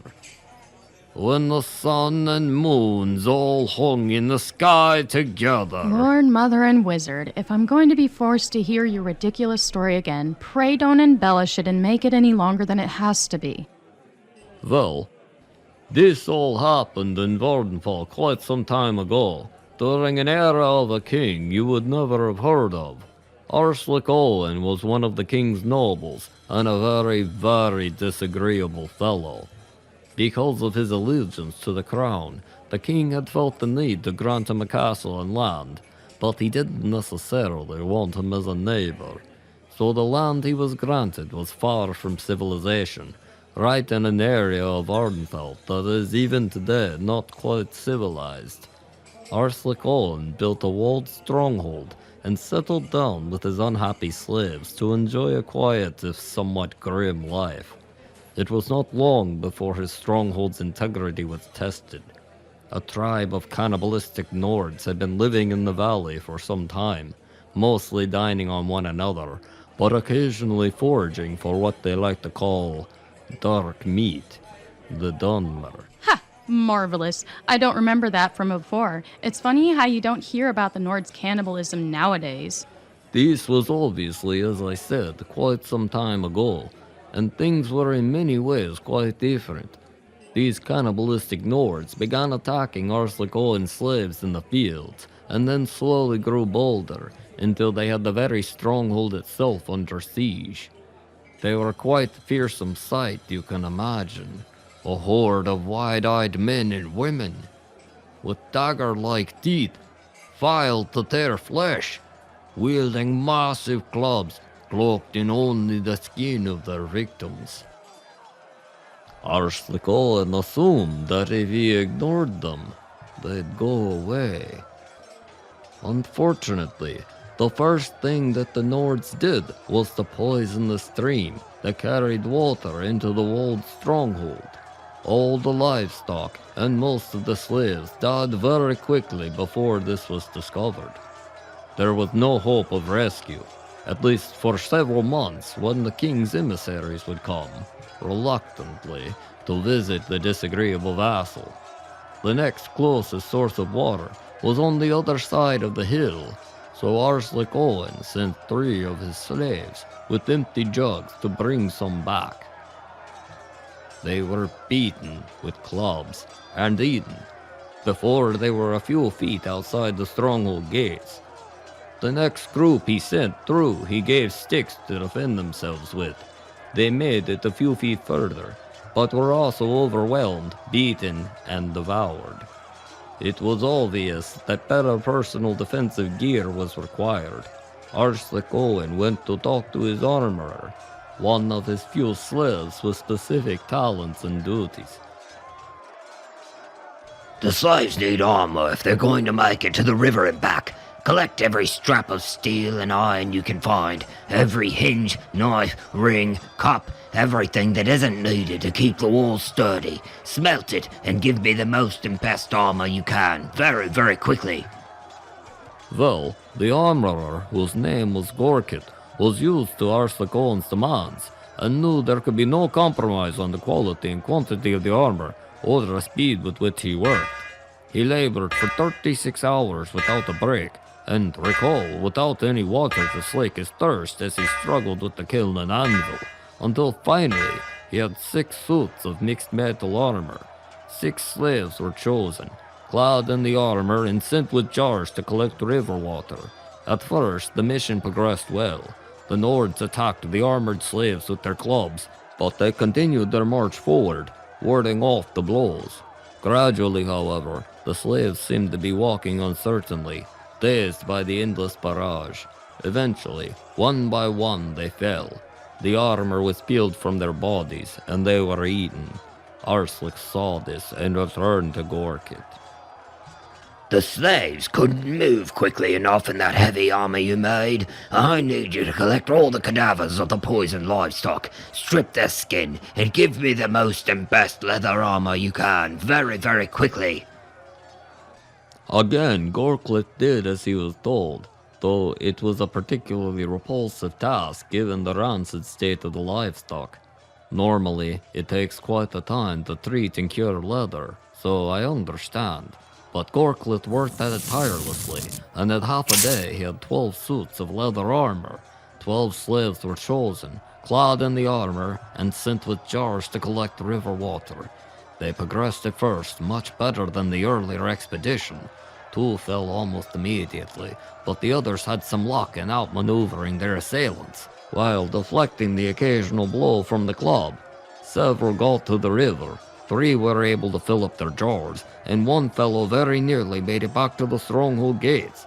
Alas, he fell and was eaten. The Nords possessed a remarkably healthy appetite. What we need, before I completely run out of slaves, is an armor sturdier than leather, but lighter than metal. The armorer had already considered that, and taken stock of the materials available. He had thought about doing something with stone or wood, but there were practical problems with demolishing more of the stronghold. The next most prevalent stuff present in the stronghold was skinned dead bodies, hunks of muscle, fat, blood, and bones. For 6 hours he toiled relentlessly until he had produced 18 suits of bone mold, the first ones ever created. Arslacoin was somewhat dubious at the sight and smell, but he was very thirsty and willing to sacrifice another 18 slaves if necessary. Might I suggest having the slaves practice moving about in the armor in the courtyard before sending them to face the Nords? Arslacoin coolly allowed it, and for a few hours the slaves wandered about the stronghold courtyard in their suits of bone mold. They grew used to the give of the joints, the rigidity of the backplate, the weight pushed into their shoulders and hips. They discovered how to plant their feet slightly askew to keep their balance steady, how to turn quickly, pivoting without falling down, how to break into a run and stop quickly. By the time they were sent out the castle gates, they were very nearly almost amateurs in the use of their medium-weight armor. 17 of them were killed and eaten, but 1 made it back with a jug of water. It's perfect nonsense, but my point is still valid even so. Like all great inventors, even in fiction, the armorer worked diligently to create the bone mold. I think there was a good deal of happenstance as well, but it is an appalling story. I wish you hadn't told me. If you think that's appalling, you should hear what happened next. What do you mean? The story gets more appalling? How in Boethiah's name could it get more appalling? It's a ruse. How much worse can a tale get which prominently features cannibalism, abuse of slaves, and the regular placement of rotting animal carcasses? Don't you dare me! Now remind me, where were we?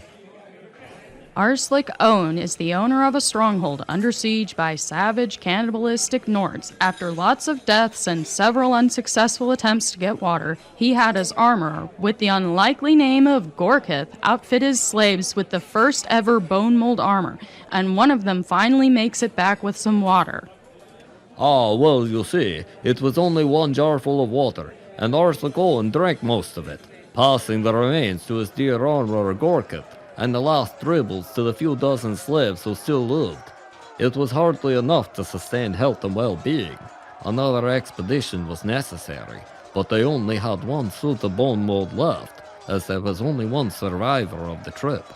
1 out of 18 slaves made it through the gauntlet of Nords wearing that marvelous bone mold armor of yours, and 1 can only carry back enough water for 1. Therefore, mathematically, as we have, counting you and me, 56 remaining people at the stronghold, we need armor for 54. Since we already have 1, you only need to make 53 to make the total. That way, they will make it back with enough water for you and me, and whoever's in the best condition to partake. I don't know what we'll do after that, but if we wait, We won't have enough slaves to fetch even a couple days' worth of water. I understand, but how am I gonna make the armor? I used all the livestock bones to make the first batch of bone mold. Ashlander gave an order, which Gorkit fearfully complied with. In 18 hours... What do you mean, Arslan Own gave an order which Gorkith fearfully complied with? What was the order? All will be clear. I have to choose what to reveal and what to conceal, such is the way of the tale-teller. In 18 hours, Gorkit had 53 suits of bone mail prepared for the slaves. Without prompting, he ordered the slaves to practice using the armor, and even allowed them more training time than their predecessors. Not only learning how to move and start quickly in bone mold, but how to adjust their peripheral vision to see a blow before it came, and to sway to dodge, and where the sturdiest reinforcement points on the armor were, the center of the chest and the abdomen, and how to position themselves to take blows there against their natural instinct. The slaves even had time for a mock battle before being sent out among the cannibals. The slaves handled themselves admirably. Very few, just 15 slaves, were killed and eaten outright. Only 10 were killed and eaten when they reached the water. This was when things did not go according to Arslan's plans. 21 slaves with jars of water took off for the hills. Only 8 returned to the castle, largely because they were blocked by the cannibal Nords. It was a larger percentage than he had anticipated surviving, but Arslan felt righteous indignation at the paucity of loyalty. Are you absolutely sure you wouldn't rather flee? Finally, he allowed the survivors in. 3 have been killed waiting for the gate to open. 2 more died almost upon stepping into the courtyard. 1 was delirious, walking around in circles, laughing and dancing before suddenly collapsing. That meant 5 jars of water for 4 people. The 2 surviving slaves, Arslan and Gorkit. As the lord of the manor, Arslan took the extra jar, but he was democratic with the others. You're quite correct. This story is getting more and more appalling. Just wait. The next morning, Arslan awoke to a perfectly still and quiet stronghold. There was no murmuring in the corridors, no sounds of hard labor in the courtyard. He dressed and surveyed the scene. It appeared that the fortress was utterly deserted. Arslan walked down to the armorer's quarters, but the door was locked. Open up. We need to speak. 30 out of 54 slaves successfully made it to the river and gathered water. Admittedly, some of them fled, and a couple didn't survive because I needed to correct their fickleness. But mathematically, that's a 55% survival rate. If you and I and the 2 remaining slaves make the next run to the river, we too should survive.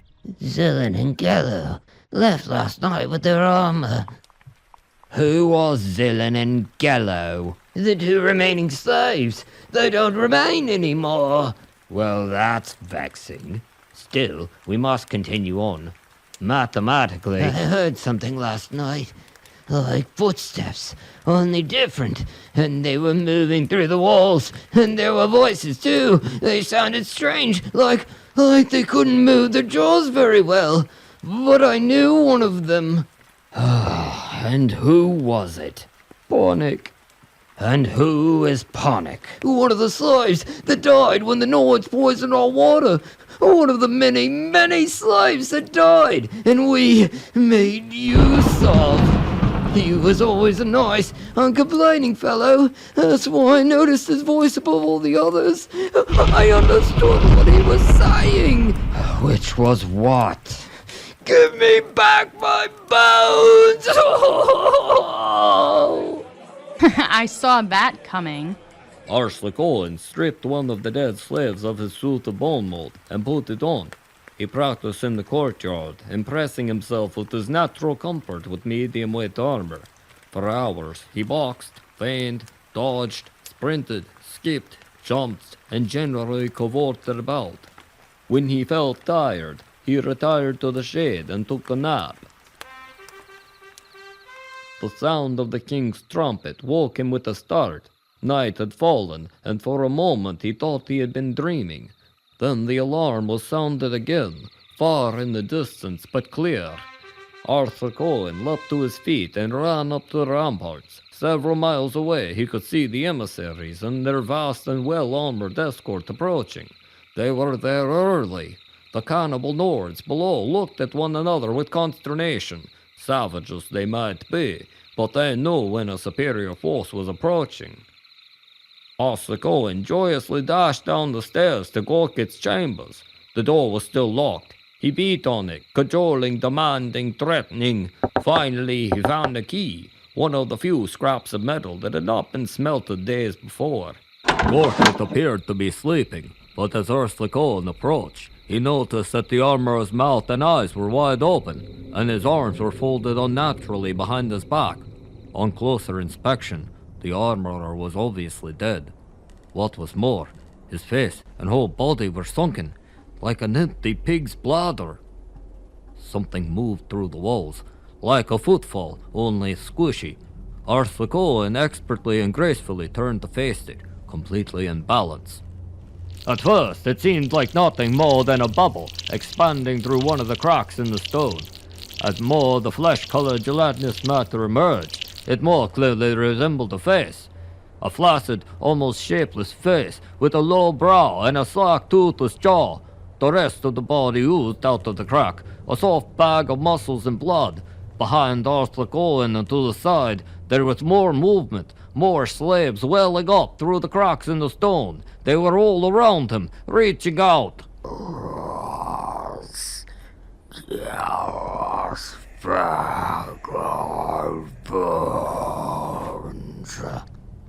Arthur Cohen began to rip off his bone mold, throwing it to the floor. 100 figures more pooled into the small chamber. That's not enough. The cannibals had cleared away by the time the king's emissaries arrived at Arthur Cohen's gates. They had not been looking forward to the visit. It was best, they thought philosophically, to begin with the worst of the king's noblemen, so as to end their trip well. They sounded the alarm once again.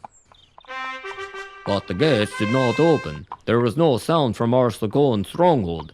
It took a few hours to gain access. If the emissaries had not brought a professional acrobat with them for entertainment, it might have taken even longer. The place seemed to be abandoned. They searched every room until, finally, they came to the armorers. There, they found the master of the manor, folded neatly, legs behind his head, arms behind the legs, like a fine gown, not a bone in his body. The first part of your story was complete nonsense, but now it doesn't hold true on any level. How could bone mold be made again if the armorer who invented it died before he could tell anyone he did it? I said it was the first time it was created, not the first time people learned the craft. And when did someone first teach someone else the craft? That, my friends, is a tale for another night.